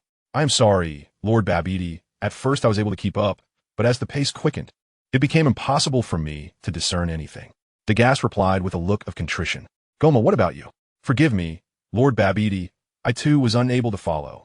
Babidi, at that moment, wished only to find a crevice to hide within, utterly mortified. The elite of the demon realm stood before him, utterly confounded by a mere child's game. How could this be? How could you all be so foolish? The Dragon Balls are indeed hidden behind that old man. Dabura confidently pointed at Nappa, declaring, that rotund figure cannot escape my gaze. Ultimately, he flung the Dragon Ball towards the old man's rear. Babidi, skeptical yet curious, hastily approached and, to his astonishment, discovered that the Dragon Ball truly floated behind Nappa. As Nappa stood in front of everyone, the ball hidden behind him was out of sight. This is utterly dishonest. The Dragon Ball is not in the cup at all. No matter which option we choose, defeat is inevitable. Babidi bellowed in fury, protesting against the actions of the god of Ball 3. Defeat is not a certainty. Did you not just win? Nappa retorted nonchalantly, patiently explaining, the location of a Dragon Ball is irrelevant. The key is to follow the movements of God of Ball 3. God of Ball 3 silently withdrew, taking his game props with him. God of Ball 2 took the stage, producing a comic book from seemingly nowhere. I have a question that requires everyone to respond within 10 seconds. He began displaying the comic to the audience. Little Chong's mother gave him 10 cookies, and Little Chong, overjoyed, planned to share them with his friends.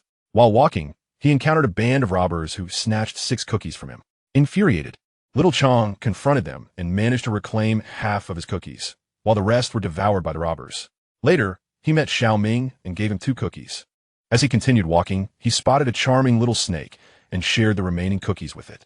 The question is, how many cookies did the snake receive? Such a trivial question could not possibly stump me. King Goma, the answer is 5.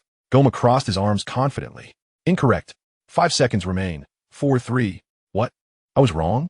Goma could hardly believe his ears, and before he could protest, God of Ball 2 initiated the countdown. The answer is 0, isn't it? Babidi shot a cold glare at God of Ball 2, his expression darkening. Why? God of Ball 2 did not declare the result, but instead pressed for an explanation. Snakes do not eat cookies. This question was a trap from the outset. Babidi cast a glance at Nappa before providing his answer. Correct. God of Ball 2 promptly exited the stage. Truly remarkable, Lord Babidi, to have foreseen even this. Degas couldn't help but applaud, having been utterly perplexed moments earlier. It became evident that Nappa had harbored ill intentions from the very beginning. Nappa, your question is truly unique, leaving one to ponder endlessly. Babidi couldn't resist teasing. Hee hee. Nappa's cheeks flushed slightly as he smiled sheepishly. God of Ball 1 then took the stage, producing a luminous orb to introduce the game. This orb will continuously display numbers that are random. Participants must sum all the numbers to arrive at the answer. That's all. In the blink of an eye, the orb displayed millions of numbers. What? Who could possibly calculate that? This is clearly a challenge. Even I, a grand sorcerer, cannot accomplish such a feat. Babidi staggered back, his fury boiling over. Degas, overwhelmed and unable to keep pace with the luminous orb, was compelled to concede. Babidi, his eyes wide with disbelief, could not grasp the reality before him. This was an insurmountable task. Babidi lamented fervently, yet before he could voice his complaints in full, the untimely voice of Majin Buu broke in. 1,621,567,943.0726. Babidi was momentarily stunned, casting an incredulous glance towards Majin Buu. Correct. Announced the Dragon God 1. How is this possible? Buu, how could you answer such a complex question so swiftly? Babidi's disbelief lingered. How could the seemingly childlike intellect of Majin Buu yield such a profound answer? How did you arrive at that conclusion? Babidi pondered long, but could not fathom the reason. I just knew it somehow, though I can't explain why. Majin Buu replied with a yawn, a hint of drowsiness enveloping him. Despite the inexplicable nature of this revelation, it was a delightful surprise. Babidi chose not to probe further. His curiosity was piqued. Yet he did not dwell on it. Well, you have unexpectedly passed the trial. What wish do you desire from Purunga? Nibar, his expression impassive, showed no sign of astonishment. What wish to seek? This question required careful contemplation. Although Purunga was a dragon, he could only fulfill wishes of a benevolent nature, making darker desires exceedingly difficult to realize. If one were to ponder what they still lacked, it would undoubtedly be power. I wish for Purunga to bestow upon me the mightiest power in the universe, transcending all existence. Before Babidi could finish, Nibar's comical voice interrupted. That is impossible. Please rephrase your wish. Subsequently, Nibar gathered the 3 Dragon Balls and called out loudly, Purunga, arise, grant my wish, in the Namekian language. As he summoned the dragon, the sky darkened instantaneously, akin to a total eclipse. The 3 Dragon Balls emitted a dazzling golden lightning that cleaved through the night, illuminating the darkened heavens. Purunga's massive form spiraled upward from the radiance of the Dragon Balls, occupying the entire sky with an overwhelming visual presence. His eyes shone with a brilliant yellow light, distinct from the Earth's dragon's resplendent red glow. Purunga's physique was immensely robust, with muscular contours on his shoulders and arms as defined as rock, and his abdomen adorned with 88 enviable, perfect abs, exuding an aura of formidable strength. This stood in stark contrast to the slender, streamlined form of the Earth's dragon. Purunga's body was vividly crimson, while his abdomen bore a yellow hue akin to that of the 7th universe's Namekian dragon. Having only seen Purunga in books before, Diggas was now awestruck as he beheld such grandeur for the first time. Purunga is truly magnificent, resembling a colossal red giant, akin to a terrifying beast come to life. He murmured in astonishment. Goma beheld the imposing figure of Purunga with complete reverence. Purunga radiated a golden aura, exuding an innate authority without the need for anger. Gatherer of the Dragon Balls, brave soul, speak your wish, and I shall fulfill it. Purunga's majestic voice resonated clearly in the ears of all present. Could you grant me the power of Majin Buu to transcend all limits and obey my commands? Is that possible? Babidi gazed at Neva with eager anticipation, beads of sweat trickling down his forehead. Never mind. You may speak to Purunga directly. Neva smirked slightly and whispered something to Purunga, who nodded in response. Gatherer of the Dragon Balls, brave soul, I shall now grant your wish using the universal language. Speak your desire. I am capable of fulfilling any wish. Babidi ventured. Could you bestow upon me the mightiest power in the history of the universe and the demon realm? Regrettably, that wish far exceeds my capabilities. Even the eternal dragon, created by Shenron, cannot fulfill such a request. What then? Can you tell me how powerful the strength I could obtain might be? While acquiring power is prohibited, it would be effortless to unlock your potential and grant you immense strength, though it depends on the latent capacity of the individual. What is the extent of Majin Buu's potential? Babidi inquired, filled with anticipation. Endless, infinitely vast potential. How terrifying. Should it be harnessed, even if limited, with Purunga's unparalleled magical energy? It would yield incomparable strength. Then, can you unlock Majin Buu's potential and ensure he obeys my commands? Babidi could hardly contain his inner excitement. He yearned for his wish to be realized swiftly. Controlling others is indeed a form of dark magic, but I can enhance your ability to control, while unlocking potential will only reach my utmost capacity. Then let us commence. After some probing, Babidi finally attained the wish he so desired. With a resounding note, Purunga's golden eyes shimmered with the power of the cosmos, surrounded by white glyphs of order, and then, at a speed surpassing light, spread forth, instantly enveloping Majin Buu and Babidi. Your wish has been granted. Farewell. The 3 Dragon Balls converged, spiraling into the sky, and after a chorus of resonance, dispersed to various realms of the demon world. Majin Buu transformed, his skin now a striking gold, his appearance largely unchanged, yet his physique appeared significantly more robust, exuding an aura capable of annihilating the universe with every movement. A smirk graced Majin Buu's lips as he threw a casual punch, producing a violent sonic boom in the air. A splendid wish has been realized. Majin Buu's power is now unparalleled, Neva declared before vanishing without a trace. That old fool left without a care for his millennium of life. Babidi mused, yet he was unconcerned. His thoughts were solely occupied with the magnitude of Majin Buu's newfound strength. At long last, my long-cherished wish has been fulfilled, surely. This must be the most splendid of occurrences. Chapter 52, A Decade's Dream. Kakarot, Kakarot. Why can I never catch up to you? Vegeta relentlessly pursued Goku, and at last beheld the figure of his dreams.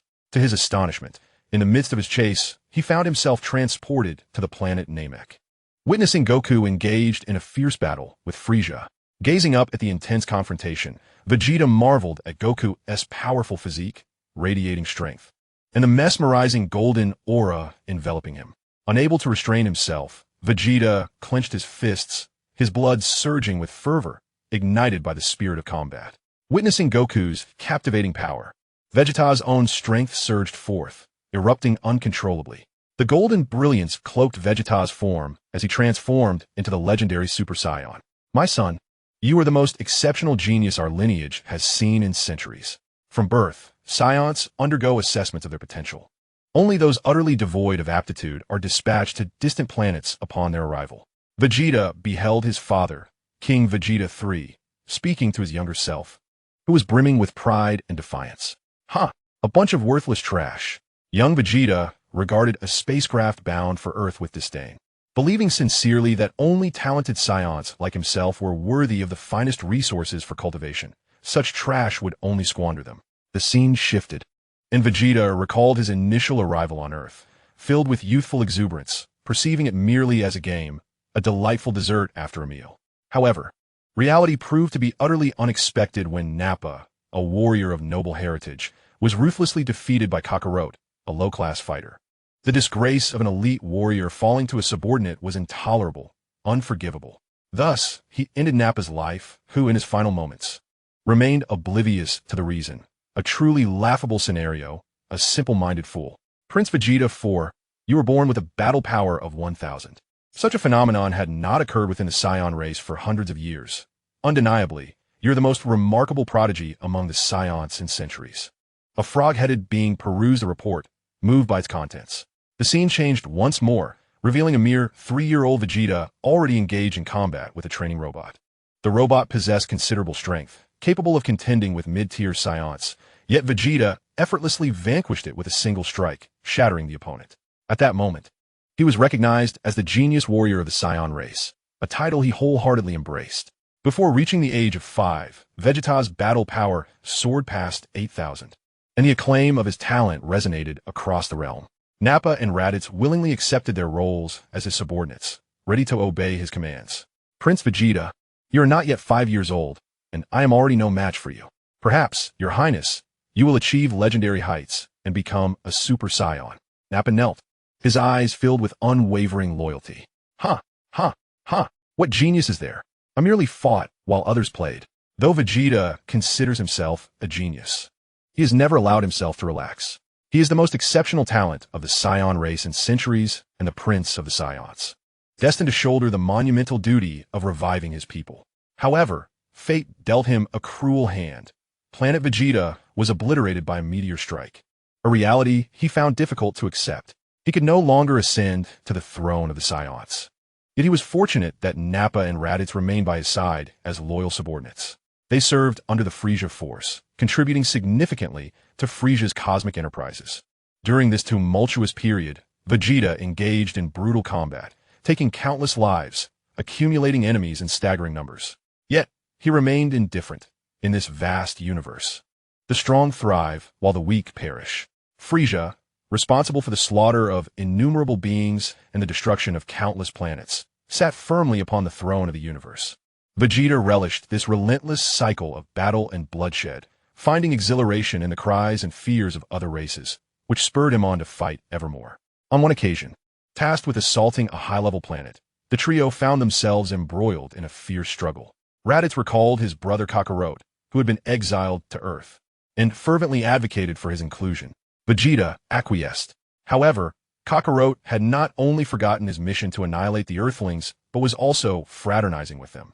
Raditz, a fool in his own right, was surprisingly defeated by Kakarot, an epic failure whose battle power was a mere 2, in conjunction with an Earthling. Although it was later revealed that the Earthling was an Omni-King, it mattered little. Raditz's combat prowess was hardly commendable. Vegeta's purpose in coming to Earth was to acquire the Dragon Balls, which could grant wishes, and to teach Kakarot a lesson. Yet, circumstances unfolded unexpectedly. The Earthlings exhibited rapid growth in strength, and Raditz's capabilities were far from adequate. Even though Raditz replaced one Earthling, it still did not satisfy Vegeta. Subsequently, Nappa, the single-celled fool, took to the battlefield and quickly secured an overwhelming victory. However, Kakarot intervened and defeated Nappa. Not only did Kakarot best Nappa, but he also vanquished Vegeta, inflicting upon him the utmost humiliation by allowing the barely conscious Vegeta to escape. Though he uttered harsh words as he departed, his mindset had irrevocably changed. It dawned upon him that even those who were not born geniuses could attain extraordinary strength through rigorous training. If this were indeed possible, then Frieza was not invincible. Upon encountering Kakarot on Namek, Vegeta was taken aback to witness Kakarot completely surpassing him, effortlessly defeating the Ginyu Force's Riku with a single punch, a feat Vegeta had never managed. Regardless of his efforts, he initially believed Kakarot had transformed into the legendary Super Saiyan, but that was not the case. Only after his inexplicable resurrection did he find Kakarot had truly become a Super Saiyan. With just a glance, Vegeta recognized the transformation. Kakarot's body had undergone a complete metamorphosis, and his power had surged immensely. It was evident that Kakarot had transcended him, evolving into a legendary warrior, a low-class fighter who had wholly surpassed him. Unforgivable, irredeemable. He rose with fervor, tirelessly day and night, ultimately transforming into the legendary Super Saiyan. Yet, upon encountering Kakarot once more, Kakarot effortlessly dispatched Android 17. Subsequently, he sought Kakarot's guidance. Although he had anticipated this outcome, he found it hard to accept that Kakarot had defeated him in his base form. The defeat was so utterly complete, brought down by a single blow from Kakarot. How could this be? Mr. Vegeta! Mr. Vegeta! The voice of Jebbit broke through, rousing Vegeta from his reverie. It turned out he had merely been dreaming. How infuriating. Mr. Vegeta, you collapsed after overexerting yourself during training. In truth, you need not push yourself so hard. This place is akin to the hyperbolic time chamber on Earth. Here, one can train for 5 years while only 5 days pass on Earth. Jebbit patiently explained, helping Vegeta to his feet. Due to his excessive training, Vegeta had fainted from exhaustion, but Jebbit had rescued him. This guy is truly relentless. Having already mastered the power of Super Saiyan God, he is still not satisfied. Krillin murmured, though his words were clearly heard by Vegeta. Vegeta said nothing, merely continuing his training. He felt acutely that even in his Super Saiyan God form, he was not Kakarot's equal. Super Saiyan God, while seemingly mystical, was not as complicated as it sounded. Through practice, one consolidates their energy, and by engaging in combat, this energy is released, creating a continuous cycle that refines one's power, akin to forging raw iron into refined steel. It is a process of purging impurities. Naturally, there are alternative methods to achieve this. For instance, relying on external forces to forcibly elevate one's realm. Yet such methods are unstable, and further advancement still necessitates diligent practice. This unique training approach allows for rapid enhancement in the control of energy, significantly improving its quality. When the quantitative changes reach a qualitative transformation, one's energy will undergo a profound alteration, rendering it imperceptible to ordinary beings, thus necessitating a new designation, divine energy. This is why all beneath the divine are akin to ants. It is not merely a disparity in strength, but also a complete divergence in the mastery of energy. This relentless honing process greatly enhances one's power. However, the cost is incomparable to ordinary training, as the process of purging impurities is far more arduous than mere excavation. To better harness one's power, immense strength is required, compelling the practitioner to significantly elevate their abilities. In this back and forth, the path to divinity is not comparable to other training techniques. Kakarot, so you underwent such grueling training over 3 years? Yet, why do I still sense a considerable gap between us? Vegeta, feeling the overwhelming strength of his Super Saiyan God form, recognized its might while simultaneously enriching his base form's abilities. At this moment, the power achieved is indeed formidable, reaching heights previously unimaginable. Yet, it remains insufficient. The strength of the Super Saiyan God possesses untapped potential, capable of further advancement. After 3 years, although there has been a significant enhancement in the control of energy, it is still not perfected. Despite attaining divinity, one might argue that I am merely a false god. Vegeta meticulously senses every fragment of his energy, observing their trajectories, and cannot help but sigh. Piccolo, I require your assistance in my training. Vegeta demands, pointing at the meditating Piccolo without hesitation. Are you not satisfied now that you have acquired the power of Super Saiyan God? Piccolo replies, opening his eyes and rising with a hint of impatience. It's merely the power of a Super Saiyan God. I never felt it before, but when I transform, I sense Kakarot still ahead of me. How can I possibly relax? The mere thought of Kakarot causes Vegeta to grit his teeth in frustration, yearning for confrontation. Vegeta, I perceive that you have transcended a certain threshold in your training. To swiftly reach the next level, you may require a small form of assistance. An idea crossed Piccolo's mind, and an involuntary smile emerged on his serious visage. What assistance? Vegeta inquired, his expression one of eager anticipation. Engage us all while in your base form. This will expedite your refinement of energy. After all, the disparity between one-on-one and multiple opponents is immense. The others, having overheard, gathered around, particularly Yamcha, who harbored ill intentions towards Vegeta, eager to find an excuse to teach him a lesson. Are you all here to settle personal scores? This is hardly about aiding my training, Vegeta exclaimed, alarmed by the eager expressions of the assembled group. He had previously invaded Earth, leaving a lasting shadow over these individuals, and now, the opportunity for retribution was ripe. Vegeta, if you continue to cower, when will you ever catch up to Goku? Tien Shinhan remarked, unexpectedly interjecting as he sensed Vegeta's hesitation. What did you say? Vegeta instantly clenched his fists, his voice strained, teeth grinding, eyes nearly aflame with fury. I am the Prince of the Saiyans, the most exceptional warrior of my race in centuries. Vegeta, that Kakarot is merely enjoying a stroke of good fortune for the time being. Soon, I shall surpass him and become the universe's preeminent master. Vegeta held an unwavering confidence in his talent. As long as there remained even a sliver of possibility, he could transform it into reality.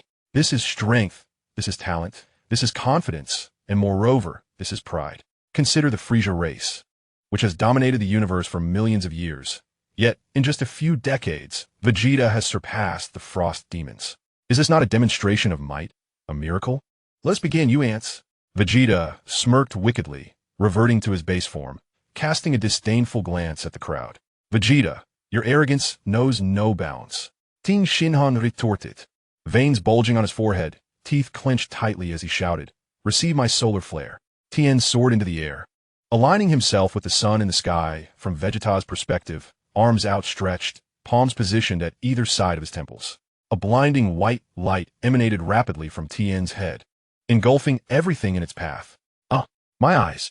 Vegeta, caught off guard, was struck by the intense glare, causing him to instinctively shield his eyes. In that vulnerable moment, with his defenses down, Piccolo seized the opportunity, lunging forward with all his might to deliver a devastating uppercut to Vegeta's abdomen. Blood spewed from Vegeta's mouth as his body arched like a shrimp, and he was sent hurtling backward like a cannonball. Before he could regain his composure, Krillin had been lying in wait, striking Vegeta's forehead with both hands, causing him to plunge head first into the ground. As Vegeta attempted to rise, Yamcha descended with a knee strike, leveraging gravity to crash into Vegeta's midsection. Vegeta spat blood high into the air, crying out in anguish. How despicable! Resorting to underhanded tactics, he rose, furious, and spat blood upon the ground. Demon Flash. Yet, before Vegeta could devise a plan to retaliate, Piccolo's powerful technique was already in motion. Vegeta was pierced through the chest by the energy blast, crashing heavily to the ground. What? Jeetbit, witnessing Vegeta's imminent demise, rushed forward to administer healing. His role here was to act as a caretaker, and now his duty had come. Mr. Vegeta, please stop falling. You're exhausting me with all this effort. Jeetbit couldn't help but complain. Vegeta, infuriated, coughed up blood and fainted. Chapter 53. A grand gathering, a sinister laughter resonated through the depths of hell, exuding an elegance laced with a chilling undertone. How marvelous, how delightful! The voice echoed. Goku, did you ever imagine? I, King Frieza, have clawed my way out of the abyss of hell to seek revenge upon you.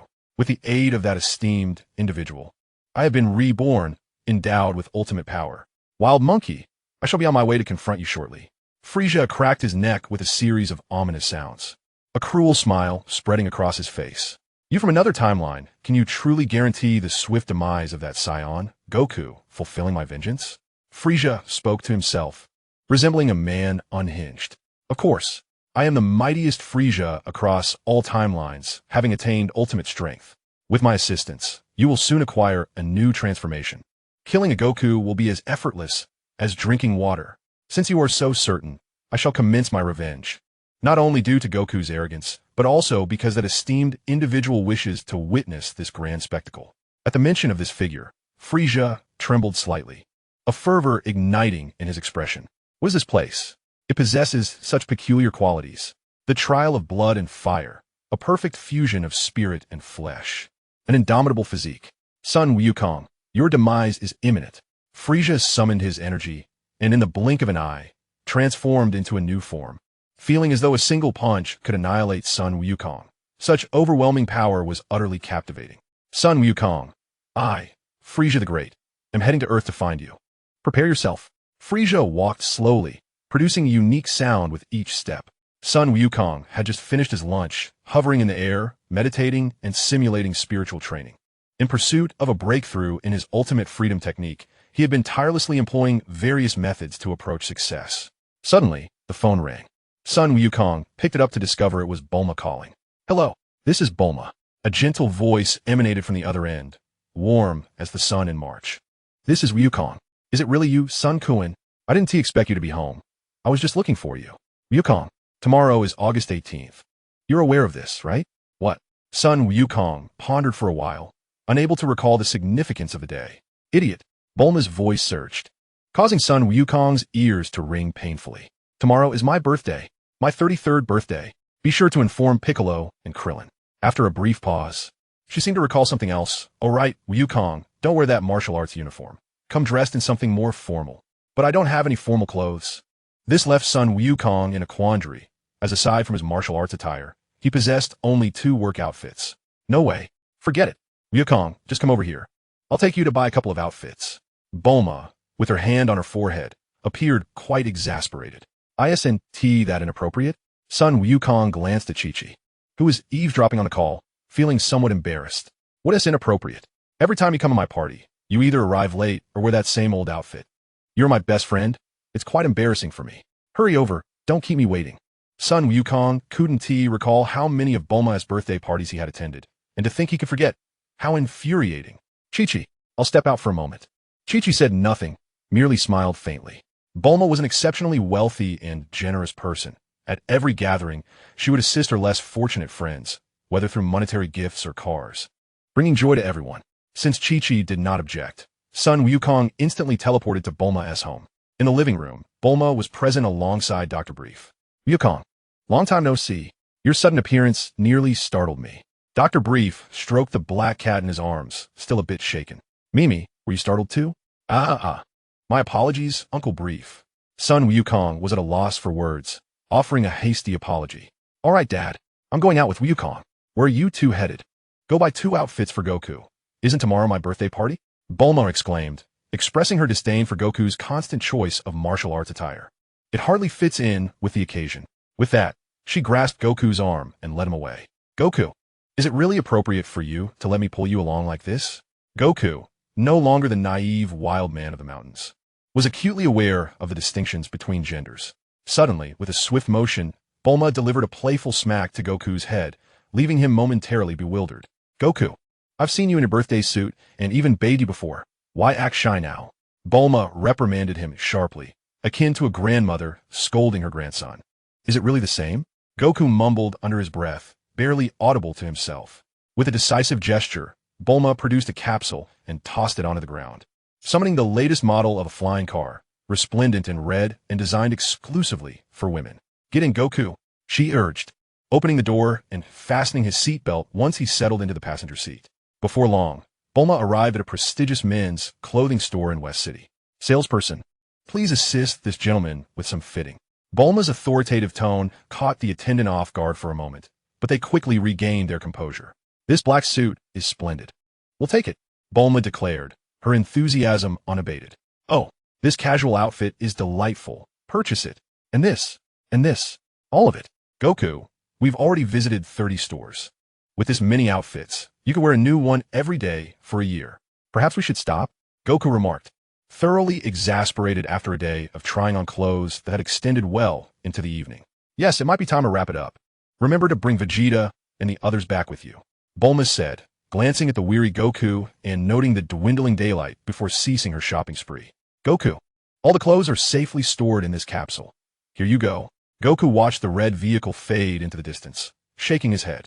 With a swift motion, he placed his finger to his forehead and instantly transported himself to the Kaioshin realm. At that moment, the Z-Fighters were enjoying dinner with the old Kaioshin. Mr. Goku, what brings you here? Shin inquired leisurely, swallowing his food before speaking. Tomorrow is Bulma's birthday, and she will host a party. The festivities will commence at noon, and I shall return with everyone before that, Goku stated before seizing a leg of platypus from the table and biting into it. Huh, Vegeta. Need to make an appearance for such a trivial matter as Bulma's birthday? As the Prince of the Saiyans, I cannot simply attend someone else's celebration. Vegeta scoffed, hastily consuming the dishes before him. But the party features renowned chefs whose cuisine is utterly delectable. One bite will have you craving more, Goku animatedly described, saliva escaping his mouth in anticipation. In that case, I shall begrudgingly attend. Vegeta conceded, and the others nodded in agreement. I want to go too. The old Kaioshin rose to his feet, turning his back to the assembly, lost in contemplation. Both Shin and Jebet shared a knowing smile, indicating their intention to attend Bulma's birthday celebration. It is settled then. With the consensus of the group, Goku felt reassured and departed. As he observed Goku's retreating figure, Vegeta's lips curled into a confident smile. Kakarot, I have completely mastered the power of Super Saiyan God. Do not be astonished when the time comes. At 3 o'clock the following morning, Bulma's residence in West City was alive with fervor and illuminated as if it were midday. The expanse of Bulma's home was vast. With no fewer than 100,000 guests gathered, celebrities from various fields, along with family and friends. The sight was overwhelming, a sea of faces stretching into infinity. The roads within a 500-kilometer radius were lined with signs directing visitors to Bulma's home, and within a 3-kilometer radius, there were attendants waiting to guide them. Upon entering the venue, announcements were made regarding the arrival of distinguished guests and their designated locations. Political figures, business magnates, scientific luminaries, and elite aristocrats filled the space, creating an atmosphere of grandeur and camaraderie. The mayor of West City has arrived. Please escort him to seat number 2. The new world champion, Satan, is here. Kindly direct him to seat number 2. Renowned scientist Dr. Gamu has arrived. Please show him to seat number 1. Goodness, is that Mr. Goku?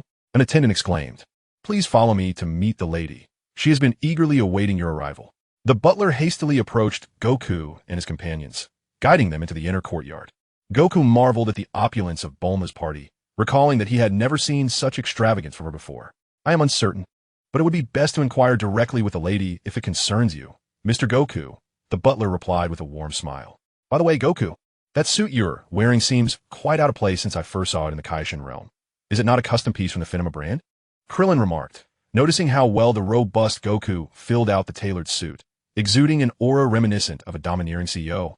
Oh, this outfit was commissioned specifically for me by Bulma, crafted by a renowned tailor, Goku explained. Bulma, Yamcha exclaimed in astonishment, gazing intently at Goku in disbelief. Vegeta furrowed his brow, his expression darkening. I initially did not desire this. It was the most troublesome. While I have many others that were purchased according to my physique, Goku admitted, scratching his head sheepishly. Many others? Yamcha's head was filled with questions. During his time with Bulma, she had never bought him even a single garment. She claimed my martial arts GI was too informal. And since I had no money to buy new clothes, Bulma took me shopping for quite a few. Oof. Vegeta scoffed, brushing past Goku as he strode into the inner courtyard alone. The inner courtyard is vast, comparable in size to a football field. Yet the number of people present is sparse, forming a stark contrast to the bustling crowds outside. The most numerous here are the chefs, diligently preparing an array of delectable dishes. Upon the entrance of a diminutive man with an extravagant hairstyle, curious glances were cast his way, as onlookers wondered who this newcomer was, capable of making his way directly into the inner courtyard. Bulma stood at the entrance, ready to personally greet Sun Wukong and his companions, when she noticed Vegeta had arrived alone. A hint of confusion crossed her face. Vegeta, where are Goku and Piccolo? Vegeta, upon seeing Bulma, softened his previously icy demeanor and replied calmly, Kakarot and the others are just behind. They will be here shortly. As guests entered the inner courtyard, a group of waiting attendants promptly approached with an assortment of beverages. Sir, we offer a variety of drinks and wines. Vegeta casually picked up a glass of lemonade and took a seat. The 3 tables set up were specifically prepared for Sun Wukong and his friends. At that moment, Sun Wukong and his companions arrived, accompanied by the Kaishin trio. "Oh, Goku, who are these 3? Bulma inquired, gazing at the oddly dressed and uniquely imposing figures of the Kaishins. "This is the Elder Kaishin." Sun Wukong gestured towards the stooped old man, exuding an aura of authority. "And this is the Kaishin." He pointed to the one standing behind the elder. "This is Jebit," he added, indicating the large man beside him. "Since they are Kaishins, let us take our seats." Bulma felt a twinge of nervousness upon hearing the title, though well-versed in various matters. She recalled Sun Wukong's words about the Kaishins being the most revered deities in the universe. The fact that they were attending her birthday celebration left her in awe. "Lady Bulma, there is no need for concern. We merely came to enjoy a meal." Jebit stepped forward to shake her hand and continued, "Mr. Sun Wukong has spoken highly of your culinary skills, claiming they are so delicious one might wish to swallow their tongue. Our curiosity led us here for a taste. I hope you do not mind." "Of course not. The presence of the Elder Kaishin truly graces this occasion. However, should any hospitality fall short, I hope the Elder will forgive me," Bulma responded, exchanging pleasantries with Jebit. "Then let us take our seats," Jebit said, taking his place after the Elder Kaishin settled into the main seat. "Now that everyone has arrived, we may commence the festivities. Butler, open the champagne." Although Bulma had hosted many parties before, none compared to the grandeur of this one, for it held special significance. However, she did not overtly display this meaning. Instead, she let the solemnity of the gathering serve as its expression. Though Bulma was often boisterous, her deeper emotions remained guarded. Chapter 54. The Resurrection of Frieza. It was unexpected that Earth's cuisine could be so exquisite. Each dish was worthy of cosmic acclaim. The Elder Kaishin, savoring the various delicacies on the table, could not help but express his delight. Indeed, ancestor Sun Wukong was right. These dishes are astonishingly delicious. Saiyan was immersed in a sea of culinary delights, genuinely marveling at the flavors. Meanwhile, Jebite was wholly absorbed in his meal, oblivious to those around him. Sun Wukong and Vegeta, akin to competitive eaters, occupied a table of their own, fiercely vying for supremacy. Suddenly, Sun Wukong sensed an aura rapidly approaching Earth, now having entered the Milky Way. Although that power seemed deliberately suppressed, he instantly recognized it.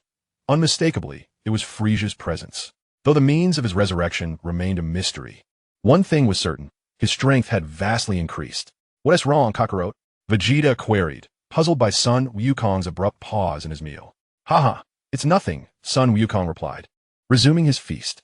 After all, Frieza was merely a triviality. Even if resurrected, what could he possibly achieve?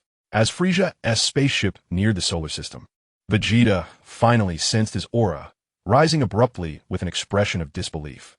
"Impossible. It's Frieza." The others, witnessing Vegeta's uncharacteristic display of emotion, promptly closed their eyes to concentrate.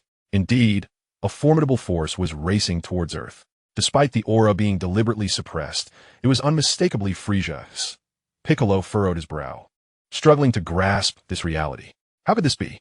Wasn't Frieza dead? Krillin also stood, oblivious to the chair that toppled behind him.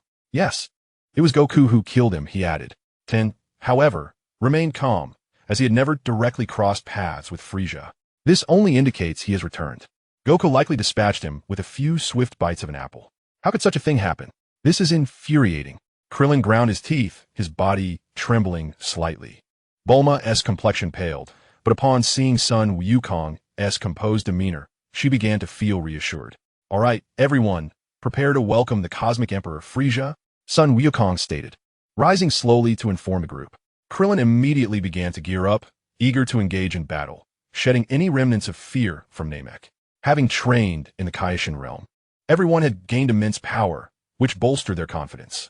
Frieza's circular spaceship was on a trajectory to a desolate area, a conventional choice for landing. The pilot needed to consider the landing's cushioning, and flat terrain was ideal. "I want to go too," Bulma exclaimed, annoyed at the disruption of her birthday celebration. "This isn't appropriate, Bulma.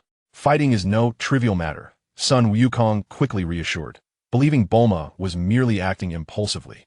"I'm not afraid of venturing to unknown planets like Namek. Why would I fear the so-called Cosmic Emperor? Besides, isn't the Great Kaishin here with us?" Bulma remarked. glancing at the imposing figure of Kaioshin, feeling comforted. It is but a trifling matter for Frieza to protect Miss Bulma. Xian Wei smiled faintly, her expression unperturbed. In that case, Bulma, would you care to join me? Shall I escort you? Sun Wukong, seeing Bulma's insistence on meeting Frieza, ceased to hinder her. There's no need for that. I happen to have an aircraft with me, Bulma proclaimed, retrieving a capsule from her back pocket and tossing it towards an open area. With a resounding boom, an amphibious aircraft of her own design materialized. Don't lag behind, Bulma declared confidently as she boarded the plane, setting her sights on Frieza's ship as it prepared to land. High above, Frieza's colossal spaceship had breached the Earth's atmosphere, slicing through the clouds and beginning to decelerate. Seated upon his infant throne, Frieza chuckled gleefully, raising his goblet in celebration of the impending carnage.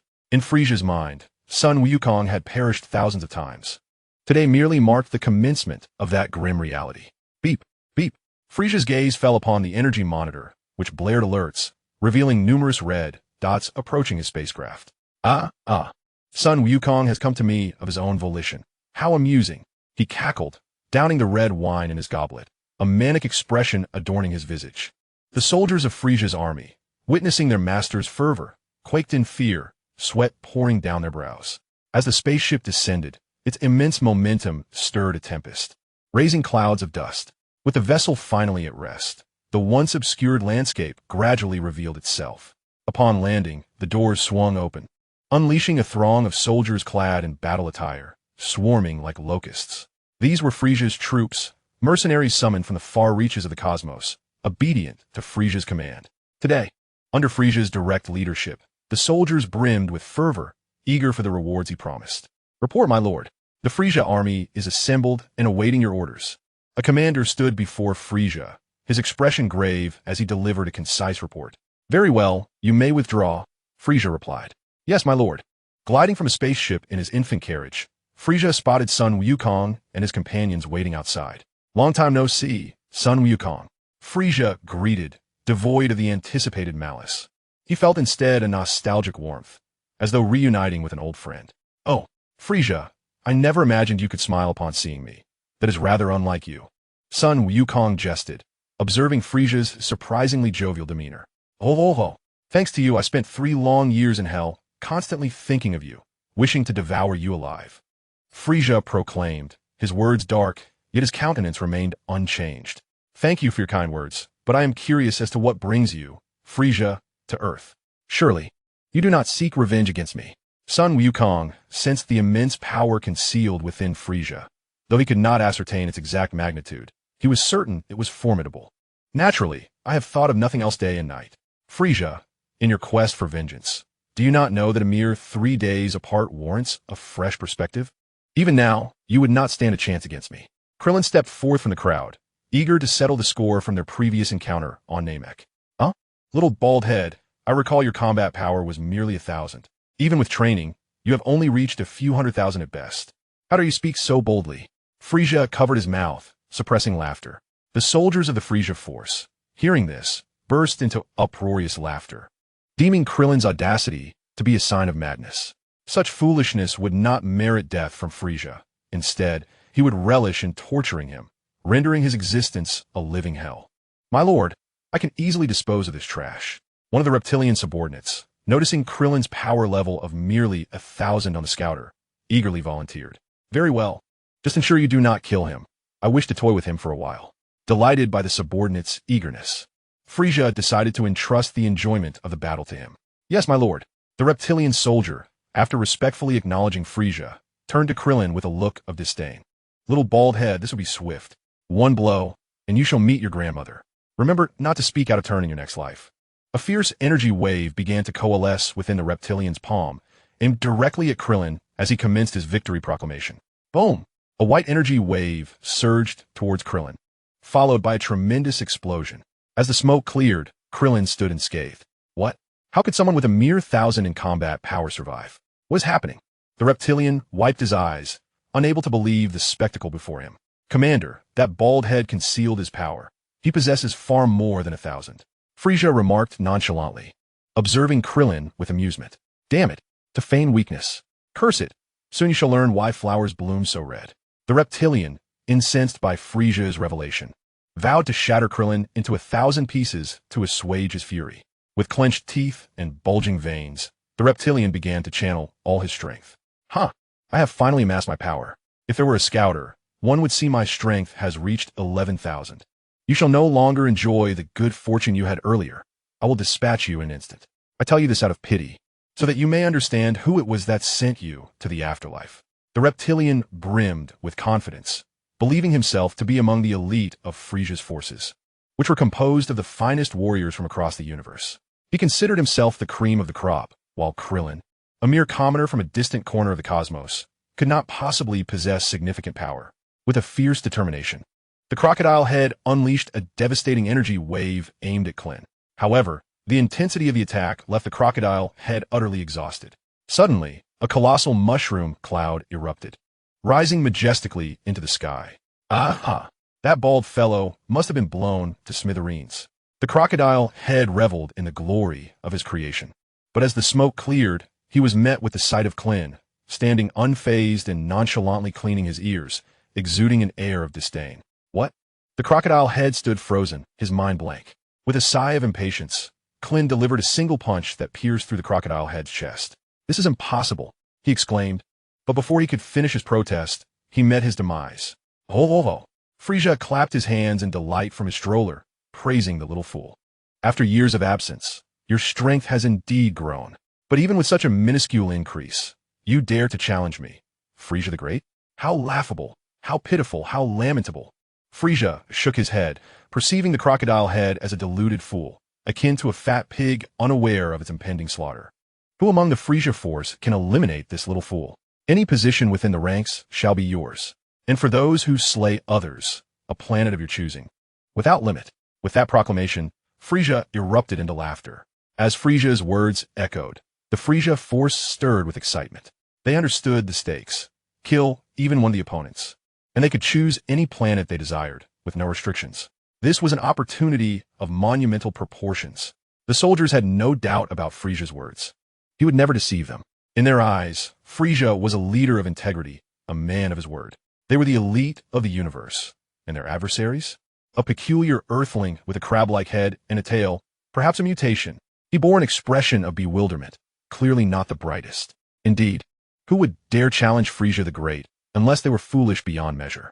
It was as if an old man had grown tired of life and sought an end. Then there was another, with a wild hairstyle, arms crossed defiantly, yet he appeared frail, likely to crumble with a mere slap. Next to him stood a pale-faced individual, tightly bundled up, clearly a heart patient. What was he thinking, engaging in battle when he was on the brink of death? Oh, and there was an unfortunate soul with 3 eyes, likely a disabled individual, suffering from physiological defect. One could only wonder what drove him to provoke Frieza the Great in his pursuit of relief. Moreover, a diminutive figure, markedly shorter than the other Earthlings, stood beside the 3-eyed man. A pair of misfits, indeed. What? And a delicate beauty among them? Such a collection of misfits, these Earthlings, so easily vanquishable, daring to challenge Frieza the Great. They were nothing but moving targets.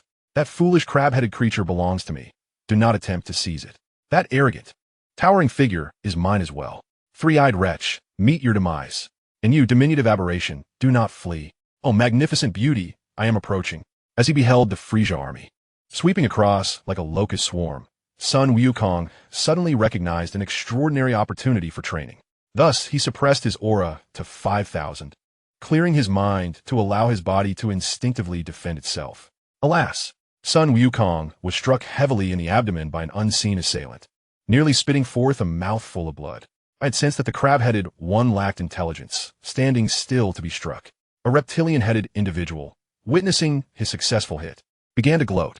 Indeed, a simpleton, I shall claim this crab-headed fool. Observing this spectacle, a Frieza soldier with a head resembling a herring promptly redirected his weapon towards Sun Wukong.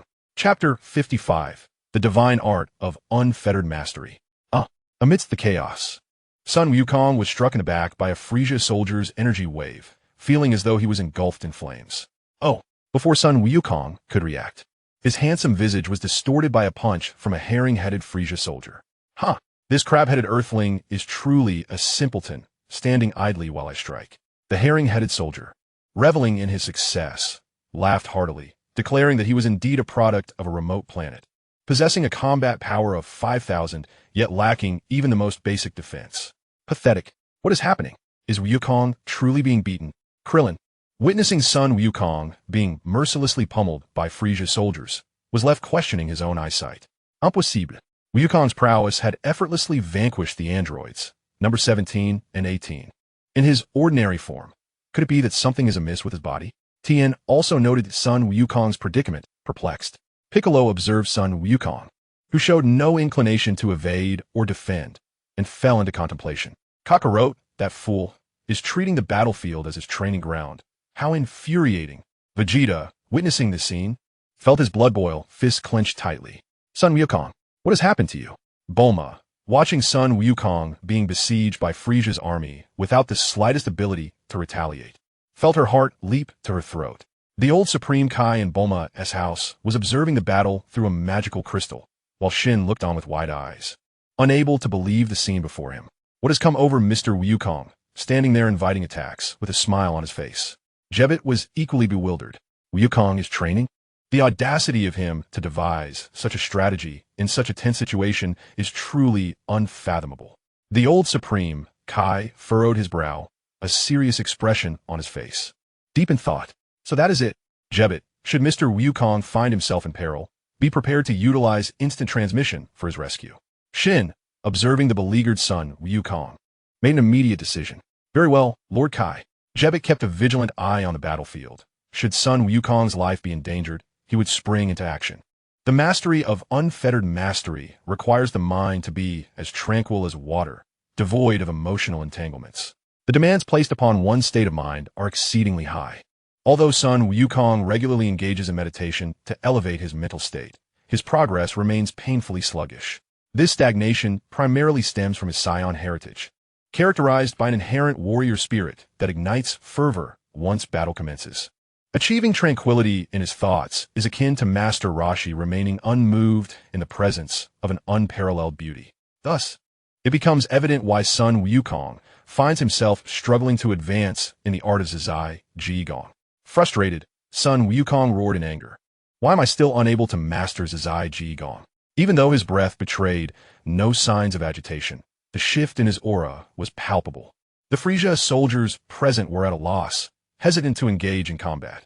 This fellow appears utterly deranged, shouting like a madman, cackled the fish-head soldier, reveling in the spectacle.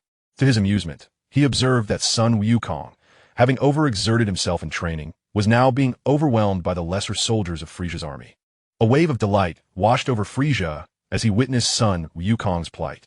Remember, Wukong, to remain rational and not succumb to anger. Press forward without retreating. Maintain calmness, avoiding restlessness. Be natural, eschewing artifice. If you can truly embody these principles, your cultivation will surely progress smoothly. These were the final teachings of Dola, focusing not on the enhancement of strength or the acquisition of techniques, but rather on the guidance of the spirit. Do not succumb to rage or hesitation. Allow your mind to relax completely, as fluid as water, achieving a state of egolessness.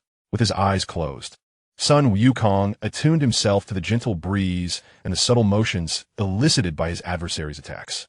He sought to forget that he was amidst battle, relinquishing control of his body from his mind. As the fish-head soldier launched a powerful punch aimed at son Wukong's face, a slight shift in his body allowed him to evade the blow by mere millimeters. What? This earthling has managed to dodge my strike as an elite warrior, exclaimed the fish-head, attributing it to mere luck. In a fit of rage, he unleashed a heavy punch directed at son Wukong's brow, but once again, son Wukong's subtle movements allowed him to narrowly escape. Infuriated, the fish-head soldier unleashed a barrage of energy blasts, initiating a prince's assault. Yet, son Wukong weaved effortlessly through the onslaught, evading attacks as if traversing an uninhabited realm. During these evasive maneuvers, a remarkable transformation began to manifest within him. Silver streaks appeared in his hair, and his pupils shifted to a shimmering silver hue. It was evident that he had awakened the initial form of Zizai Jigong, known as Zizai Ji Zhao. As son Wukong sensed the delicate changes within his body, he realized he had finally grasped a divine technique within the realm of the gods. The advantages of mastering such techniques lie in the enhancement of divine power, propelling his strength to new heights. Although the initial form of Zizai Ji Gong exacts a toll on the body, to Sun Wukong, it is a trivial concern. This is largely due to his experience with the Great Ape transformation, which has allowed him to fully harness its formidable strength, compressing his physical form into that of a robust Great Ape, even without transforming into a Super Saiyan of the 4th level.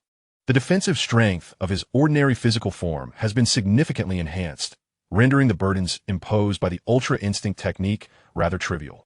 This is precisely why the old Kaioshin fervently recommended that Goku attain the 4th level of Super Saiyan transformation. Not only did Goku ascend to this pinnacle, but he also evolved into the enigmatic 4th level of Saiyan. This transformation not only amplified his power exponentially, but also resulted in a remarkable leap in his defensive capabilities. Dear friends, you have supported my training, and now it is time for me to repay you, Goku said, a sly smile gracing his lips, before his figure vanished from their sight. Whoosh, whoosh, whoosh. In less than a second, Goku reappeared before them, as if toying with their perception at an astonishing speed.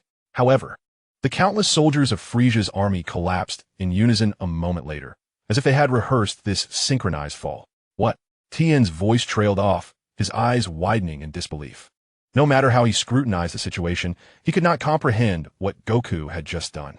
Vegeta, too, wore an expression of utter astonishment, exclaiming, "Impossible! I have already achieved the form of Super Saiyan God. Why can I not even see Kakarot's figure?" Krillin was momentarily stunned, but then erupted in excitement. "Goku, well done." Earlier, he had worried about Goku's well-being, but it now appeared that Goku had merely been engaged in training, and that training had reached fruition. Piccolo, witnessing this scene, suddenly understood and smiled in relief. That guy, Goku, always surprises me. He could utilize such a tense battlefield as a tool for his training. Though Bulma was unaware of the specifics of Goku's newfound prowess, she could discern from the astonishment on everyone's faces that he had indeed grown stronger. In Bulma's home, the 3 Kaioshins continued to observe the unfolding events. Ancient One, has Mr. Goku mastered the divine technique of Ultra Instinct? Shin asked, unable to contain his excitement as he watched Goku's sudden transformation. Jebbit, too, looked at the old Kaioshin with curiosity, eager to hear his assessment. It seems that Goku has indeed grasped the initial form of one of the divine techniques, the Ultra Instinct sign. The old Kaioshin regarded Goku, whose body radiated heat and whose hair and pupils had transformed, with unwavering certainty. Although he initially lacked a comprehensive understanding of this divine technique, he had witnessed Goku's training in the sacred realm firsthand, thus he knew. It was astonishing that a mere mortal like Goku could master a divine technique, and at such an astonishing pace. Jebbit couldn't help but reflect on how, when Goku first arrived in the Kaioshin realm, he had looked down upon him entirely. Yet, after Goku proved himself through their battles, even then he was merely at a standard level of strength. Now, after just over 3 years, Goku's power had transcended dimensions beyond comprehension. Ah, Son Goku, you have indeed managed to surprise me. I had assumed your physical prowess had waned, rendering me unnecessary in this endeavor. Yet, it appears you continue to feign humility, despite possessing formidable strength. You seem to revel in the guise of the underdog, only revealing your true capabilities after enduring a beating. Is there a tendency for self-sabotage within you? Frieza, seated in a baby carriage, wore an amused expression. Frieza, I assure you, I do not possess such tendencies. What transpired earlier was merely a form of training, and now that it has concluded, it is time for those who have committed heinous acts to exit the stage. Son Goku fixed his gaze upon Frieza, his demeanor serious. He had just begun to master the divine technique, which, if overused, could impose a burden on his body. Is that so? However, even your last-minute efforts to fortify yourself will avail you nothing in the impending confrontation, for I, Frieza, can extinguish your existence in an instant. Frieza rose, his tail swiping at the baby carriage, sending it hurtling away until it vanished from sight. Yamcha, witnessing Frieza's intent to engage directly, resolved to be the first to showcase his training results. Frieza, I have heard tales of you as the cosmic overlord, once reigning supreme across the universe. Yet, I must remark, you were later bested by Goku's Super Saiyan form, rendering you disoriented. Goku, in his kindness, spared your life, yet you, ungrateful and oblivious, summoned your father for vengeance, only to be sent back to the underworld by Goku. Now, have you returned to seek your demise? Earthling, what gives you the audacity to speak to me in such a manner? Frieza's veins bulged, his teeth clenched in anger. But why is that? It is simply because my strength surpasses yours. Do you not, alien species, often extol the virtues of the great cosmic law? The strong survive while the weak perish? Yamcha crossed his arms, chin held high, radiating confidence. So, you consider yourself strong now? Frieza, upon hearing Yamcha's remarks, surprisingly calmed. Indeed, I have received training from Lord Kaishin. I have transcended the realm of mere mortals, a distinction you cannot fathom. Yamcha pointed at Frieza with his right hand, showing no regard for him. Oh, Earthling, you possess quite the sense of humor. Who does not know that you hail from a remote region of the universe, your kind being the weakest? Yet you dare challenge me, Frieza the Great? Frieza remained unfazed by Yamcha's arrogance. He had encountered many like him, the most amusing being that King Vegeta. There are always those who overestimate themselves while belittling others, seeking a false sense of confidence. Yet to truly believe in such delusions and challenge me, Frieza, is sheer folly. I'm fully aware of your capabilities, Frieza, yet are you cognizant of mine? Yamcha remained unperturbed, as if Frieza's words were entirely predictable. This piques my curiosity. What strength do you possess that grants you the audacity to provoke me, Frieza the Great? Could it be that you too are a Saiyan? Frieza fixed his gaze upon Yamcha, brimming with anticipation for the words that would follow. Your initial combat power stands at 530,000, having reached your ultimate form of 120 million, correct? Yamcha inquired, awaiting Frieza's response. Frieza nodded thoughtfully, propping his chin on his hand as if deep in contemplation. As for my current strength, it is 30 million, and I have mastered the art of transformation into a deity, enabling me to amplify my power 100-fold. Krillin and Tien possess the same capability. Although we Earthlings may not have the divine potential of others, vanquishing you, Frieza, is well within our reach. Yamcha's fervor surged as he spoke, his fighting spirit ignited. So your maximum power is 30 million multiplied by 100, totaling 3 billion. Is that right? Frieza appeared to grasp something profound, his expression shifting to one of realization. Indeed, I, Yamcha, have achieved a strength of 3 billion. But fear not, for I shall grant you a swift end, sparing you undue suffering. Thank me for my mercy. With that, Yamcha could no longer contain his excitement, bursting into laughter. Clap, clap, clap. Frieza's expression remained unchanged, yet he began to applaud. Earthlings, you truly are remarkable. To harness the power of deities for your own use is indeed astonishing. He surveyed the crowd, a slight smirk gracing his lips. However, my actual strength is not 120 million, but rather 10 billion. How does that astonish you? What did you say? 100 billion? Yamcha questioned, doubting his own hearing, unsure of what he had just perceived. Indeed, Earthling, my strength is 100 billion. I am but a humble cosmic emperor, Frieza remarked, regarding Yamcha with a bemused expression. Yamcha's eyes widened, his lips quivering, his body trembling as if he were an elderly man on the brink of death. Impossible. It must be a lie. You are merely at 125 million. How could you possess 100 billion? You are deceiving me. Yamcha exclaimed, suddenly realizing the truth, raising his voice in protest. Chapter 56, Deities? Merely ants. Unts.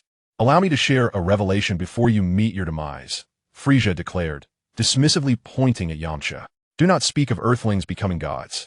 Even Saiyans, upon achieving divinity, remain mere ants. Ants they are, and ants they will always be, even in godly form. How laughable. Truly laughable. Frieza, it appears you are merely indulging in self-delusion as death approaches. What nonsense about possessing a combat power of 100 billion.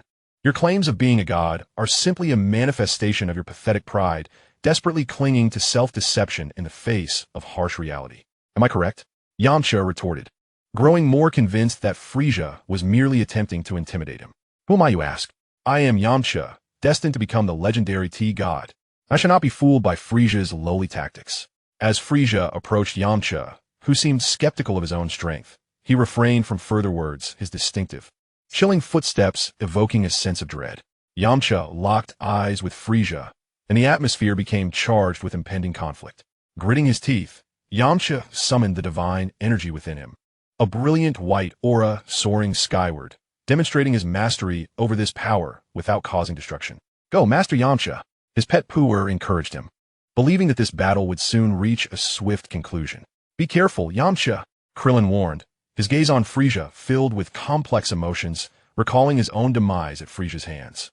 a wave of fear washing over him upon this reunion. Meanwhile, Goku scrutinized Frieza with a furrowed brow, deep in thought. Vegeta, observing Frieza's theatrical demeanor, crossed his arms, a slight smirk playing at the corners of his mouth.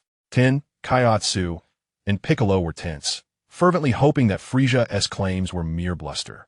100 billion battle power is nothing before me, the god of tea, Yamcha proclaimed as Frieza drew closer, unleashing a confident roar, Wolf Fang Fist. To his astonishment, the spectral manifestations of his attack flickered into being, each punch accompanied by a howling wind that instilled fear in his adversary.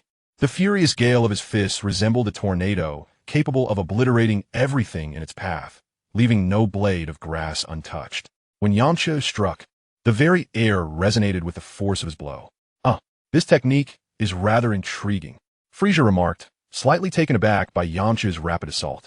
However, with a swift motion, Frieza grasped Yamcha's iron fist, the violent clash generating a powerful shockwave that spread outward, uprooting a nearby tree and sending it spiraling away. Frieza had indeed spoken the truth. He possessed a battle power of 100 billion and effortlessly caught Yamcha's full-force strike. Upon witnessing this, Piccolo understood the gravity of the situation. Yamcha roared, his iron fist cutting through the air like a tempest, unleashing a barrage of the latest Wolf Fang Fist techniques in a relentless assault of countless punches. Yet, Frieza responded with ease, akin to a boxing coach absorbing the weak blows of an inexperienced pupil. How infuriating! Why, having attained divine power, am I still being overwhelmed by you? Yamcha, drenched in sweat, was utterly perplexed. In the end, you are still but a human from Earth, even transformed into a god. How strong can you truly be? A robust ant remains an ant, and a godly earthling can never compare to me, Frieza the Great. Frieza laughed heartily, disregarding Yamcha entirely. Such arrogance. Yamcha seethed, gritting his teeth at Frieza's hubris. Kamehameha, he declared, his expression turning serious, shedding the earlier nonchalance. With hands positioned at his waist, he formed a flower-like stance, a blue energy sphere materializing in his grasp. Yamcha thrust his hands forward with great force, unleashing a wave of blue energy akin to a blazing meteor streaking across the sky, aimed directly at Frieza. Death Beam, Frieza asserts, extending his right hand, and a crimson energy beam collides with Yamcha's Kamehameha wave. The impact reverberates with a thunderous explosion. To his dismay, Yamcha realizes that his Kamehameha has been effortlessly thwarted. How infuriating! He senses that his strength has diminished to half, while Frieza's aura remains unyielding, causing him to contemplate retreat. Yamcha has been bested. He is no match for Frieza. Piccolo observes Yamcha being toyed with by Frieza and cannot help but sigh in dismay. Let's all attack together, Krillin exclaims, no longer daring to underestimate Frieza. Indeed, Piccolo concurs, dismissing any notions of martial spirit. He is willing to employ any means necessary to vanquish the foe. Yes, we shall. Tien glances at Kaiotsu, who nods in agreement, prompting Tien to make the decision. Indeed, Earthlings are predictable. Upon realizing they cannot overcome an adversary, they rush in together. How laughable! Vegeta sneers at the gathering warriors preparing for a joint assault. Piccolo's expression darkens, and he speaks slowly. Perhaps our Saiyan prince should confront Frieza. Naturally, Frieza, no matter how formidable, is merely 100 billion, which is insignificant to me, Vegeta proclaims confidently, stepping forth to face Frieza. Ho, Vegeta, are you finally ready to take action instead of merely spectating? Frieza mocks, reminiscent of a boss indulging his employees. Frieza, your strength is indeed beyond my expectations. Yet I possess the ability to transform not only into a Super Saiyan, but also into a Super Saiyan God. Vegeta declares, a subtle smile gracing his lips. Since achieving the form of a Super Saiyan God, Vegeta feels imbued with ultimate power, a surge of confidence swelling within him. Oh, you can transform into a Super Saiyan God? I never anticipated that, Frieza responds, seemingly unfazed, as if it were entirely predictable. What? You're not afraid at all? How is that possible? Vegeta, taken aback by Frieza's calm demeanor, instinctively loosens his crossed arms. Goku observes Frieza's nonchalant gait, his eyes narrowing slightly. Vegeta, you have accomplished much under my command in the past. Despite your later betrayal, I am willing to extend an olive branch. If you are willing to return as my subordinate now, I shall overlook past grievances, Frieza states coolly, as if engaged in a business negotiation rather than a battle. Frieza, My service under your command was born of necessity. Nothing more. Vegeta decisively rejects Frieza's overture. Since you are so ungrateful, I shall have to make you suffer, Vegeta. Frieza responds, not showing any signs of anger at Vegeta's refusal. Just as Vegeta prepared for battle, a spacecraft unexpectedly streaked across the sky and came to a halt before them. The vessel was diminutive, no larger than a car, indicating that its occupants were of significant stature. The sudden appearance of the spacecraft disrupted the tension of the impending conflict, drawing the attention of all present toward it. As the ship came to a standstill, an agile figure emerged gracefully from its confines.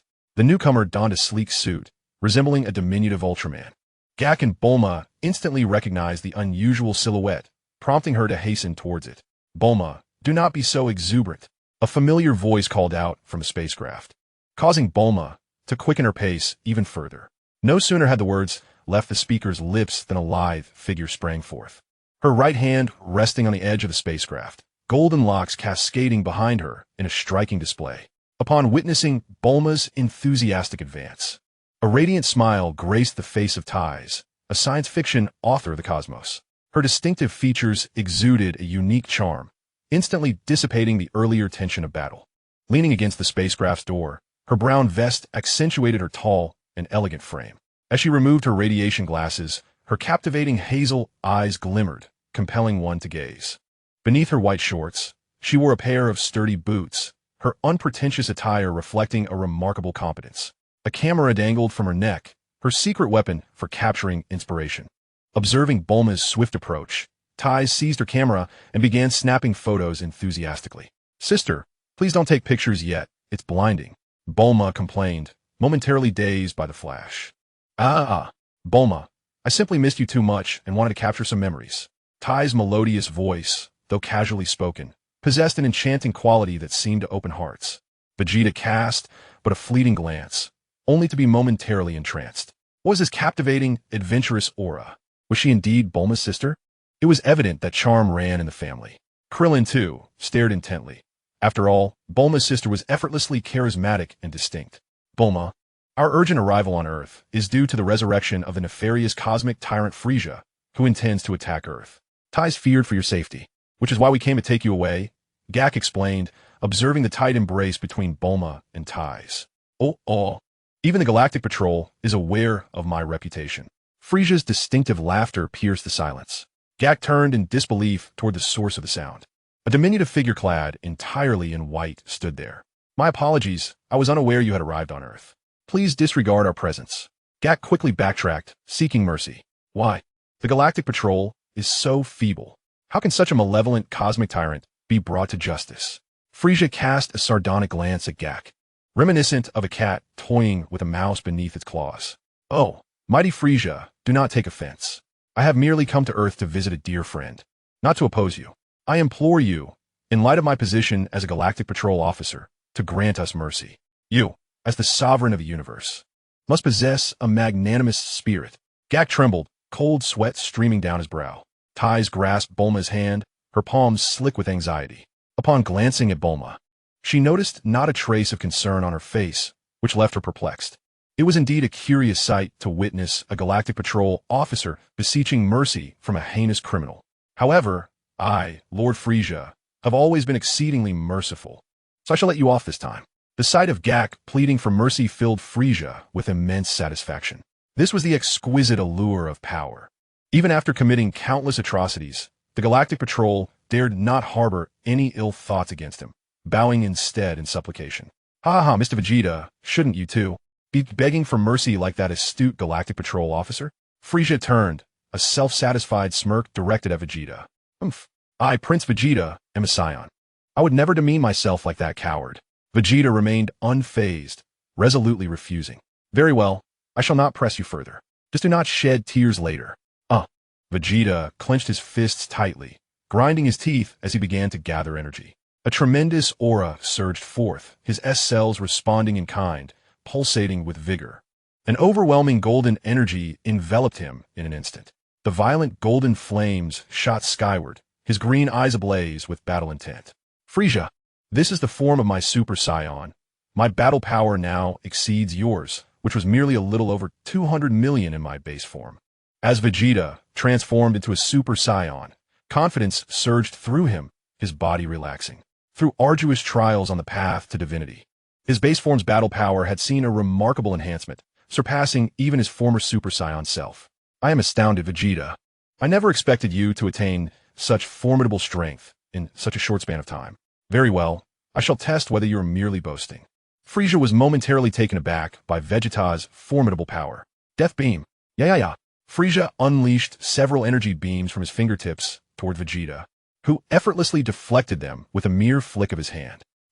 It appears your Super Saiyan form is indeed powerful, capable of withstanding my Death Beam.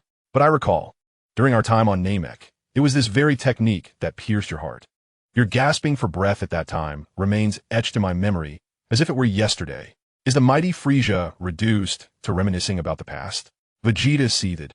His rage, evident as steam, seemed to rise from his head, for it was a moment of utmost humiliation, now wielded as a jest by Frieza. However, he had already devised a retort for Frieza, recalling how the tyrant had been rendered nearly unrecognizable by Kakarot's blows on Namek. Did Frieza truly wish to endure the torment of being vanquished by a Super Saiyan once more? Chapter 57, Golden Frieza. Oh, from whence does your confidence stem? You are but a mere Super Saiyan, ha. Faced with the Super Saiyan, Frieza felt no fear. On the contrary, he relished the thought of engaging with them. For to him, Super Saiyans were merely intriguing playthings. Frieza, it seems necessary for me to remind you of the terror that Super Saiyans can invoke. Vegeta's lips curled into a slight smirk, radiating an air of calm assurance. Vegeta had attained the full power of a Super Saiyan, his strength surpassing that of Frieza. Before you stands the mightiest Super Saiyan ever, Super Vegeta. With his right hand clenched tightly, he pointed his thumb towards his own visage. The strongest of all time. Is this all you have to offer? It appears the warrior race of Saiyans is not as formidable as I once thought. Ha. Frieza scoffed, dismissing Vegeta's power as inferior to that of the Vegeta he had encountered in other timelines. In the blink of an eye, Vegeta launched a fierce punch aimed directly at Frieza's face, striking him solidly on the nose. Vegeta's iron fist sank deeply into Frieza's countenance, causing the tyrant to stagger back several paces before regaining his composure. Yet Frieza made no attempt to defend himself, his arms crossed in a state of defiance. Frieza, what's the matter with you? Why do you not defend yourself? Vegeta queried, perplexed by Frieza's decision to take the blow head-on. Merely a Super Saiyan. I could withstand your blows without a care, King Frieza. Frieza raised his head slightly, his gaze piercing, as though he had perceived the entire situation. What? Vegeta, incensed by such contempt, felt his fury ignite. He had acquired the power of a Super Saiyan god, and his strength had soared. How dare Frieza speak to him in such a manner? Vegeta delivered a powerful punch to Frieza's abdomen, causing the tyrant to curl up like a shrimp, clutching his midsection. With a grunt, Frieza spewed forth saliva. Then, with a swift motion, Vegeta's fist collided with Frieza's face, sending him hurtling backward like a cannonball. Before Frieza could regain his footing, Vegeta had already positioned himself in front of the trajectory of Frieza's flight, delivering a devastating double-handed strike to Frieza's forehead. Frieza crashed heavily to the ground, sinking into the earth. Yet before Frieza could rise, Vegeta descended from above, utilizing the force of gravity to accelerate his descent, delivering a knee strike that crashed into Frieza's abdomen. The excruciating pain elicited a pained howl from Frieza, his body instinctively curling up as if seeking refuge. However, Vegeta showed no mercy, seizing one of Frieza's legs and spinning him around wildly, akin to the blades of a fan in motion. Then with a forceful throw, Frieza was launched as if struck by a boulder. Explosive attack. Vegeta extended his right palm towards Frieza, beginning to gather his energy. Swiftly, a radiant energy sphere hurtled towards Frieza like a blazing meteor. This was Vegeta's ultimate technique, condensing his energy to strike a specific target with devastating force, even surpassing the final flash and Gallic gun. Boom! A mushroom cloud ascended into the sky. The deafening explosion resonated in everyone's ears, rendering even the act of covering them futile. As the dust settled, Frieza's alabaster form remained steadfast. He approached leisurely, each step echoing with a chilling dread.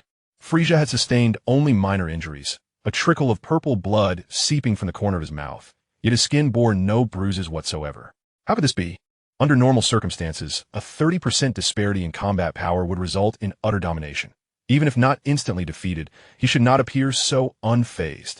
Krillin's eyes widened in disbelief, mouth agape, unable to comprehend the scene unfolding before him. Yamcha stumbled back in fright, nearly losing his balance, akin to a commoner encountering a ghost. Tien's forehead glistened with sweat as he clenched his fists, nails digging into his palms. Piccolo esse brow furrowed deeply, cold sweat trickling down his forehead. Yamcha, equally bewildered, trembled at the sight. Goku, too, was taken aback. Frieza was astonishingly resilient. Perhaps even the enigmatic Saiyan Fourth's physique could not match his prowess. The mysterious Saiyan Fourth, derived from the compression and sublimation of the colossal great ape's form, was formidable even without the enhancement of energy. Yet, Frieza's strength surpassed this, a notion bordering on the absurd. Vegeta, is this all you can muster? Are you merely tickling King Frieza? Frieza spat a mouthful of blood onto the ground, mocking wildly. Infuriated, Vegeta clenched his fists, veins bulging on his forehead, gritting his teeth in fury. Vegeta roared, transforming into a Super Saiyan of the second grade. His golden aura intensified, lightning crackling around him, a tuft of hair cascading over his brow. Frieza, this is the Super Saiyan beyond the Super Saiyan. Though Vegeta had ascended to Super Saiyan 2, his previous composure and confidence had evaporated. So you've transformed, yet your power has not significantly increased, Frieza remarked, his finger resting upon his chin, dismissively gauging Vegeta's strength. How have you become so powerful? Vegeta questioned, perplexed, noting not only Frieza's energy leap, but also the remarkable resilience of his physique. It matters not. I, Frieza, am always forthright in my endeavors. Frieza's gaze swept over the crowd, finally fixating on Goku, his calm demeanor contorting into a visage of rage as he spat. Goku, after my demise, I descended into hell, a realm of torment, where angels reveled daily, relentlessly humiliating me and demanding I find joy in my suffering. Goku, do you know what that feels like? That is merely your own doing. I spared your life, yet you remain unrepentant. Your descent to hell was the just judgment of King Yama, a punishment you rightly deserve. To Frieza's fury, Goku remained unperturbed, steadfastly arguing his case. Son Wukong, little do you know that I have turned misfortune into fortune. In the midst of this agony, I surprisingly achieved a harmonious unity of body and mind. The daily spiritual assaults have forged me anew. At long last, a benevolent figure came to my aid, merging my essence with the spirit of Frieza from the most formidable dimension. Frieza paused, surveying the astonished faces of those around him, and his voice rose in fervor. With Frieza's assistance, I discovered a realm akin to Earth's hyperbolic time chamber, where I trained for a decade, acquiring unparalleled power. I emerged with an entirely new transformation, Golden Frieza. Moreover, I have transcended the might of all Frieza across the multiverse. Golden Frieza. Upon hearing this, Vegeta gasped in disbelief, and the others stood in stunned silence. Even if you transform into Super Saiyan God Blue, your current strength renders you nothing but an ant before my Golden Frieza. With Frieza's proclamation, the gloom lifted and the very air felt sweet. Super Saiyan God Blue, merely an ant? Vegeta's countenance turned ashen at Frieza's words. Impossible. The power of Super Saiyan God reaches tenfold that of Super Saiyan 3, representing a monumental leap. Super Saiyan God Blue, being 5 times stronger than Super Saiyan God, is considered an ant? Vegeta found himself questioning his existence, as his base form had already surpassed the former Super Saiyan. The path to divinity offers exponential growth in power. Armed with such techniques, Vegeta felt invincible. Yet, how could Frieza, having trained for a mere decade, be deemed an ant against Super Saiyan God Blue? I understand now. There is no such thing as Golden Frieza. How potent could a wretch fleeing from another dimension truly be? As Vegeta contemplated, he perceived numerous inconsistencies in Frieza's claims. Not to mention, Frieza's combat power is merely 100 billion.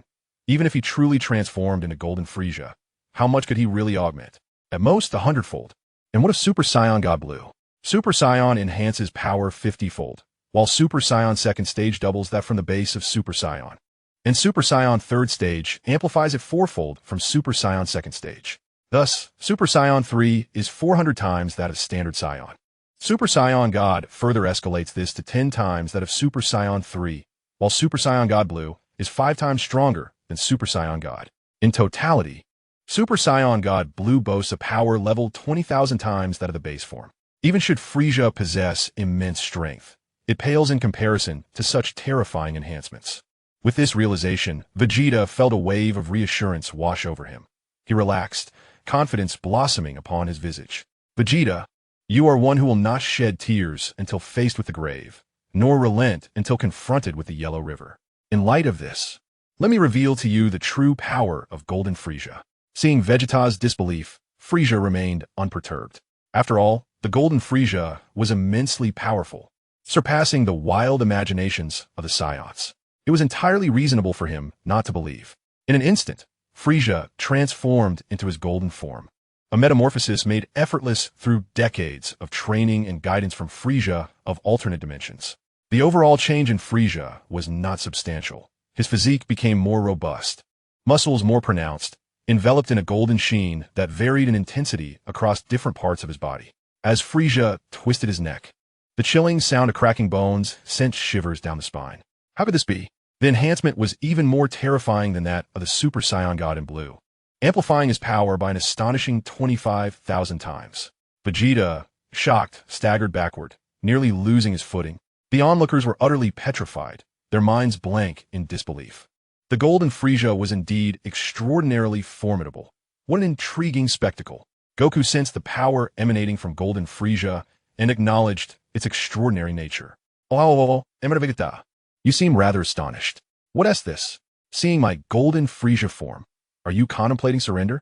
Frieza laughed heartily, relishing Vegeta's ghostly expression. This was not merely a nightmare. It was undeniably a nightmare. Unable to withstand the shock, Vegeta roared, transforming into Super Saiyan God in blue. His entire being became a flash of blue lightning. And in the blink of an eye, he unleashed a fist capable of obliterating planets, striking heavily against Frieza's face. The impact resonated with a thunderous collision, echoing through the heavens. Yet Frieza remained unmoved, arms crossed, mockingly gazing at Vegeta. How is it possible that Super Saiyan God in blue cannot even harm a single hair of Frieza? Vegeta, witnessing Frieza's overwhelming strength, succumbed to despair. The light in his eyes extinguished like a candle snuffed by the wind. Oh ho ho ho, what a warrior race, what Saiyans. What Super Saiyan gods in blue. Before my Golden Frieza, they are nothing. Frieza reveled in the sight. Feeling as though he had consumed honey, his spirits lifted. Suddenly, Frieza moved. With casual grace, he struck Vegeta in the abdomen. Vegeta expelled a mouthful of blood, reverting from Super Saiyan God in blue back to his normal state, collapsing to the ground while clutching his stomach, wailing in agony. Is this all you can do? You still fall short compared to the Vegeta of that timeline. Frieza observed Vegeta writhing on the ground like a worm, finding it amusing. Vegeta, fully aware of his own limitations, foolishly sought death. How laughable. Frieza reverted to his normal state. Eager to toy with Vegeta, he coiled his white tail around Vegeta's neck, lifting him slowly from the ground, then delivered a punch to his back. Mr. Vegeta, does this scene feel familiar? As you believe you had acquired the power of a Super Saiyan on Namek, you foolishly challenged me, Lord Frieza. The result was that I lifted you and mercilessly struck you down. A blissful smile adorned Frieza's face as he extended his tongue, savoring the blood that dripped from Vegeta's face, relishing its exquisite taste. Ah, Vegeta, your blood remains as delectable as ever, he chuckled. Frieza's fists relentlessly pounded against Vegeta's back, akin to a boxer striking a suspended punching bag. How infuriating! Krillin bellowed in rage upon witnessing such a familiar scene, transforming into a Super Saiyan and unleashing a key attack towards Frieza. However, Frieza effortlessly transformed into his golden form, evading the onslaught before reverting to his usual state. Having honed his mastery over energy control, the key attack shattered upon contact with Golden Frieza, erupting like sparks from fire. Little pest, do not rush towards your demise. Once I'm finished with Vegeta, you shall be next. Does that satisfy you? Frieza cast a disdainful glance at Krillin, a cruel smile playing upon his lips. To Krillin, Frieza resembled a devil, instilling fear so profound that he collapsed to the ground. Piccolo, witnessing the scene, turned pale, his mind blank and unsure of how to respond. Chapter 58. Goku, are you bragging? Cease this, Frieza. Goku finally could no longer bear the sight and interjected. He had initially refrained from intervening in the battle between Vegeta and Frieza, respecting Vegeta's pride and independence. However, Frieza's actions had become excessively outrageous. Oh, Mr. Goku, do you have something to say? Perhaps you too can transform into a Super Saiyan God, Blue? Frieza released Vegeta, stepping atop his face and rubbing it with a smug grin. Indeed, I can transform, but that is not the crux of the matter. You should release Vegeta. He is on the brink of death. Goku scoffed at Frieza's torment of his adversary. What is that look in your eyes, Goku? In the past, Vegeta served under me. When have I, Lord Frieza, ever mistreated him?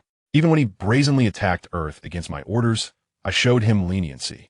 Yet, to my shock, Vegeta has betrayed me. Frieza remarked, pressing down harder on Vegeta's face. I have never shown mercy to a traitor.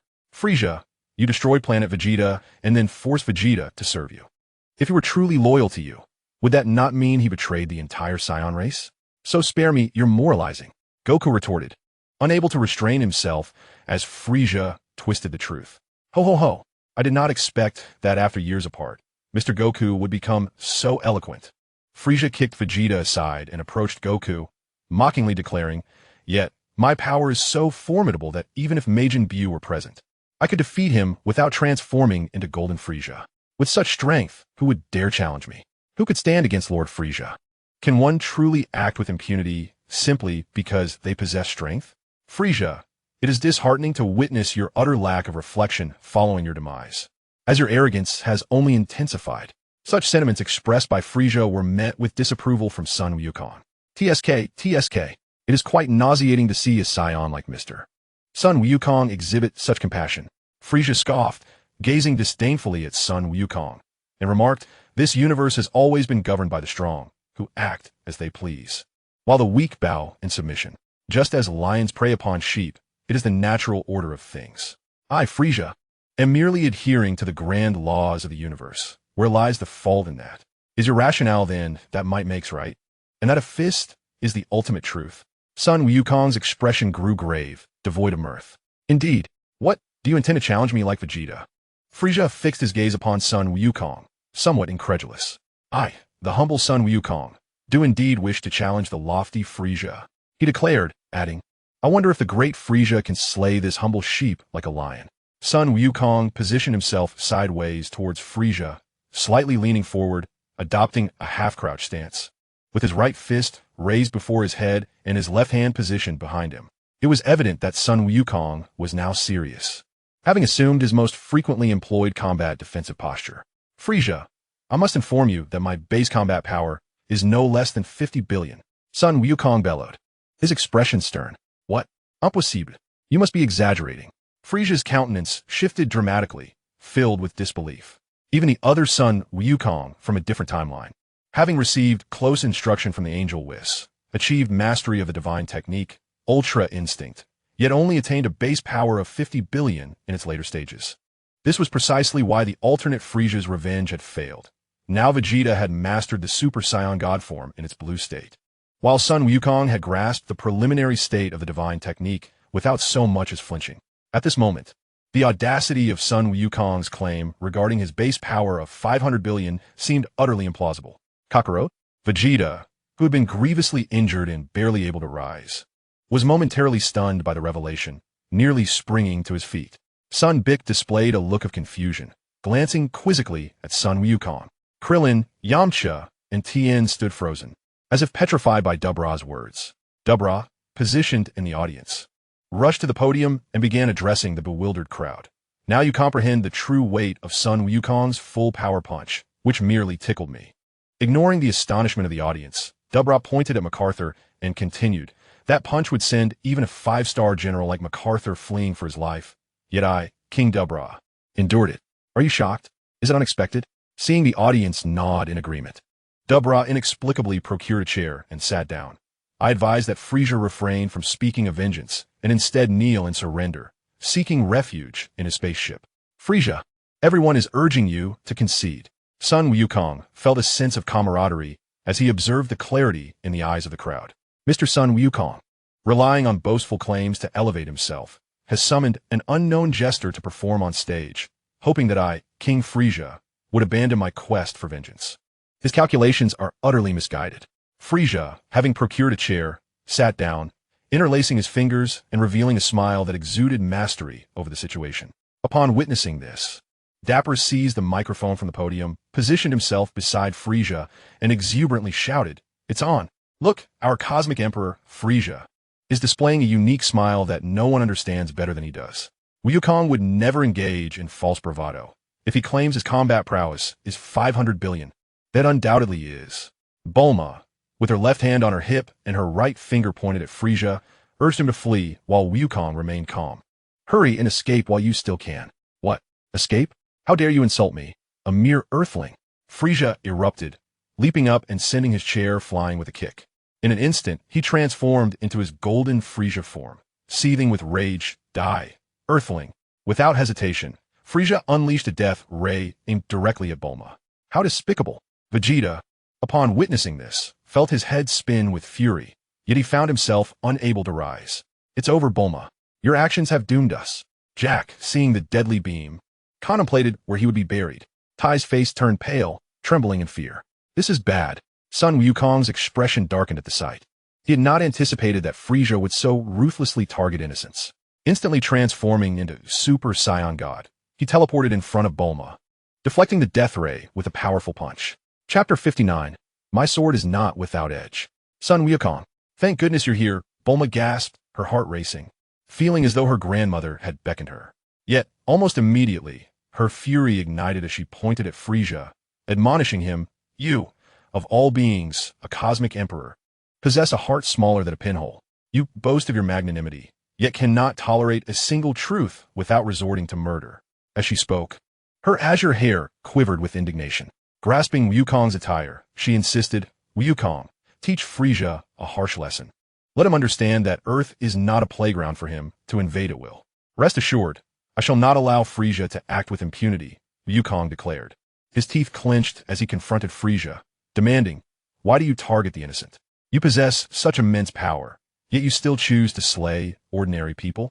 Oh, ha ha ha, Sun Wukong, I relish your flustered demeanor.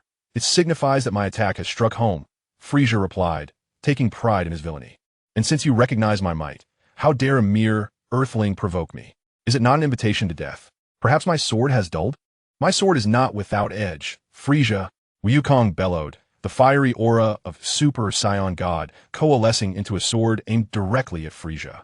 On stage, Depura exhibited an exuberant expression as he seized the microphone, exclaiming with fervor, It's igniting! It's igniting!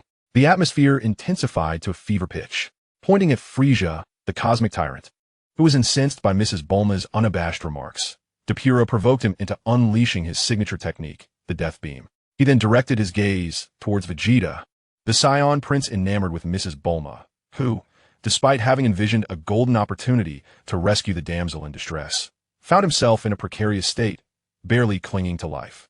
Akin to a clay statue adrift in a river, Depura's attention shifted to Goku, who, seemingly enraptured by a divine light, lifted his head and closed his eyes, reveling in the moment. At this juncture, how could Mr. Goku, as Bulma's odious brother, refrain from stepping forward? In a mere instant, he transformed into a celestial guardian, positioning himself before Mrs. Bulma to shield her from the impending lethal strike. Goku, you are merely a Super Saiyan God, Frieza scoffed. Even if another version of you from a different realm mastered Ultra Instinct, I would still regard you with disdain. He regarded the furious Goku with indifference. I do not believe your ordinary form possesses a power level of 500 billion. Such claims are unfounded. Soon I, King Frieza, shall render you and Vegeta as mere wretches, helpless upon the ground. As he spoke, Frieza's tongue involuntarily flicked out to moisten his lips, his eyes narrowing in pleasure. Listen closely, such a sound is delightful, truly delightful, he remarked as he pointed at the prostrate Vegeta, leaning in to hear better. Frieza, I cannot condone your grotesque tastes. However, should you dare to harm innocents, do not expect me to show mercy. Witnessing Frieza's sadistic demeanor, Goku's fists clenched involuntarily. In that case, Mr. Goku, I shall have to unleash my passions upon you. You want mine, will you? Frieza's demeanor shifted to one of solemnity as he regarded Goku. Feel free to attempt it if you can. As Frieza prepared to act, Goku's expression turned serious. He turned to Bulma and urged, Bulma, you all should distance yourselves. A great battle looms ahead, and it is perilous. Understood. We shall depart immediately. Bulma, recalling Frieza's earlier lack of decorum, felt a twinge of fear as she ushered Ties aboard her aircraft. Just before takeoff, Bulma defiantly raised her middle finger at Frieza and declared, Frieza, since you refuse to heed my warnings, prepare to be pummeled by Goku. Stop it. Ties interjected, hastily covering Bulma's mouth as she witnessed her audacity. Gak, having just boarded his own spacecraft, wished to flee back to the Galactic Patrol Base, but found himself reluctant to abandon Ties, remaining at the mercy of fate. Goku, the nuisances have departed. Are you not ready to commence? With Bulma and her companions having left without interference from Frieza, he was resolute. Once Goku was eliminated, he could easily track down the others, no matter how far they fled. Since King Frieza can hardly wait any longer, let's begin. Goku, already brimming with enthusiasm for battle, lamented the presence of Bulma and the others, which held him back from unleashing his full potential. Wait a moment, Frieza. Sun Wukong carefully removed his suit and placed it into the capsule, donning his martial arts uniform instead. Changing attire before battle, Sun Wukong, you are quite amusing. If it weren't for my broad-mindedness as Frieza the Great, others would have seized this opportunity to attack you. Frieza stood with his arms crossed, patiently awaiting the next move. My apologies, Frieza. This suit was a lavish gift from Bulma. It would be unfortunate if it were damaged. As Sun Wukong shed his suit, he revealed a pair of bear-patterned shorts beneath, purchased by Chi-Chi during a clearance sale. Upon seeing the shorts, Frieza instinctively shielded his eyes, unable to suppress a chuckle. Mr. Sun Wukong, after all this time, I never imagined your taste to be so unique, retaining such youthful exuberance. Saw thee. These were bargain. Chi-Chi insisted on buying. Sun Wukong replied, his cheeks slightly flushed as Frieza's laughter echoed. The onlookers stifled their laughter, afraid of bursting into giggles. Once he was properly attired in his martial arts uniform, Sun Wukong threw a punch, followed by a kick, stretching his body. All right, warm-up complete. With a leap, Sun Wukong charged toward Frieza, delivering a punch akin to a fish leaping from the ocean. Bang! Frieza's palm intercepted the blow. The sound of their fierce, physical clash resonating through the air. I cannot believe it. What you said is true. Even the mere Super Saiyan God can contend with my golden Frieza, Frieza remarked, feeling a tingle in his arm, momentarily taken aback. There's much more you didn't anticipate, Frieza, Sun Wukong declared, delivering another devastating blow aimed at Frieza's face. Frieza effortlessly blocked it, his expression remaining unchanged. Noticing that his attack bore no fruit, Sun Wukong performed several backflips to create distance. He then leapt again, harnessing gravitational potential to accelerate a kick towards Frieza. Frieza, sensing the impending strike, braced himself with crossed arms. However, Sun Wukong's foot never arrived. It was an illusion technique he employed. His true form had already reached the ground. Twisting his waist to channel power into his right arm, he unleashed a devastating uppercut that struck Frieza's unprotected abdomen. Chapter 60. Frieza, still have another transformation. Wow. Blood oozed from the corner of Frieza's mouth as he clutched his stomach and staggered back, collapsing to one knee. Damn it, that wretched monkey. Frieza, well aware that Sun Wukong had employed a technique of breath control, felt the weight of the blow.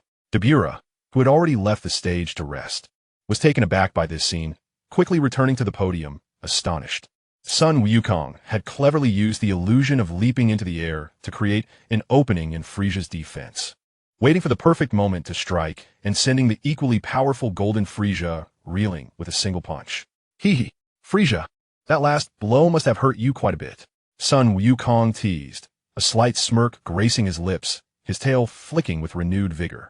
You're joking, Sun Wukong. I am now golden Frieza.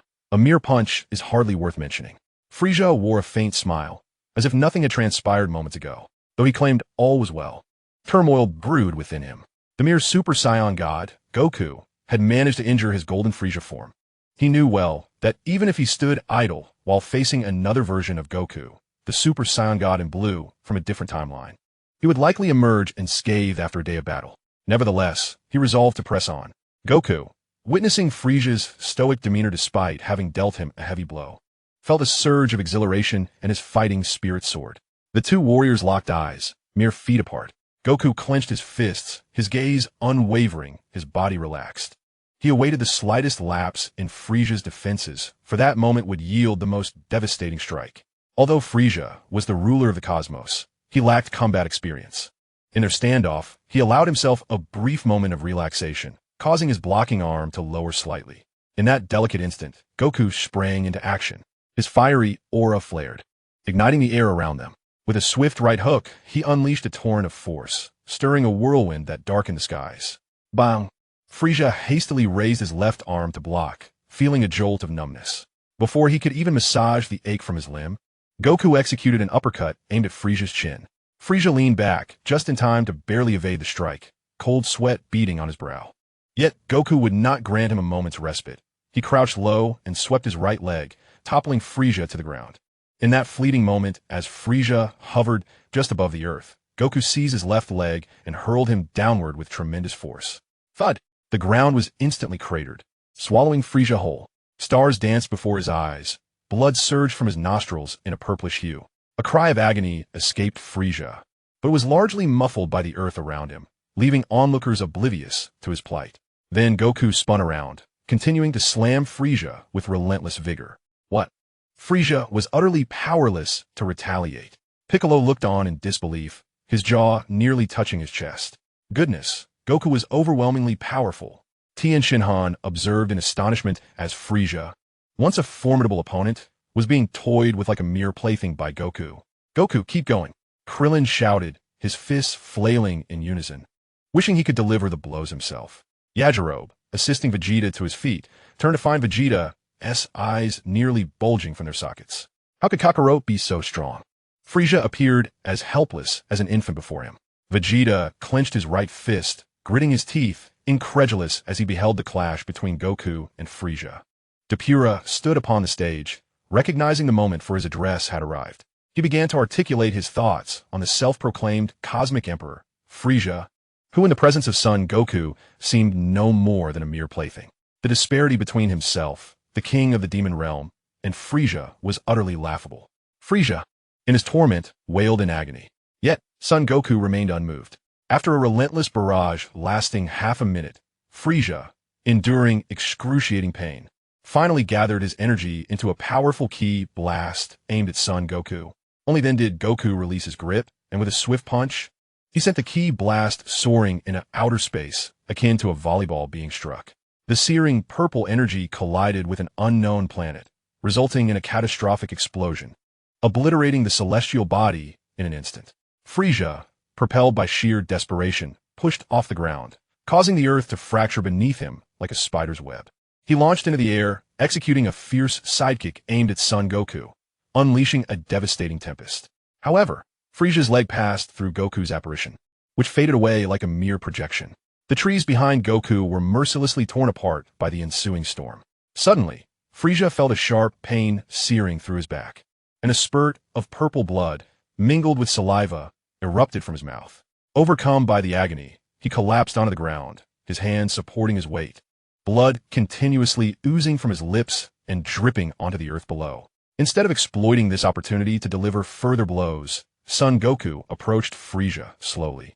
Gazing down at him with a stoic expression, Frieza, he began, you have been defeated. Return whence you came, and do not return to Earth. What did you say? I, Frieza the Great, have been defeated? Frieza rose, clenching his fists so tightly that his nails pierced his palms, purple blood trickling from the wounds. His expression contorted with rage. Teeth gritted, he appeared utterly deranged, as though he had suffered an unspeakable humiliation. I am the Cosmic Emperor Frieza. How could I possibly lose? He pointed an accusatory finger at Son Goku, disdain dripping from his voice. This monkey shall witness my new transformation. In that moment, Frieza regained his composure, exuding confidence as he reverted to the elegant Cosmic Emperor he was known to be, every aspect under his control. Upon witnessing this unexpected turn of events, Depura leaped onto the podium, exclaiming, what have I just heard? Frieza possesses another transformation? Is my hearing deceiving me? Vegeta, upon hearing Frieza's words, instinctively took a step back, as if he might collapse at any moment. He knew Frieza well. He never boasted without cause, and if he claimed to have another transformation, it was undoubtedly true. How can this be possible? Piccolo, struck as if by lightning, felt a numbing sensation spread throughout his body. This cannot be. Krillin's complexion turned pale, and he fell to the ground in shock. Tin, already pale, now appeared completely drained of color, his mind blank. Dean, Kaiatsu remained frozen, staring blankly at Krillin. In a moment of sheer astonishment, Yamcha felt as though he had been doused from head to toe with a bucket of icy water, leaving him shivering uncontrollably. The expressions of the onlookers, akin to those who had been struck by lightning or encountered Spectre, brought immense satisfaction to Frieza, filling his heart with sweetness akin to honey. This very expression this palpable fear had returned. Everything was back to its rightful place. I remain the sovereign of the universe, and the cosmos is still firmly within my grasp. From another dimension, could it be that even after my transformation, Sun Wukong is truly incapable of defeating me? Indeed, it is utterly impossible. Although the Sun Wukong from this realm possesses extraordinary strength that surpasses imagination, my counterpart from my world, even under the meticulous tutelage of the angel Whis, would pale in comparison to him. However, Frieza, you must understand that the transformation you command is the most potent and ultimate power, one that even Beerus would regard with no fear. Moreover, Beerus is the foremost destroyer god of the 12 universes, capable of effortlessly vanquishing the combined might of the other 11 destroyers. In this form, facing other destroyer gods would be akin to a child's play. No matter how formidable Sun Wukong may become, can he truly exceed the strength of a destroyer god? You are indeed correct. No matter how powerful Sun Wukong becomes, can he surpass a destroyer god? Even if another version of Sun Wukong possesses the perfected Ultra Instinct, in this transformation, he remains but an insect, let alone the current Sun Wukong, who is merely a Super Saiyan god. Indeed, hence, let your heart be at ease. Even if Sun Wukong transforms into a Super Saiyan Blue, it merely amplifies his fighting power fivefold. Easily defeated and inconsequential, not worthy of concern. Precisely, regardless of Sun Wukong's prowess, at best, he is merely a Super Saiyan Blue. What is there to fear, to dread? This cannot be. Sun Wukong felt as if thunder were exploding in his ears, his mind in a whirlwind. Frieza's battle power, already an outrageous 100 billion, was astonishing enough. The revelation of his golden Frieza form left him utterly flabbergasted. Now to learn that Frieza possesses yet another transformation. How is that even conceivable? Mr. Sun Wukong, it appears even you are shaken by this revelation. Frieza cackled at the sight of Sun Wukong, mouth agape, and face a mask of disbelief. Oh ho ho ho. Beerus, standing upon the platform, observed the astonished expressions of the warriors and audience alike and promptly commenced his address.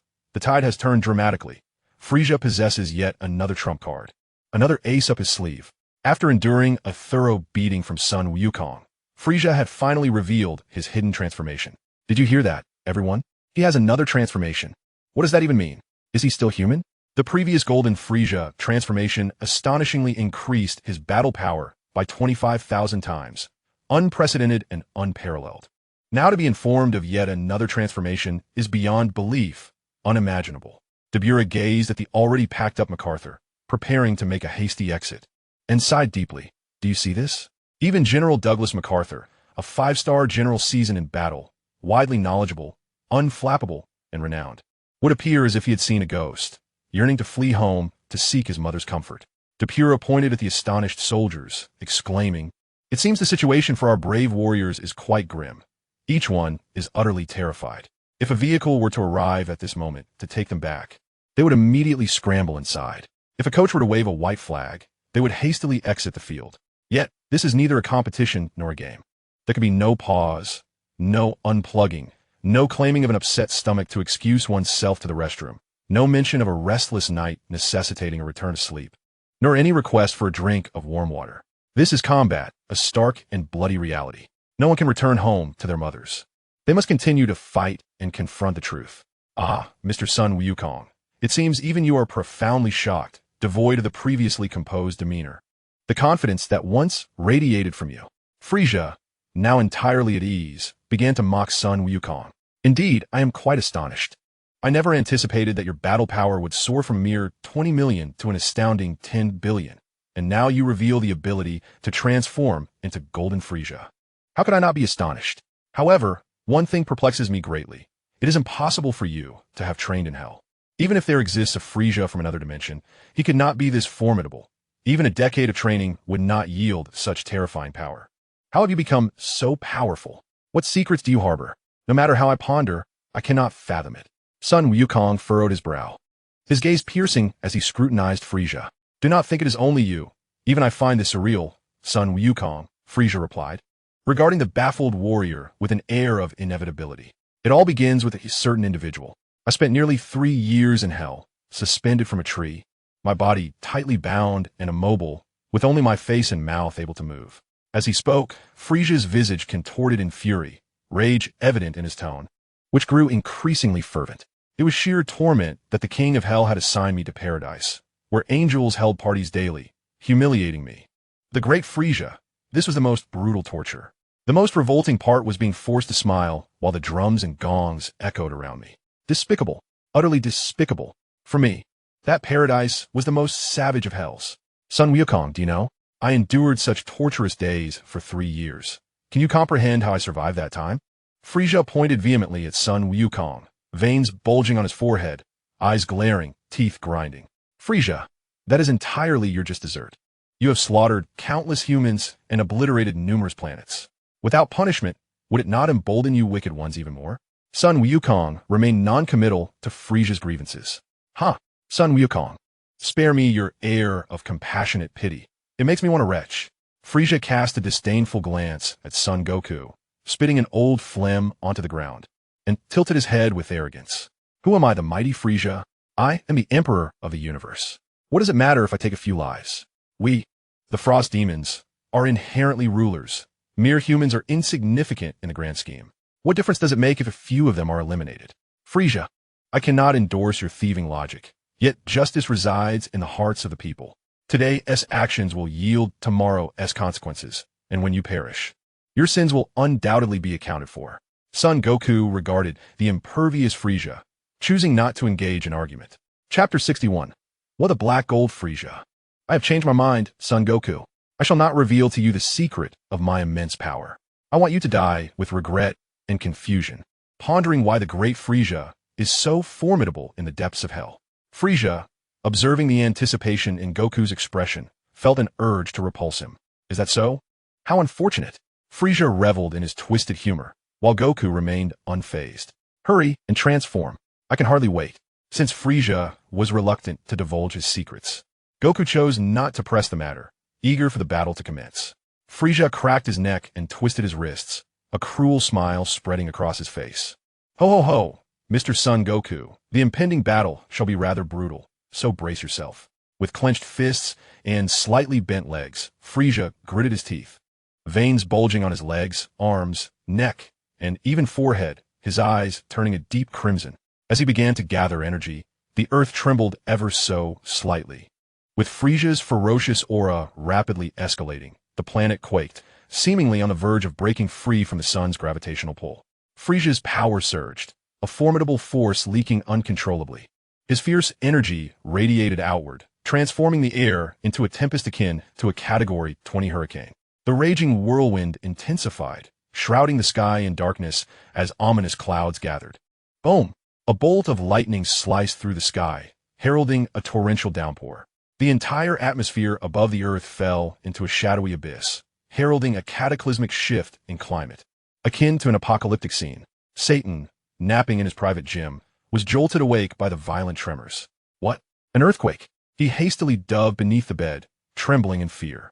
The television broadcasted urgent news. Reliable reports confirm an alien invasion of Earth. The end of the world is upon us. Oh ho ho! Following a fit of sinister laughter, the skies swiftly returned to normal. The clouds dispersed, and sunlight illuminated the land. A figure emanating overwhelming pressure appeared before the onlookers, surrounded by a dark aura that pierced the heavens. His skin gleamed a dark gold, with veins pulsating with black energy. This transformation marked a monumental shift from his previous golden form, each movement radiating a terrifying dominance. Apologies for the wait, Mr. Son Goku. My current form is known as Black Gold Frieza. What do you think? Quite splendid, isn't it? Gazing upon his transformed self, Frieza felt as though he had attained ultimate power, each movement imbued with a bliss akin to reclining amidst a sea of blossoms. My combat prowess has surged to an astonishing 50 times that of Golden Frieza, and now, unless faced with Beerus, I could dispatch any other god of destruction with a mere flick of my wrist. Frieza brimmed with confidence. After all, in another dimension, his base form had already been capable of annihilating Goku, who had mastered Ultra Instinct, and Vegeta, who had achieved self-realization, even when his power was below 2 billion. With his strength now nearly tenfold greater and his black and gold Frieza form fully mastered, he was leagues beyond his counterpart in that alternate reality. Standing at the podium, Dubram marveled at Frieza's latest transformation, exclaiming in admiration. Frieza was not boasting. He had genuinely transformed, becoming black and gold Frieza, with a terrifying increase in strength compared to golden Frieza. How is this possible? Upon hearing Frieza declare his power had increased 50-fold, Krillin collapsed onto the ground. His face ashen. Yamcha trembled, clutching Ten's clothing, who was equally unnerved, beads of cold sweat trickling down his brow. Yamcha, now devoid of any desire to fight, merely wished to slip away unnoticed while Frieza's back was turned. This was utterly outrageous. Piccolo, witnessing Frieza's phenomenal power shift, found himself at a loss for words. Damn it, that wretched Frieza. Though he saw that Kakarot was unfazed, Vegeta doubted Goku could defeat Frieza. For even the Super Saiyan Blue form offered only a 5-fold increase in strength. Everyone should return. You won't be of assistance in the upcoming battle, Krillin urged. Take Vegeta back for treatment. Observing the complete loss of battle fervor among his comrades, Goku reluctantly allowed them to depart, fearing they might become Frieza as hostages. Oh ha ho ho ho. Whereas Mr. Goku's earlier confidence vanished. Are you preparing for your final arrangements? Frieza assumed Goku had cowered, prompting the others to make their escape. It's nothing. I merely wish to engage you in a proper fight. Once the others had departed, Goku finally felt a sense of relief. Very well. What can I say? I, Frieza, am magnanimous. Let those weaklings leave. As long as I can eliminate Goku, I can deal with the others whenever I choose. Goku clenched his fists. A surge of intent coursing through him as he shouted.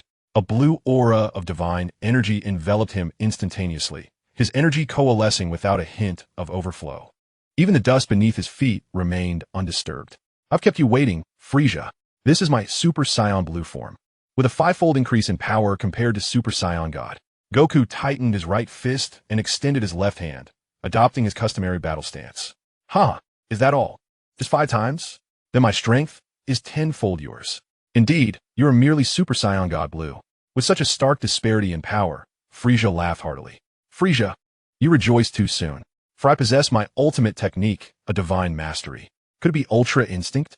Frieza recollected the earlier encounter with Goku, who indeed seemed to have grasped the essence of the Ultra Instinct technique, causing a wave of panic to surge within him. No, it was a divine technique known as limit speed, capable of quintupling one's velocity instantaneously for a brief span of 1 second, with a requisite interval of 1 second between usages. This technique had been imparted to Goku by the enigmatic Majir within the secret realm. Though there were numerous divine techniques available, time was of the essence, and he had managed to learn only this simplest one, which bore a resemblance to the Kaioken, making it relatively easy to master. Unlike the Kaioken, this technique required divine energy to activate and did not inflict harm upon the body. The crux of battle lay in speed. In the realm of martial arts, there is no impenetrable force, only swiftness prevails. Thus, Goku prioritized mastering this technique. If only he had more time, he could have acquired several others, but alas, time waits for no one. The thought of Majir ignited Goku's ire. During their first confrontation, that wretch had utilized this very move, and due to the inability to sense his aura, Goku had been completely oblivious to his whereabouts. Even if your speed is quintupled, what does it matter? You still fall short by a factor of 2. Surely, you do not presume you can vanquish me. Frieza the Great, in my black gold form. Upon hearing of the divine technique, Frieza was taken aback, yet upon learning it was merely a 5-fold increase with an interval. He felt a wave of relief wash over him. That was sufficient. Goku brimmed with confidence, believing even in his Super Saiyan Blue form, he could single-handedly defeat Black Gold Frieza. With the defensive enhancements granted by the mysterious Saiyan 4, even without transforming into that form, his corporeal defenses had escalated manifold. Coupled with Goku's combat experience from his previous life and the relentless battles within the secret realm, he felt assured of his ability to triumph over Frieza. Goku, I never anticipated your arrogance to be so profound. Very well, let me elucidate the harshness of reality to you. Frieza, perceiving Goku's hubris, dismissed him as a mere stubborn fool. Frieza gritted his teeth, slightly bending his knees and clenching his fists. He began to amass energy. His formidable aura surged forth like a roaring tide, obliterating all protrusions in the vicinity with its sheer force. Once his power reached its zenith, Frieza lunged at Goku with a fist capable of shattering stars. Stinky monkey, prepare to meet your end. Goku activated the divine technique of limit speed, effortlessly evading the strike, and retaliated with a knee thrust aimed at Frieza's abdomen. Frieza hastily raised his arms to block the blow, but felt a slight numbness in his limbs. What is happening? Wild monkey, your strength pales in comparison to mine. How can this strike be so fierce? Frieza found it hard to believe that Goku's display belied his supposed inferiority. It was merely a gathering of scattered energy, utterly insignificant. Goku paid no heed to Frieza's astonishment, instead focusing on the vulnerabilities in Frieza's defense. Death Beam. Frieza unleashed a barrage of energy rays towards Goku. Goku deftly maneuvered, evading them with ease. With a swift uppercut from his right hand aimed at Frieza's abdomen. The blow was met with a futile block from Frieza's hands. Unbeknownst to him, Son Goku had already leaped into the air, delivering a powerful kick that knocked Frieza's head askew. That wretched wild monkey, resorting to such despicable tactics again. Frieza seethed. Although he had acquired some mastery over controlling his energy, it proved ineffective against Son Goku, a seasoned practitioner of the advanced afterimage technique. Frieza, in a fit of rage, unleashed a barrage of fiery waves from his palms, initiating his princely combat style. However, it was of little consequence. In an instant, Son Goku teleported behind Frieza and unleashed a devastating Iron Mountain Slam, concentrating immense energy into the attack as it struck Frieza's back. Frieza felt as though his waist might snap, a wave of excruciating pain engulfing him. Before he could recover, Son Goku delivered a fierce right hook to Frieza's right cheek. Frieza was propelled like a cannonball, and while still airborne, Son Goku, utilizing his ultimate speed, caught up and delivered a crushing double-handed blow to Frieza's forehead. With a resounding thud, Frieza was embedded into the ground, causing the earth to shatter and a cloud of dust to rise 100 meters high. Coughing, Frieza emerged from the earth, gritting his teeth as he glared at Son Goku. Stinking monkey, how can your power be so inferior, yet still harm me? Frieza gazed at his battered body in disbelief. The truth was that combat was not merely a contest of raw power, while strength was indeed significant. When the disparity was not overwhelmingly vast, an understanding of martial arts would ultimately determine the victor. Son Goku, despite his advantage, remained vigilant, carefully observing Frieza's every move. I see. Frieza seemed to have an epiphany, bursting into laughter. But what will you do about this? He raised his right hand above his head, fingers extended and aligned, as a formidable energy coalesced between them. Witnessing Frieza's actions, Son Goku was instantly reminded of the moment on Namek when Frieza had effortlessly cleaved the planet in two. Earth Splitter. A violent wave of dark energy surged forth like lightning, hurtling towards Son Goku. Kamehameha. Realizing Frieza's unscrupulous tactics in employing a weapon of mass destruction, Son Goku transformed into the mysterious Super Saiyan 4, instantly unleashing the Kamehameha to intercept the attack. At this moment, Son Goku had reached the full power of the mysterious Super Saiyan 4, his strength now 20 times that of Super Saiyan Blue. This meant that Son Goku's current power surpassed even that of Black Frieza by a factor of 2. What form is this? Frieza stared in astonishment as Son Goku transformed into a figure cloaked in fiery red fur, a devilish smile gracing his face, exuding a terrifying aura. This was the Super Saiyan beyond the 4th level, the mysterious Super Saiyan 4. In this form, Son Goku felt invincible, unafraid of any opponent, even if Frieza could still transform. He was capable of annihilating him with a mere gesture. This is due to the remarkable enhancement in the physical prowess of the mysterious Super Saiyan 4. A transformation that renders even the 20-fold Kaioken seemingly effortless, having no detrimental effect on the body whatsoever. Should the need arise, the utilization of the 100-fold Kaioken is certainly not out of the question. This elucidates why Goku experiences no strain while employing the 10-fold Kamehameha. From another perspective, the mysterious Super Saiyan 4 can be regarded as an alternative, yet more potent form of Goku, characterized by superior physical attributes. Beerus, standing at the podium and observing the transformed Goku, was utterly exhilarated. Frieza had incessantly referred to Goku as a wild monkey, yet here he was truly metamorphosed into one. However, this crimson-haired ape exuded an aura of terror, as if a single punch could obliterate Black Frieza. Bulma, gazing at Goku's powerful and captivating figure within the crystal ball, could not help but marvel at this transformation. This is Goku's evolution into the mysterious Super Saiyan 4, a form that renders Black Frieza no more significant than an ant. The old Kai, recognizing that the outcome was already determined, resumed his meal with gusto. Indeed, life should not neglect the pleasures of culinary delights. Xian and Jebet, witnessing this, also began to savor the feast. Bulma, Join us for a meal. Mr. Goku is certain to win, Saiyan remarked, noticing Bulma's dazed stare at the crystal ball, and promptly clarified the situation of the battle.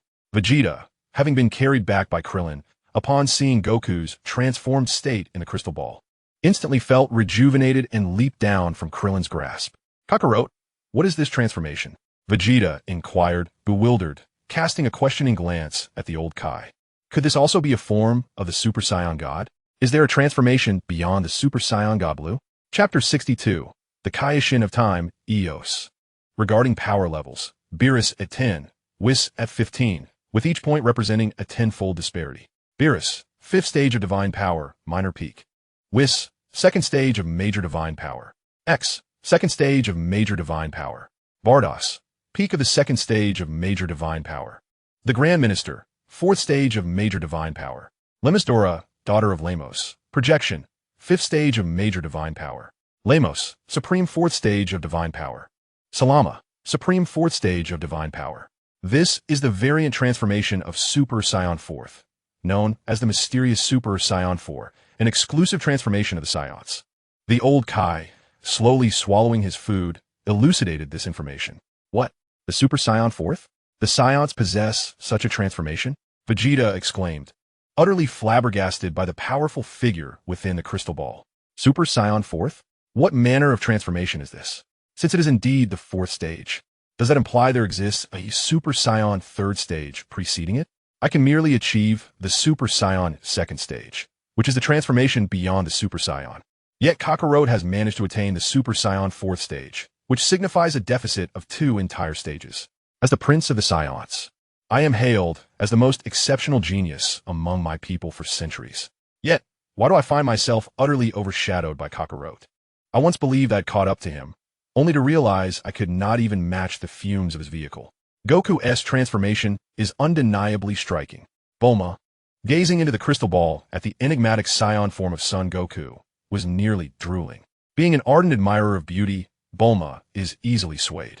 If someone is handsome enough, even a villain can be imagined as a hero in her eyes. Goku's appearance in this form is indeed extraordinary, surpassing all expectations, which explains Bulma's loss of composure. You must be Vegeta, as Bulma described. Ties approached, noticing the battle-worn Vegeta. Upon seeing her approach, Vegeta felt an inexplicable warmth flush over him, his face reddening. What do you want with me? Aren't you Bulma's sister? Yes, I am Tai's, Bulma's sister. I have a penchant for writing science fiction, which is why I've ventured into the cosmos with Jack to seek inspiration. I've heard you are the Prince of the Saiyans, having traveled to many planets and experienced much. I would love to hear your stories, as they would greatly aid my writing. What? Tell stories?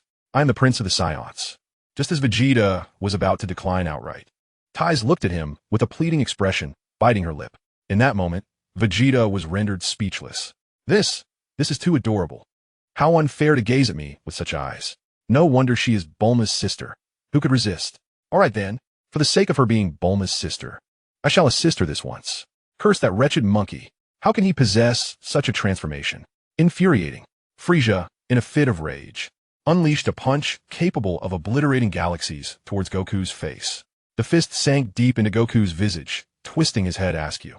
Frieza, astonished that he had actually landed a hit, was momentarily taken aback, but soon regained his confidence. He proceeded to unleash a barrage of punches and kicks upon Goku, throwing all his might into the assault, akin to striking a sandbag.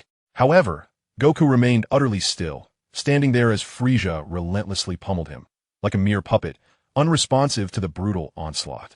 After nearly a minute of relentless assault, Goku had not uttered a single sound. Frieza, finally sensing something amiss, gazed incredulously at the smiling Goku, his voice trembling. Why do you show no reaction at all? Apologies, I was feeling a bit unwell earlier. Your previous strikes were quite soothing, though I must say, the strength was somewhat lacking. Could you apply a bit more force?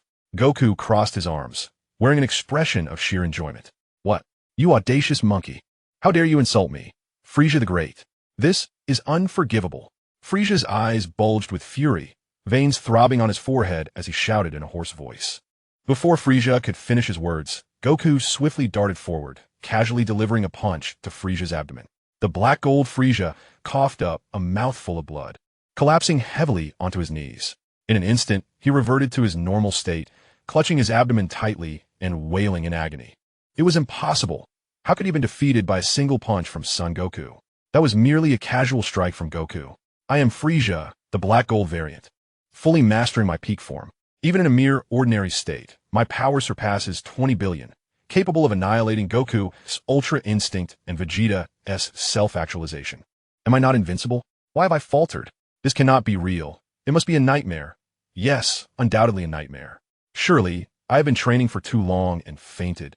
Or perhaps I merely fell asleep and dreamt this. Yes, that must be it. Son Goku is but a lowly Saiyan. How could he possibly rival me, the mighty Frieza? If I just rest for a moment, this nightmare will dissipate upon my awakening. Yes, indeed, that is the way. Frieza shut his eyes, and after a brief pause, he slowly opened them. Son Goku, why do you still linger? Despair washed over Frieza as he gazed at Goku, finally accepting the harsh reality. He had truly been defeated, utterly vanquished. Despite possessing the strength of Black Gold Frieza, he could not withstand even a single punch from Son Goku. Frieza, in light of your unrepentant nature, I shall return you to hell.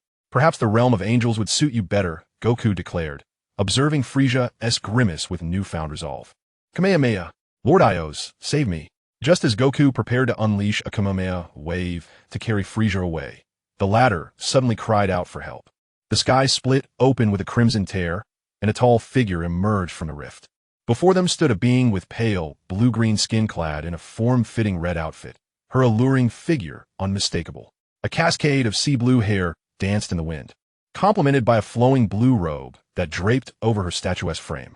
Her pointed ears resembled those of a beautiful elf, and a golden crown adorned with clock engravings rested upon her head, exuding regal elegance and an air of dominance, akin to a queen wielding authority over mortals. With red gloves and high-heeled shoes, she radiated an aura of nobility and intimidation. A clock-shaped divine halo, shimmering with blue light, materialized behind her, and the overwhelming power emanating from her presence left Goku gasping for breath. Each step she took seemed capable of obliterating the very universe itself. Her gaze was as frigid as an unlit expanse in the cosmos, filled with disdain for humanity. Who are you?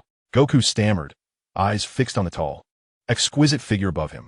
I am Ios, the Kaioshin of time, the sovereign of this multiverse, the master of all infinite timelines, and the overseer of all endlessly diverging possibilities across countless parallel dimensions, she replied, her tone measured and expression neutral.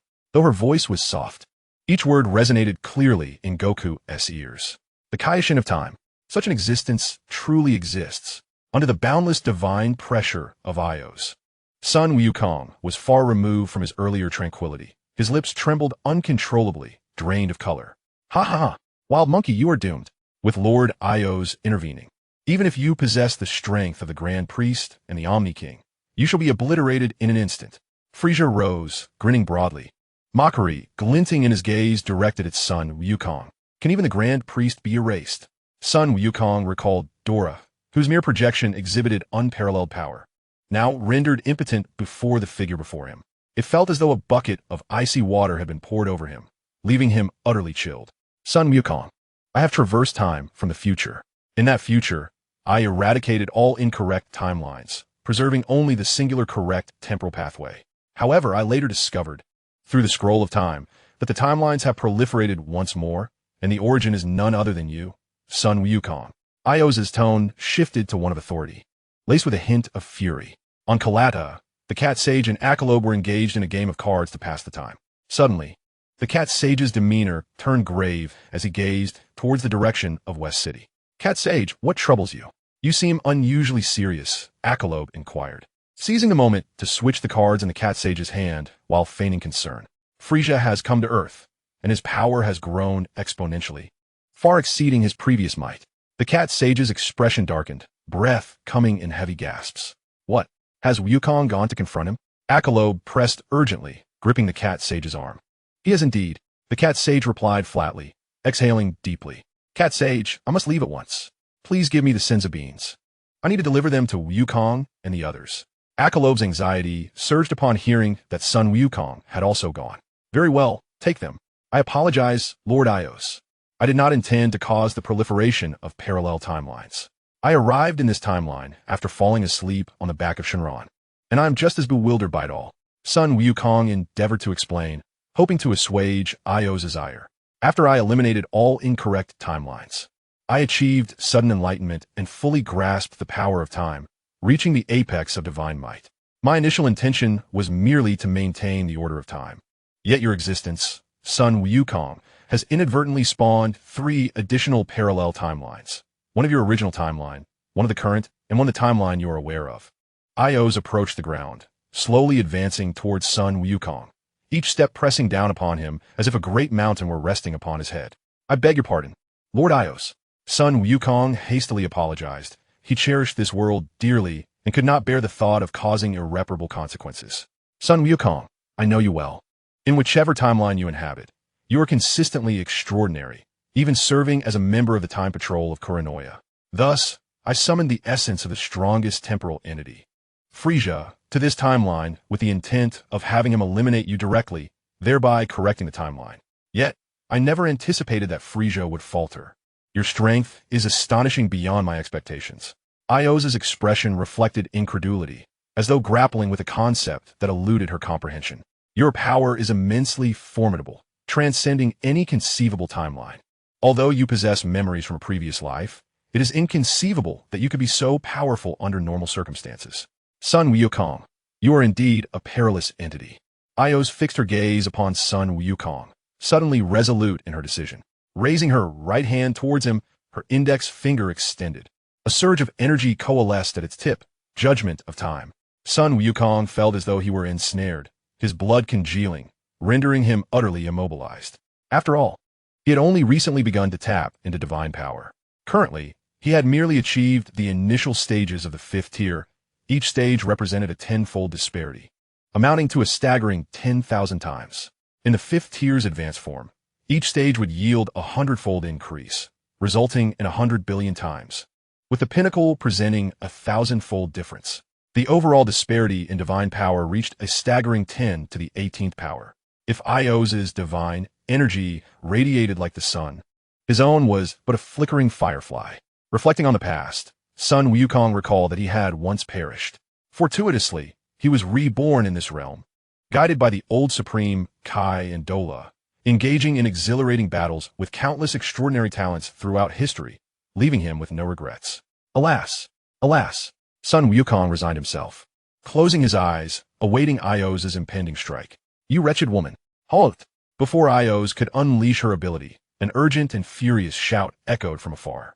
A stone flew precisely towards Ios's face, only to be intercepted by a barrier of energy a mere 10 centimeters from her, dropping harmlessly to the ground. A rotund figure swiftly appeared beside Sun Wukong, clad in a crimson warrior's garb, with a katana at his waist. The stout figure sported disheveled long hair that obscured his ears. What do you intend to do to my brother Wukong, you vile woman? Achilles brandished his katana, shouting in fury. Sun Wukong has committed an unforgivable crime. I shall now commence his judgment. Ios lowered her hand, succinctly explaining the rationale, refraining from immediate action. Nonsense. My brother Wukong is the kindest soul in existence. How could he possibly have committed such a crime? It is undoubtedly your malice that has led to this falsehood against him. Achilles regarded Ios with icy skepticism, utterly disbelieving her claims. Achilles, I am not of this timeline. I am another world's Sun Wukong, inexplicably drawn into this realm. Ios speaks the truth. I have indeed caused the emergence of parallel timelines, and I accept my guilt. Sun Wukong fully acknowledged Ios's conviction. Nonsense. Regardless of which world you hail from, you are still my brother Wukong. This wretched woman must have misled you and misconstrued your actions. Achilles sheathed his katana, lost in thought, passionately recounting the tales of the Saiyan invasion during King Piccolo's reign. Frieza's artificial beings, androids 17 and 18, and the demon realm's King Beerus. Now do you understand? My brother Sun Wukong is a paragon of virtue. He could never be an embodiment of evil, and any notion of guilt is utterly unfounded. Those who oppose my brother Wukong are undoubtedly villains. If they are teachers, they must be of the ilk of the infamous Carrie, and if they are doctors, they are surely demons who steal human organs. Even angels among them would surely be fallen ones. If you stand against my brother Wukong, then you too cannot be anything but vile. You are a hideous creature, a foul woman, an ancient witch, a decrepit hag, an unwanted, eternal virgin. What did you say, Earthling? The initial remarks were bearable. But the mention of Eternal Virgin struck a nerve. Indeed, she has yet to find a worthy match, for this world has yet to produce one deserving of her. My sincerest apologies. Akairobe did not intend any offense. Upon witnessing Ios's fury, Wukong became enraged, oblivious to the 3 parallel timelines he had inadvertently created. And now he rushed to explain himself. You are indeed an eternal virgin. Only a wretched virgin would display such perversion and condemn my brother Wukong. A rare and virtuous soul. Seeing Ios so rattled, Akairobe unleashed a barrage of words. Chapter 63, Becoming Ios's Minion. Lord Elder Kai, Wukong is in danger, Bulma exclaimed, gazing at the ominous scene within the crystal ball. What? The Elder Kai, though perplexed, hurried over.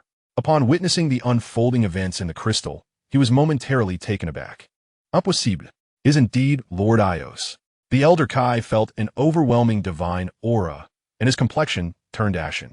Sensing the Elder Kai's distress, Xian and Jebet rushed over. Ancestor, what troubles you? Xian inquired, glancing at the crystal ball, finding nothing amiss. That woman is the Kai of Time. The Elder Kai stammered, pointing at the figure within the crystal. Moreover, can you not sense her divine power? Impossible. She has transcended to the legendary realm. Since Usun commanding demio fanta. And he stumbled, collapsing to the ground in disbelief. Jebet trembled uncontrollably, unable to utter a word. Lord Elder Kai, what is happening to you? Bulma, bewildered by the Elder Kai, Xian, and Jebet's reactions, felt utterly confounded. Not only Bulma, but also Piccolo and others were equally astonished by this spectacle. The woman within was the Kai of Time, the deity overseeing all timelines, and most astonishingly, her divine power had reached the pinnacle that only legends could attain. The Elder Kai took a moment to collect himself, seated in his chair, and continued to elucidate. Such an existence possesses an overwhelming power that even the mightiest grand priests of all universes cannot withstand. This implies that whatever she chooses to do, we are left at her mercy. It is important to understand why this realm is termed legendary. Only those of legendary stature can attain it. Over the course of more than 100 billion years, only 3 have achieved this. The first was Remus, the second was the dragon god Salama, and the third was Remus's daughter, Remus Dora. Moreover, these 3 individuals emerged during the same era, and it has now been over 13 billion years. How could this be? Bulma gazed at the image of son Wukong, who appeared respectful and cautious, and an involuntary sense of worry crept into her heart. You insolent fool! How dare you insult me in such a manner? Even son Wukong is but a mere gesture away from annihilation. Do you not fear for your life? Ios was initially filled with anger, but soon became indifferent. Fear. Of course I fear, but will your fear spare us? The old maid. You are merely a brute endowed with power, yet blind and deaf to reason. Although Yakalobe could not grasp the extent of Ios's strength, the expression on son Wukong's face made it evident that this woman could indeed obliterate them with ease. Ultimately, you still regard son Wukong as a miraculous being, do you not? Ios seemed to have recalled something, a faint smile flickering across her face. Indeed, Wukong is the greatest of all beings. With him present, any crisis can be resolved. Yakalobe felt an immense pride for son Wukong. His illustrious deeds could be recounted for 3 days and nights without end. Is this what you mean by potential? Is this what Kuranoya spoke of? As long as he is here, everything is possible, so that is the essence of it. Ios appeared to have an epiphany, her expression shifting to one of contemplation. Noticing Ios's demeanor soften, Yakalobe ceased his verbal onslaught, refraining from further mental assaults. Son Wukong, I must admit your personal charm is remarkably potent. Not only Kuranoya, but even this insufferable fool continuously defends you. Ios paused, as if having made a decision. In that case, for Kuranoya's sake, I shall temporarily grant you a reprieve. Her expression morphed into one of amusement, laced with a mocking tone. Should you fail to exhibit this so-called potential, or if you are not the person Kuranoya perceives you to be, I shall not hesitate to end you. Thank you, Lord Ios. The oppressive aura surrounding son Wukong finally dissipated, allowing him to breathe freely once more. Son Wukong turned to Yakalobe, an indescribable feeling swelling within him.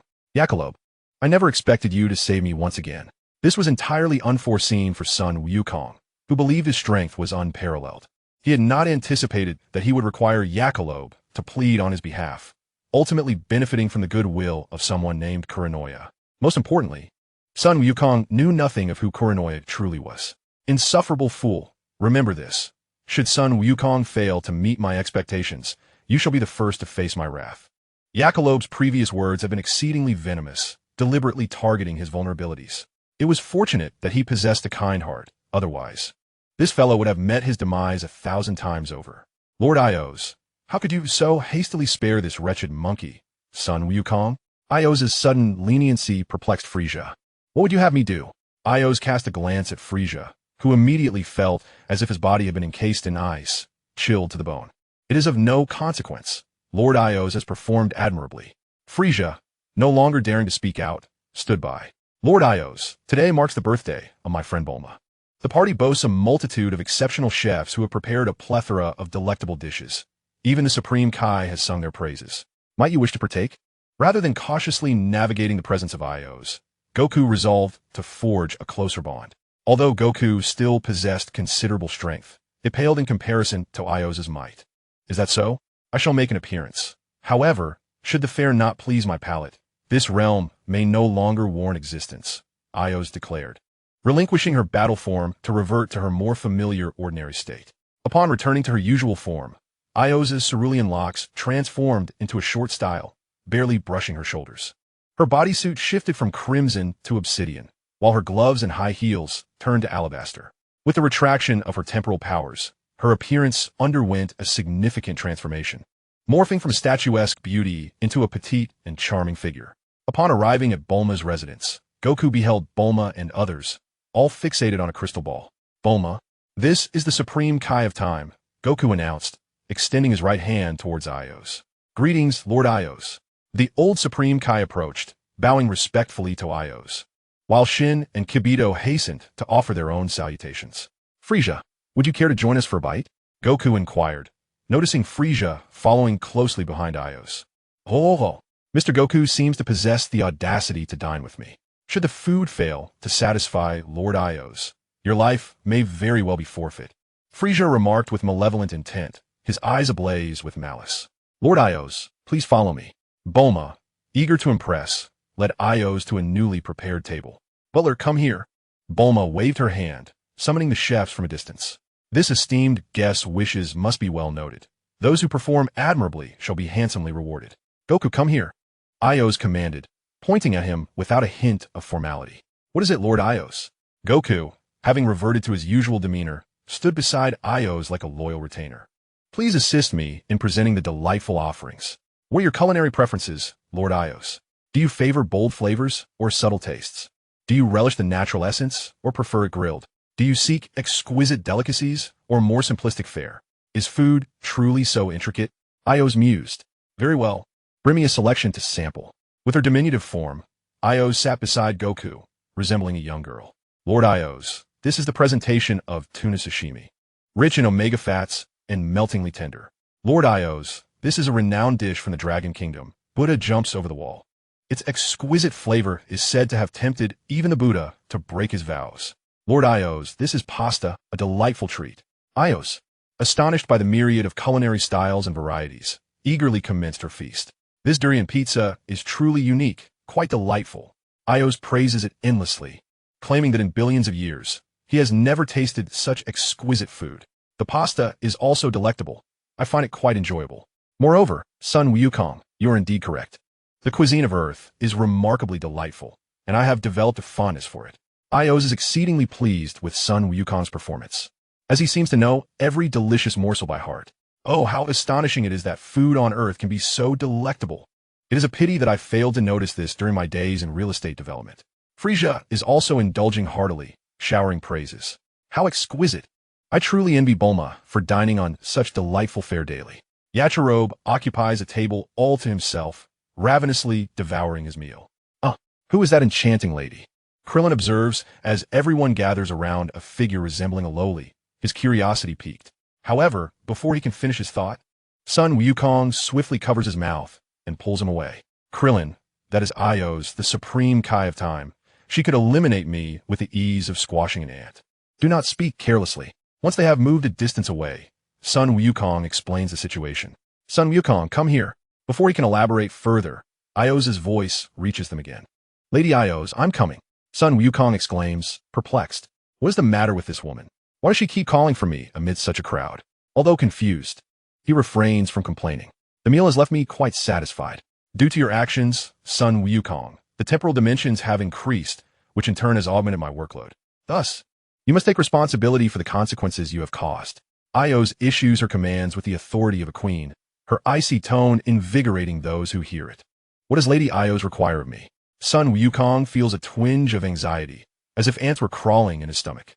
Become a member of my temporal patrol. Currently, Frieza is the only member. Io states matter-of-factly, having anticipated this scenario well in advance. What? Frieza? Sun Wukong blinks in surprise, glancing at Frieza, who is still engrossed in his meal, utterly bewildered. What is the matter? Are you astonished at my becoming a temporal patrol member? Frieza, without even glancing at Sun Wukong, continues to eat. No, it's just that the thought of working alongside you feels rather peculiar. Sun Wukong scratches his head, still feeling somewhat uncomfortable. Mr. Sun Wukong, are you afraid of me, Frieza the Great? Not at all.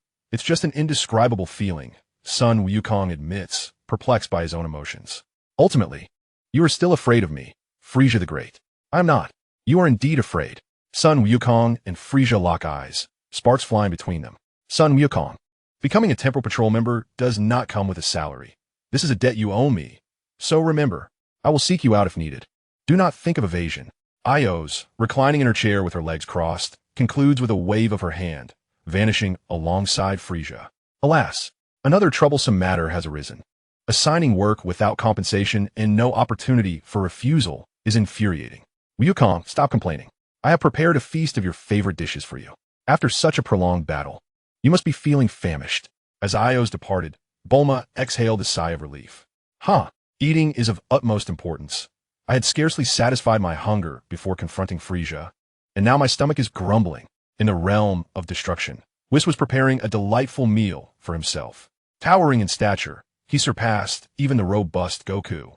With his angelic, distinctive turquoise skin and cascading white hair, he bore a large blue halo around his neck, spanning the width of his shoulders.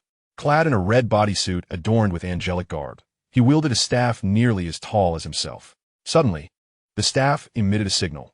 Such occurrences were typically reserved for significant events or individuals with whom he was linked. Clearly, something momentous was unfolding. Whis approached the crystal atop his staff for a closer examination.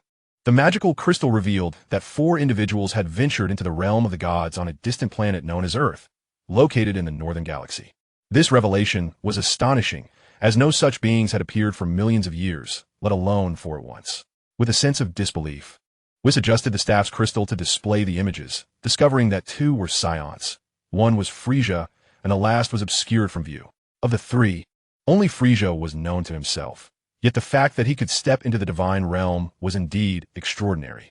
The presence of the 2 Saiyans was even more perplexing, but a glance back through the timeline revealed their previous visit to the Kaioshin realm, providing some clarity. The old Kaioshin, sealed away by Beerus, had been released and had taken on numerous disciples, honing their divine skills. However, one individual remained shrouded in mystery, eluding Whis' vision entirely, implying that this person's power far exceeded his own. How could this be? Could it be that this individual's strength surpasses mine, while my father remains absent? Who else could it be? It seems a journey to Earth is imperative. I must awaken Lord Beerus to accompany me. Significant events are afoot. Chapter 64. The Awakening of Beerus. Whis entered Beerus's chamber, a vast expanse comparable to several football fields. Yet the god of destruction's bed was just large enough to accommodate his form. Beerus, a cat-like being, possessed a slender and elongated physique, giving him an air of height.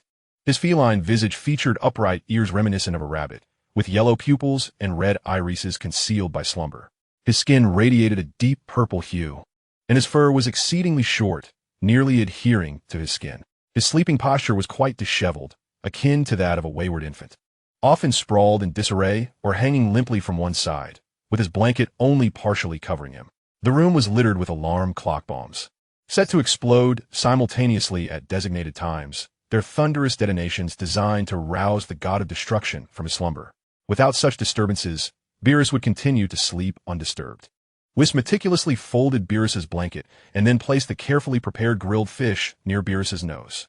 Sensing the delectable aroma, Beerus's nostrils twitched, and his head slowly turned towards the enticing dish. Observing this, Whis followed suit, moving the fish closer, prompting Beerus to rise slowly as he could not reach it while seated.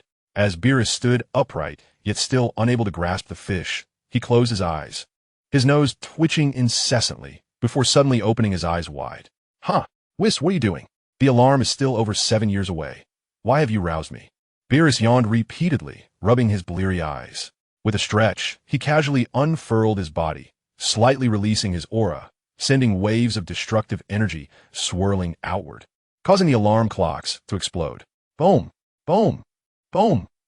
The alarm clocks detonated one after another like firecrackers, until Beerus's drowsiness completely dissipated. Whis, if you cannot provide me with a satisfactory reason, you shall face my wrath. Beerus, feeling enraged, glared at Whis, his brow furrowed, as he reflected on his 39 years of minimum sleep, now reduced by more than 7 years. Ah, Lord Beerus, you always awaken in such a manner. Whis replied with a resigned expression. Although Whis spoke lightly, chaos had already erupted elsewhere. On Earth, the old Kaioshin gazed incredulously towards the realm of the Destroyer.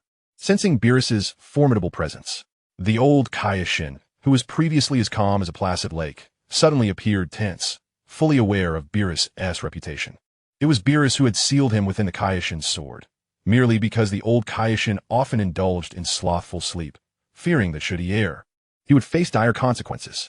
Ancestor, what are you gazing at? Why does your expression seem so grim? Is Lord Iolo's here again? Shin, observing the old Kaioshin's unease, inquired with confusion.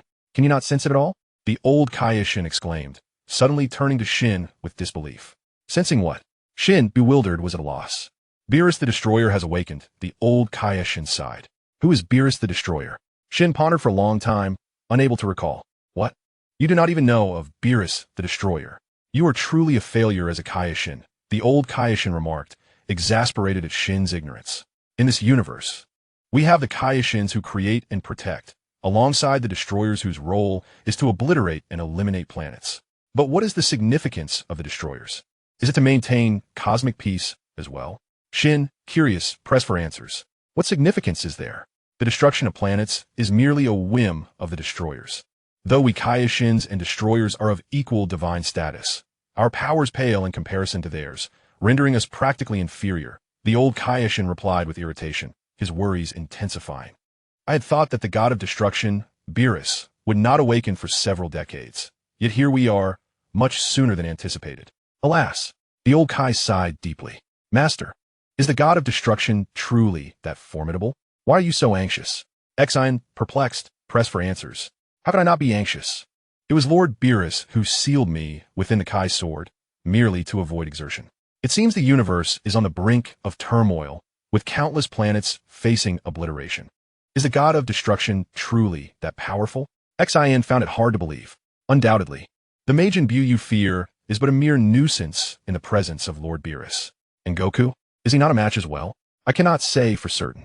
After all, even he does not fully comprehend the extent of Lord Beerus's power. As for son Goku's true strength, it remains largely unknown, save for the fact that he is exceptionally strong. Lord Beerus, there are mortals who have stepped into the realm of the divine, and there are 3 of them. Upon noticing Beerus had awakened, Whis directly conveyed the situation. The emergence of mortals into the divine realm is a monumental matter. As the supreme deity of the universe, it is imperative for Lord Beerus to be informed. Should the Omni-King inquire and find the god of destruction oblivious, it would be a grave matter. What? Stepped into the divine realm? How is that possible? Beerus felt as though he had been jolted awake. Indeed, Lord Beerus, please take a look. Whis waved his angelic staff, and a beam of light emanated from the black magic crystal at its tip, projecting an image into the air. To his astonishment, the scene of Vegeta battling Frieza appeared before them. A Saiyan is only supposed to transform into a giant ape.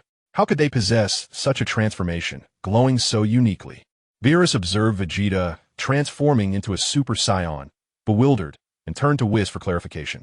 Originally, Saiyans could indeed only become giant apes, but for reasons unknown, they have undergone a mutation. They have learned to tap into the power of their own bloodline by awakening the unique S cells within them, enabling this transformation. What you see is the Super Saiyan form, which was first developed by a Saiyan named Son Goku. Whis then displayed footage from the Namek saga, showcasing Goku transforming into a Super Saiyan after witnessing Frieza's murder of Krillin. This Super Saiyan transformation is quite impressive, exhibiting tremendous strength, but Frieza has significantly increased his power. The last time I encountered him, he was nowhere near this formidable. Beerus observed the battle, beginning to critique the unfolding events.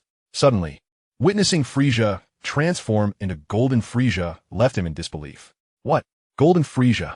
He has achieved the divine realm with just one transformation. This is utterly outrageous. A mortal attaining the divine realm solely through his own power is indeed unfathomable. Then, he saw Vegeta transform into Super Saiyan God Blue, and Beerus could no longer remain seated. Beerus suddenly recalled that it was Frieza who had annihilated the Saiyans. To his astonishment, Frieza had shown blatant disregard for his commands. The rationale behind the extermination of the Saiyan race was their notorious penchant for aggression, bullying the weak, and wreaking havoc across the universe, rendering them a significant malignancy. As the god of destruction, it was his duty to eradicate such negative elements. Yet, this was merely a superficial justification. The true impetus for Beerus's wrath lay in his desire for the most comfortable pillow in the universe, which he had sought from King Vegeta. Given Beerus's frequent indulgence in slumber, a superior pillow was essential. Unexpectedly, the contemptible King Vegeta had reserved the universe's most comfortable pillow for himself, leaving Beerus with the second-best option. Upon sensing Beerus's intentions, Frieza volunteered for the task, leaving Beerus with little choice but to acquiesce. To his dismay, the Saiyans still existed. Not only did they persist, but they had also transformed into Super Saiyan gods, ascending to divine realms. Damn Frieza, how dare he defy my orders? Beerus seethed with rage, contemplating dragging Frieza from the screen for a confrontation. However, even a god of destruction could not accomplish such a feat, compelling him to bide his time for retribution. Lord Beerus, the planet Vegeta is completely obliterated, and it was indeed Frieza who executed your command.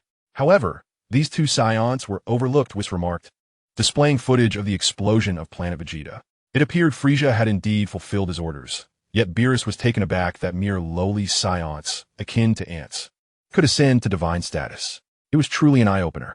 Whis then brought forth an image of Frieza's transformation into Black Frieza, exuding formidable power that spilled forth from the screen.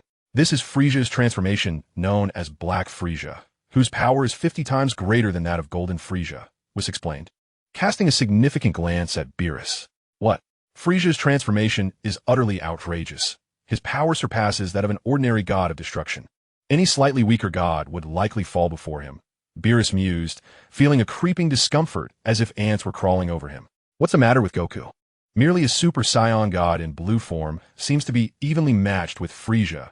It's simply inconceivable, Beerus observed, recalling that Vegeta, in his current state, had struggled against Golden Frieza, while Goku appeared to be challenging Black Frieza directly, even landing significant blows. The overwhelming might displayed when Goku transformed into a mysterious Saiyan form to counter Frieza's earth-shattering slash and ultimately emerge victorious was astounding. This power is terrifying. Aside from myself, it seems no one can rival this individual named Goku. The most peculiar aspect is that his mastery of power is exceedingly refined, suggesting it could not have been cultivated solely through his own efforts. How did he attain such formidable prowess? Beerus paced back and forth, contemplating Whis. Summon the training location of that Saiyan named Goku. I wish to observe closely. Whis complied and retrieved the footage of Goku and Vegeta training in the Kaishin realm. Upon seeing this, Beerus narrowed his eyes. The image projected from the crystal orb displayed Goku teleporting to the Kaishin realm, where he became acquainted with the Kaishin and obtained the Kaishin sword, subsequently breaking the seal placed on Beerus and rescuing the old Kaishin. Under the old Kaishin's guidance, Goku's strength grew exponentially. Later, he brought others, including Vegeta, to the Kaishin realm for training. Super Saiyan God, Golden Frieza, Black Frieza. Beerus continually relished the transformations of Goku and Frieza, stroking his chin with a smile creeping across his face. It seems this will be quite entertaining, Whis. We're the Saiyans now. Beerus stretched his neck, feeling invigorated and eager for a battle. The surviving Saiyans currently reside on a remote planet named Earth in the northern region of the universe, and we will require at least 15 minutes to reach there. Was calculated with precision. Such a distance? Beerus was taken aback, lamenting that the time taken could have sufficed for a cup of coffee. Whis, remember to pack a lunch. That remote area is likely devoid of any edible provisions. Beerus shook his head, somewhat reluctant to embark on the journey. After all, he was notoriously lazy, often dozing off even during work. Spending 15 minutes traveling elsewhere felt less appealing than continuing his slumber. However, he was genuinely intrigued to meet a mortal who had entered the realm of the divine. After a brief internal struggle, Beerus ultimately decided to go. Frieza was manageable, aware of his limits, and unlikely to cause trouble. Yet, if those two Saiyans were to stir up any mischief, he would find it challenging to explain to the Omni-King. Whis, is the bathwater ready? I need to fully awaken, considering I've only just emerged from a slumber of 32 years. Beerus extended his tongue, licking his arm like a cat, grooming its paw. Lord Beerus, the hot water has long been prepared. You may now indulge in a bath, Whis replied.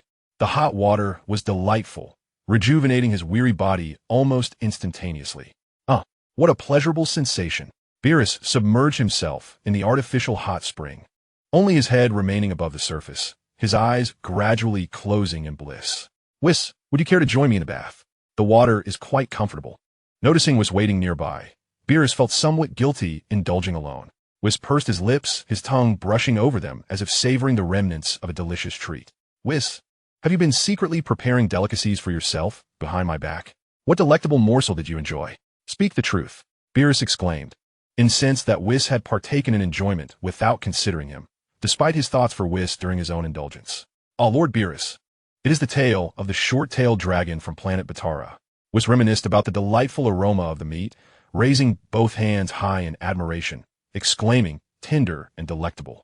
The texture is truly the finest delicacy in the universe. Chapter 65. What? Another intruder to ruin my party? What? Braised pig trotters, stewed beef, curry fried rice. Son Goku's eyes widened in sheer delight, his mouth nearly watering. In that case, Bulma, I shall not hold back. With a swift motion, Son Goku seized the braised pig trotters and, with a voracious appetite, devoured them in a single gulp, leaving nothing but a bone to slide back out moments later. He was akin to a famished spirit, a glutton possessed, clearing a plate in mere moments. Goku, don't rush. There is plenty more, Bulma said, observing his fervent eating from across the table, her chin resting on her palm, gazing at him with affectionate amusement. Indeed, Son Goku had remained unchanged, a colossal appetite persisting despite his immense power. In Bulma's heart, he had always been like a younger brother to her, transcending mere friendship and sibling bonds. If only Son Goku were not married, she mused, perhaps they might have shared a romantic connection, but alas, there are no what-ifs. Missed opportunities are simply that, missed. With her pride, she could never share someone so dear with another. Yet, Son Goku was also the person she trusted the most, and that sentiment had surpassed even love itself. Perhaps this was why, in another timeline, she placed her utmost faith in him, wagering everything on his capabilities. Indeed, the facts bore out that Son Goku was nothing short of miraculous, capable of transforming the impossible into reality. The Kaioshin trio snapped back to attention from their astonishment at Beerus' awakening and approached Son Goku. Goku, the god of destruction has awakened. He may come to Earth. Shin observed Son Goku, who was relishing his feast, unable to restrain himself from sharing the current predicament. A god of destruction? Son Goku posed momentarily, then resumed his rapid consumption of food. Yes, Lord Beerus has inexplicably awakened ahead of schedule. He is aware that a being has entered the domain of the divine on Earth, and is likely to investigate. Seeing that Son Goku remained unfazed, Shin voiced his conjecture. Is that so? Well, I understand. Son Goku, indifferent, continued to savor the culinary delights. Mr. Goku, are you not anxious? Shin inquired, somewhat perplexed, considering even ancient deities of millions of years would be apprehensive. I have nothing to worry about. Goku replied nonchalantly, thinking it unwise to declare that a god of destruction was inconsequential before him, as that would lead the Kaioshin to perceive him as overly arrogant. Is that so? Shin refrained from further discussion, acknowledging that Son Goku was also a member of Ios's Time Patrol. Should danger arise, he could summon the most formidable allies, much like Frieza. Even though Beerus was the foremost god of destruction, his power was merely at the pinnacle of minor divine strength, a mere speck compared to Ios. The old Kaioshin, witnessing the scene, opted to say nothing more, continuing to indulge in the festive revelry and culinary delights. Whis, how much longer until we arrive? Beerus was exceedingly impatient, feeling as though a century had passed. Whis' flight mode came to a halt, his tone tinged with reproach. Lord Beerus, there are still 10 minutes left. You have already inquired 10 times within the last 5 minutes. I implore you to exercise a bit more patience. What? 10 more minutes? How can it possibly take so long? Whis, can you not accelerate a tad? Beerus lamented, enduring the agonizing weight in the vastness of space. Whis cast an exasperated glance at Beerus and patiently elucidated, Lord Beerus, this is indeed the fastest speed in the universe. Is that so? Yet, I still perceive it as exceedingly slow. Beerus shifted his position restlessly, draping his arm over Whis' shoulder. Please, Lord Beerus, be patient. Perhaps we should turn back. I have an ominous feeling about this journey. A sense of unease gnawed at Beerus, leaving him uncomfortable. Was it due to insufficient rest? Perhaps he should have remained at home to recuperate. You say this every time we embark on a long journey, Whis remarked, accustomed to Beerus's tendency to exaggerate and now indifferent to it. Is it truly so? Beerus questioned, somewhat incredulous, realizing that perhaps he had indeed been overly dramatic. Ding! Two formidable divine auras traversed the universe at superluminal speeds, piercing through the galaxy. Sun Wukong's lips curled into a subtle smile. The immense divine energies soared through the cosmos, akin to a godly force that could traverse distances in an instant. Are they arriving already? Their speed is astonishing, Sun Wukong mused, taken aback by the swiftness of the destroyer god. A beam of white light descended directly into the inner courtyard of Bulma's residence in West City, dissipating into a cascade of vibrant hues upon landing, revealing two figures. Sun Wukong looked up to see a tall individual with blue-green skin, exuding an air of elegance and an unfathomable depth of divine power. This was Whis.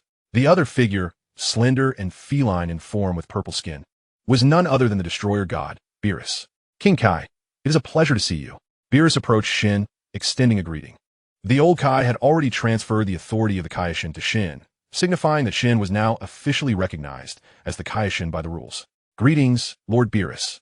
May I inquire as to your purpose for visiting Earth? Although the ancestors held Beerus in great fear, Shin maintained a demeanor of respect without subservience. This confidence was bolstered by the formidable presence of Sun Wukong as his ally, a testament to the strength that breeds self-assurance. Sun Wukong, upon noticing the arrivals, remained unconcerned, merely engrossed in his meal. The warriors of Earth sensed the immense divine auras of Beerus and Whis and emerged to witness the spectacle. Vegeta, who had been conversing with Ties about past events, felt the overwhelming divine energy approaching Earth and joined Ties outside. Upon seeing Beerus, Vegeta instantly recognized the familiar, gaunt figure, a sight forever etched in his memory. In his youth, Beerus visited planet Vegeta, demanding King Vegeta to procure the most comfortable pillow in the universe. However, King Vegeta presented him with the second best, reserving the finest for himself. Upon discovering this deception, Beerus delivered a severe reprimand to King Vegeta, relentlessly pressing his foot against the king's head. I am a deity of considerable magnanimity, Beerus declared, yet I cannot abide the lack of due respect and consideration for others. With this, he placed his foot firmly upon the kneeling King Vegeta.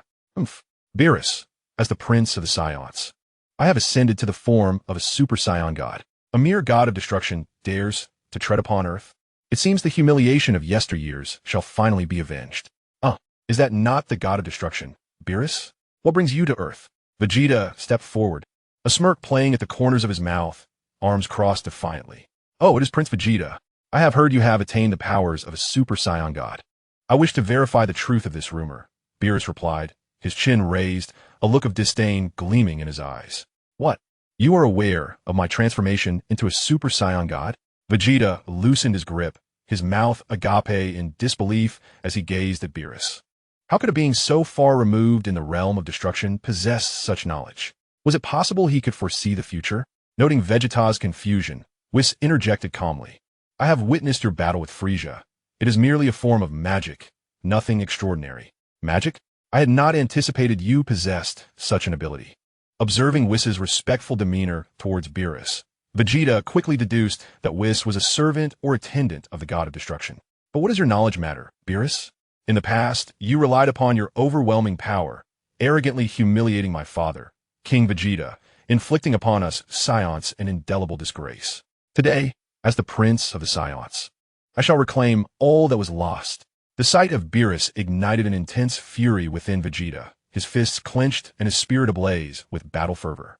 Yet, despite his rage, Vegeta remained motionless, instinctively gripped by fear. This was the effect of the god of destruction's power, an aura that instilled dread in all beings. The essence of this power was pure divine energy, capable of obliterating anything it touched. All living things could sense its might, responding instinctively by recoiling from its presence, generating an overwhelming sense of fear. For beings of flesh and spirit, the disparity in power could evoke a profound shudder from the very depths of their souls. For the power of destruction could erase both body and spirit, embodying a force of cosmic law. However, this did not imply that the god of destruction was invincible. As long as divine power surpassed his, such phenomena would not occur. For instance, Whis, as an angel, could vanquish Beerus with a single strike. What is happening? Am I truly afraid? Vegeta sensed the anomaly within his body, but quickly regained his composure. Just as he prepared to engage in battle, Piccolo stepped forth. This skeletal figure shall be dealt with by me, the great Piccolo. With a twist of his wrist and a turn of his neck, he was poised for battle. What is the matter with you all? Are you intent on ruining my birthday celebration? Bulma, infuriated by the intrusion of two unfamiliar faces into her home, was already exasperated. First, it was Vegeta, and now Piccolo was preparing to engage with those two. This is her house, not a place for reckless brawling. Bulma, do not be upset. I will expel these nuisances at once, Vegeta declared, sensing Bulma's rising anger and deciding to take matters into his own hands before Piccolo could strike. Prince Vegeta, how imposing you are. I remember when you were a child, a mere glance from me would send you cowering to the ground like a worm. And now, you dare to speak to me in such a manner. It seems that after years apart, your courage has grown. Or perhaps you have simply forgotten the terror I can instill. Or maybe your mind has deteriorated, blurring the lines between reality and fantasy. Beerus regarded Vegeta with disdain, doubting his audacity to attack. Laugh while you can, Beerus, for soon you shall find no reason to smile, Vegeta retorted, pointing at Beerus as if he were a lifeless creature, his gaze filled with contempt. Vegeta, you are far braver than your father, King Vegeta, who never dared to meet my gaze. Your challenge to me is indeed surprising, Beerus remarked, intrigued by Vegeta's boldness. Seeing Vegeta eager to engage first, Piccolo grew anxious. Vegeta, just now, I have finally mastered the divine technique. Originally, I had intended to pursue another path, but the weight has been unbearable. It seems I, the great Piccolo, am best suited for direct combat. Since you have ascended to godhood, I shall yield this battle to you. Remember, you must deliver a severe beating to this deity of destruction named Beerus. Otherwise, he will not learn his lesson and will continue to believe he can go wherever he pleases. Witnessing Piccolo's eagerness, Vegeta decided not to dampen his enthusiasm. The arrogant Namekian, believing that attaining godhood would allow him to easily handle the destroyer Beerus, was sorely mistaken. It was laughable that these mere insects, having just grasped the essence of divinity, fancied themselves invincible. Beerus found it utterly absurd that Vegeta and Piccolo were debating who should confront him. As a god of destruction, the mightiest being in the universe, he was accustomed to obedience and respect, with everyone treating him with utmost reverence. Yet here on Earth, he found himself amidst a discussion among a few insignificant creatures debating their approach towards him. How laughable. Beerus, you have merely been a god of destruction for a few years. Do not take yourself too seriously. Yamcha, unable to withstand Beerus's arrogance, interjected, do you not understand that there is a hierarchy in knowledge and expertise? We are martial artists, the epitome of martial prowess. Though you may have held the title of god for a few years, it is but an empty name. Do not overestimate your importance. Within our ranks, I, the god of martial arts, am paramount, understand? In comparison to us, you are merely akin to a minister competing with a general in combat. Is it not a source of ridicule? Earthlings, despite your lack of remarkable abilities, possess a knack for self-praise. Very well, I shall test your depths. Beerus was directly mocked by Yamcha, who aimed to teach this blind mortal a lesson about the might of a god of destruction. Ha ha ha! Are you attempting to make me die of laughter? A mere wild god, truly believing in your own significance, standing here is Yamcha, the most powerful earthling in history. In just the time it takes to sip a cup of tea, I shall show you the distinction between the god of martial arts and a wild god. Yamcha assumed a battle stance, preparing to utterly defeat Beerus. Since Yamcha was so enthusiastic, I shall let you go first. Piccolo, somevat resigned, had finally persuaded Vegeta to let him take the first turn, only to be interrupted by Yamcha. Well then, thank you, Piccolo. Yamcha snapped his fingers toward Piccolo, brimming with confidence. Piccolo, you are mistaken. It is not that I go first, for once I appear, there will be no turn left for others. How much strength can a mere wild god possess? Little do you know, Frieza once dominated the universe with only a battle power of several 100,000. While I am many times beyond Frieza's strength, I fear that with a single strike, Beerus will be left prostrate. Chapter 66. The New Generation of Martial Arts Deity. Beerus, allow me to inform you before we engage. I, the god of tea, am a distinguished disciple of the martial arts Master Roshi, and I have now surpassed him to become the new generation of martial arts deity. Moreover, I am truly the god of martial arts, for I, Yamcha, have ascended to divinity, a historical first for Earth. Beerus, you are but a minor wild god, although renowned. Your power is limited. Perhaps you possess some skill, but it is merely a fraction. In contrast, my strength could be described as earth-shattering and soul-wrenching. Enough boasting. Shall we fight or not? Beerus, noticing Yamcha's increasing fervor, could not help but interrupt his rhythm. Meanwhile, Whis observed Goku devouring food at an astonishing pace and could not resist approaching. Good heavens, this aroma is simply exquisite. The delectable dishes on the table emitted an enticing fragrance, irresistibly drawing Whis closer. Realizing that Goku had occupied an entire table for himself, Whis promptly took a seat. As Whis inhaled the alluring scent of the food, he could not resist picking up a slice of pizza and taking a bite. His expression transformed instantly, eyes sparkling. What is this food? It is truly the finest delicacy in the universe. Oh, it is merely pizza. Goku glanced at Whis, unfazed, continuing to feast. Merely pizza? What do you mean by merely? Whis, as if discovering a new world, was suddenly elated, forgetting his angelic demeanor, and began to compete with Goku for the food. What is this?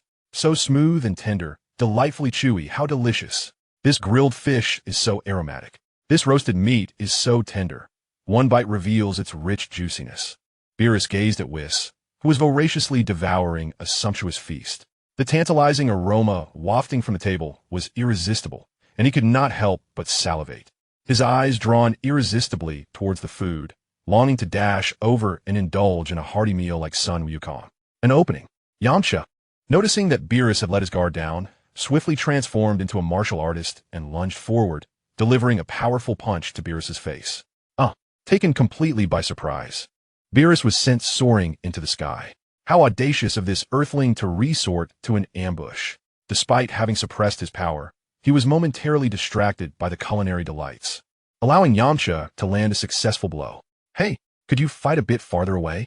Bulma interjected, realizing the battle had abruptly commenced and seeking a more prudent course of action. Hey, Beerus, let's take this elsewhere. This is my friend's home, and I can't afford any damage here. With Bulma's words, Yamcha reluctantly shifted the battleground. Soon, the fight transitioned to a desolate hilltop. The warriors gathered around. Yet Sun Wukong remained unfazed. Aren't you going to join your friends in battle? Whis observed, astonished that Sun Wukong continued to eat with such calmness while his comrades faced peril. How remarkable that this carefree individual could remain so composed amidst the chaos of battle. My friends are all martial arts experts. They'll be fine. Besides, Bulma's cooking is truly exquisite. I can't come here often, so I must seize the opportunity to enjoy it while I can. Battles can be fought at any time. There is no comparison. In the past, he had gauged how much he could eat based on others' wealth. Given Bulma's affluence, even his appetite could not match the extravagance of her household. While we can still observe, Whis noted, as Sun Wukong, despite his indifference, remained attuned to the battle's dynamics. With a flick of his staff, the crystal orb atop it projected a live feed of the ongoing conflict. What? You can actually stream the battle live? Bulma exclaimed, taken aback and unable to suppress her admiration. It's merely a basic form of magic, Whis replied, his earlier fixation on the food giving way to a more serious demeanor. It has its merits, allowing one to witness the battle without stepping onto the battlefield. Beerus, allow me to demonstrate my ultimate technique, Yamcha proclaimed, leaping into the sky until he became a mere pinprick in the eyes of the onlookers. A thunderous roar akin to a beast's howl shattered the air, reverberating like a monstrous bellow. The creatures within a 100-mile radius trembled in fear at the terrifying howl, huddling in corners, fearing they might be devoured alive. Yamcha, as if employing the Rulai palm, descended from the clouds to strike at Beerus, resembling a bolt of lightning, accelerating with each passing moment. With the force of a meteorite colliding, he unleashed his wolf-fang fist, letting out a deafening roar as his figure vanished, only to reappear in a flash, surrounding Beerus with a flurry of rapid strikes. In but a fleeting moment, Yamcha executed a comprehensive and unrelenting assault on Beerus. This rapid flurry of strikes could very well obliterate even the most formidable of extraterrestrial fiends. Yet, Beerus merely dug at his ear, displaying an expression of sheer enjoyment, as though Yamcha were providing him a soothing massage. "Huh, Spirit Ball!" Yamcha bellowed, unleashing 5 energy blasts from his right hand, directing them towards Beerus's forehead. Beerus, exhibiting a lack of concern, chose to absorb the blow. Boom! The explosion unleashed a colossal cloud of smoke that obscured everyone's view. Beerus, with that last attack, you must be reduced to ashes. Do not blame me, Yamcha, for my ruthlessness. Rather, blame your own folly for daring to provoke me. With such a lack of wisdom, perhaps it would be wiser to be reborn sooner. Without glancing back, Yamcha prepared to depart, embodying the resolve of a true man who would not look back. Earthling, you believe your attack could annihilate me? Clearly, you overestimate your own power. As the smoke cleared, Beerus stood unscathed in his original position. Vegeta, observing this farcical battle, contemplated casting Yamcha aside to take his place. The sheer ineffectiveness of Yamcha's formidable attack left him bewildered, as he felt Beerus was not particularly impressive. Krillin, noticing Beerus's indomitable state, found himself at a loss. Tianjin Han and Kaiotsu exchanged puzzled glances, equally confounded. What could possibly explain this? Beerus must surely be concealing his true strength. Though Piccolo could not ascertain the extent of Beerus's power, he recognized the precision with which Beerus wielded his strength was far beyond his own capabilities. The divine power he exerted was evidently superior, and its depths were inscrutable, leaving only one conclusion. He was stronger. What? You're unscathed? How is that possible? Yamcha momentarily faltered, but quickly regained his composure. Oh, you possess some skill. Then I, the god of tea, shall unleash my full power. With this resolve, Yamcha ceased holding back, determined to teach this lean feline a lesson. Yamcha gritted his teeth, relentlessly pushing his body to its limits, maximizing his energy. Now my strength reaches 30 billion.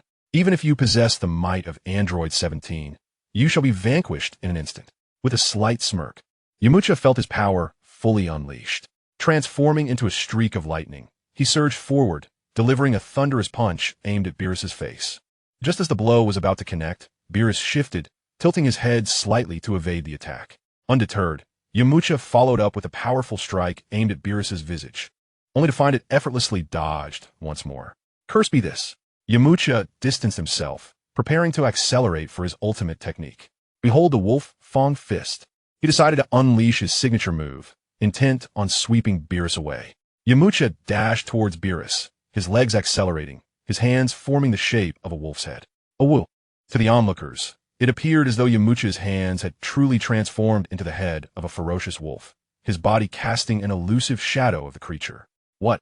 Merely a technique devised by mere mortals. Yet a single roar left me somewhat dazed, which is utterly absurd. Beerus appeared momentarily taken aback by Yamcha's Wolf Fang Fist, unable to believe his own senses. In an instant, Yamcha seized Beerus's purple arm, and to the onlookers, it resembled a wolf gripping Beerus's limb. How could this be? The aura manifested into a tangible form, astonishingly altering its appearance. Truly remarkable. It seems that this god may find delight in engaging with you. Observing the uniqueness of Yamcha's technique, Beerus's playful spirit was ignited. Yamcha secured Beerus with his left hand while delivering an uppercut aimed at Beerus's chin with his right. In Beerus's perception, it appeared as though a wolf was clamping onto his arm, with claws poised to strike at his head, reminiscent of a wolf preparing to seize its prey. Beerus merely tilted his head slightly and evaded the attack effortlessly. Yamcha, witnessing Beerus's evasion, raised an eyebrow in mild confusion. This lean figure, seemingly of comparable strength, had managed to elude his ultimate technique with such ease. Unfazed, Yamcha accelerated his assault. However, Beerus moved with the grace of a butterfly, effortlessly gliding through Yamcha's relentless onslaught. What is happening here? Despite not possessing formidable power, Beerus skillfully dodged Yamcha's rapid strikes. Krillin raised an eyebrow at Beerus's elegant maneuvers. Acknowledging that this god of destruction was indeed extraordinary, his combat prowess far superior to Yamcha's. Regardless of Yamcha's attempts, Beerus appeared capable of evading with his eyes closed. Tien's 3 eyes darted around, gaining a clearer understanding of Beerus's might. Moreover, it seemed that this god of destruction, named Beerus, was likely concealing his true strength. Piccolo, observing Beerus's relaxed demeanor, furrowed his brow, replaying Beerus's movements in his mind. Damn that Beerus, who despite his immense power, chose to toy with Yamcha. Vegeta, witnessing Beerus's playful demeanor, was well aware of the god's concealed capabilities. Infuriated, Yamcha found his attacks effortlessly dodged, his frustration boiling over. In a fit of rage, he unleashed a barrage of energy blasts, seemingly having absorbed Vegeta's teachings. Yet, Beerus navigated through Yamcha's energy waves with ease, approaching him as if gliding across an ice rink. Suddenly, as Beerus drew near, his figure vanished, only to reappear in the blink of an eye, delivering a single punch to Yamcha's abdomen. Yamcha's eyes rolled back in his head, foam escaping his mouth as he collapsed to the ground with a thud. What? Yamcha has fallen, defeated by such an unremarkable strike. Krillin, unable to believe his eyes, wiped them in disbelief at the sight before him. Tien was also replaying the scene in his mind, astonished that Beerus had seemingly delivered a mere flick of a punch, yet Yamcha lay incapacitated. What is the meaning of this? Has Yamcha's prolonged solitude rendered him so feeble that he could be effortlessly vanquished by Beerus with a mere flick of his fist? Is this not a cause for Beerus, the wild deity, to look down upon us earthlings? Yamcha, this useless fellow, is utterly incapable, unable to withstand even such a feeble blow. Yet he dares to call himself the god of tea. It's simply laughable. Piccolo, observing the fallen Yamcha, scoffs derisively. What transpired? Why did Beerus so easily bring Yamcha down? That seemingly insignificant attack must be a mere facade. Vegeta, his brow furrowed, shuts his eyes, pondering the recent skirmish where Beerus abruptly vanished and reappeared. The sequence of events eludes him entirely. Could it be that Beerus's power is so vastly superior that I cannot perceive his movements? As Vegeta comes to a realization, a look of enlightenment crosses his face. Does this not imply that Yamcha's downfall was not due to Beerus's leisurely punch, but rather a rapid, powerful strike while he was obscured from my view? If that is the case, then we are but playthings to Beerus. It is clear he derives amusement from us. Clenching his right fist tightly before him, Vegeta grits his teeth, a surge of rage swelling within him. Piccolo, might I engage in battle with Kaiatsu first? I have not fought anyone since attaining divinity, and I feel quite restless. Tien Jinhan, gazing at Beerus's formidable figure, feels his blood boil. An overwhelming desire to engage in combat surging within him, yearning for an immediate confrontation. Very well. One more or one less does not matter. You two step forward. Watching these inseparable disciples of Master Roshi, Piccolo can only feel exasperated, though he himself is on the brink of impatience. He insists that Tien Jinhan and Kaiatsu enjoy the thrill of battle first. In that case, Piccolo, I appreciate your willingness. Tien Jinhan is taken aback by Piccolo's unhesitating agreement. Kaiatsu, prepare yourself. We are about to commence our battle. Noticing that Kaiatsu shows little interest in the fight, Tien Jinhan decides to involve him as well, ensuring that Kaiatsu feels engaged and not utterly bored. Understood. I shall give my all, Tien Jinhan. Kaiatsu hovers in the air, transforming into his divine form. Chapter 67. 4 Burly Men. Kaiatsu. This fellow possesses an unusual physique. Try to exert your telekinesis to control him. Tien Jinhan suspects that Beerus is concealing his true strength. If Kaiatsu fails to control him, it would indicate that his power far exceeds what he has displayed. All right, Tien Jinhan. Kaiatsu raises his hands forward, channeling his telekinesis through sheer will. Yet, Beerus remains unaffected, exuding confidence, his head held high. Now makes sense? No wonder Yamcha was defeated so effortlessly. He was merely playing the fool. Realizing that Beerus remains undeterred, Tien Jinhan promptly instructs Kaiatsu to suppress his movements with firepower. Understood. Kaiatsu lifts his right hand, pointing his index finger at Beerus, and shouts, Dodo Wave. A searing energy wave hurtles toward Beerus at lightning speed. Beerus merely flickered his form, effortlessly evading the attack, while the Kamehameha wave struck a distant hill. The resounding explosion reverberated through the air, startling the small creatures hidden in the corners, causing them to faint in terror. That was quite an impressive strike. Had it landed directly on Earth, the planet would have vanished in an instant. Thus prematurely concluding my duties as a god of destruction, Beerus jested, a smirk gracing his lips. No matter how Gyoza unleashed his attacks, Beerus skillfully dodged them with ease. Enough, Gyoza. Cease this futile exertion. I shall gauge the depths of Beerus' abilities. You shall wait for your moment, Tien Shinhan declared, his legs slightly bent, fists clenched, and arms crossed in front of his chest, invoking the four-way fist. Instantly, He conjured 4 identical copies of himself, each mirroring his attire. Through Tian's refinement, the strength of these duplicates matched that of the original, albeit at the cost of quadrupled stamina, necessitating a swift resolution. Remarkable for identical puppets of equal might.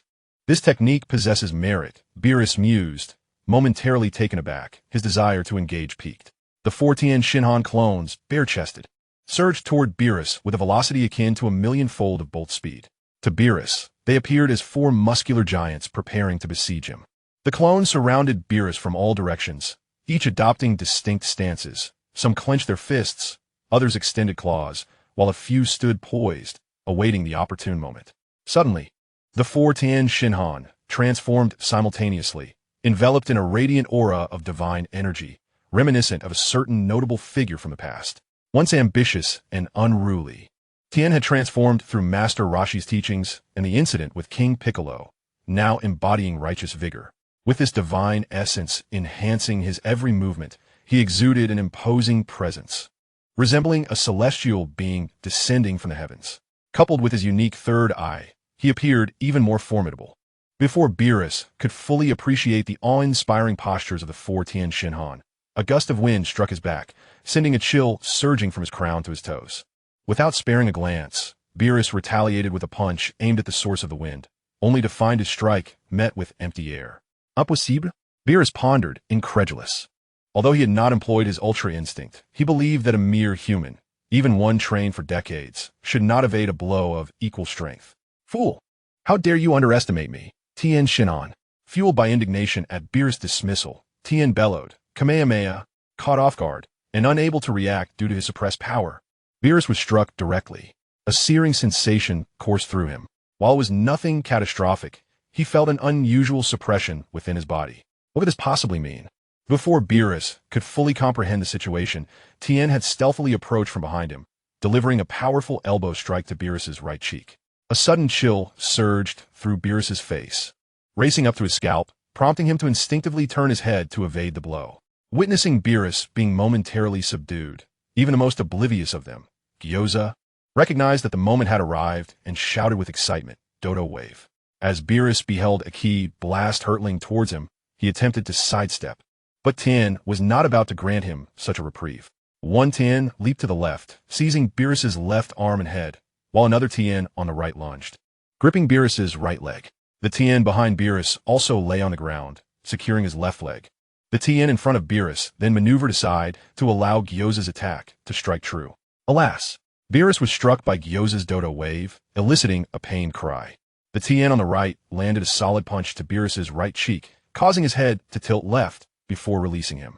The Tien on the left followed suit, delivering a blow to Beerus's left cheek, forcing his head to the right. Beerus felt as though he were a ball, mercilessly kicked back and forth. Enraged, he unleashed his Ultra Instinct technique. Having mastered this ability, his body underwent no noticeable transformation during its execution. This phenomenon is referred to as the state of constant Ultra Instinct, the true essence of this technique, which is inherently about body movement following instinct. In its initial stages, it may have appeared as a transformation, but such is the complexity of this exquisite martial art. One cannot expect to attain perfection from the outset. One must first reach a threshold, encounter the intricacies of the technique, and gradually approach mastery, ultimately integrating it into one's instincts. Upon reaching this level, employing Ultra Instinct becomes second nature, devoid of any adverse effects on the body. Those arise only from improper usage in the early stages. However, Beerus had yet to reach this pinnacle, still a step away from perfection, yet he had already surpassed all other gods of destruction across the universes. As Tien attempted to deliver a powerful strike to Beerus's back, he was astonished to find Beerus evading it with an almost ethereal grace, as if his back possessed a sixth sense. What was happening? Tien was utterly bewildered, unable to fathom how Beerus had sidestepped his attack. The other Tien, undeterred, unleashed their full might against Beerus. Yet, Beerus merely smiled, closing his eyes in the process. With a swift punch, one Tien generated a deafening sound of air being shattered, creating a violent whirlwind that uprooted nearby trees. Another Tien kicked, igniting a tornado that left the ground barren in its wake. However fierce and rapid the Tien's assaults were, not a single hair on Beerus was touched. How could this be?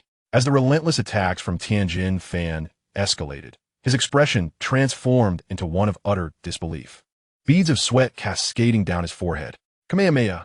Four Tianjin fans simultaneously unleashed their energy blast from different directions. The searing waves of energy soaring toward Beerus with the swiftness of lightning.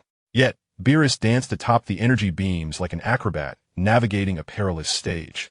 His movements as graceful as a butterfly in flight. Observing the familiar agility of Beerus through the shimmering screen, Sun Wukong furrowed his brow slightly. His mouth agape in astonishment as he exclaimed, "To think he has mastered the Ultra Instinct. I never imagined Beerus not only possesses this technique, but has nearly perfected it." The mastery of Ultra Instinct at such a level allows the body to adjust its intensity in response to incoming attacks, maximizing the utilization of divine energy. Even when facing opponents of equal strength, this mastery could amplify combat prowess by 5 to 8 times.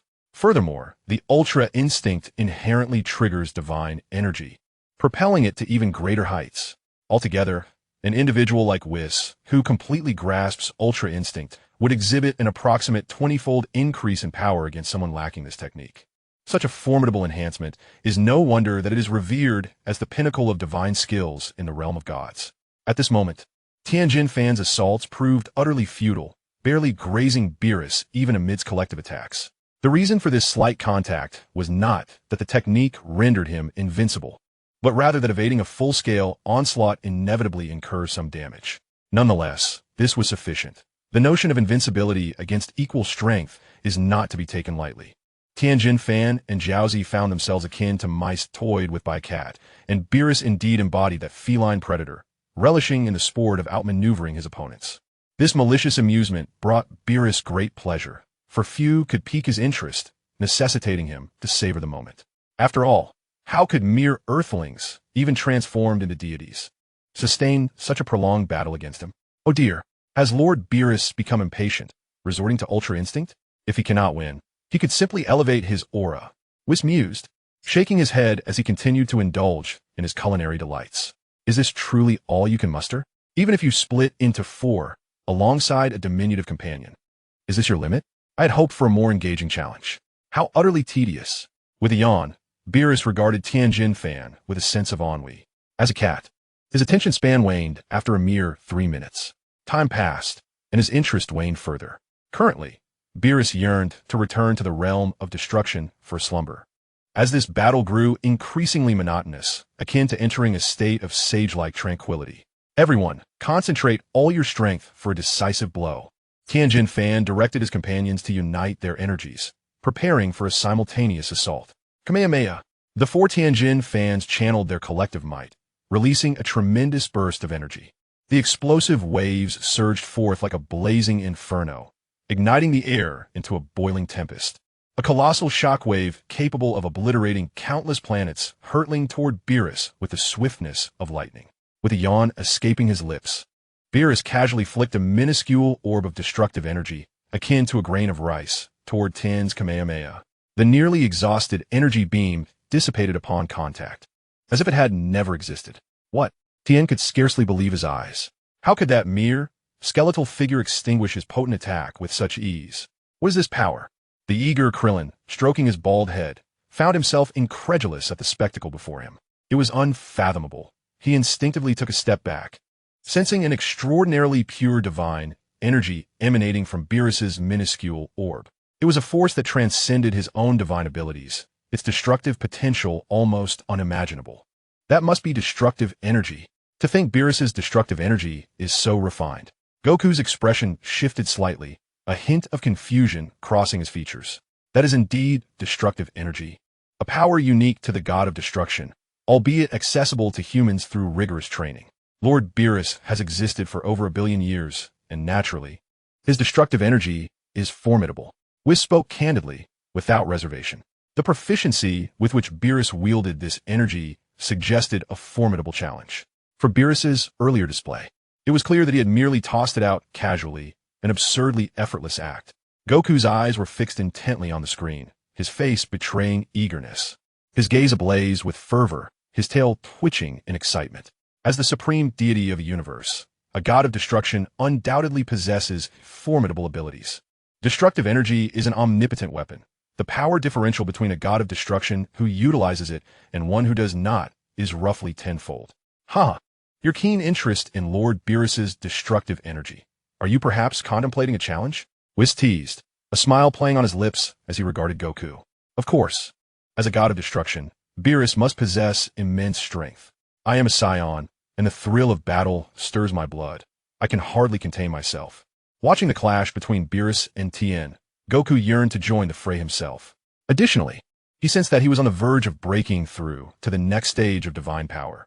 Battling Beerus would quickly elevate him to a minor mastery of divine energy. At that point, the enhancement from his Super Saiyan God form would multiply his strength tenfold, nearly equaling that of the enigmatic Super Saiyan 4. The very thought ignited a fervor within him, and he found himself rising from the table, eager to engage in combat. Goku, is the food insufficient? Bulma inquired, puzzled by his sudden movement. Indeed, upon hearing the mention of food, Goku's mouth filled with saliva, threatening to spill over, momentarily overshadowing his desire for battle. Haha, Beerus, I shall meet you shortly. For now, I must first satisfy my hunger. He promptly seized a steak and devoured it in one bite, continuing his performance as a voracious eater. Goku, you truly have an insatiable appetite. Aqualobe savored a sumptuous feast at Bulma's residence, feeling as though he had stumbled upon fortune. However, upon seeing Son Goku, he felt somewhat restrained. Aqualobe, are you not going to join the fray? You dare confront Lord Ios. Yet why do you not ally with the others? Bulma questioned, her confusion evident at Aqualobe's lingering presence. Previously, she had regarded him with disdain, but after witnessing his remarkable ability to save Son Goku through sheer wit, her perception of him had undergone a profound transformation. Chapter 68. The Divine Super Namekian. I'm not particularly fond of combat. Moreover, I do not rush to save just anyone. I tend to remain an observer. For instance, during Vegeta's invasion of Earth, had it not been for Son Goku being captured by the giant ape form of Vegeta, I would not have intervened.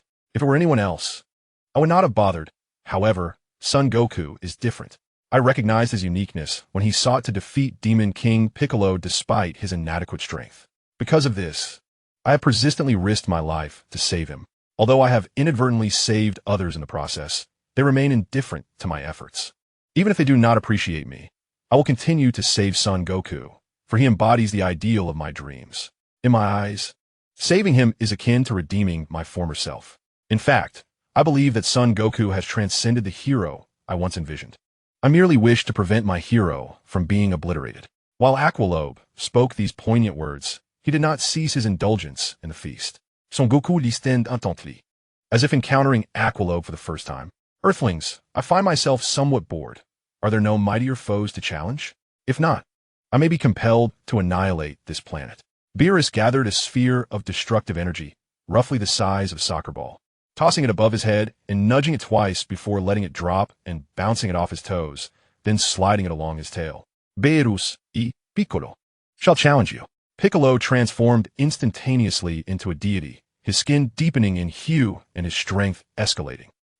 Beerus, to be frank, my transformation into a deity has augmented my power by 18,000 times, yielding a battle prowess of approximately 2 trillion.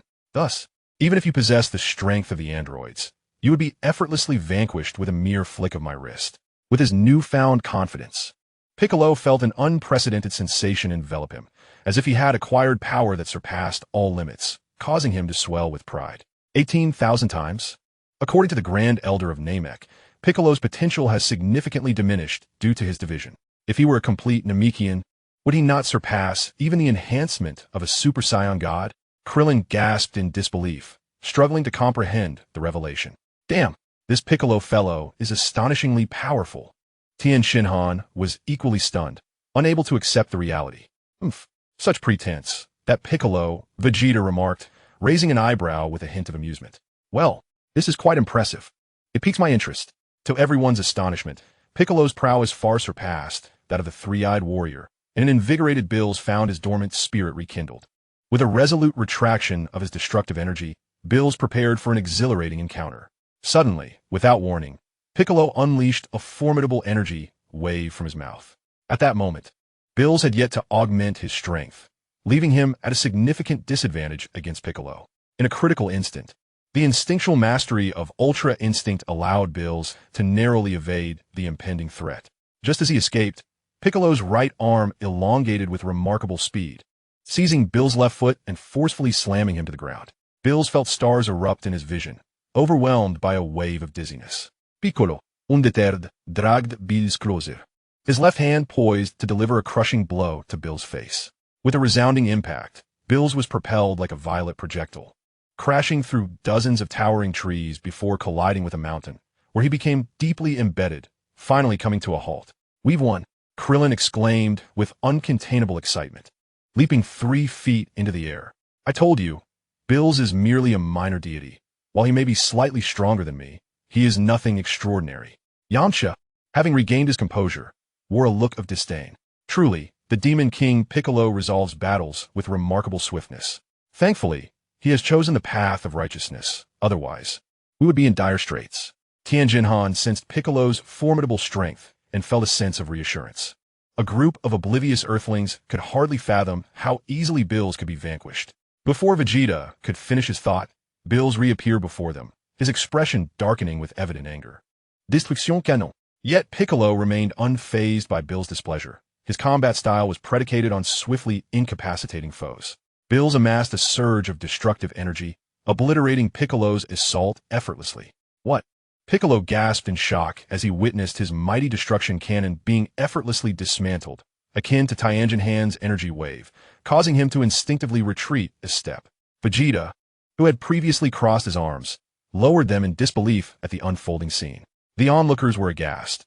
Piccolo's strike had the potential to annihilate an entire galaxy. Yet such formidable power was instantly shattered by the being known as the God of Destruction. Yamcha, snapping back to reality, suddenly grasped the situation and interjected, "Oh, now I understand. That being is called a God of Destruction. Destruction is his signature skill, though it seems he only possesses that single technique." Chung Yaojin had his own signature moves, yet he was a well-established figure, and having a hallmark ability is quite normal. However, it matters little.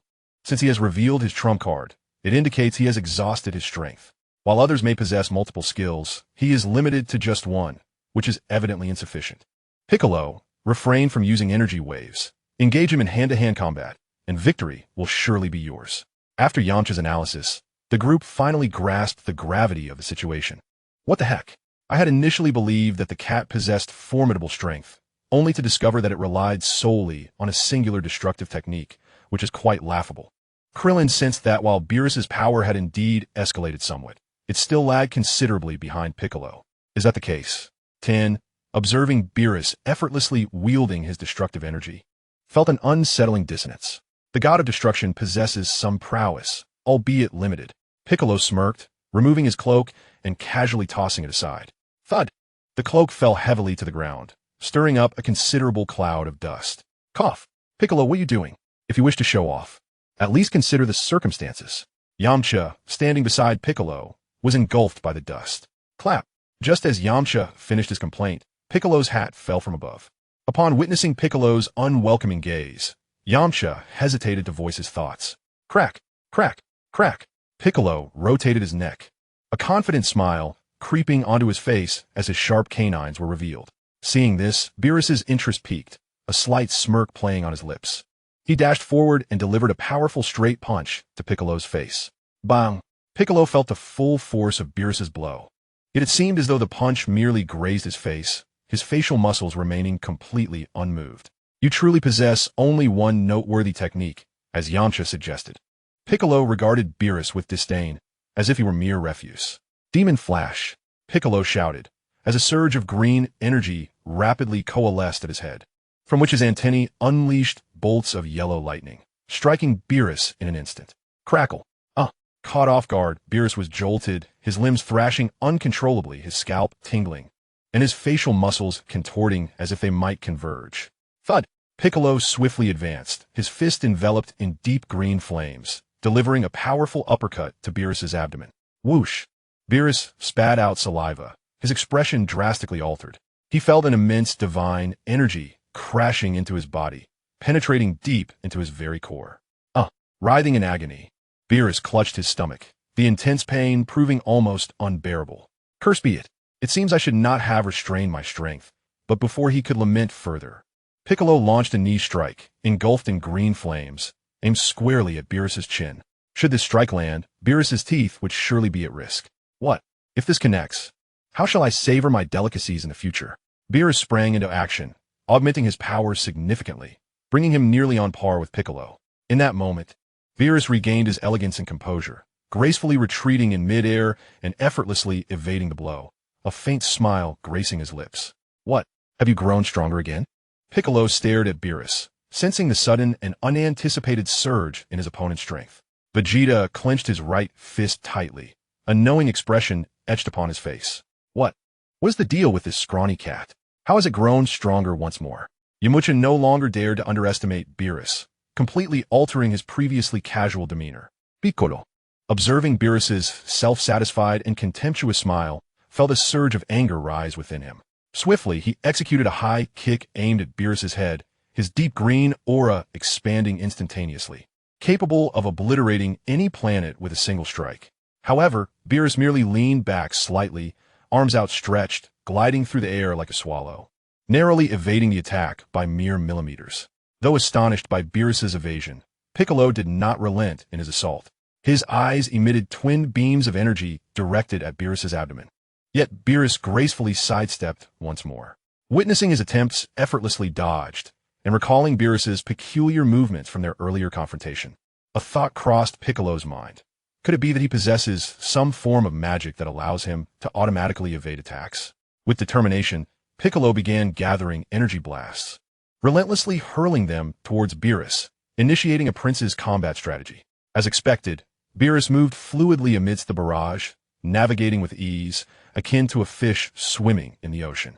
Infuriated, Piccolo's veins bulged as he accelerated the speed of his energy blasts.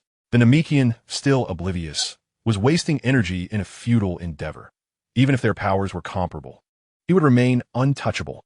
Beerus regarded Piccolo with a look of disdain, as if he were observing a fool. Is that so? I am eager to test your limits. Piccolo retorted, disregarding Beerus's warning. His energy blasts now hurled with even greater velocity, embodying the defiance of a rebellious adolescent. What has come over Piccolo? This senseless expenditure of energy is perplexing.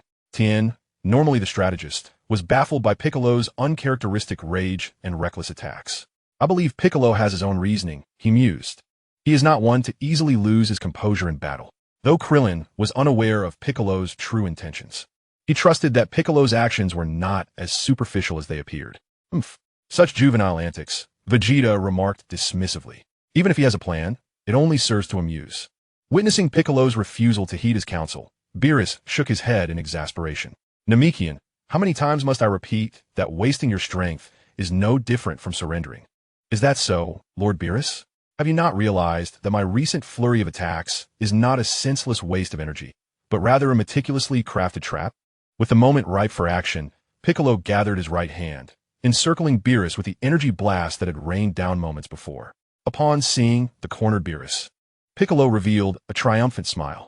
God of destruction Beerus, you have ultimately underestimated your opponent. Just now, I merely employed my anger as a means to ensnare you, leading you step by step into the meticulously crafted trap I laid. You even dare to instruct me? How utterly preposterous. Now, allow me to offer you a piece of advice. If you wish to avoid demise, I suggest you promptly apologize to everyone. Only then will I contemplate sparing you. With this declaration of victory, Piccolo awaited Beerus's response.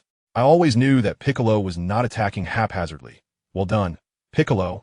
Krillin, recognizing Piccolo's complete command of the situation, burst into hearty laughter. Truly, the great Piccolo, with such profound cunning. Tien Shinhan was left in awe of Piccolo's strategic maneuver. Vegeta, too, was astonished by Piccolo's combat prowess and acknowledged his skill. Piccolo is truly remarkable. If Beerus cannot utilize instant transmission, he may very well be forced to endure this strike. Goku, witnessing Piccolo's advantage, found it hard to believe. It seems Lord Beerus must now reveal his true strength, yet doing so would compromise his dignity. What shall he do? Such a conundrum. Whis stifled a laugh, nearly bursting with amusement. Beerus regarded Piccolo, who exuded confidence as if he had the situation entirely under control, and with a cold smile, remarked, You truly believe victory is assured? Have you any strength left to spare? Seeing Beerus remain unfazed, Piccolo struggled to comprehend the situation. It is merely a handful of energy blasts. Come and test your might against me. Beerus teased, beckoning with his right index finger. How dare you look down upon the great Piccolo? Perish! Piccolo clenched his right hand, unleashing a torrent of energy blasts that surged toward Beerus like a galaxy of stars. Such an overwhelming barrage of energy would instantly annihilate even the likes of Majin Buu. Chapter 69. Justice Shall Prevail. As the multitude of energy blasts, dense as a swarm of locusts and as abundant as stars in the sky, approached, Beerus remained utterly unfazed. Destruction, he declared, no longer wishing to toy with Piccolo. He immediately enveloped himself in destructive energy. Surrounded by a halo of purple destructive energy, the very fabric of space around Beerus seemed to warp and collapse. Any single energy blast directed at him, if unleashed in the cosmos, could obliterate an entire planet. Yet, upon striking Beerus, they had no effect whatsoever. In an instant, as they neared him, they vanished into another dimension, causing him no harm. The energy blasts, upon making contact with the destructive energy, disintegrated into particles, subsequently collapsing into nothingness. What? How is this possible? Piccolo's eyes widened in disbelief as he witnessed the immense power he had expended dissolve into void. This was utterly absurd, defying all logic. To think that his efforts could be so effortlessly dismantled in an instant. Even for a god of destruction, this was beyond reason. Upon witnessing the astonishment etched on Piccolo's face, Lord Beerus offered a faint smile. The Namekians possess formidable destructive power. Unless your strength vastly exceeds that of the wielder of such destructive energy, or your power is purer than destruction itself, it is arduous to contend with it. Is that so, Lord Beerus? Piccolo countered, a glint of defiance in his eyes. You seem to have misconstrued one crucial detail. I have been patiently awaiting the moment my special beam cannon accumulates sufficient energy. And what, pray tell, are you awaiting, Lord Beerus? The onlookers beheld as a diminutive sphere of energy coalesced at Piccolo's fingertip. Though small, its purity of power transcended the comprehension of all present. The intensity of this energy surpassed all known thresholds. Prepare to receive my ultimate special beam cannon, Piccolo exclaimed, laughter spilling forth as he reveled in his confidence. Fully immersed in elation. My word, Piccolo has concentrated all his energy into a single point. Even Vegeta's Super Saiyan Blue may find it insurmountable. The audience pondered how Piccolo had achieved such a feat. Had he been secretly preparing while launching energy blast moments earlier? What cunning strategy? Tian Shinhan gazed in disbelief, rendered speechless by the spectacle. Piccolo consistently astonished with his feats, and it was fortunate he had chosen the path of righteousness. Krillin felt a wave of relief, a sense of contentment washing over him. Vegeta, however, was seething, his teeth nearly grinding to dust, fists clenched so tightly that his nails dug into his palms. Cursed Piccolo. To reach such heights, he begrudgingly acknowledged that even his Super Saiyan Blue would falter against such an attack, likely leading to his swift demise. Even Goku, residing back at Bulma's home, was taken aback, exclaiming, what? Piccolo's divine energy has escalated to this level. Terrifying. This onslaught, it seemed, could vanquish foes tenfold his own strength. Piccolo's mastery of martial arts had deepened profoundly.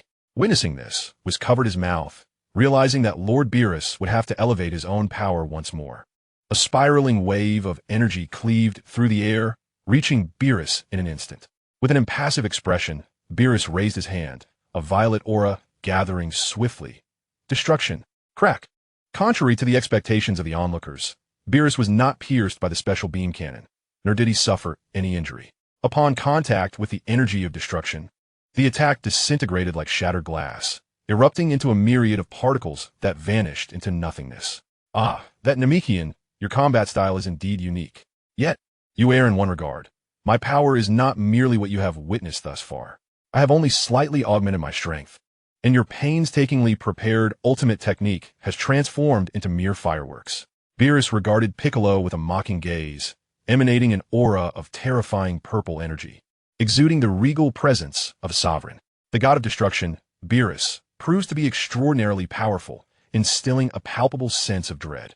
It is evident that the divine aura emanating from Beerus far exceeds my own, and my internal strength is nearly depleted. I have been defeated. Piccolo retreats in despair. Very well, you may all come at me together. Beerus, feeling somewhat bored, stifles a yawn. If these warriors were to unite their efforts, perhaps it would pique his interest. Otherwise, I shall have no choice but to obliterate this planet. Hurry up.